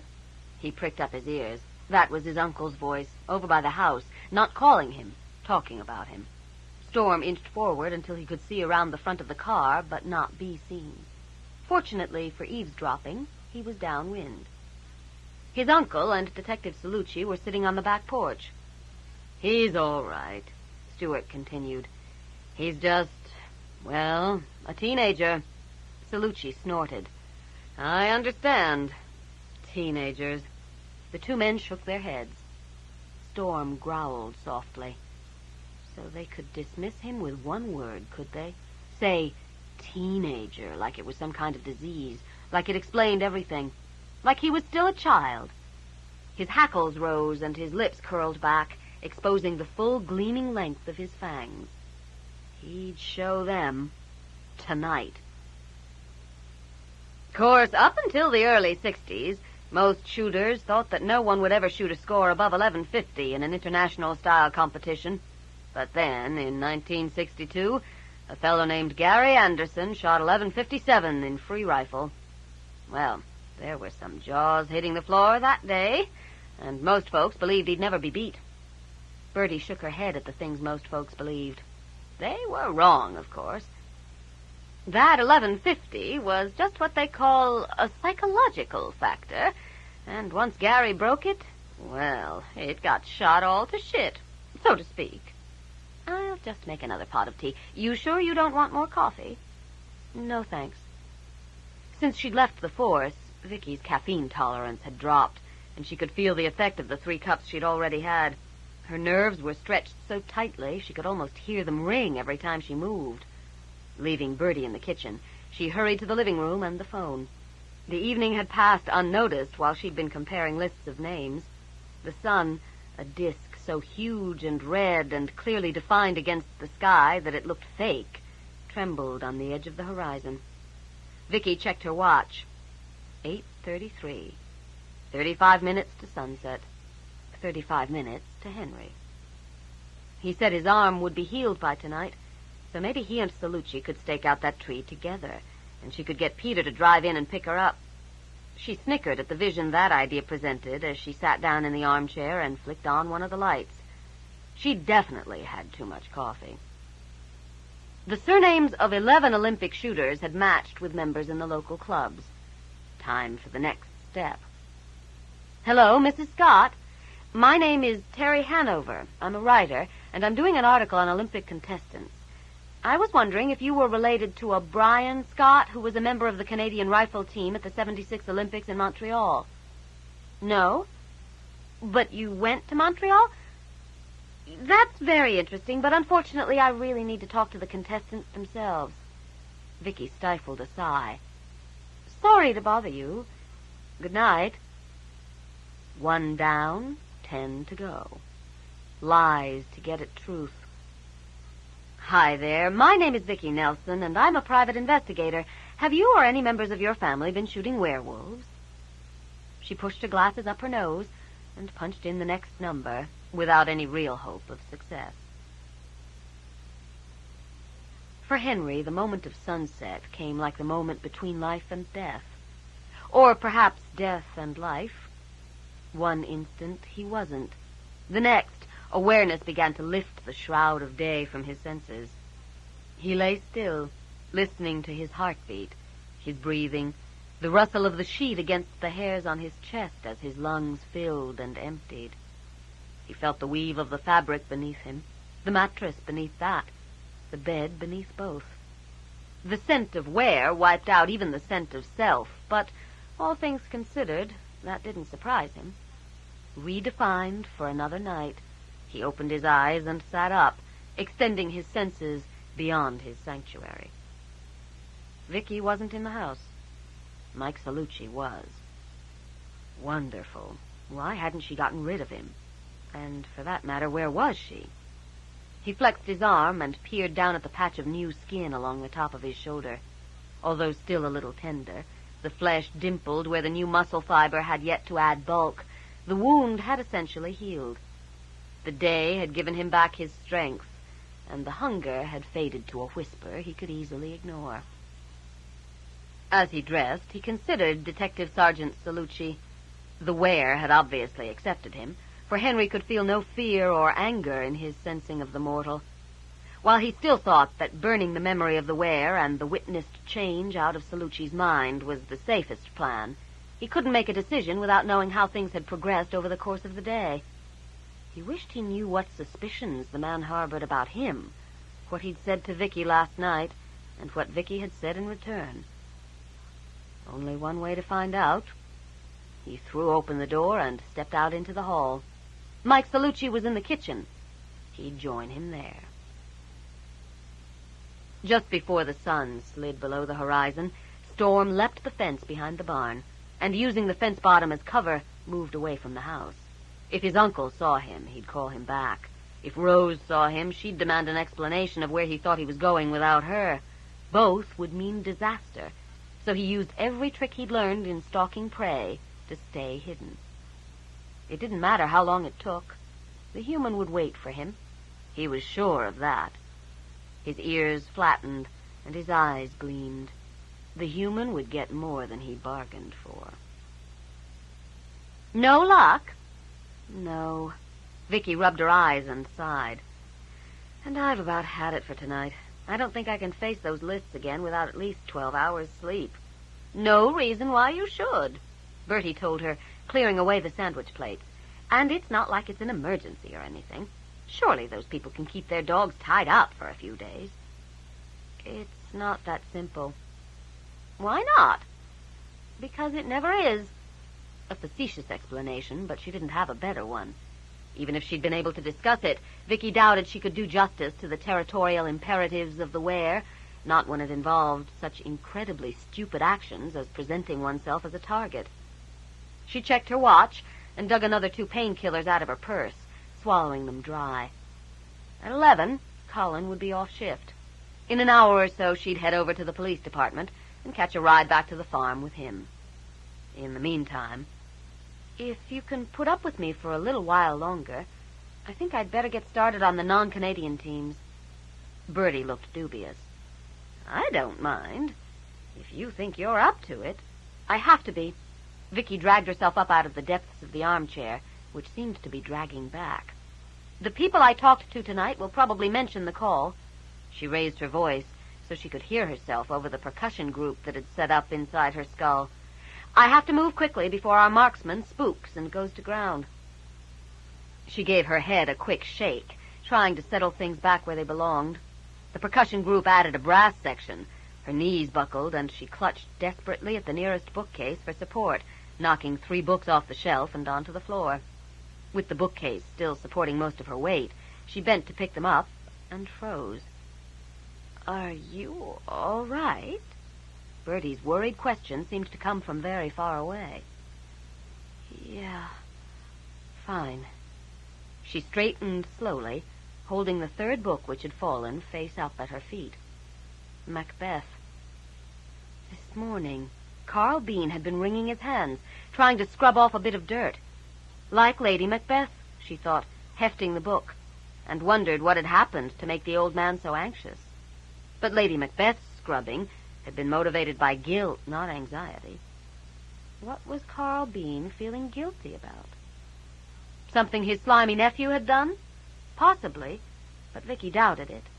She'd bet on Carl Bean being the type of man who took full responsibility for his actions and expected everyone else to do the same. If he felt guilty, he'd done something. Vicki still couldn't believe he was a murderer, and she knew that her belief had nothing to do with it. Most murders are committed by someone the victim knows. Strongly held religious beliefs had justified arbitrary bloodbaths throughout history. It wouldn't hurt to check him out, just to make sure. He hadn't been on any of the Canadian teams, but Bean was a European name, and although he didn't have an accent, that didn't mean much. "Are you sure you're all right?" Bertie asked, as Vicki turned to face her.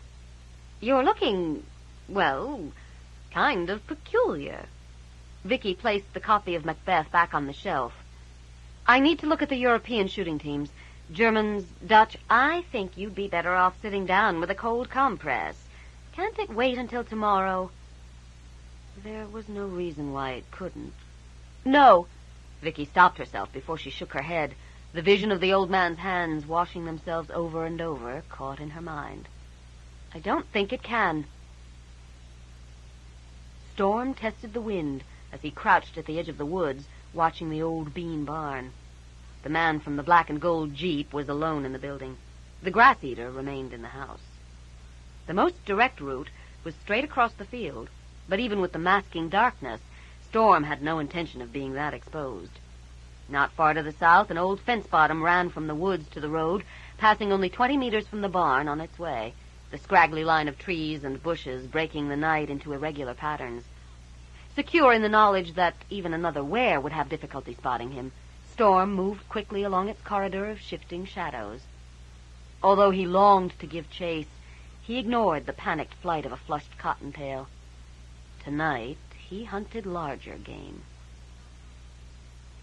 Neither the East nor West Germans had ever had a Carl Bean on their shooting teams.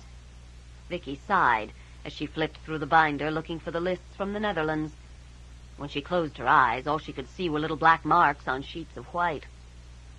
The way people move around these days, Bean could come from anywhere.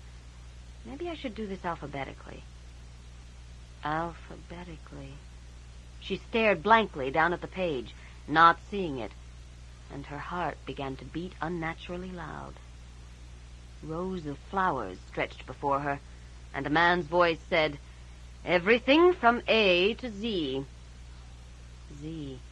Canadians pronounced the last letter of the alphabet as Z. Americans said Z. She reached for the binder that held the information on the U.S. Olympic teams, already certain of what she'd find.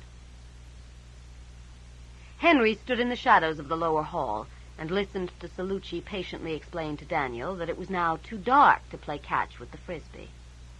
He hadn't thought the mortal the type who cared for children, but then he hadn't thought much about this mortal at all.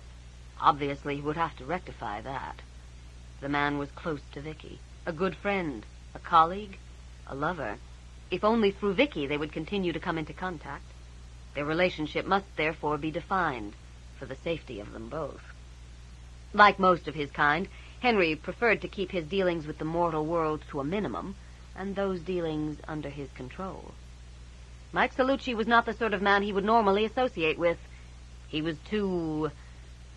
Henry frowned. Too honest? Too strong? Was this where a prince had fallen, then, avoiding the honest and the strong for the weak and the rogue? In his life, he had commanded the loyalty of men like this one. He was not now less than he had been. He stepped out into the light. Mike Salucci didn't hear Henry's approach, but he felt something at his back and turned. For a moment, he didn't recognize the man who stood just inside the kitchen door. Power and presence acquired over centuries hit him with an almost physical force, and when the hazel eyes met his, and he saw they considered him worthy, he had to fight the totally irrational urge to drop to one knee. What the hell is going on here? He shook his head to clear it, recognized Henry Fitzroy, and to cover his confusion, snarled, "I want to talk to you." The phone rang, freezing them where they stood. A moment later, Nadine came into the kitchen, glanced from one to the other, and sighed. "It's Vicki.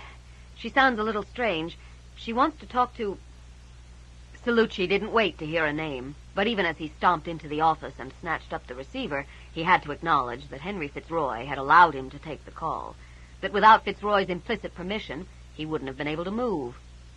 If that man's nothing but a romance writer, He couldn't think of a sufficiently strong comparison. "What?" "Where's Henry?" "Why?" He knew better than to take his anger out on Vicki. He did it anyway. "Want to make kissy face over the phone?" "Fuck off, Salucci." Exhaustion colored the words. Carl Bean was a member of the American shooting team in the 1960 Summer Olympics in Rome. Anger no longer had a place in the conversation, so he ignored it. "You found your marksman, then?" "Looks that way." She didn't sound happy about it. "Vicki, this information has to go to the police. Just put Henry on. I don't even know why I'm talking to you." "If you don't report this, I will." "No, you won't." He'd been about to say that their friendship, that the where, couldn't come before the law, but the cold finality in her voice stopped him. For a moment, he felt afraid. Then he just felt tired.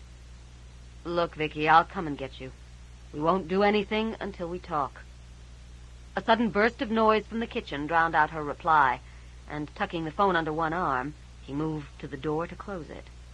Then he stopped, and he listened. And he knew. Good cops don't ever laugh at intuition. Too often a life hangs in the balance.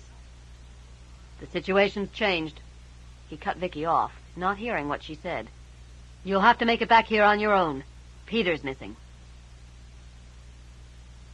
Storm crept across the open 20 meters from the fence bottom to the barn, crouched so low the fur on his stomach brushed the ground. When he reached the stone foundation of the barn wall, he froze. The boards were old and warped, and most had a line of light running between them.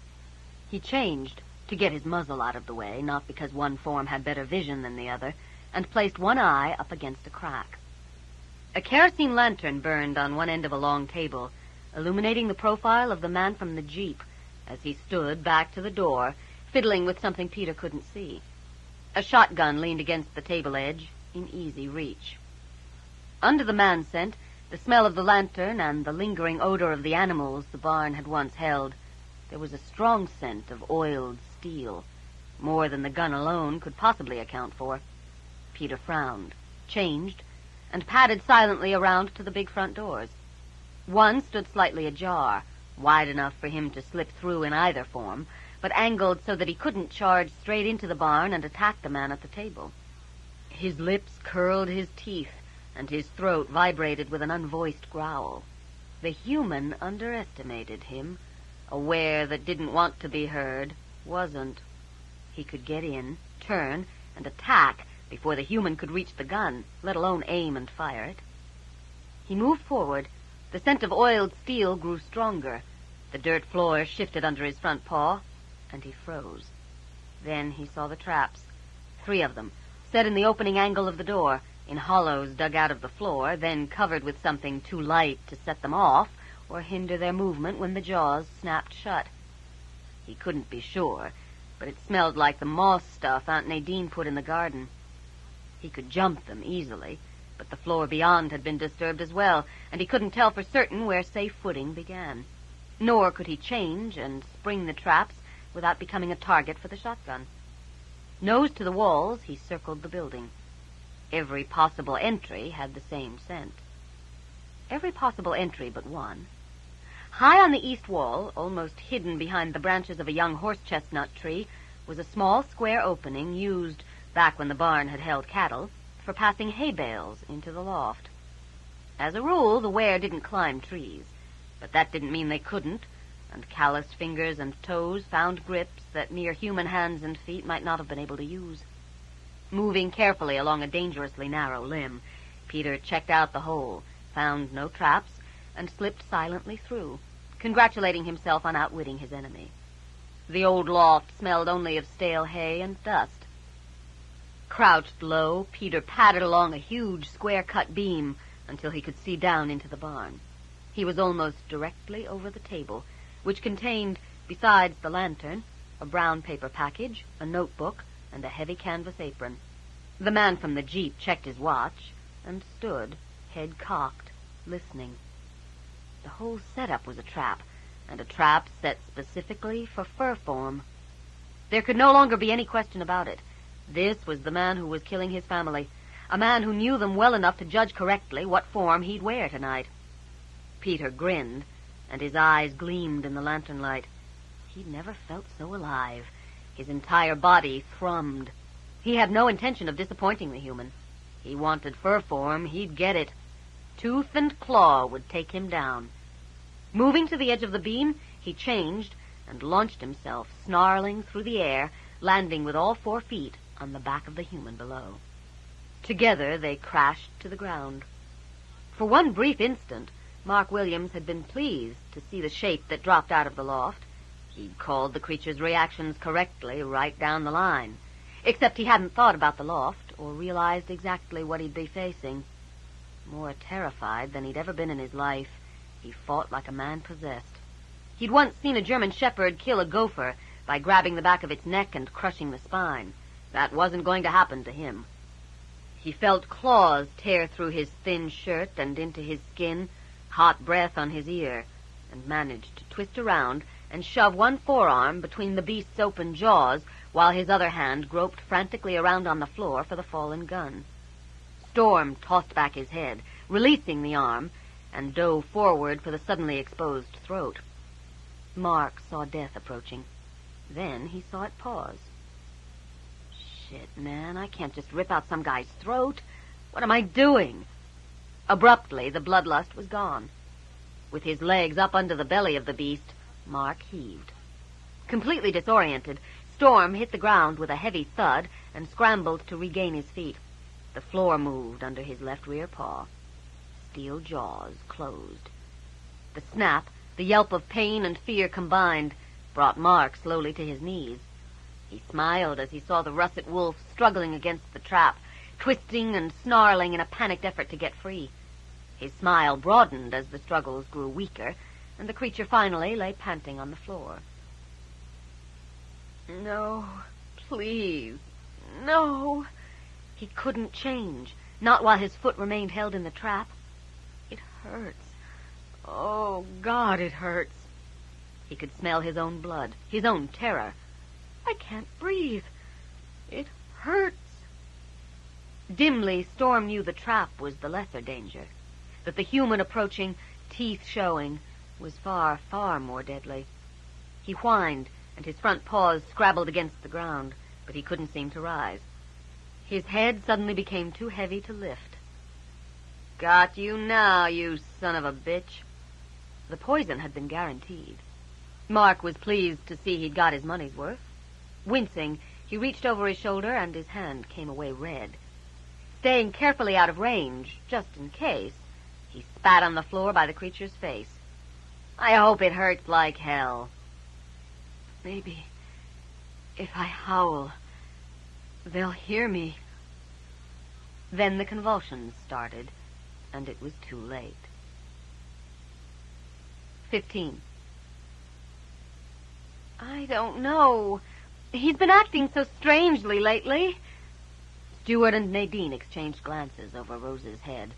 Nadine opened her mouth to speak, but her mate's expression caused her to close it again. Now was not the time for explanations. Rose. Salucci came out of the office and walked quickly across the kitchen until he could gaze directly into the girl's face. This is important. Besides the family, Vicki, Mr. Fitzroy, and myself, who did Peter talk with today? He knows something, Henry thought. I should never have let him take that call. Rose frowned. Well, he talked to the mechanic at the garage, Dr. Dixon, Dr. Levin, the one who took over from Dr. Dixon. She was at his house for a while. Mrs. Von Thorne, next door to Dr. Dixon, and somebody driving by up on the road, but I didn't see who. Did you see the car? Yeah. It was black, mostly, with gold trim and fake gold spokes on the wheels. Her nose wrinkled. A real poser's car. Then her expression changed again as she read Salucci's reaction. That's the one you were waiting for, wasn't it? Wasn't it? She stepped toward him, teeth bared. Where's Peter? What's happened to my brother? I think, Stuart said flatly, coming around from behind his niece, you'd better tell us what you know. Only Henry had some idea of the conflict Salucci was going through, and he had no sympathy for it. The question of law versus justice could have only one answer. He watched the muscles on Salucci's back tense and heard his heartbeat quicken. Everything in Salucci's training said he leave them with an ambiguous answer and take care of this himself. If werewolves expected to be treated like the rest of society, within the law, then they couldn't act outside the law. And if the only way he could do his duty was to fight his way out of this house, his hands curled into fists. A low growl began to build in Stuart's throat. And Rose's. And Nadine's. Henry stepped forward. He'd had enough. Then Daniel began to whimper. He threw himself on his mother's legs and buried his face in her skirt. Peter's gonna get killed. The fabric did little to muffle the howl of a 6-year-old child who only understood one small part of what was going on. Salucci looked down at Daniel, who seemed to have an uncanny knack for bringing the focus back to the important matters, then over at Rose. "Can't you let me take care of this?" he asked softly. She shook her head, panic beginning to build. You don't understand. You can't understand, Nadine added, clutching at Daniel so tightly he squirmed in her grasp. Salucci saw the pain in the older woman's eyes, pain that cut and twisted, and would continue far longer than anyone should be forced to endure. His decision might possibly keep that pain from Rose. Carl Bean was an Olympic marksman. His nephew, Mark Williams, drives a black and gold Jeep. Rose's eyes widened. If he was talking to Peter this afternoon... She whirled. Her sundress hit the floor, and clouds streaked out of the kitchen and into the night. "Rose, no!" Unencumbered by the need to change, Henry raced after her before Stuart, still caught in challenge with Salucci, began to react. Jesus Christ, nobody moves that fast. Salucci grabbed Stuart's arm as Henry disappeared into the night. "Wait," he barked. "I need you to show me the way to Carl Bean's farm." "Let me go, human." "Damn it, Stuart, the man's got guns. He's taken Henry out once already. Charging in will only get everyone shot. We can get there before them in my car." "Don't count on it." Stuart laughed, but the sound held no humor. "And this is our hunt. You have no right to be there." "Take him, Stuart." Nadine's tone left no room for her mate to argue. "Think of after." The male wear snarled, but after an instant, he yanked his arm free of Salucci's hold and started for the door. "Come on, then." After? Salucci wondered as the two of them charged across the lawn. Mary, Mother of God, they want me there to explain the body. What is taking him so long? Vicki shoved at her glasses and turned away from the living room window. With the sun down, she could see nothing past her reflection on the glass, but that didn't stop her from pacing the length of the room and back, then peering out into the darkness again. "He has to come all the way from Adelaide and Dundas," Bertie pointed out. "It's going to take him a few minutes." "I know that." She sighed and took a deep breath. "I'm sorry. I had no right to snap at you. It's just that, well, if it wasn't for my damned eyes, I'd be driving myself. I'd be halfway there by now." Bertie pursed her lips and looked thoughtful. "You don't trust your partner to deal with it?" "Salucci's not a partner. He's a friend. I don't have a partner." "Exactly." And although Henry could be counted on to keep Salucci from doing anything stupid, who would save Peter, or watch the ware, or grab the murdering bastard? Vicki always saw him with Mark Williams' face, convinced that he had been the reason for the deaths, even if he hadn't pulled the trigger. And then what? I have to be there. How can I know it's justice if I'm not there? Realizing that some questions weren't meant to be answered, Bertie wisely kept silent. Questions of her own would have to wait. Damn it, I told him it was an emergency. Vicki whirled back to the window and squinted into the night. Where is he? With an hour left in the shift and Colin already back in the station, it hadn't been hard for Vicki to convince the duty sergeant to release him for a family emergency. Why the... There. Headlights turned up the driveway. Vicki snatched up her bag and ran for the door, shouting back over her shoulder, "Don't talk about this to anyone. I'll be in touch."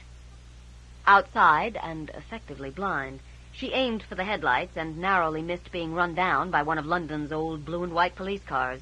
She grabbed for the rear door as it screeched to a stop and threw herself into the back seat. Barry slammed the car into reverse and laid rubber back down the length of the driveway, while Colin twisted around and snarled, "What the hell is going on?" Vicki pushed her glasses back into place and clutched at the seat as the car took a corner on two wheels. Carl Bean was an Olympic marksman by way of Korea and the Marines. That grass-eater? He may be, Vicki snapped. But his nephew was charged with fraud in 86, possession of stolen goods in 88, and accessory to murder 9 months ago. Barry broke in. No convictions.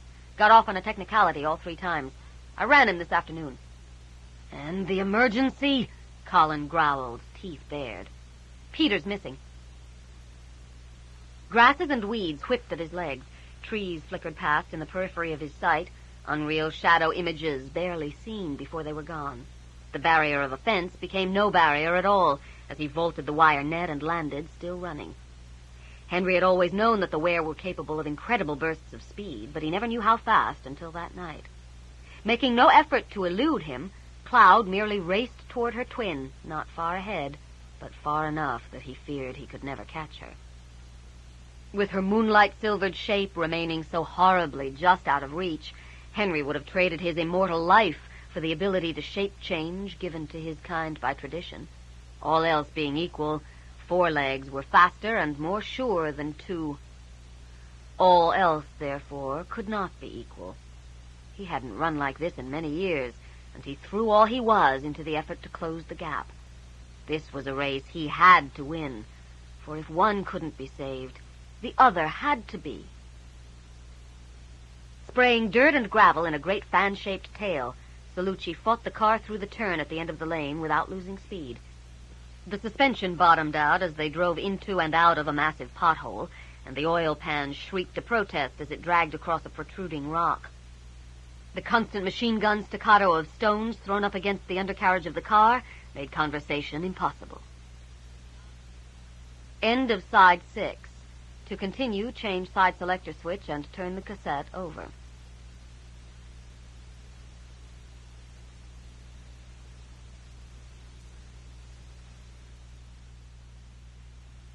Side 7.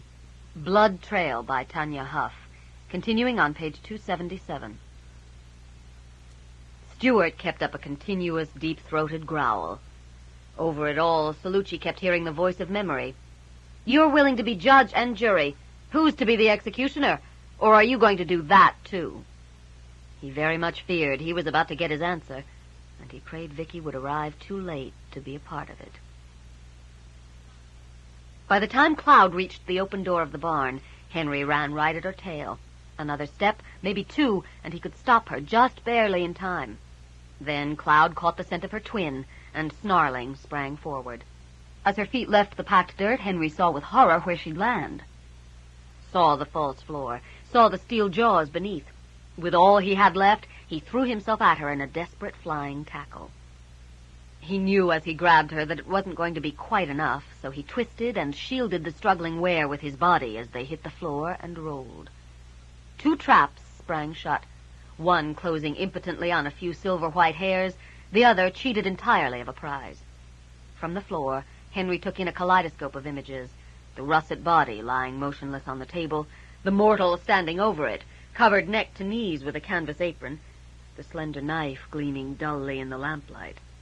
And by the time he rose to a crouch, one arm still holding the panting Cloud, he knew. Anger, red and hot, surged through him. Then Cloud squirmed free and attacked. For the second time that night, Mark Williams looked death in the face. Only this time he knew it wouldn't pause. He screamed and fell back against the table, felt hot breath against his throat and the kiss of one ivory fang. Then suddenly, nothing.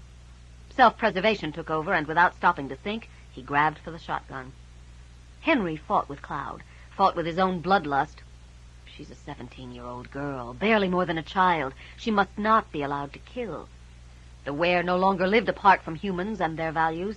What point victory now if she spent the rest of her life with that kind of a stain on her soul? Over and over, as she tried to tear herself out of his grip, he said the only words he knew would get through to her. He's still alive, Cloud. Storm is still alive. Finally she stilled, whimpered once, then turned toward the table, muzzle raised to catch her brother's scent. A second whimper turned to a howl. With her attention now fixed on Storm rather than death, Henry stood.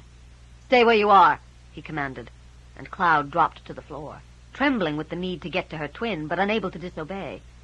As he lifted his head, he came face to face with both barrels of the shotgun. "So, he's still alive, is he?" Both the gun and the laugh were shaky. "I couldn't feel a heartbeat. You sure?" Henry could hear the slow and labored beating of Storm's heart, could feel the blood struggling to keep moving through passages constricted by poison. He allowed his own bloodlust to rise. "I know life," he said, stepping forward. "And I know death." "Yeah?" Mark wet his lips. "And I know Bo Jackson. Hold it right there." Henry smiled. "No." Vampire, prince of darkness, child of the night. It all showed in Henry's smile. The table against his back made retreat impossible. Mark had no choice but to stand fast. Sweat beaded on his forehead and dribbled down the side of his nose.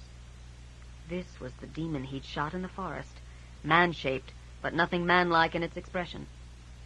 I don't know what you are," he stammered, forcing his trembling fingers to maintain their grip on the gun. "But I know you can be hurt."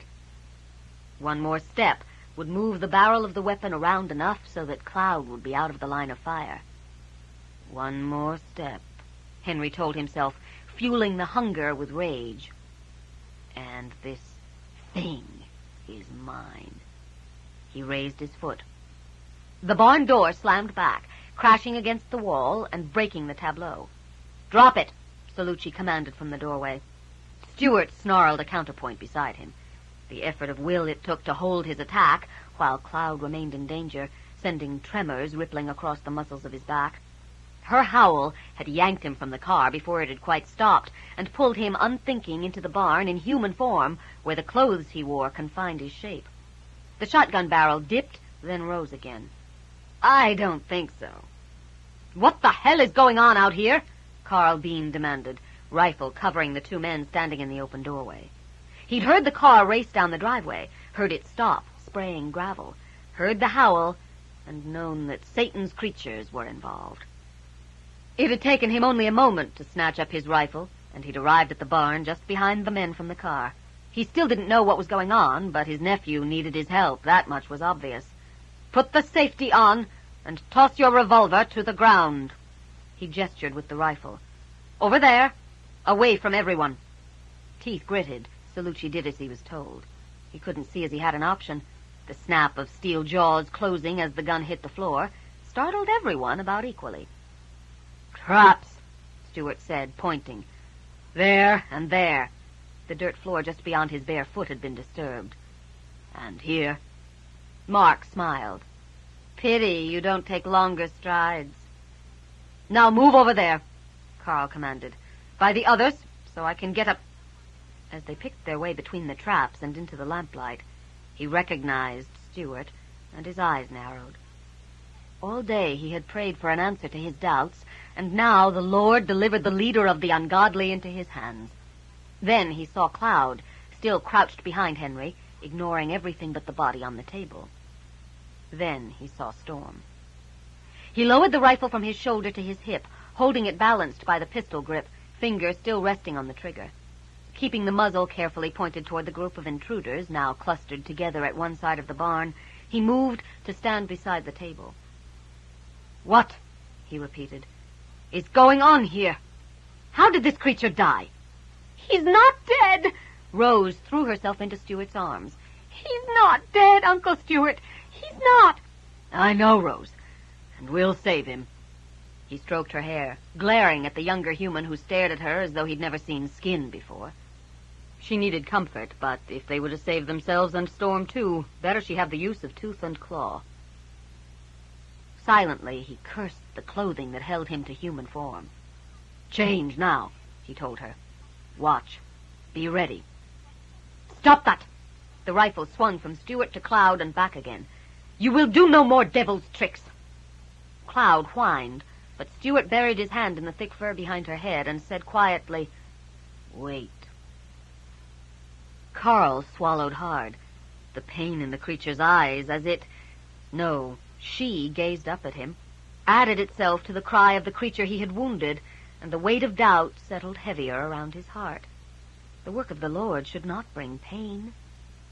He turned and gazed down at Storm with horrified fascination. "I asked you a question, nephew." Mark put a little more distance between himself and Henry before he answered, coincidentally moving himself closer to the door, just in case, fighting the silent command that called him to look at me. "I assume," he said with a forced grin, "that as we've been assured my guest isn't dead, you want to know, how did you put it, what the hell is going on here? It's simple, really. I decided to combine your policy of holy extermination with a profit-making plan of my own." "You do not find profit in doing the Lord's work." Suddenly unsure of so many other things, this belief, at least, Carl held too firmly. "Bullshit! You reap your rewards in heaven. I want mine." "Hold it right there." He gestured with the shotgun, and Henry froze. "I don't know what you are, but I'm pretty damned sure both barrels at this range will blow you to hell and gone, and I'd be more than willing to prove it." White showed all around his eyes, and he was breathing heavily, sweat burning in the scratches on his back. Salucci glanced at Henry's profile and wondered what the other man could see that had him so terrified. He wondered, but he really didn't want to know. In his opinion, their best chance lay with Carl Bean, who looked confused and, somehow, in spite of his unquestionable ability with the rifle, fragile and old.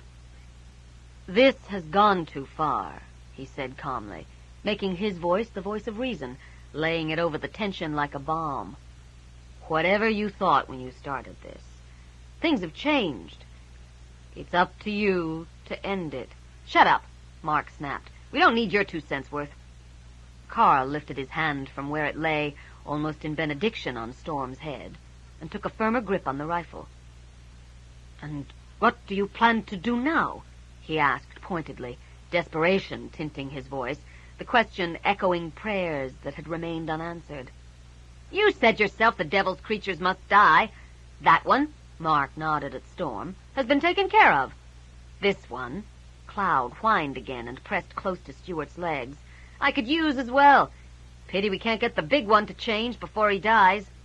Stuart snarled and tensed to spring. "No!" Henry's command snapped Stuart back on his heels, furious and impotent. With both weapons pointing at them from different angles, an attack, whether it succeeded or not, would be fatal to at least one of their company. There had to be another way, and they had to find it quickly, for although Storm's heart still fought to survive, Henry could hear how much it had weakened, how tenuously it clung to life. "You keep your goddamned mouth shut," Mark suggested. His hands were sweating around the shotgun, but even with his uncle covering their guests, he dared not wipe his palms. He was well aware that the moment the shooting started, and it no longer had anything to lose, that creature would charge. This had to be carefully choreographed so that he and his pelts came out in one piece. And if he couldn't bring Uncle Carl around, poor old man, he wasn't entirely sane, you know. "All right, the lot of you, turn around and line up facing that wall." "Why, Mark?" "So that I can cover them and you can send them back to hell where they belong." With a sudden flash of inspiration, he added, "God's will be done." Carl's head came up. "God's will be done." It was not for him to question the will of God. "Mr. Bean," Salucci wet his lips, time to lay all the cards on the table. I'm a detective sergeant with the Metropolitan Toronto Police Department. My badge is in the front left-hand pocket of my pants. You're with the police? The rifle barrel dipped toward the floor. He's consorting with Satan's creatures, Mark snapped. The cop would die by a rifle bullet. Poor Uncle Carl. The rifle barrel came up. The police are not immune to the temptations of the devil. He peered at Salucci. Have you been saved? Mr. Bean, I'm a practicing Catholic, and I will recite for you the Lord's Prayer, the Apostles' Creed, and 3 Hail Marys, if you like. Salucci's voice grew gentle, the voice of a man who could be trusted. I understand why you've been shooting these people. I really do.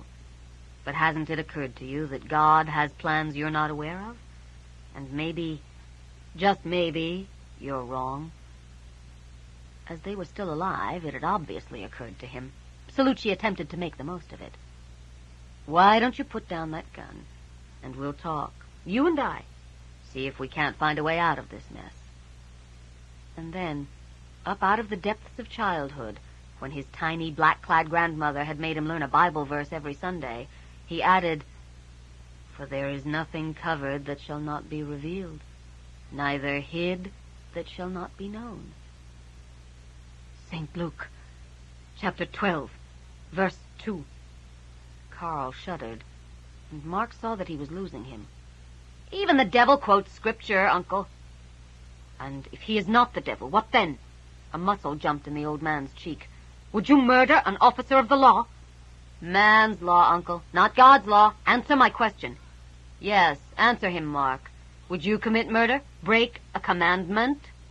Now Salucci used his voice like a chisel, hoping to expose the rotten core. Thou shalt not kill. What about that? Mark had escaped death twice already this night. From the moment he'd recognized the creature that had attacked him in the woods, he'd known that escaping death a third time would take more than luck. In order for him to live, everyone in the barn would have to die. And he was going to live. This goddamned bastard of a fucking cop was manipulating the one thing he needed to pull his ass out of the fire and still be able to make a profit. The old man as a live stooge was preferable to the old man as a dead excuse. Uncle Carl, stress the relationship. Remind him of where the blood ties lay, of family loyalty. These are not God's creatures. You said so yourself. Carl looked down at Cloud and shuddered.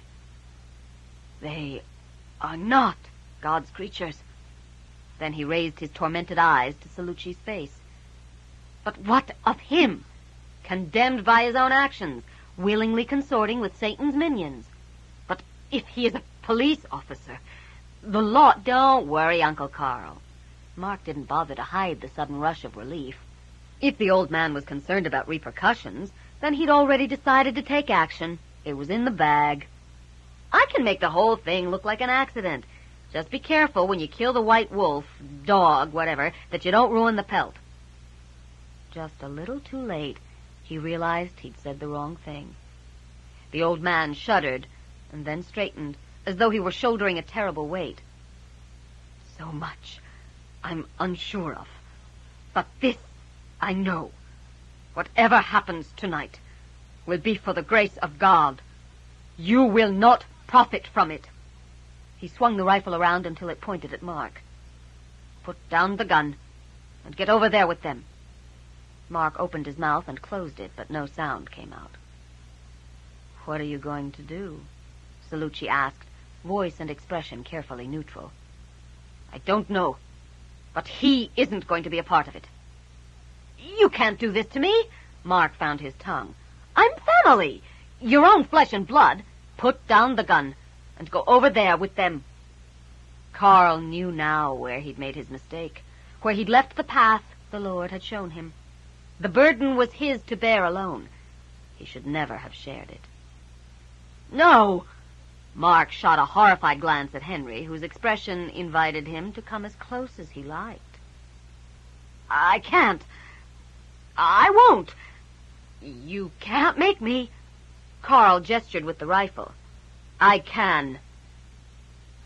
Mark saw the death he'd been holding off approaching as Henry's smile broadened.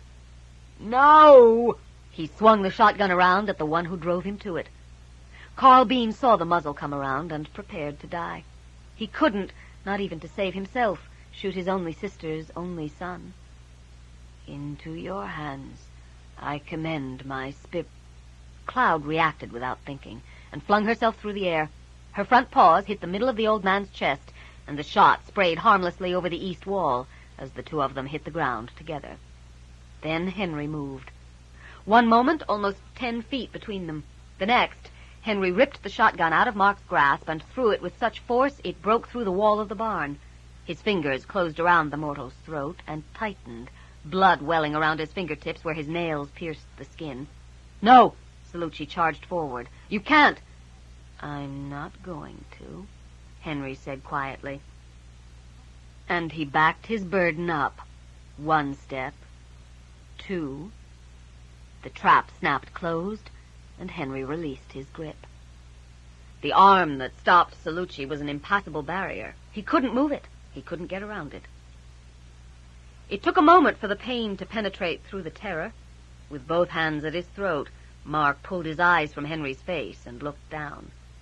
Soft leather deck shoes had done little to protect against the steel bite. His blood welled up thick and red.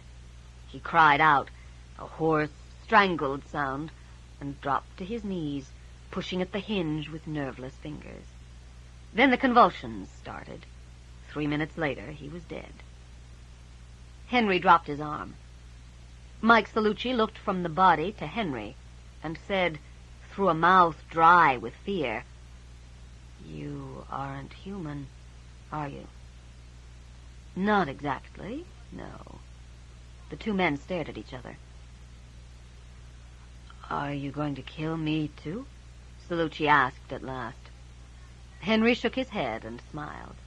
It wasn't the smile Mark Williams took with him into death. It was the smile of a man who had survived for 450 years by knowing when he could turn his back.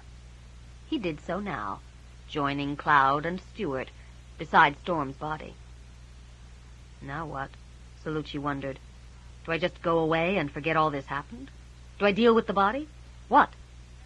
Technically, he'd just been a witness to a murder. Hang on. If Storm's still alive, maybe... You've seen enough death to recognize it, Detective? Fitzroy was right. He had seen enough death to know he saw it sprawled at his feet on the dirt floor. Not even the flickering lamplight could hide it. But why so quickly? He, Stewart snarled, was only human. The last word sounded like a curse. Jesus H. Christ, what happened? Salucci whirled around, hands curling into fists, even though, or perhaps because, he recognized the voice. What the hell are you doing here? You're stone blind in the dark. Vicki ignored him. Colin pushed past her into the barn, desperate to get to his brother. Barry moved to follow. 1 step, 2, and the floor shifted under his foot. He felt the impact of steel teeth slamming into a leather police boot all the way up his leg. Colin! Colin stopped and half-turned back toward his partner, caught in the beam of the flashlight Vicki had pulled from her purse. His face twisted with the need to be in 2 places at once. Vicki couldn't make him choose. Go, she commanded. I'll take care of Barry. He went. Dropping carefully to one knee, Vicki trained the light on Barry's foot. The muscles of his leg trembled where they rested against her shoulder. Tucking the flashlight securely under her chin, she studied the construction of the steel jaws. Can you tell if it's gone through the boot? She heard him swallow. I don't know. Okay. I don't think it has, but I'll have to get it off to be sure. Her fingers had barely touched the metal before Salucci slapped them aside. Poisoned, he said, before she could protest, and slipped a rusty iron bar in at the hinge. Hold his leg steady. Both sole and reinforced toe had taken a beating, but had held. Barry sagged against Vicki's arm, relief finally allowing a reaction. I could have died, he thought, and swallowed hard. The heat had little to do with the sweat that plastered his shirt to his back. I could have died. His foot hurt. It didn't seem to matter. I could have died, He took a deep breath. But I didn't. "Are you all right?" Vicki asked, playing the circular definition of her vision over his face. He nodded, straightened, and took a step. Then another, slightly less shaky one back to her side. "Yeah, I'm okay." Vicki smiled at him and swept the flashlight beam over the interior of the barn. There was a body on the floor. Carl Bean sat on a barrel of some kind, looking stunned. Everyone else, Colin, Cloud, Henry, Stewart, was with Storm. "Is Storm—" "He's alive," Salucci told her. "Apparently Williams caught him in another one of those traps, which are buried all over this place, so walk only where I tell you." "Williams is dead." Salucci jerked his head in the direction of Carl Bean and said to Barry, "Get over there, watch him." Barry nodded, thankful for some direction, and limped across the barn. All the long way here in the back of the police car, Vicki had thought only about arriving in time to make a difference. Now she was here, it was over, and the flashlight showed her only broken scenes suspended in darkness. "Mike, what happened?" For a second he weighed the alternatives. Then he quickly laid out the facts, attempting to keep them uncolored by emotions he himself wasn't certain of. He watched her face carefully when he told her what Henry had done, but she let nothing show he could use. "And Peter? I mean Storm?" she asked when he finished. "I don't know." 16. Vicki launched herself toward the blur of light, the dim figures moving through it, taking on solid form as she came closer. If Storm died, she didn't think she'd be able to forgive herself. If only she hadn't been so stupidly wrong about Carl Bean, so sure he couldn't be the killer. She felt Salucci take her arm and allowed herself to be guided the last few feet, flashlight hanging forgotten in her hand. Cloud had her front paws up on the table and was desperately licking her brother's face, her tongue alternately smoothing and spiking the fur on his muzzle. Stewart's arms were around Storm's shoulders, supporting his weight. Colin stroked trembling fingers down the russet back, whimpering low in his throat. Henry... Vicki squinted at Henry, bent over one of Storm's back legs. As she watched, he straightened and spat. "The poison spread through his system. I'd kill him if I tried to take it all." Colin began to make a noise low in his throat. Not quite a howl, not quite a moan. "Get him to Dr. Dixon." Cloud ignored her. The rest turned to stare. "We can't move him, Vicki," Henry told her softly. "He's trembling on the edge right now. It would be so easy to tip him over." "If only we could get him to change." Stewart rested his cheek on the top of Storm's head, the anger in his voice only emphasizing the pain in his expression. Vicki remembered what the doctor had said about the change somehow neutralizing infection. She supposed poison could be considered a type of infection. "He can't change because he isn't conscious?" Stewart nodded, tears marking the russet fur with a darker pattern. "Then what about forcing an unconscious change?" "You don't know anything about us, human." "I know as much as I need to." Vicki's heart began to pound as she gathered up everything Dr. Dixon had told her, added it to her own observations, and knew she had something that might work. If he won't change on his own, maybe he'll change for Rose. Twins are linked. Dr. Dixon said it, Nadine said it, hell, you can see it. And Rose and Peter are... She couldn't think of a way to phrase it, not with Rose... Cloud right there. Oh, hell, no way around it. As Rose goes into heat, she's pulling Peter with her. Their reactions are linked more now than they ever have been. If Rose, not Cloud, would... Well, maybe it would pull Storm over into Peter. Stewart raised his head. "Do you realize what might happen? How strong a bond this is with our kind?" Vicki sighed. "Look, even if it works, he's too sick to do anything. And besides..." She reached out and stroked one finger down the limp length of Storm's front leg. "Incest or death? What a choice. Isn't it better than the alternative?" "Yes. Oh, yes." Rose didn't wait for Stewart to reply. She threw herself down beside her twin, gathering him as close as she could, rubbing her face over his.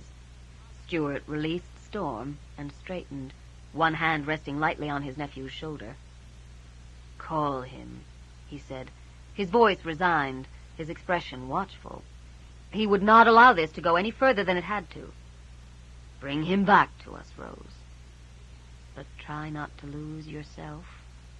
The last thing they needed now was Rose going into heat without Nadine around to protect her.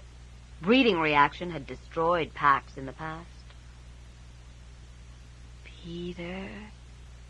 The fine hair along her spine rising, Vicki could feel the power in a name. This is who you are, it said. Come back to us. Peter. Oh, please. Please, Peter. Don't leave me. For agonizing moments, it looked as though nothing was happening. Rose continued to call. The grief, the pain, the longing, the love, enough to raise the dead. Surely it must have some effect on one not yet gone. He moved, Henry said suddenly. I saw his nostrils twitch. He's got the scent, Stuart said, and he and Colin both shifted uncomfortably. Then it happened. Slowly enough this time that Vicki, always after, swore she'd seen the exact moment of change. Peter tossed his head and moaned, his skin gray and clammy, left foot horribly cut by the steel jaws of the trap. Rose pressed kisses on his lips, his throat, his eyes, until her uncle moved her bodily off the table and shook her hard. She burst into tears and buried her face on Peter's chest, both hands tightly wrapped around one of his. His heart beat stronger. Henry listened to it, struggling, forcing the sluggish blood to flow. His life has a better hold. I think it's safe to move him now. In a minute, Vicki took a deep breath. It felt like the first in some time, and even the dusty, kerosene-scented air of the barn smelled sweet.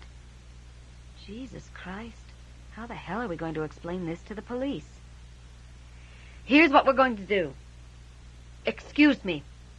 She started, and for a moment didn't recognize the old man who crept forward into the lamplight, Barry Wu trailing behind like an anxious shadow. Carl Bean reached out a trembling hand and lightly brushed the silver spray of Rose's hair. She rubbed her nose on the back of her wrist and looked up, eyes narrowing when she saw who it was. I know it won't be enough, he said, speaking only to her, the words rough-edged with pain.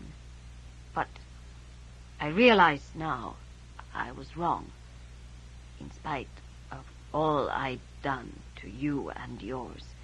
Even in the midst of your grief, you saved my life at the risk of your own. That is the way of the Lord. He had to pause to clear his throat. I wanted to thank you and say I'm sorry, even though I know I have no right to your forgiveness. He turned away then, and Vicki met his eyes. They were red-rimmed with weeping, but surprisingly clear. Although pain had become a part of them, no doubt lingered. This was a man who had made his peace with himself.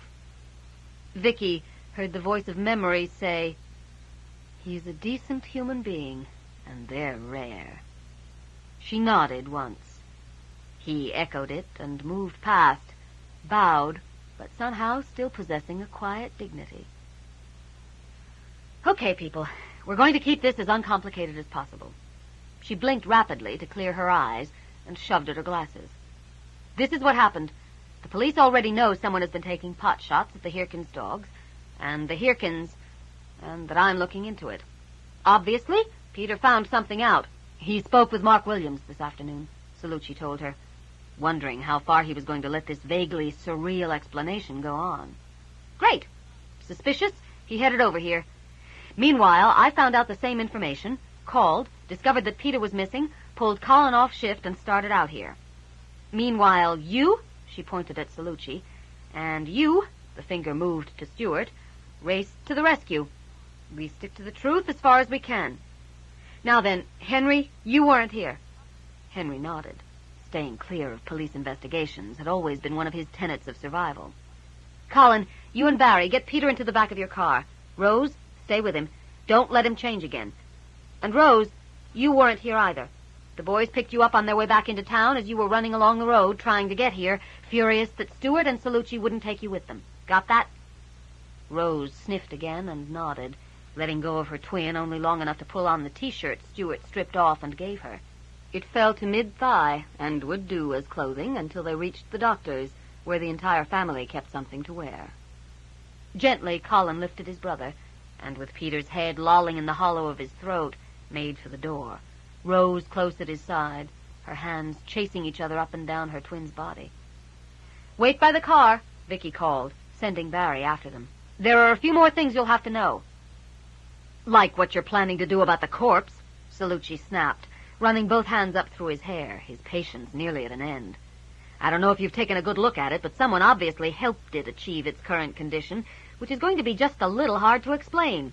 Or were you just going to bury it in the woods and conveniently forget about it? And what about Mr. Bean? Where does he fit into this fairy tale The gunshot, even strangely muffled as it was, jerked Salucci around. Stewart growled and fought to get himself free of the confining sweatpants. Even Henry whirled to face the sound, and from outside the barn came questioning exclamations and running footsteps. Vicki only closed her eyes and tried not to listen. Tried to think of flowers spread across an August morning like a fallen rainbow. He went into the corner, put the rifle muzzle in his mouth, and pulled the trigger with his toe. She felt Salucci's hands on her shoulders and opened her eyes. "You knew he was going to do that, didn't you?" She shrugged as well as she was able, considering his grip.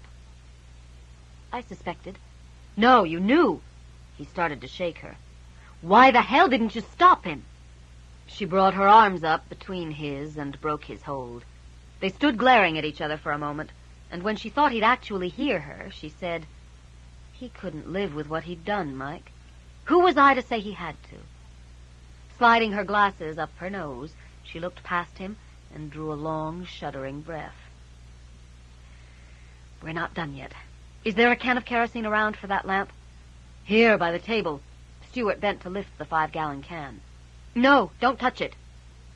Salucci knew at that moment what she was going to do, and knew this was his last chance to stop her, to bring this entire night back under the cover of the law. He strongly suspected that if he tried, both Henry and Stewart would align themselves firmly on her side. Trouble was, if it came to choosing sides... Vicki dug a pair of leather driving gloves out of the bottom of her purse, and as though she was reading his mind, asked him as she pulled them on, "Did you want to add something, Salucci?" Slowly, realizing he had no choice at all, he shook his head, forgetting that she couldn't see him. He'd decided where he stood back at the farmhouse when he'd passed on the information she'd given him. She knew that as well as he did. Maybe better. Gloves in place, Vicki bent and carefully picked up the can. It felt nearly full. She unscrewed the cap and paused. She needed both hands on the can, but would be unable to see without her flashlight the moment she left the immediate area of the lamp. God damn it all to... Salucci found himself looking at Henry, whose expression so clearly said, "It's up to you," that it took a moment before he realized it hadn't been said out loud. Up to me. Right. As if I had a choice. But he walked forward and picked up the flashlight anyway. Vicki squinted up into his face, but the light was too bad to make out nuances. Not that Salucci tends to do nuances. It was enough he was there. It helped. Let's get on with it. She walked along the beam of light toward Mark Williams' body, pouring the kerosene carefully on the packed earth floor as she went, thankful that her grip on the can hid the trembling of her fingers. The law had meant everything to her once.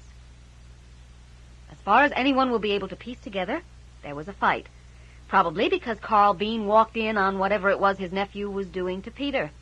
During the fight, Mark Williams stepped in one of his own grisly little bits of ironmongery. Out of grief or guilt or God knows what, Carl Bean shot himself. Unfortunately, at some point during the fight, the can of kerosene got knocked over. The light slid across the body. It was evident that Mark Williams had died in great pain, the mark of Henry's fingers still apparent on his neck. Vicki couldn't find it in her to be sorry.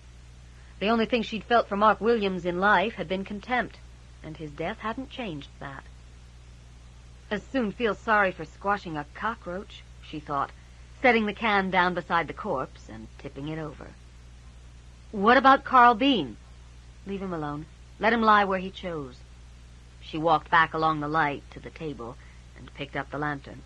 The dancing flame made patterns against the darkness that continued to dance in her vision after she looked away. Also, unfortunately, at some time during the fight, the lantern shattered. The force with which the lantern hit the floor eloquently expressed the emotions that lurked behind her matter-of-fact tones. The kerosene in the shattered reservoir caught first, and then the path Vicki had poured. Take a good look, Mike. Stuart, this what you saw when you arrived. She took a deep breath and peeled off the gloves, shoving them down into the depths of her bag. Plus Peter's body lying naked on the table. The two of you rushed in, grabbed Peter, and got out. The flames were then too high for you to go back. Now, I suggest we get out of here, as this barn is ancient, tinder dry, and likely to go up in very little time. With a hungry whoosh, Mark Williams' clothes caught, the burning kerosene outlining his body in flame. She paused at the door, her hand dropping from Salucci's guiding arm, and looked back. A splash of orange had to be fire climbing the surface of the north wall. They couldn't stop it now, even if they wanted to. She wondered for an instant just who they were, then squared her shoulders and went out to talk to Colin and Barry by their car. When we arrived, she told them, Salucci and Stewart had Peter lying out on the grass. The barn was burning. Forget everything else. You put Peter in the car, called in the fire, and headed back to town, picking Rose up on the way. But what about... Barry didn't sound happy. Vicki stood quietly, waiting. She couldn't see his face, but she had a good idea of what must be going through his mind. She heard him sigh. There isn't any other way, is there? Not without exposing the where, and... She heard Henry in his pause, heard him decide not to voice his suspicions. Other things. No, there isn't any other way. And don't let anyone get a good look at your boot. She watched their taillights pull away, saw them speed down the highway, then turned and walked back to the three men, the vampire, the werewolf, and the cop, outlined in the flickering flames from the burning building. There would be ash and not much more remaining when the fire burned out. As though his turn had now come to read her mind, Salucci said dryly, If they sift the ashes, any competent forensic team could poke 1,000 holes in your story. Why should they investigate? With you and me and 2 of the local city police on the scene, I think they'll be happy to take our word for it. He had to admit she was likely right. 3 cops and an ex-cop with nothing to gain from lying, and covering for a family of werewolves would not likely occur to anyone. They'd wrap it up and write it off and get on to something they could solve. Still, there are a lot of loose ends, Stewart said thoughtfully. Vicki snorted. Police prefer loose ends. Wrap it up too neatly and they'll think you're handing them a package.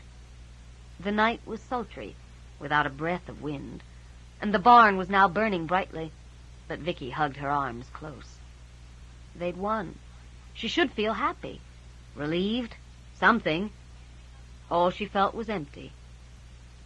Hey, Henry wished he could see her eyes.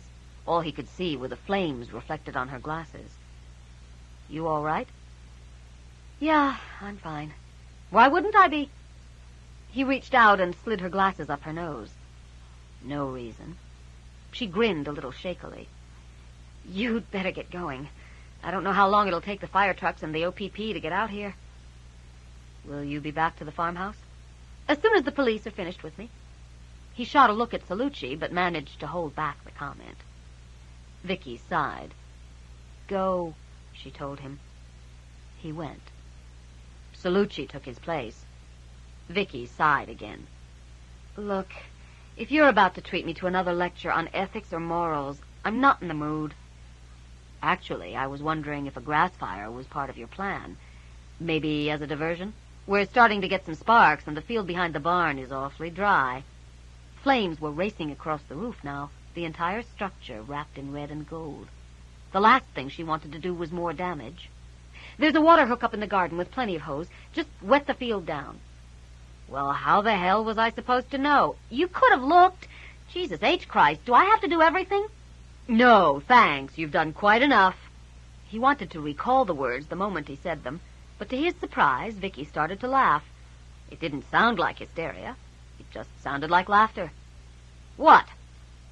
It was a moment before she could speak, and even then the threat of another outbreak seemed imminent.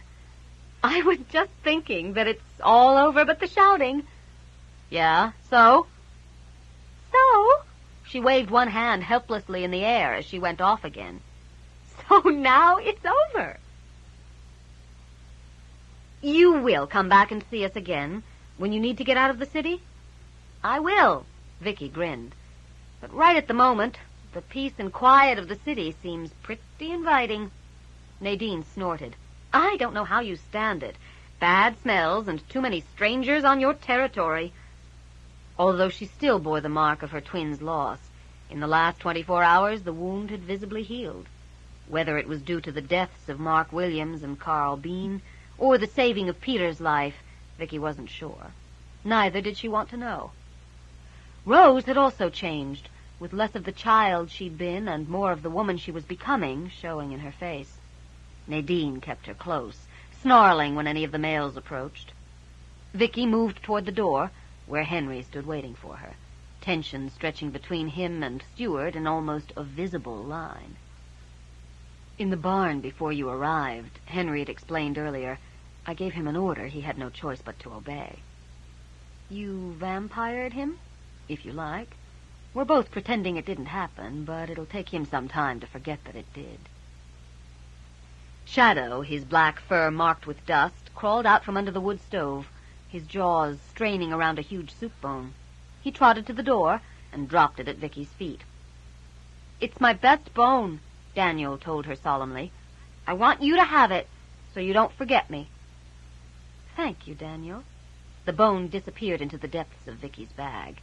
She reached out and picked a bit of fluff from the top of his head. I think that I can pretty much guarantee that I'll never, ever forget you. Daniel squirmed. Then Shadow threw himself at her knees, barking excitedly. Oh, what the hell, Vicki thought, crouched down and did what she'd done to Storm way back in the beginning, digging her fingers deep into the thick, soft fur of his ruff and giving him a good scratch.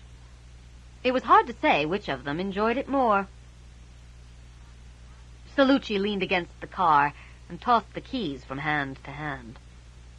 It was an hour and a half after sunset, and he wanted to get going. After the last 2 days, plain old big city crime would be a welcome relief. He still wasn't certain why he'd offered Vicki and Henry a ride back to Toronto. No, that wasn't entirely true. He knew why he'd offered Vicki a lift. He just wasn't sure why he'd included Henry in the package. Granted, the man's BMW would be another week in the shop at least, but that wasn't really much of a reason. What the hell is taking them so long? He muttered. As if in answer, the back door opened, and Shadow bounded out, tail beating the air. Vicki and Henry followed, accompanied by all the rest of the family except Peter, who had remained at Dr. Dixon's.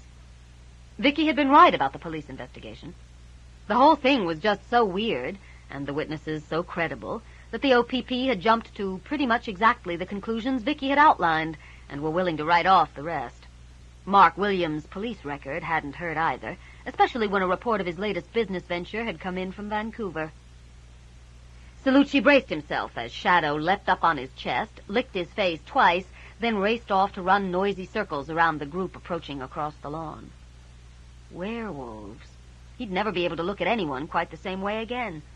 If werewolves existed, who knew what other mythical creatures might turn up?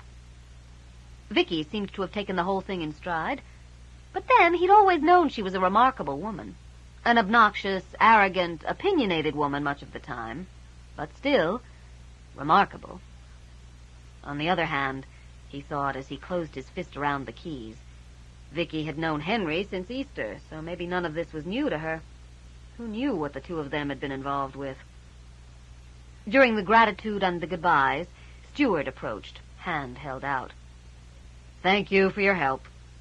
The tone wasn't exactly gracious, but Salucci understood about pride. He smiled, careful to keep his teeth covered, and took the offered hand. "You're welcome." The grip started firmly enough, but soon progressed, so that the veins in both forearms were standing out against the muscle, and Salucci, in spite of being nearly 10 inches taller and proportionally heavier, began to worry about his knuckles popping. Nadine, having caught scent of the competition, nudged Vicki, and they both turned to watch. "Do they keep this up until one of them breaks a hand?" Vicki wondered dryly, squinting at the joined silhouette, straining in the fan of light from the car. "Hard to tell with males," Nadine told her in much the same tone. "Their bodies seem to be able to go on for hours once their brains have shut off." Vicki nodded. "I've noticed that." If the sudden release came with any visible signals passing between the two men, Vicki didn't see them.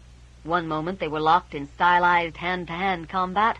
The next, they were clapping each other on the shoulders like the best of friends. She figured that the correct internal pressure had finally been reached, tripping a switch and allowing life to go on. But she wasn't going to ask, because she really didn't want to know. While Stuart demanded to know what his mate was laughing at, Salucci found himself unexpectedly preoccupied by a logistics problem.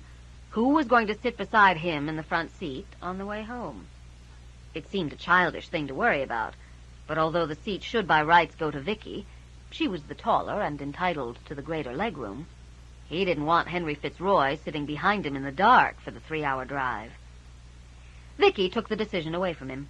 Running her fingers along the car until she found the rear door handle, she opened it, tossed her bag in, and climbed in after it, carefully removing Shadow, who'd been trying to get a few more licks in before she closed the door.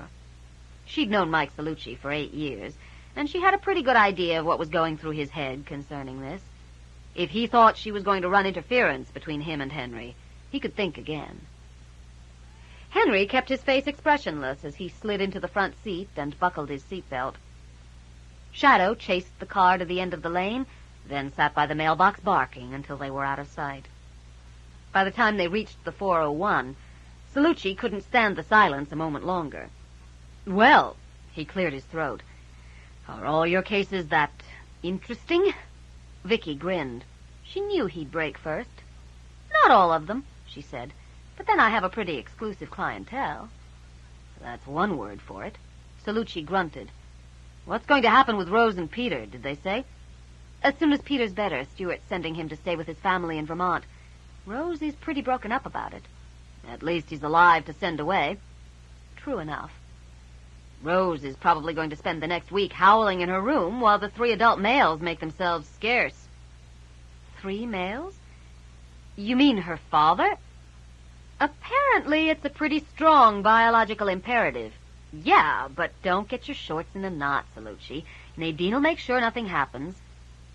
Only the alpha female gets to breed, Henry said matter-of-factly. Yeah? Great. Salucci drummed his fingers on the steering wheel and shot a sideways glance at the other man. I'm still not sure where you fit in. Henry raised a red-gold brow. Well, in this particular instance, I acted as intermediary. Usually, though, I'm just a friend. And then, because he couldn't resist, he added, sometimes I help Vicki out with the night work. Yeah, I bet you do. The engine roared as Salucci gunned the car past a transport. And you probably had more to do with that thing we ran into last spring than either of you are telling me. Perhaps. Perhaps nothing. Salucci ran one hand up through his hair. Look, Vicki, you can get involved with as many ghoulies and ghosties and things that go bump in the night. He shot another look at Henry, as you want. But from now on, keep me out of it. No one invited you into it, Henry pointed out quietly before Vicki could respond. You should be damned glad I showed up. Should we? Yeah, you should. Perhaps you'd care to elaborate on that, Detective Sergeant. Perhaps I would. Vicki sighed, settled back, and closed her eyes. It was going to be a long ride home. End of Blood Trail by Tanya Huff. Read by Laura Gianarelli in the studios of Potomac Talking Book Services, Incorporated, for the Library of Congress, June 1995. for special distribution as authorized by Act of Congress under Public Law 89-522 with the permission of the copyright holder and the publisher. Daw Books Incorporated, 375 Hudson Street, New York, New York, 10014. If you found any cassette in this book to be defective, please place a rubber band or piece of string around that cassette for identification. Place it in the container on top of the front stack of cassettes.